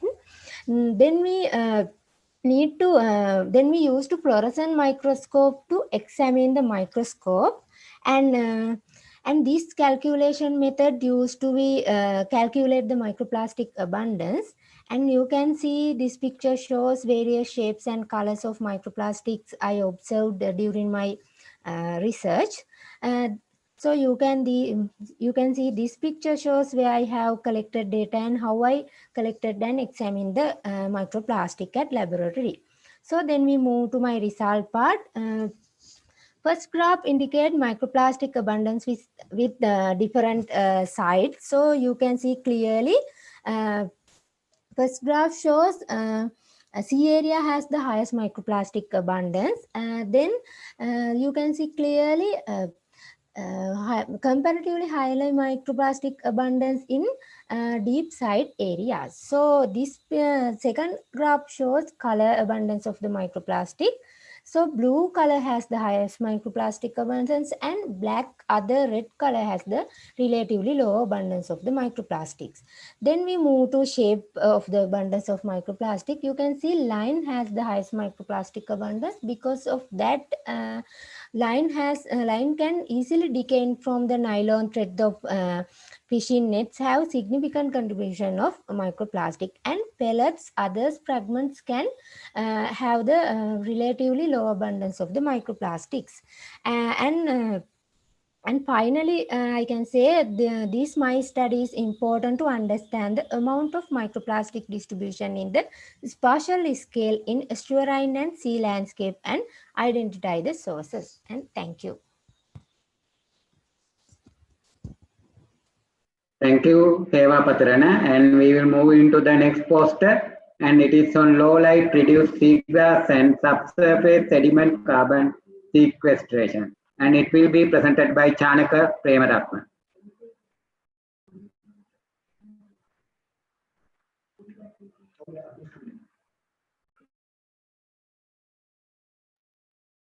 Hope you all having good day. I'm Chanaka Premaratna, doing my master's at University of Chinese Academy of Science, South China Sea Institute of Oceanology. In my master program, I focused on effect of light on seagrass. One of my lab experiments confirmed that low light reduced seagrass and subsurface sediment carbon sequestration. When considered on seagrass are marine flowering plants which play a very important role in ecosystem. Seagrass meadows contribute to almost 25% of the yearly carbon sequestration. An underwater light factor is one of the major factors that influence seagrass ecosystem, which highly affected with human activities.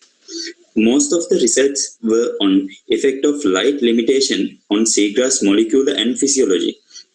Consider the above facts. We conduct indoor experiment to culture the seagrass Halopila beccari with different light intensities for 1 month time period to examine the effect of light intensity on seagrass morphology, biomass carbon and sediment organic carbon, which is helpful for seagrass conservation and management.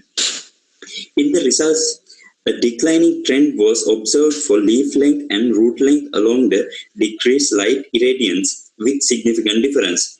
Biomass of above ground and below ground tissues both decrease along the decreased light irradiance, especially above ground biomass of saturation light and highlight were about 5 times and 15 times of that low light respectively. Interestingly, the detritus biomass was higher in low light than in saturation light and highlight, although there was no significant difference. There was significant difference for carbon in the above ground tissue and nitrogen in the both above ground and below ground tissues.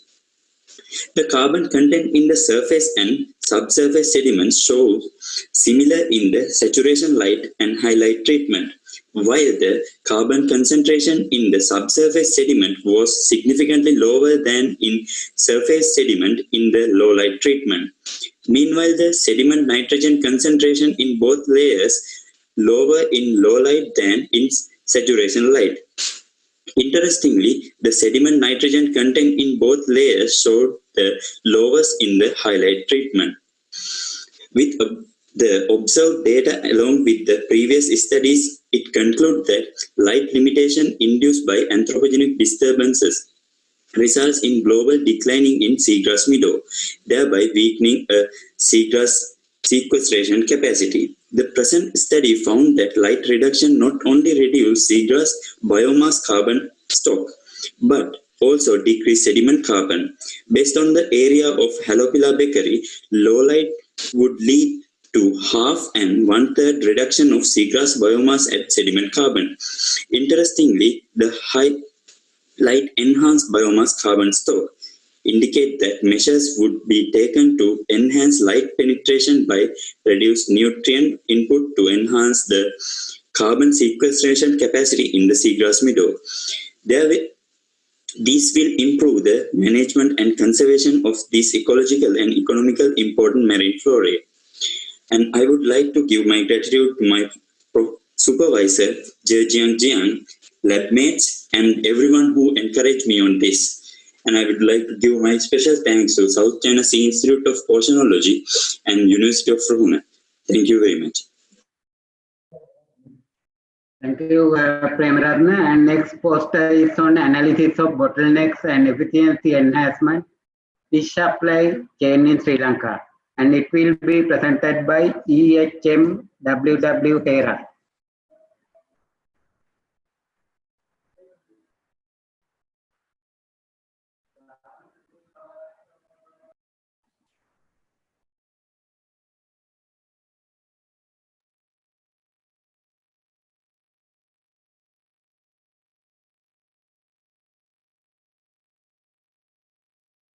Good morning, distinguished scholars and researchers. I am Vasant Vijay, Ocean University of Sri Lanka.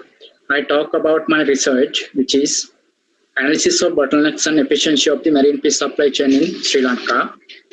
Research background: Sri Lanka is a coastal nation with territorial waters extend 12 nautical miles beyond the coastline and cover an area 21,500 square kilometers.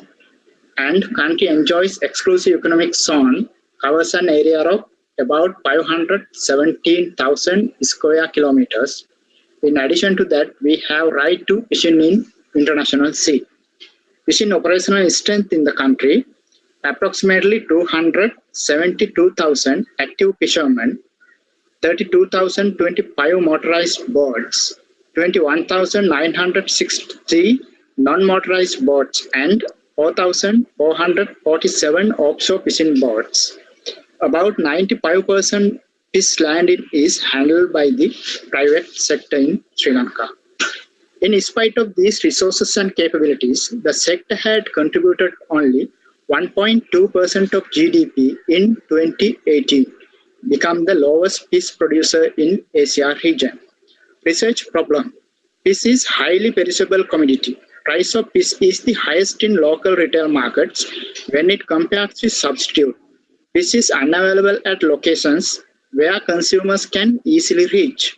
Consumers always complain about unavailability of their preferred species. Fish supply is highly varied. Supply shortages and oversupply severely affect the supply chain. Customer expectation and demand management totally ignored in the marine fish supply chain in Sri Lanka. Objectives: the main objective is analysis of bottlenecks of marine fish supply chain in Sri Lanka. Specific objectives: understanding the preventive measurements related to bottlenecks in the supply chain, to give recommendation on how to increase the marine fish supply chain performance. Methodology: the mixed method was used. Questionnaire used for quantitative method and interviews used for qualitative method.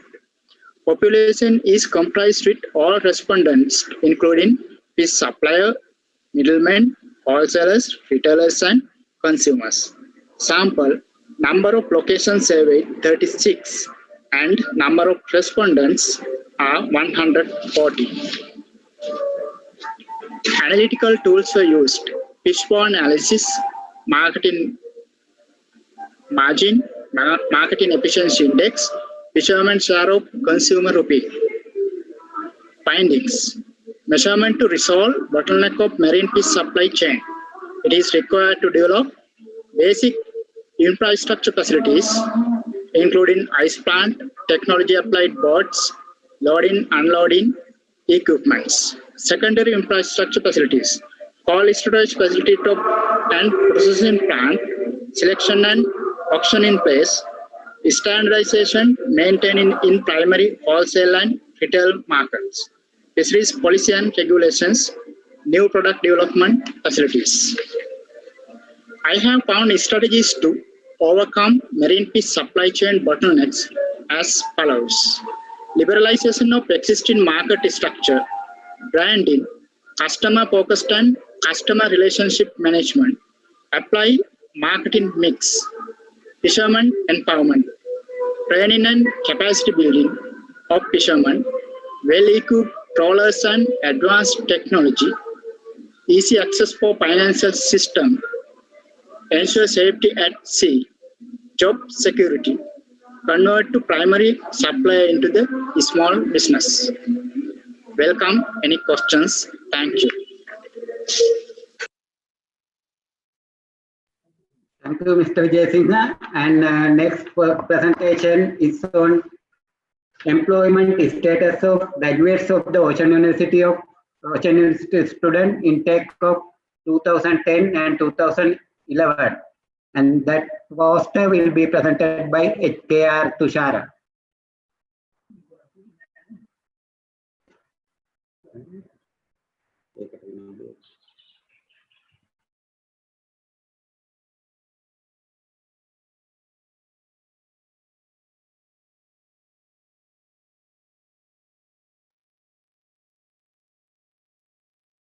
Good morning, everybody. My research topic is employment status of graduates of the Ocean University students intake of 2010 and 2011.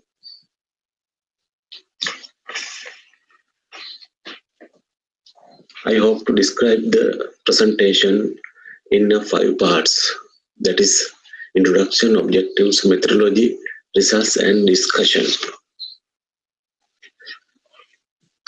That's the introduction part. The Ocean University of Sri Lanka offers professional degrees which prepare students to cater the specific discipline in fisheries and maritime sector. Even though it is necessary to update the skills and competencies demand of the sector frequently, it has not been happened in OCUSL, and the status of the employability of Ocean University graduate is not updated. Therefore, this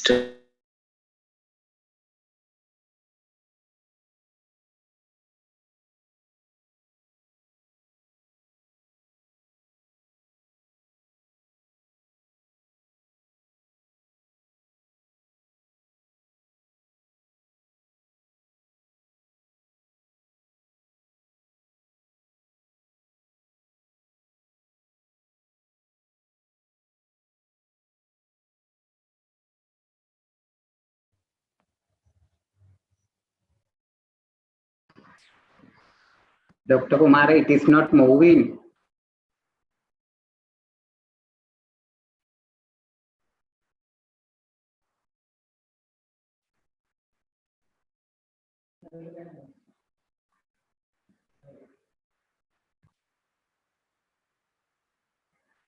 Dr. Kumar, we will move into the next presentation. Is it okay?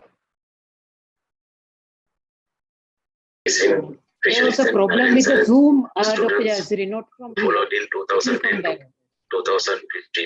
Yeah. Dr. Kumar, you can share it again. Yeah. There was a Zoom problem, not from here. I will share it again.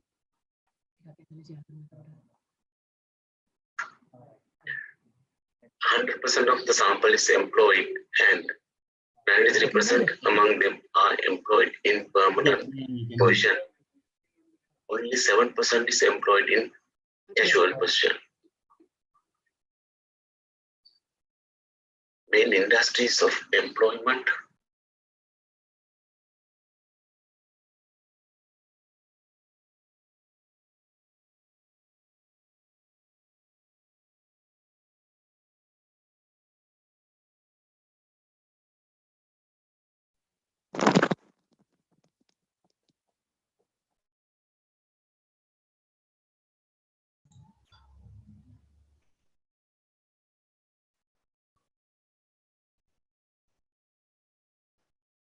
Dr. Kumar, we can't hear.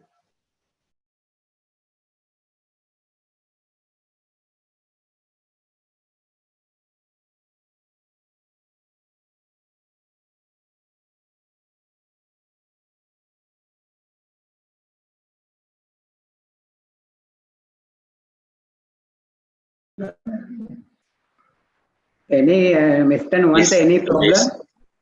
100,000. They are all marine engineering graduates. Time spent until find the job. Majority had to spend less than 30 days to get employed, and it is around 60%. Around 30% had to spend more than 1 year to be employed after the completion of their degrees. Effectiveness of the degree to find a job.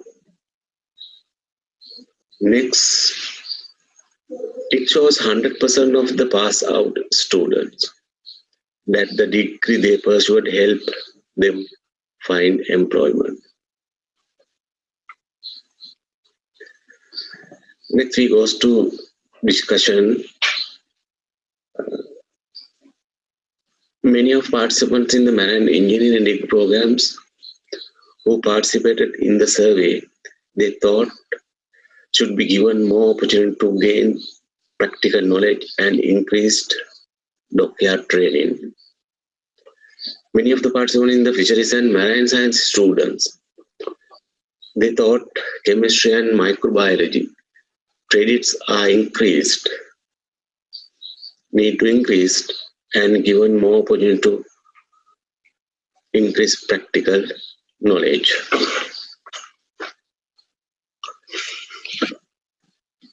Based on the results of the research, we can make a following recommendation.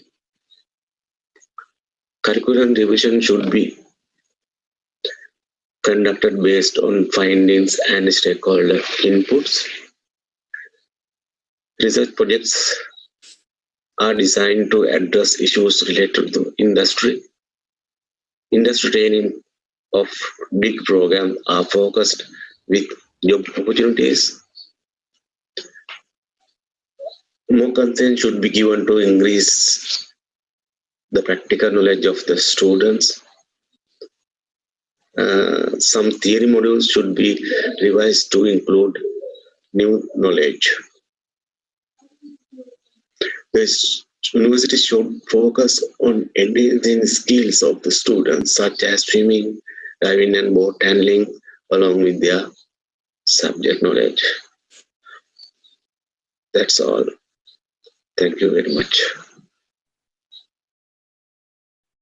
Thank you, Mr. Tushara. And next poster is on role of maritime universities in sustainable development trends around the world.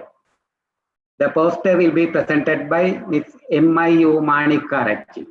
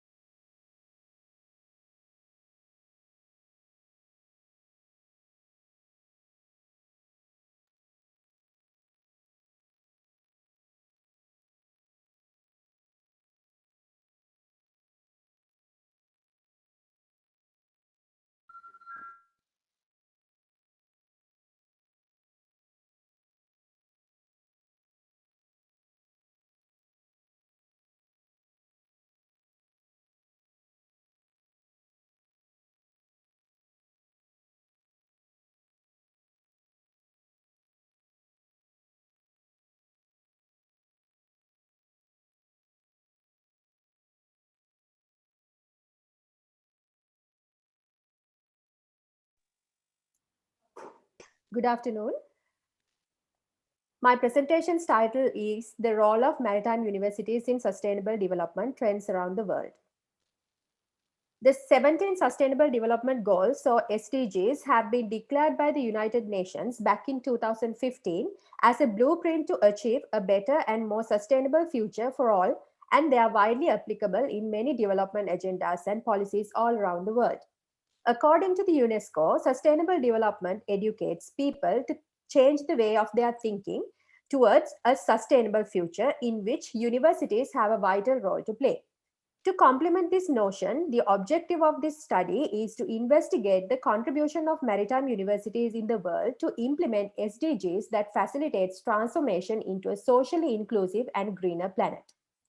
19 maritime universities that are members of the International Association of Maritime Universities have been considered in this study. Their websites have been text mined under 4 categories, namely education, research, leadership, and operation, to analyze how their missions and visions deliveries work towards the implementation of SDGs. In terms of education, 11 universities claim that they are offering courses with directly relevant to one or more SDGs. Courses such as sustainable shipping and port operations, fisheries and maritime safety, tourism, entrepreneurship, energy, and climate action can be taken as examples. Themed conferences, workshops, student discussions can be considered as other means of integrating SDGs into education. 18 universities claim that they work on partnerships with international research teams to conduct sustainability-oriented research in the areas of innovation and infrastructure, climate action, and life below water. 15 universities perform leadership roles in sustainability, and the popular practices include training programs for maritime professionals, partnerships for capacity building, establishment of industrial services centers, declaring professional maritime associations, promoting green campaigns, and facilitating citizenship education on maritime and ocean sustainability. 18 universities have incorporated sustainability in their operation practices by means of endorsing SDGs into their strategic plan, sustainability panels and policies, employee dialogues on sustainability issues, and also diversity and gender equality policies. This study concludes that there are effective ways to integrate SDGs into the visions and missions of maritime universities, and it sets examples for Sri Lankan maritime universities to promote SDGs in their own domain. Thank you very much.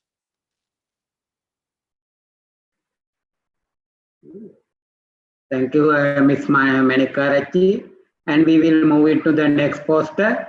And it is on design and sizing of a solar system to the regional center at Tangol of the Ocean University of Sri Lanka. And it will be presented by Sugat Prematilaka.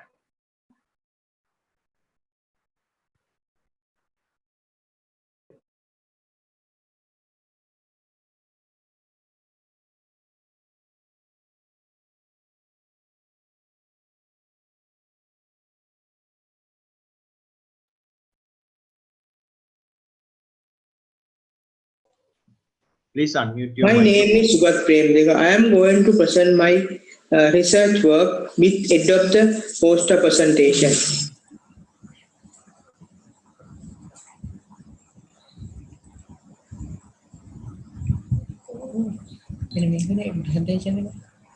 I think in this poster there is no voice, only the poster. The title of the project is Designing and Sizing of a Solar System to the Regional Center at Tangol. Okay, you are there now. Okay, can you?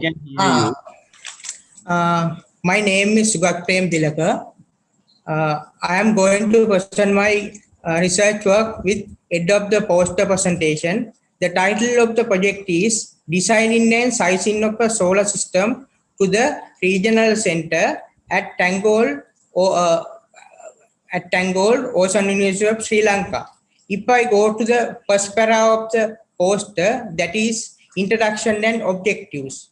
Solar photovoltaic system or solar power is one of the renewable energy system which use PV modules to convert sunlight into electricity. This generated electricity can be stored or used directly or fed back into grid line. As we know, solar system is given an sustainable electricity producing method, and it is pollute the environment, or it is not effect to the increase the global warming. Since Sri Lanka is located near to the equator, It is rich country of the solar energy with intensity of the solar radiation along the duration of sunshine hours. Solar energy has rapid become as an alternative energy source across the world due to the low generation costs involved as a pre-natural resource and favorable environmental impact with no emission and environmental degradation. Some key benefits around the solar energy mission as follows. Rooftops, small solar power plant are giving tremendous contributions to the balance of the electric system, which are scattered over the island. Like several advantages are available as in power in the poster. Objective of the research to designing and implement to install a PV solar panel system as alternative solution for increasing the electricity bill. I plan to introduce net metering system for the project. If I go to the para of the material and methodology, it is representing a basic component of the PV system. Basic component of the PV system are photovoltaic modulars, combiner box, inverters, meters, and disconnectors. In the in the chart representing daily radiation and at the Hambantota district. In this research, we have to do the calculation based on monthly and annual electricity bill. That means energy consumption of the regional center. I use E equal A into R into capital H into PR formula to calculate the area of the solar panel, and from I calculate number of panel requirement. Capital A is energy, capital A is the total solar panel area, simple R solar panel efficiency, capital H average solar radiation, and PR performance ratio. Monthly energy consumption is 3,500 kilowatt hours at the Tangol Regional Center.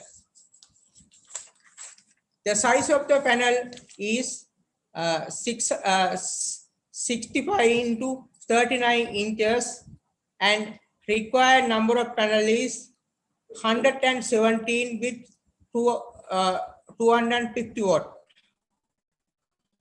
Inverter size is 30 kilowatt. If you are going to discuss certain losses of, like I discuss certain losses like inverter losses, shading losses, like that. Tilt or orientation of the panel, top of the roof have to be selected and determined. Warranty period also I have discussed in the poster. Until electricity bill becomes zero, the size of the panel are calculated. Thank you. Thank you, Mr. Sugat.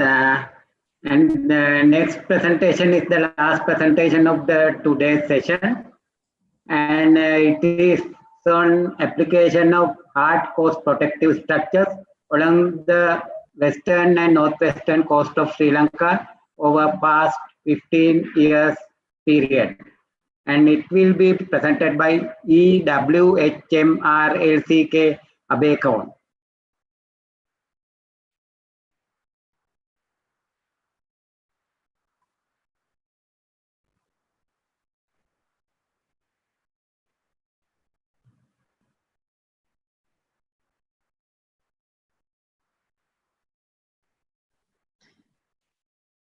Presenter, please unmute your microphone.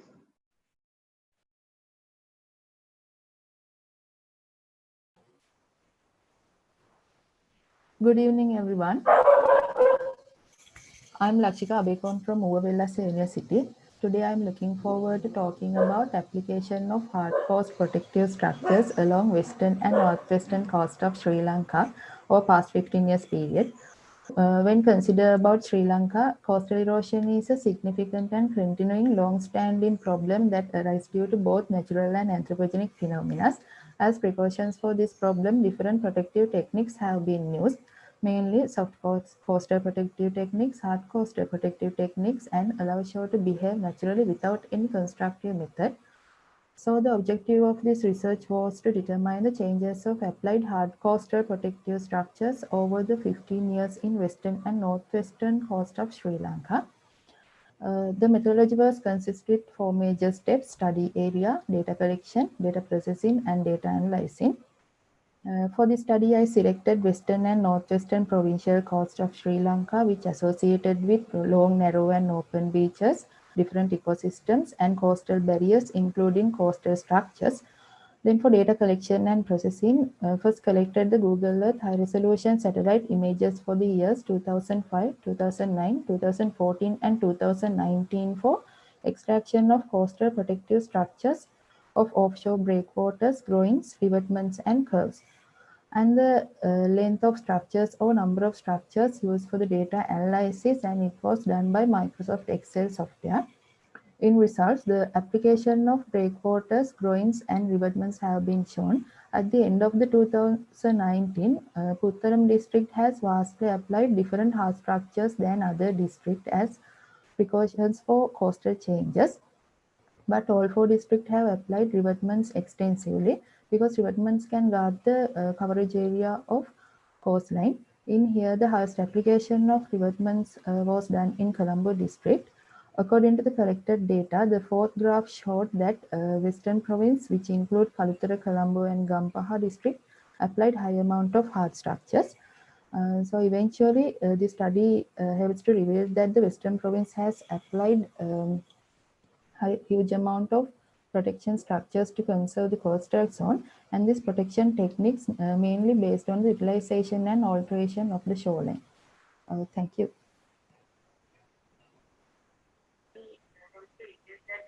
Thank you, Abekon, and that is the last presentation of the session.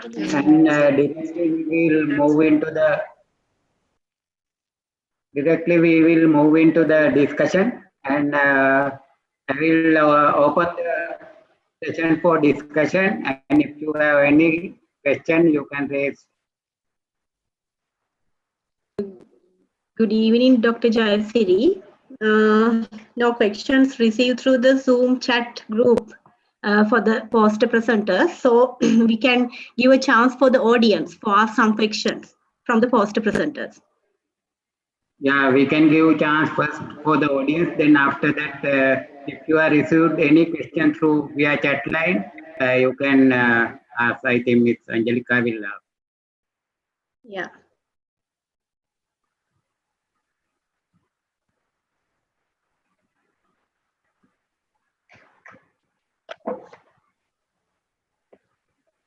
And since there is no any question from audience, and I will ask Ms. Angelica to raise any questions are there from chat line. Dr. Jayasiri, no questions received through the Zoom chat group also. Yeah. Yeah. Ms. Angelica, no questions. No questions. No questions. No questions, sir. Yeah. Okay. If there is no any question from audience also, I will give another 1 or 2 minutes to ask questions. I think there is no question. If there is no question for these posters, and we will conclude this session. And I will thank co-chairs for their react, and I thank all of them. And also I thank rapporteur Ms. Angelica. And also I thank Dr. Kumara and Mr. Prashant, and they are being in Tango Center. They displayed all the poster, and we special thanks those who were in Tango Center, especially Dr. Kumara. Thank you very much. Okay. Now we are coming to the end of the technical sessions. Now is the most important sessions to be conducted. The summing up session. It will be conducted by Dr. Pairus, Dean, Faculty of Marine Sciences, Ocean University of Sri Lanka. He is graduated from University of Brunei and he has completed Master MPhil degree as well as his PhD in Japan. He is a Global Fellow of Marine Conservation, Duke University, USA. And also he is a visiting scientist to the San Diego State University, California, USA. Now I kindly invite Dr. Pairus to sum up the sessions. Thank you. Thank you, Mr. Priyantha, for your invitation. I will move to the slideshow. Can you see the slides? Not yet, sir. Not yet. Okay. Okay. So actually, this is a very productive day from 8:30 a.m. So all of you following up the introductory session from the ceremonial opening, seems that you interacted with me and all the technical chairs and the chairmans. So we had a very much productive keynote sessions following technical sessions. So what I am going to do to sum up what we have learned, what are the output from the reportings from relevant rapporteurs under particular section. So I'm going to give that. Before that, I am going to have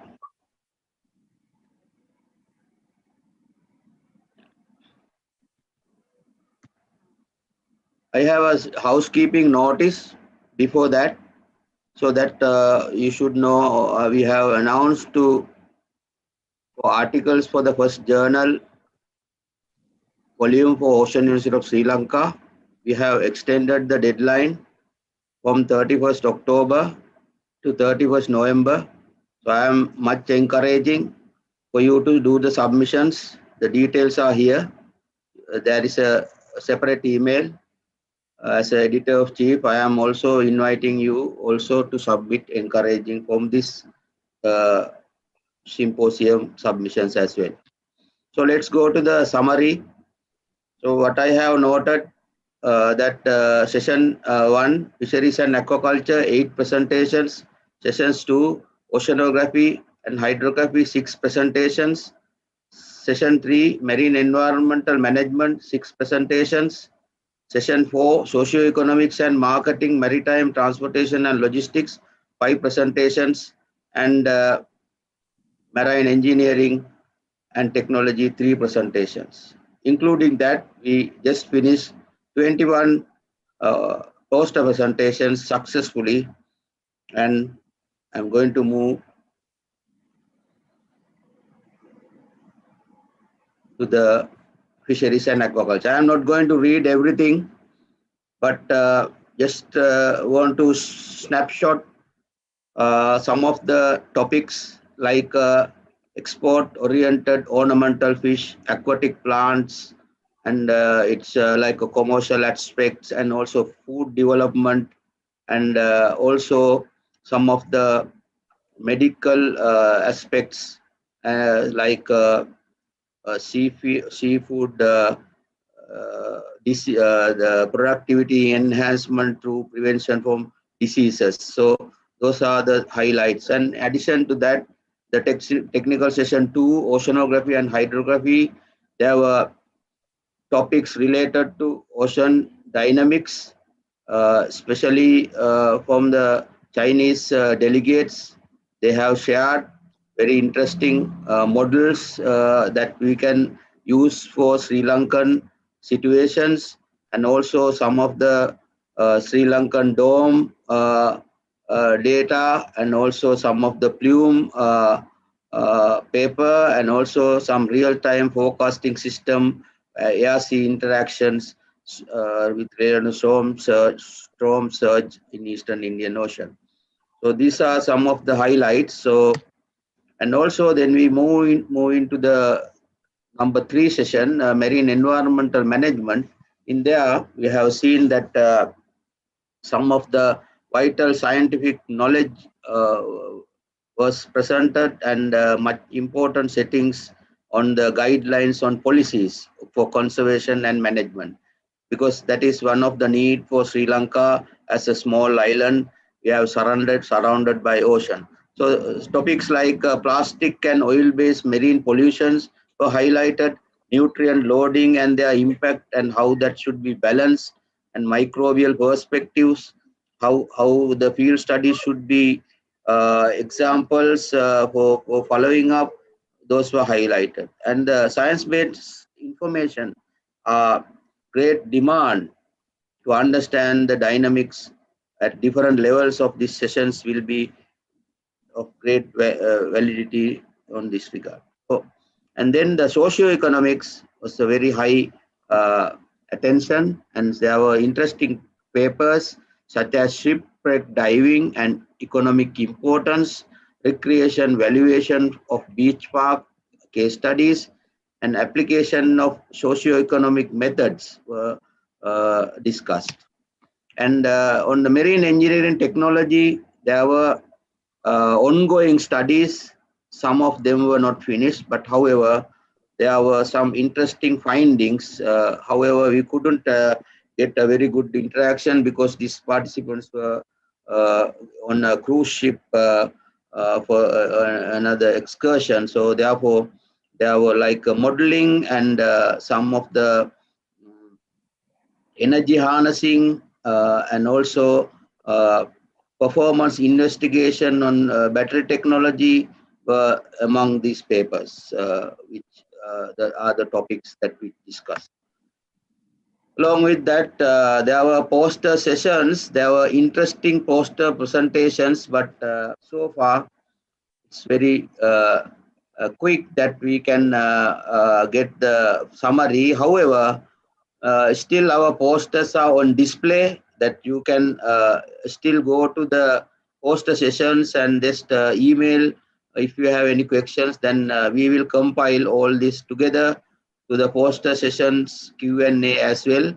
And what we are going to do, we are going to get this report done much in an organized manner in the later time and develop a consensus document following up as an output with all the session chairs and rapporteurs and co-chairs. So I think that is a wonderful output that we can give from the presentations as a reporting.